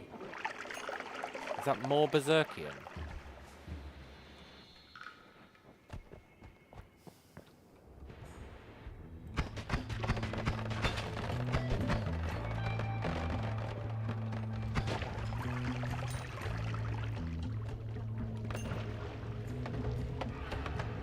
Well, I think that gold's a lost cause.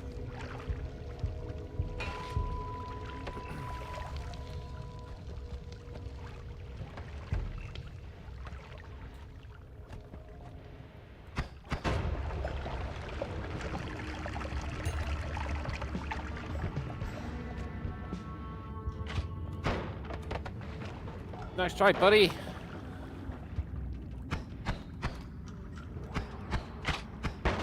Successful try, buddy.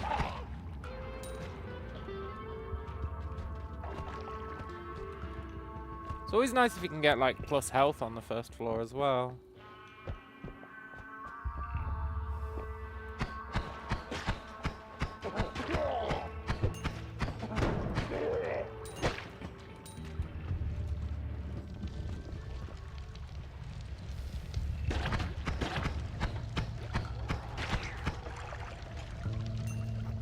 To get the plus health, you need Levitatium, right? And then you go outside, and you can get a bunch of plus healths.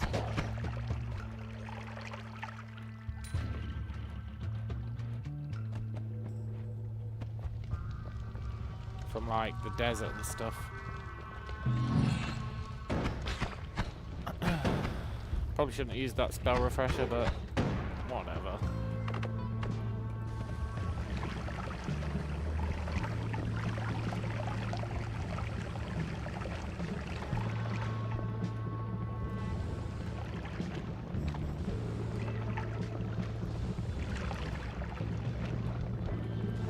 Please stop standing there.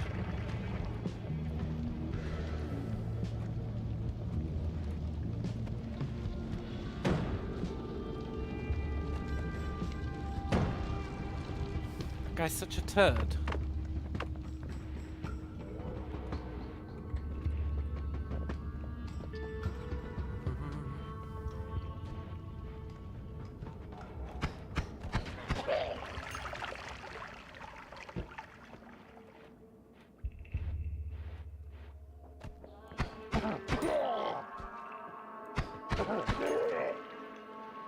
Whew. Okay, looks like we're just getting gold on this floor mostly. Which is fine, I suppose. Just let us buy once. Maybe there'll be a good one for sale. That's usually true in the dailies. Let's go.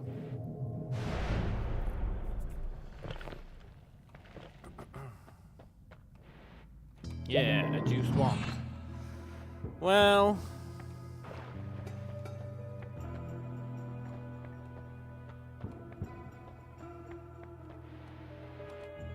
I'm gonna buy explosion.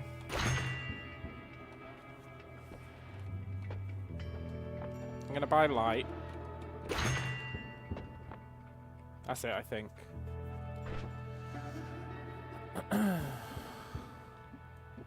Let's do the old swapperoo.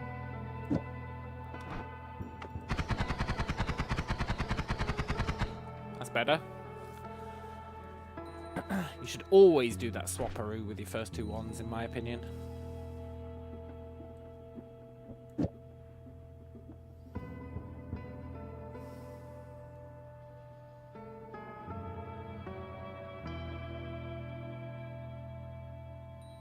I guess you've got really shit recharge time, eh?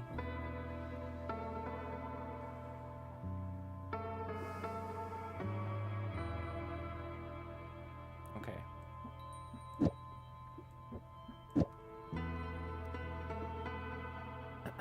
That's fine. We're just gonna get rid of these two ones, I think. We'll just keep their components. Project duplication. Chance to duplicate, but you're more vulnerable to projectiles. Bouncing spells. Bouncing spells is really good. But is it good enough? Lucky Minion is okay. Actually, it's massively OP.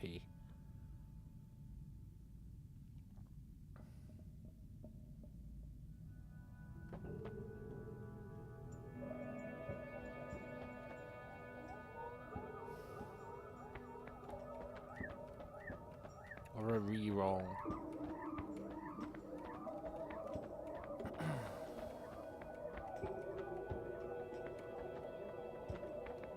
Let's take bouncing spells. It's got more interesting synergies. And it makes us travel further, right? Which is useful.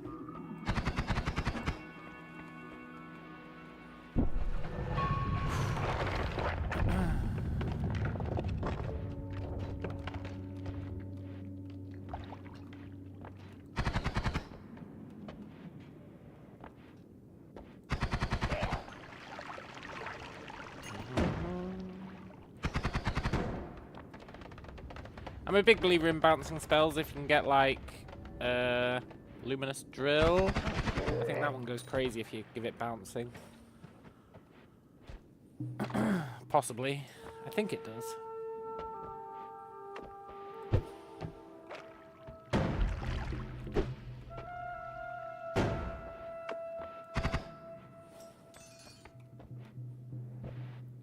Really, my heart is set on a luminous drill build, but we haven't even found luminous drill yet.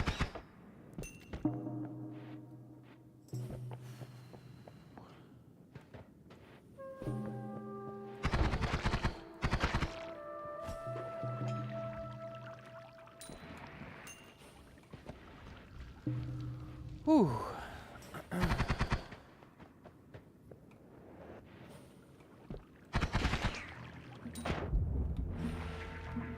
No! My gold!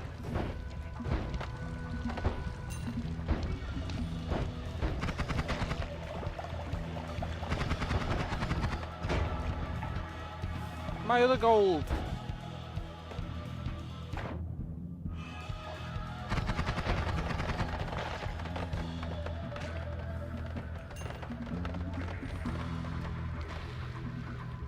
Damn it.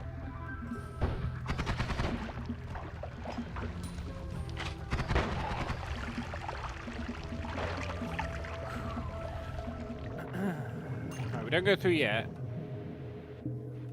We might be in a good position to reality shift.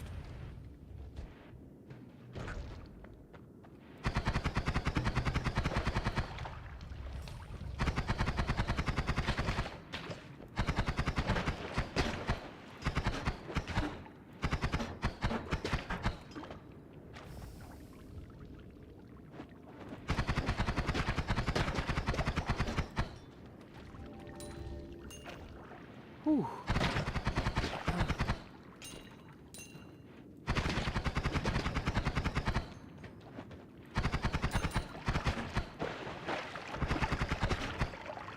There's a lot of fungus here.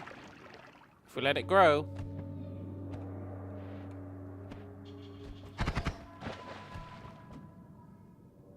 I have a theory. No! We burnt all our fungus!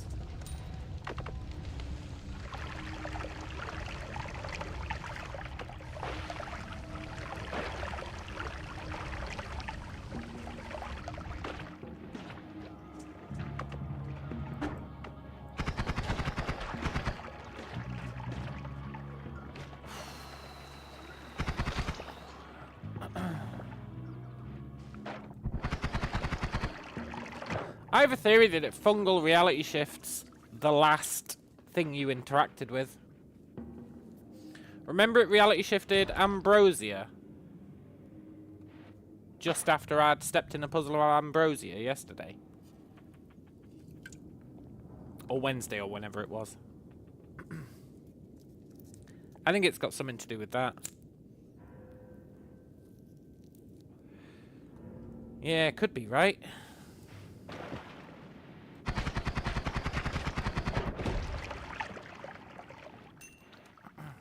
Now, if it is, I don't know how it'd define what we last interacted with. So let's just YOLO.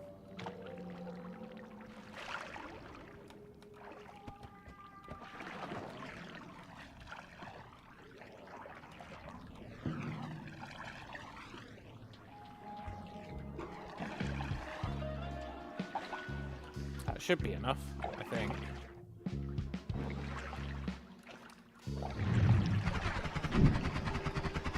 Yeah, water! It shifted water. Now, we don't know what it shifted into water. But it shifted something into water. Which is quite a benign shift, I guess.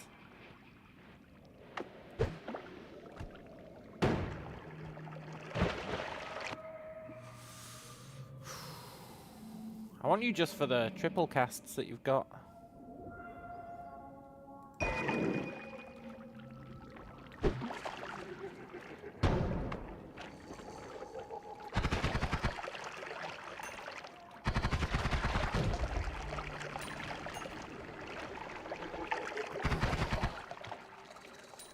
So we've shifted water, huh? What else would we want to shift? Blood, maybe? That might be interesting. I'm not sure how we'd guarantee it.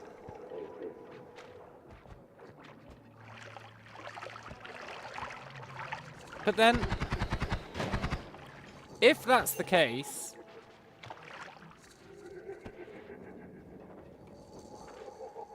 how the hell did we shift stuff into being meat? Which we definitely did.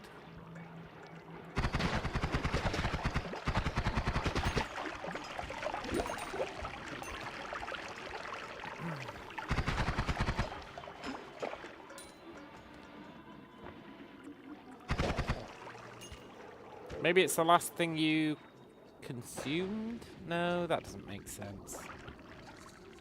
Let's drink some blood just in case.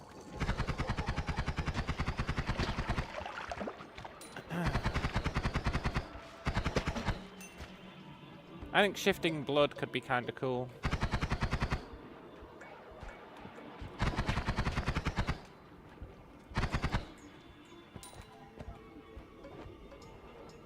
I don't trust that there's teleportium there.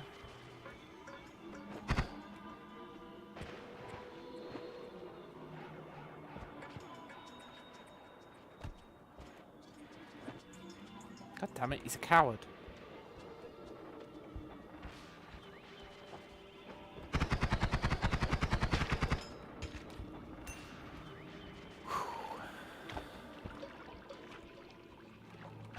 Okay.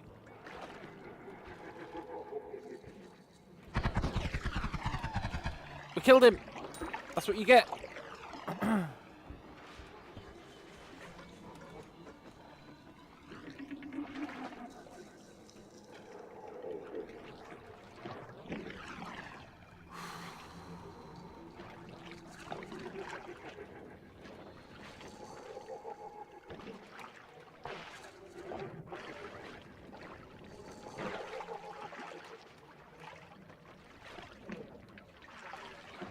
I feel like that should have been enough.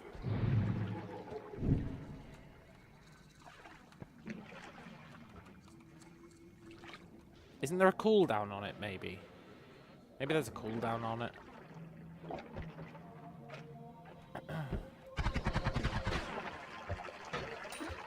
You can only shift every so often.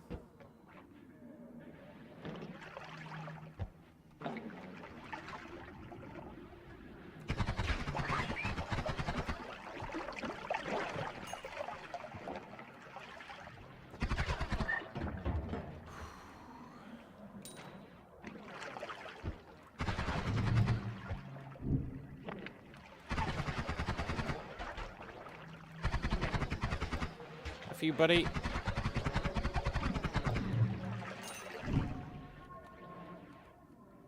Is that a giant pile of fungus?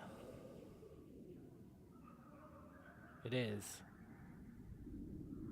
It's another teleporting guy.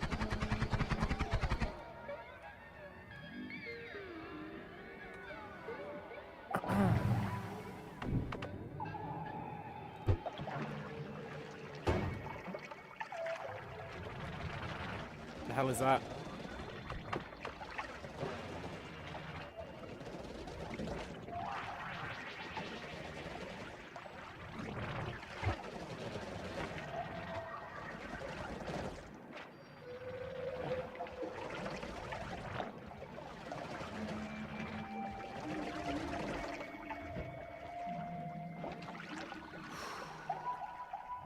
I feel like we should have shifted by now. Let's see some more. Ah, there we go. You hear the word pea soup? Pea soup?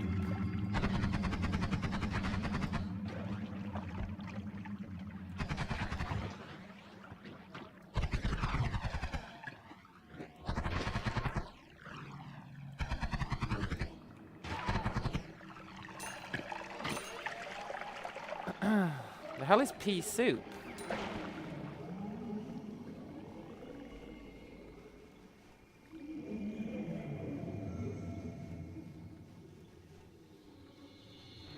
Poop. Maybe that green stuff. No, that's vomit, man. That's where we've been throwing up from eating too much. Well, it's going to have turned something into pea soup, right? There we go, pea soup. So it's turned something into pea soup, but we don't know what, I guess. Shit, it's a guy with a wand.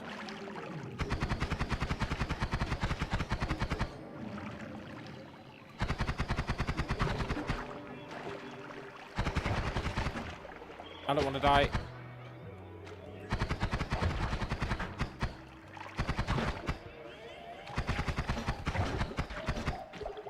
I want to do like one more shift maybe?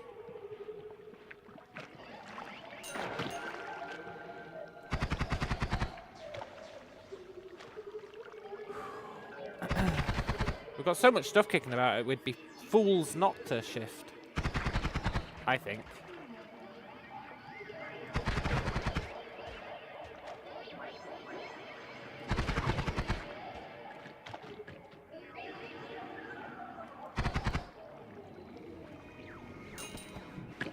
Shit, teleportium.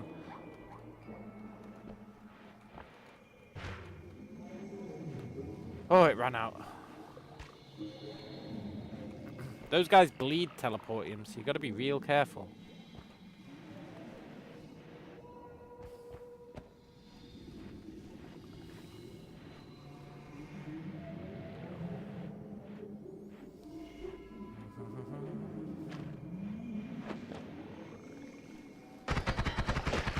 Try, loser.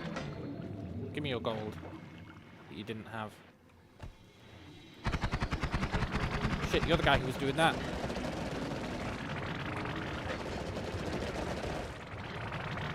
Maybe you're not that scary. Hang on, I want to see what that wand was.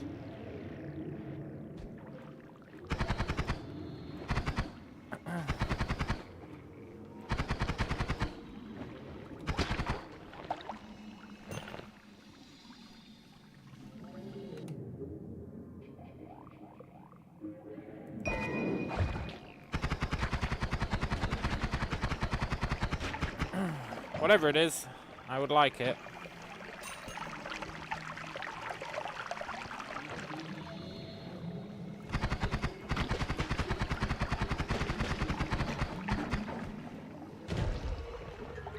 Oh my god. He's got a wand. I'm out of here.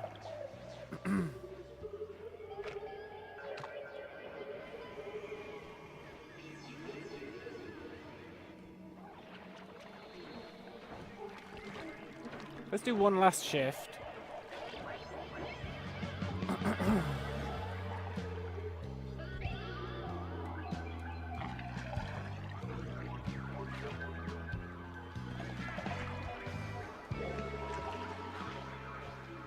Shit, one guy's there.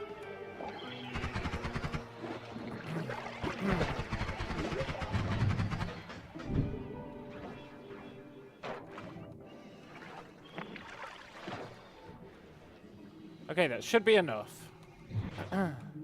Fuck.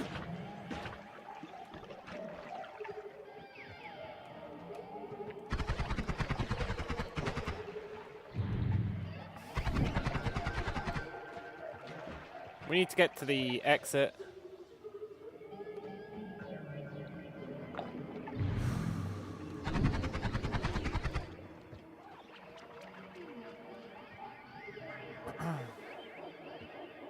I'm scared. But I don't want to die.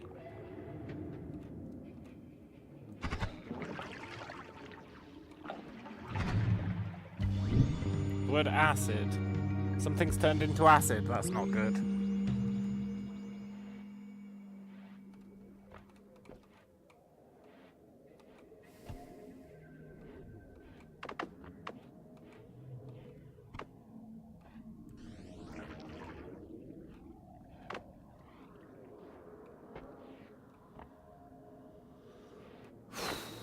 Okay.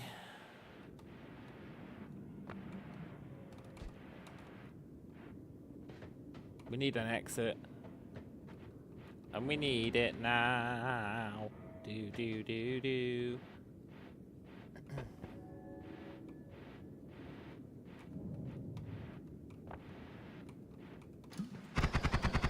Nope, not sticking around with him.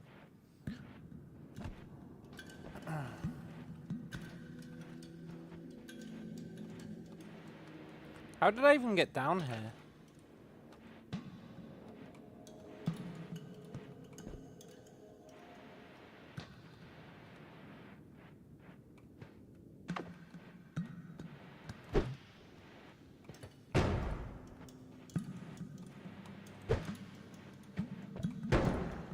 Okay.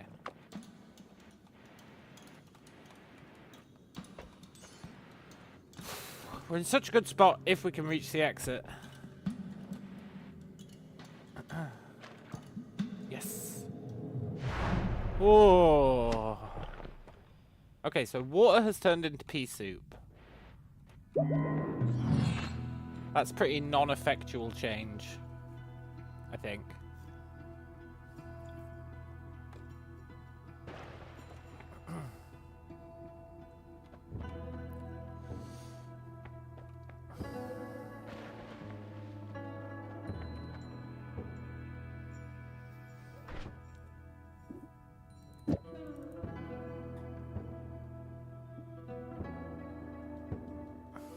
You could be quite a good wand.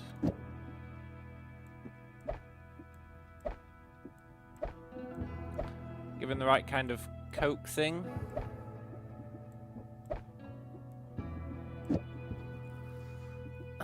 We would need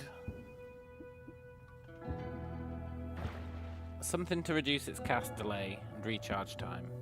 Ideally, a chainsaw.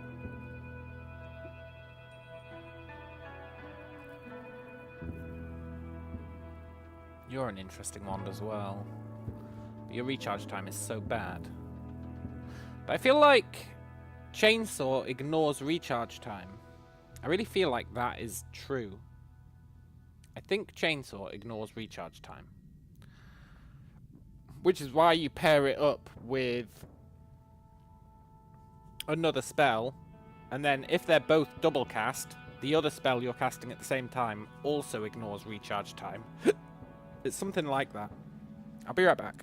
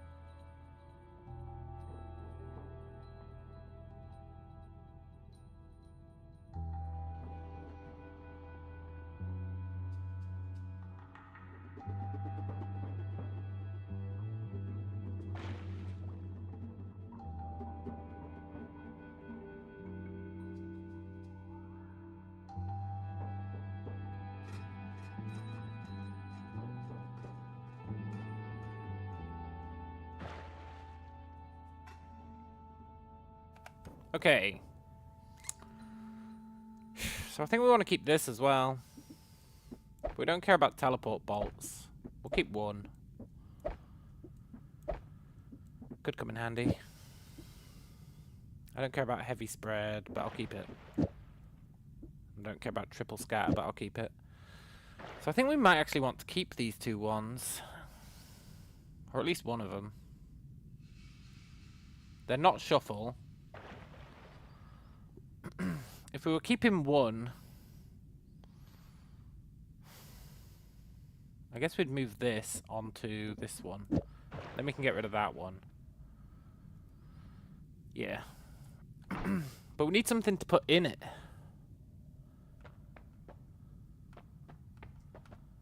Which is where we'd ideally have a mother effing chainsaw. What? Perks, huh? Teleportitis. Glass cannon. Projectile eater. Nah, reroll. Levitation trail. Extra wand capacity. Iron stomach. Nah. Peace with the gods. Probably worth taking.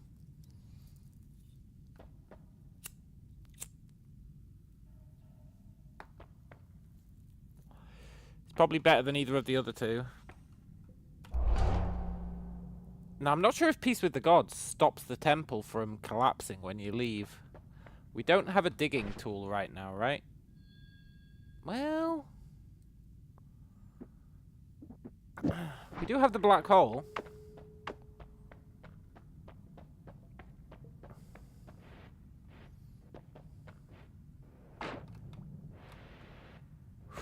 We do have the black hole, which will eat through this stuff, I think. The gods look the other way.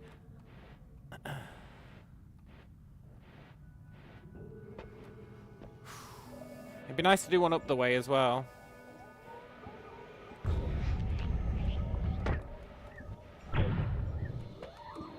Look, that's really not cool. Oh, peace with the gods. Praise the Lord.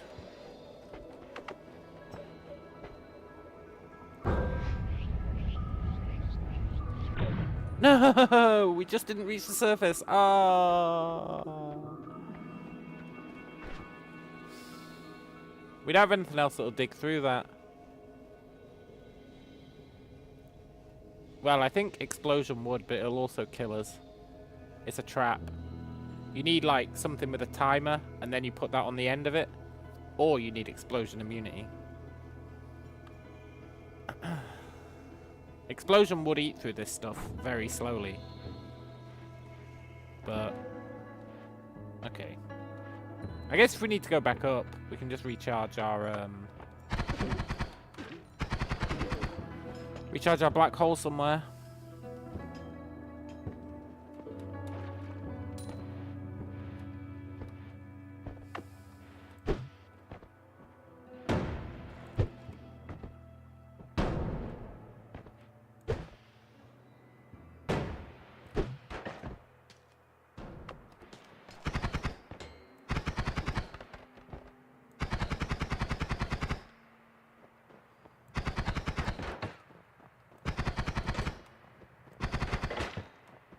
I hate these guys.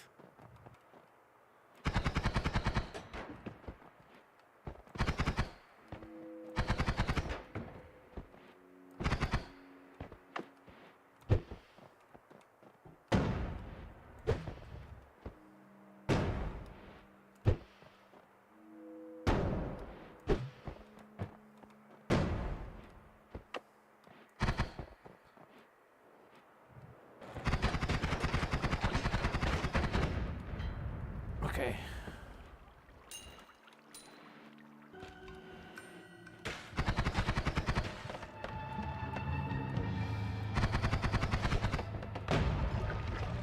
Ooh. Another one.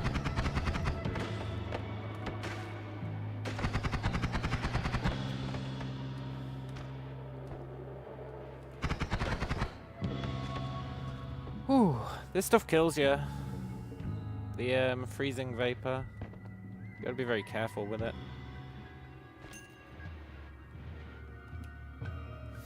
You are a shuffler.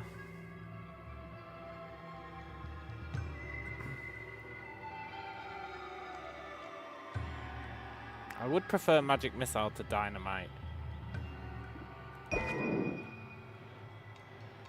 What creates the freezing vapor? Those guys, when they die, or when they get injured, they bleed it.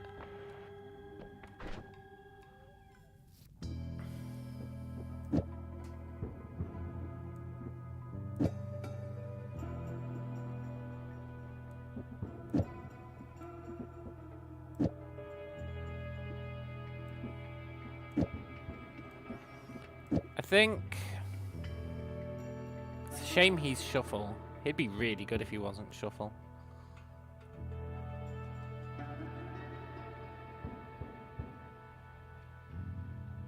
Yeah, okay. I think we leave this wand here.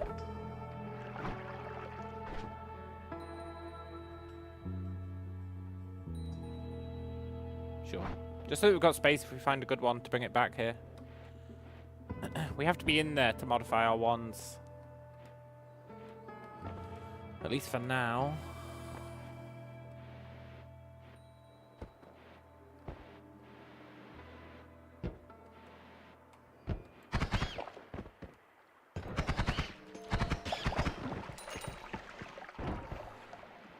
There's a sniper.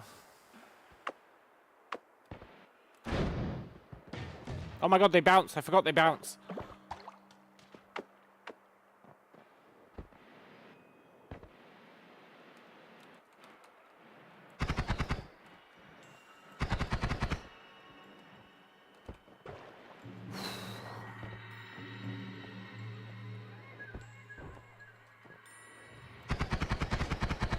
Where'd that sniper go?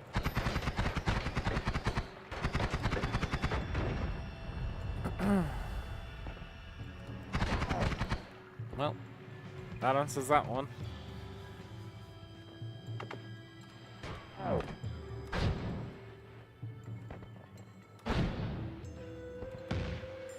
I need to stop doing that.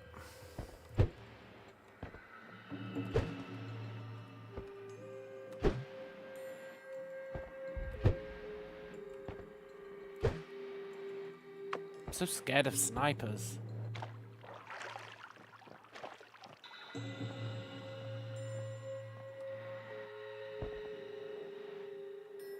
Did he die?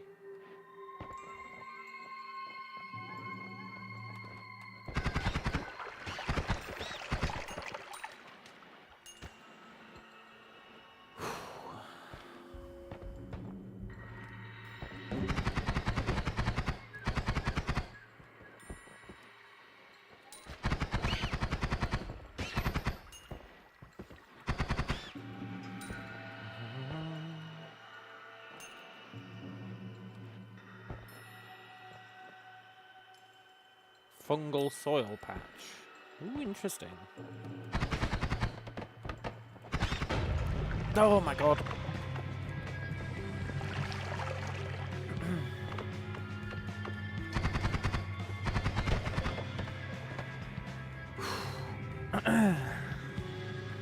Gameplay says, I would be absolutely terrified playing this game. That gives me the claustrophobic feeling.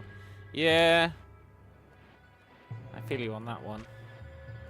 Oh my god, there's fungal stuff growing here from the soil. Oh, that fungal soil patch would have been sweet. But it blew up. Oh, we could try for another reality shift.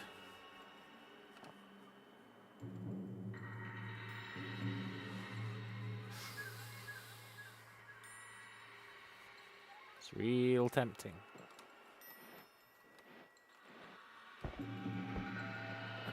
That's a ghost, right? What the hell are you?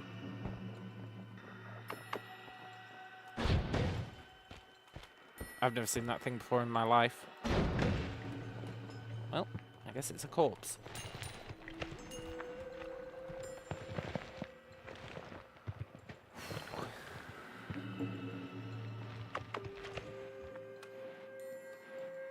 I probably shouldn't go this way. It looks scary.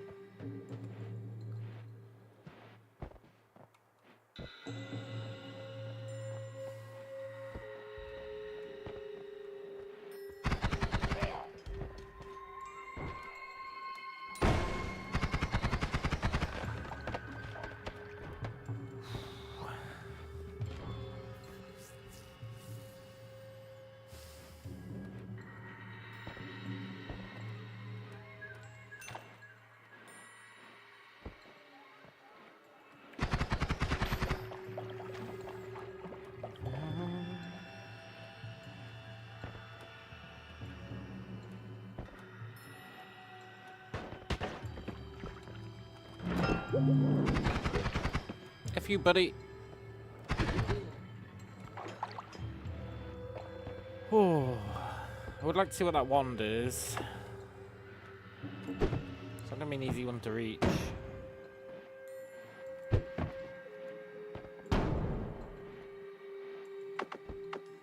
Never mind.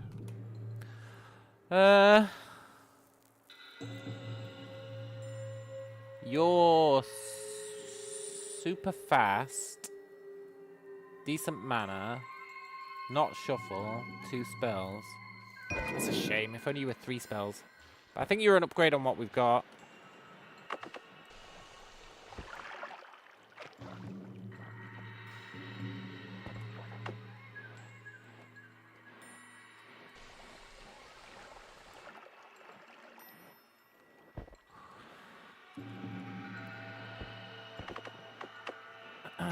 Do we want to go to the surface? Probably not. Okay, here's the exit. That's a glue guy, right?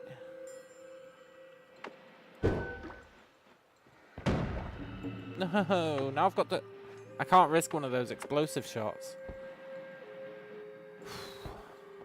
Not when they're bouncing. It's too high risk.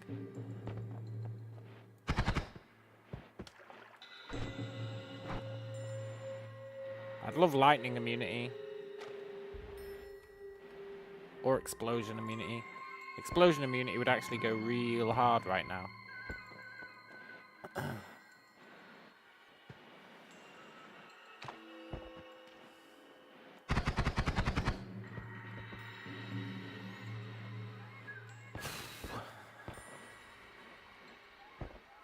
But I don't want to run into a sniper.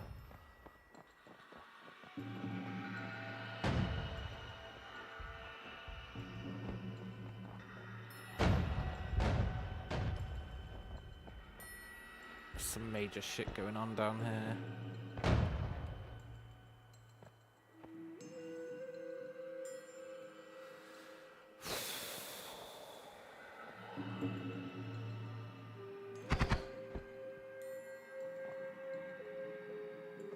I think I might have to risk the explosion back the other way, you know? It's so close to the exit.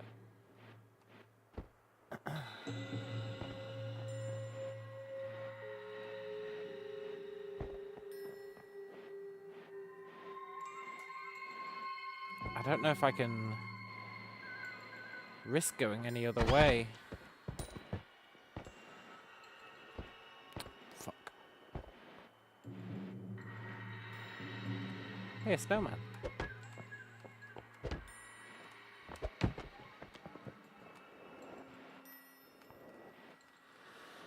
Yeah, I don't think I can risk going any other way. Which means firing explosive down there. Unless.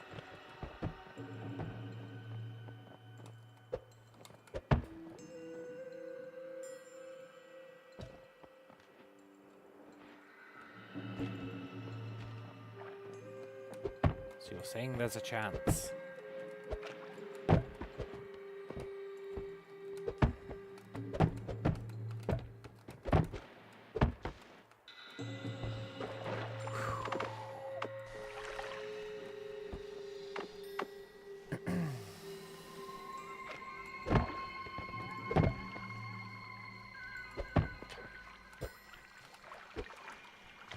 Damn it.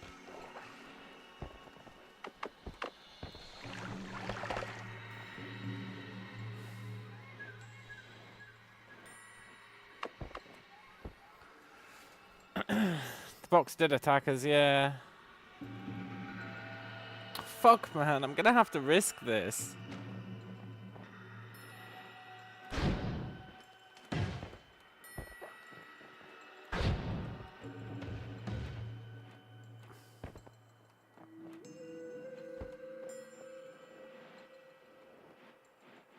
I can't. We just need to get through here.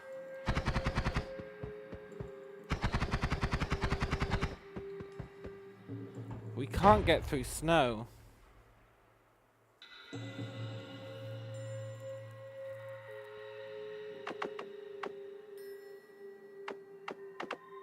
But I don't want to die.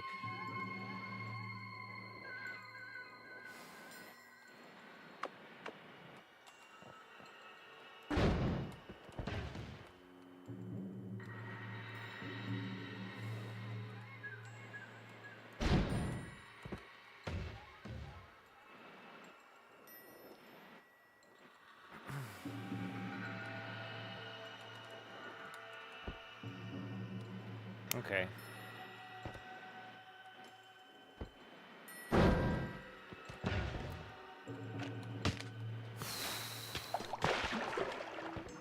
Well, it was a noble goal. If we go back home, we can equip Firebolt. That means finding our way back home.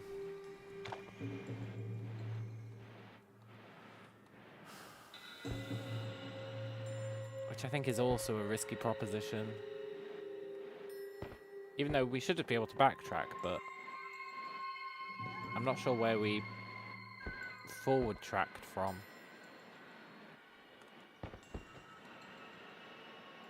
I don't trust that guy.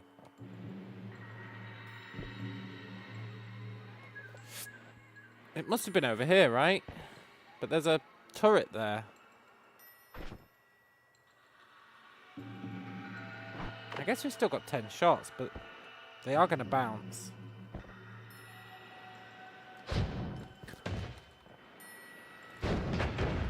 Okay.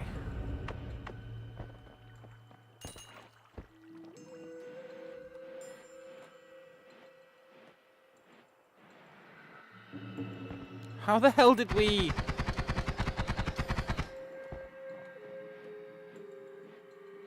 I don't understand how that guy was there. I've never been here. How did we get down?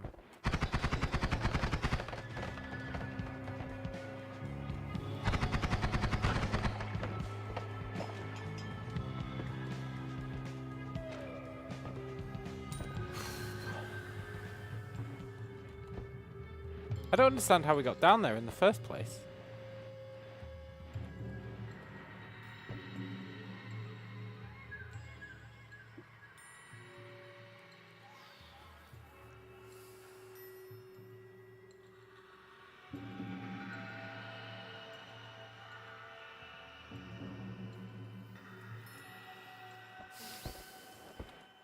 Poop. If only we had a chainsaw.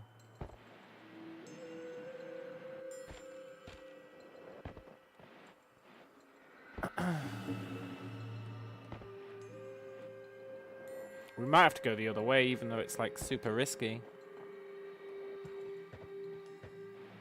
We do have 8 more shots.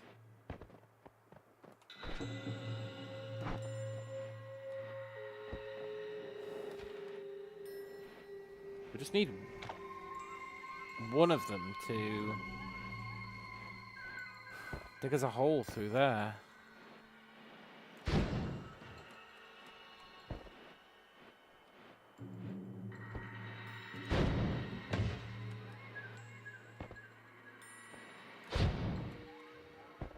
It's like playing pool.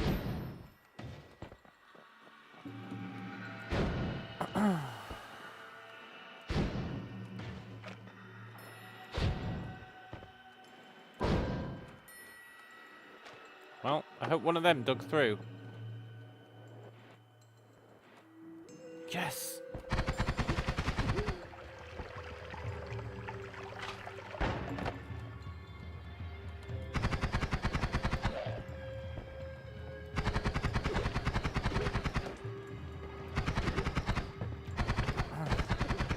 I'm a literal god.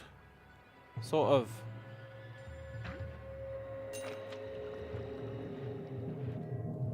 Oh.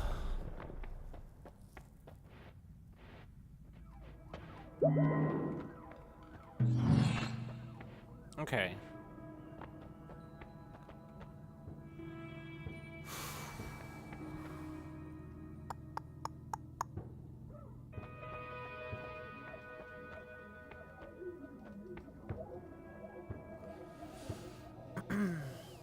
That's a really nice spell, I remember that much. You can dig with it.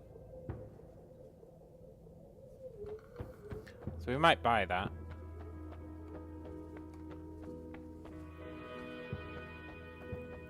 Let's see what our perk options are.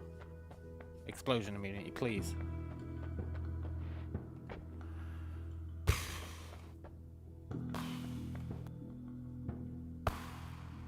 I mean, the projectile repulsion field is pretty good.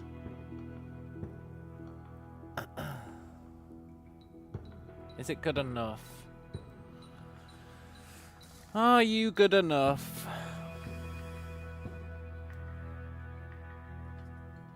Maybe?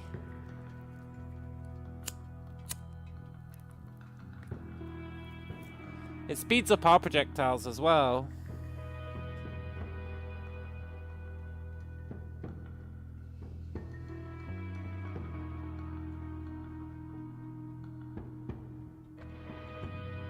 Yes, you are good enough.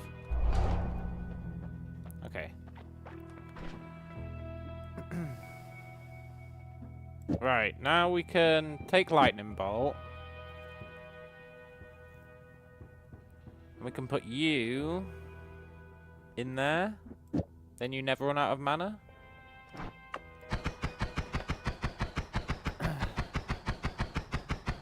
You fire a bit slower but never run out of mana. That is a good trade in my opinion.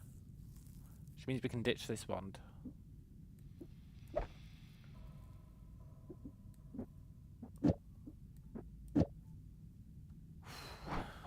Right.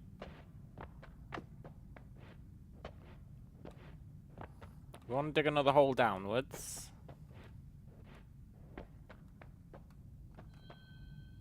Oh right, the repulsion field, I forgot.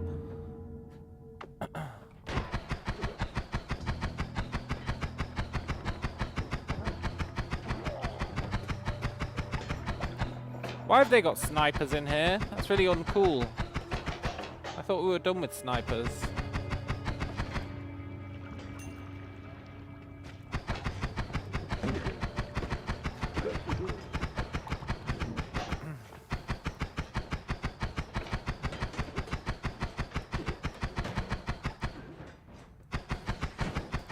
Repulsion field should serve as well here.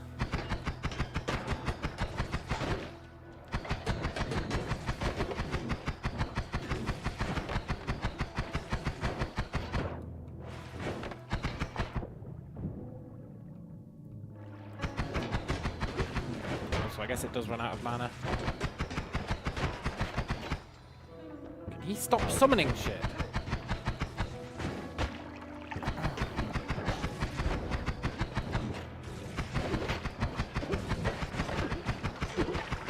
Put it out, dude.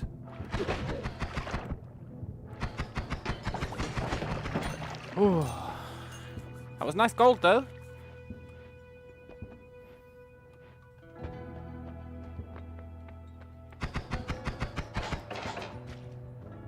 Okay.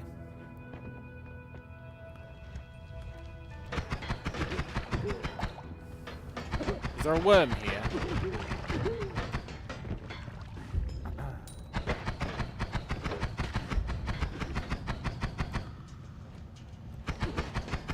I find it very hard to believe it was my black hole that did that. Maybe it was, though.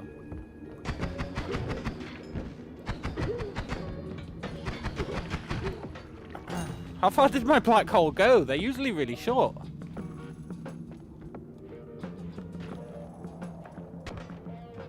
It really went on a journey. I guess it ended... No, it didn't end here. I guess it ended here?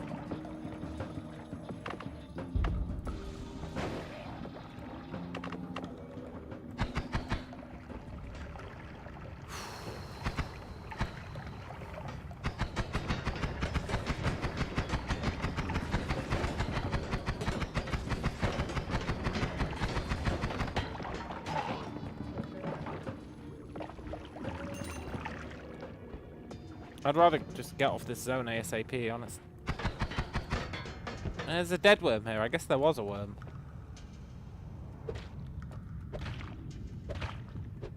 Stupid worm. Yeah, this one is brutal.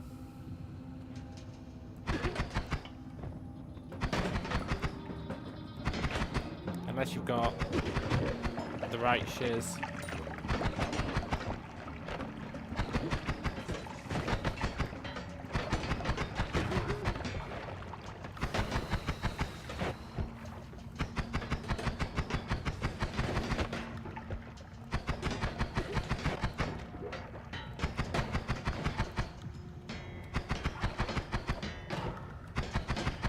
I really want that gold. No regrets.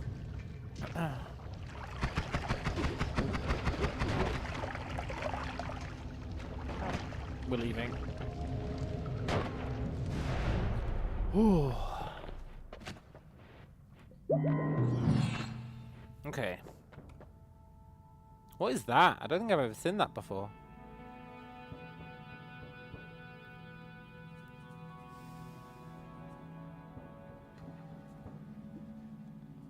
Cursed sphere. A projectile that brings bad luck to anyone it hits. That's vague.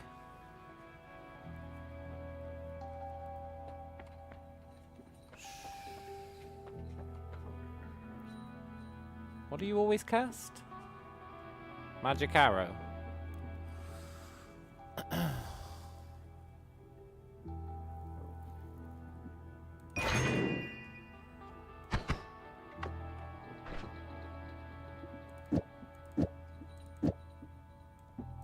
You really always cast magic arrow?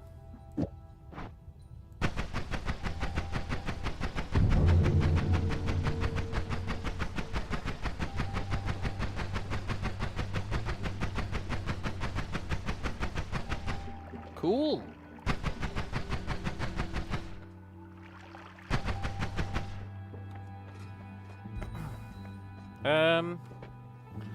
Always cast. We could add another always cast to the wand. More blood. Gases ignite. I mean, it's tempting to add another always cast to that wand. It's real tempting. But it could be anything. But the other two are kind of ass. We can't afford a reroll. Although we could come back later, because we can dig a hole through the floor. Get 200 more gold, come back for a reroll. The always cast could really fuck us. Or it could be pretty good. But it could fuck us. I think we dig a hole. Get 200 gold, come back. That's the wise play.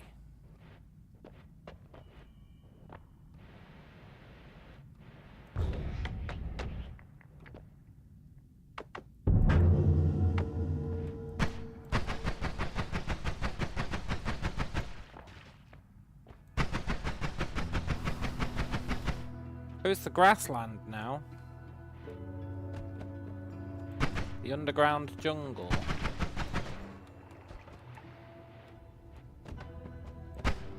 Yoink.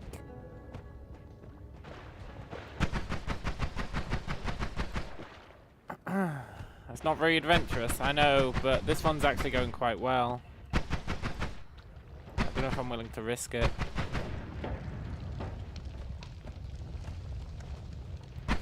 Well, I guess I do know if I'm willing to risk it, and the answer's no.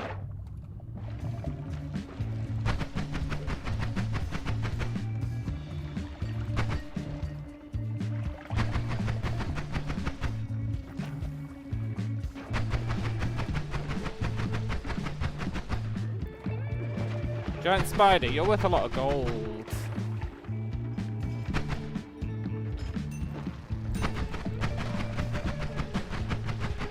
If you don't kill us.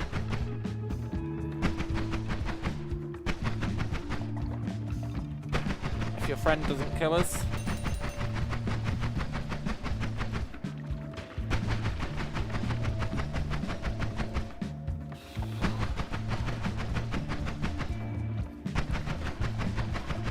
God, how many of them are there?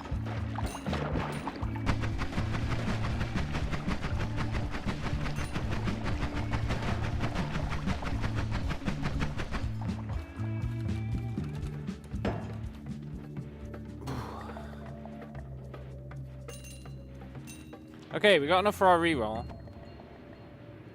Now imagine if we could get explosion immunity. Oh, it'd be so good.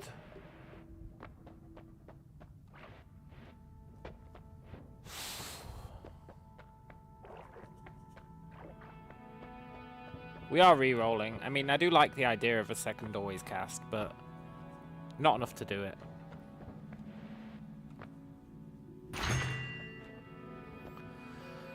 Invisibility.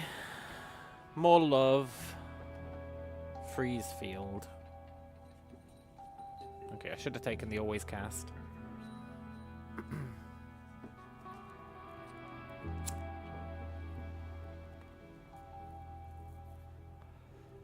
Freeze field, yeah. It's a tricky one though, Because if you want to swim into some water to get, like, a chest, then, well, you ain't doing it.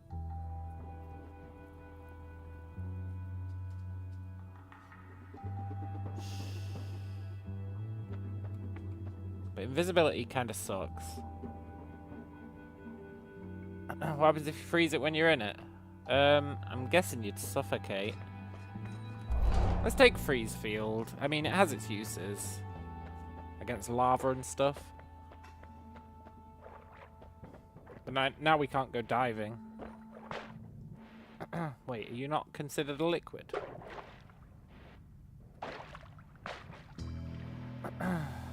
Maybe pea soup isn't considered a liquid? That's kind of weird.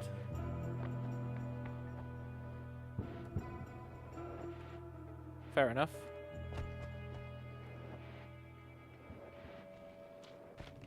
Blood is, though.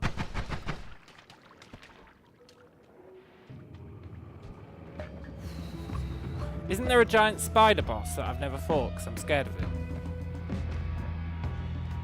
I'm always like, we'll come back later when we've got better ones.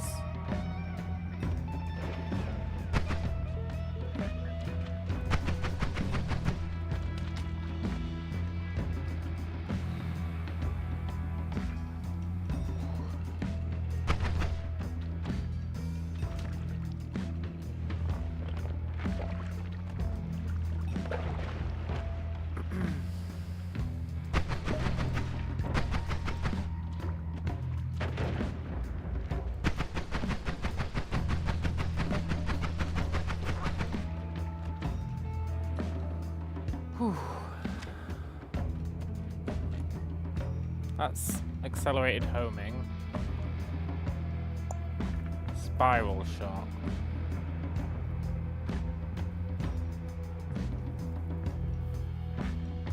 Isn't the end boss a spider? Yeah, kind of.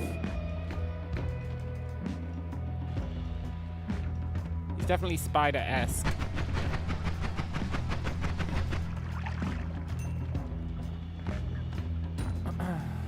Spider adjacent.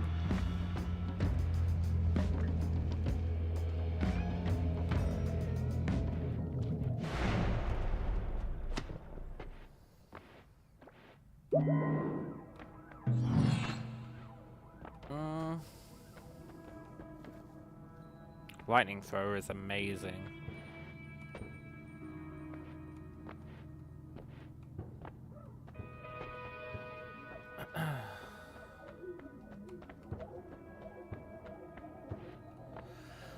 Plasma beam. More health. Enemies near you take damage. The damage is higher the lower your health gets. Sold. It's not necessarily massively useful, but it also might be.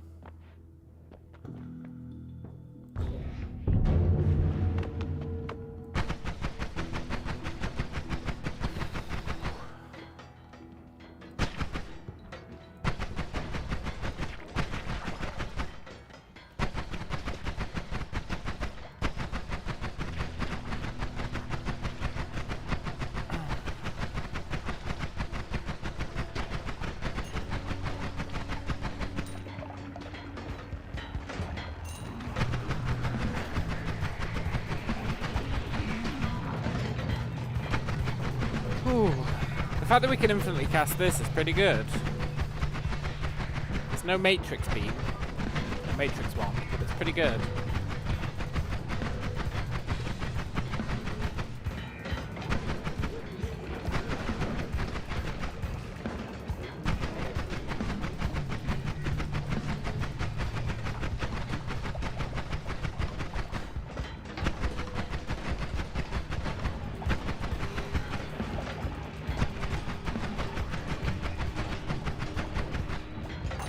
Oh, Freezing Field puts out fires. It is actually pretty OP.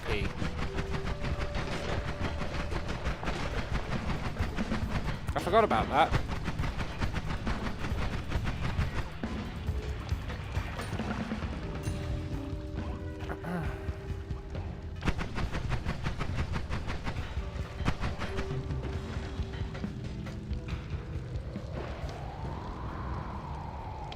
Also, I think these enemies who are supposed to bleed poison and stuff are bleeding pea soup. I think.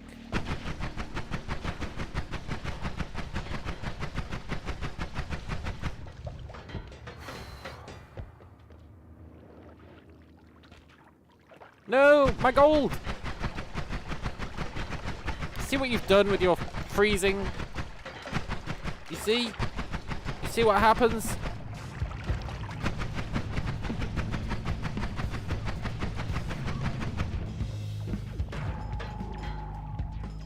My gold!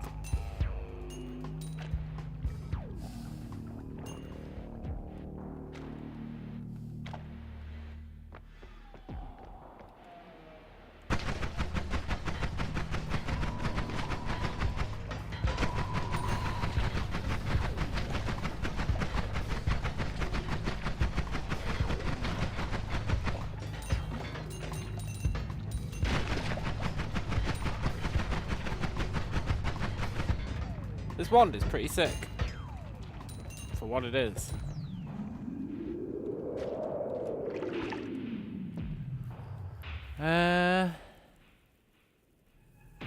You are pretty good.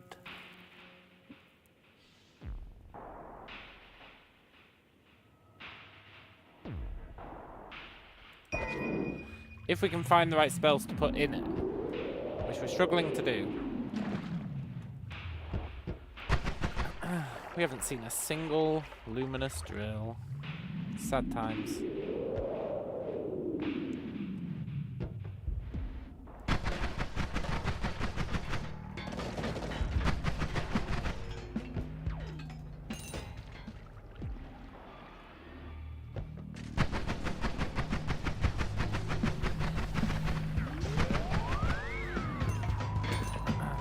I would sell my soul for a luminous drill and a chainsaw.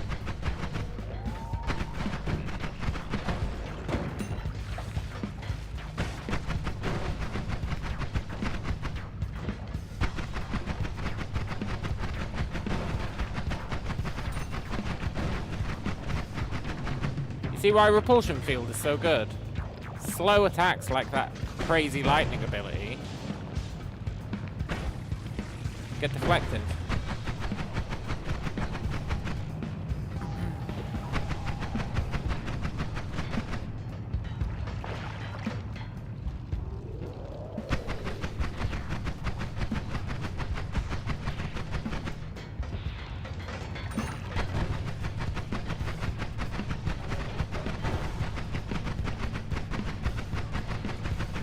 It's only fast attacks that can get through it, really. Like, the snipers. And melee guys, I guess.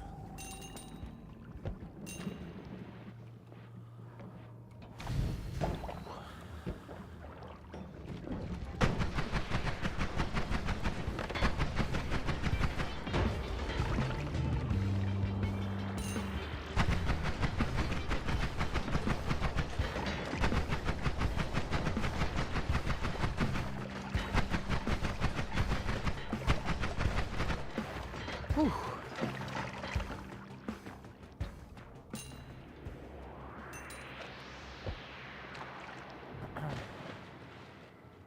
Now I don't want to get cocky and say there's a chance we win this run. We've still got that annoying Dark Temple or whatever it's called to do.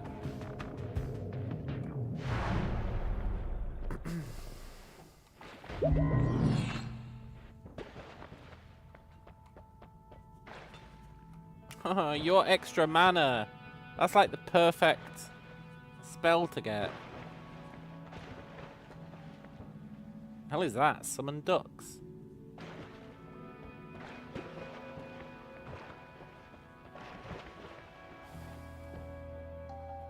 Where's my explosion immunity?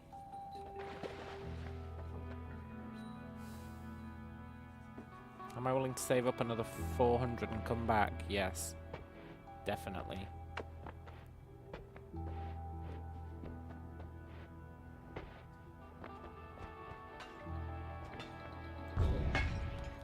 This is the temple zone.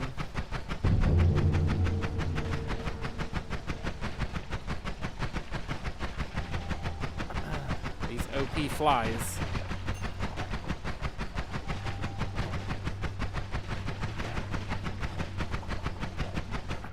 And they're not acting very OP now. They kind of are. Temple of the Art. Fuck you with your teleportium, buddy. Oh, it's that guy. Remember, he's like insane. We've died to him many times.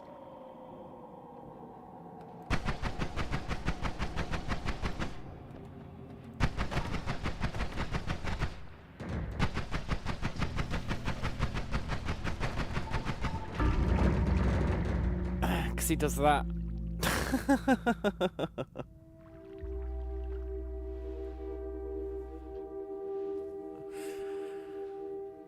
Well, it was a good run. Sort of.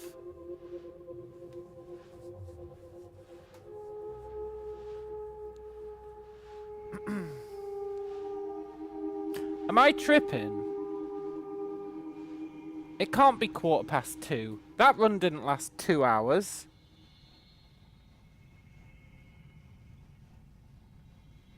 Did the clocks go forward?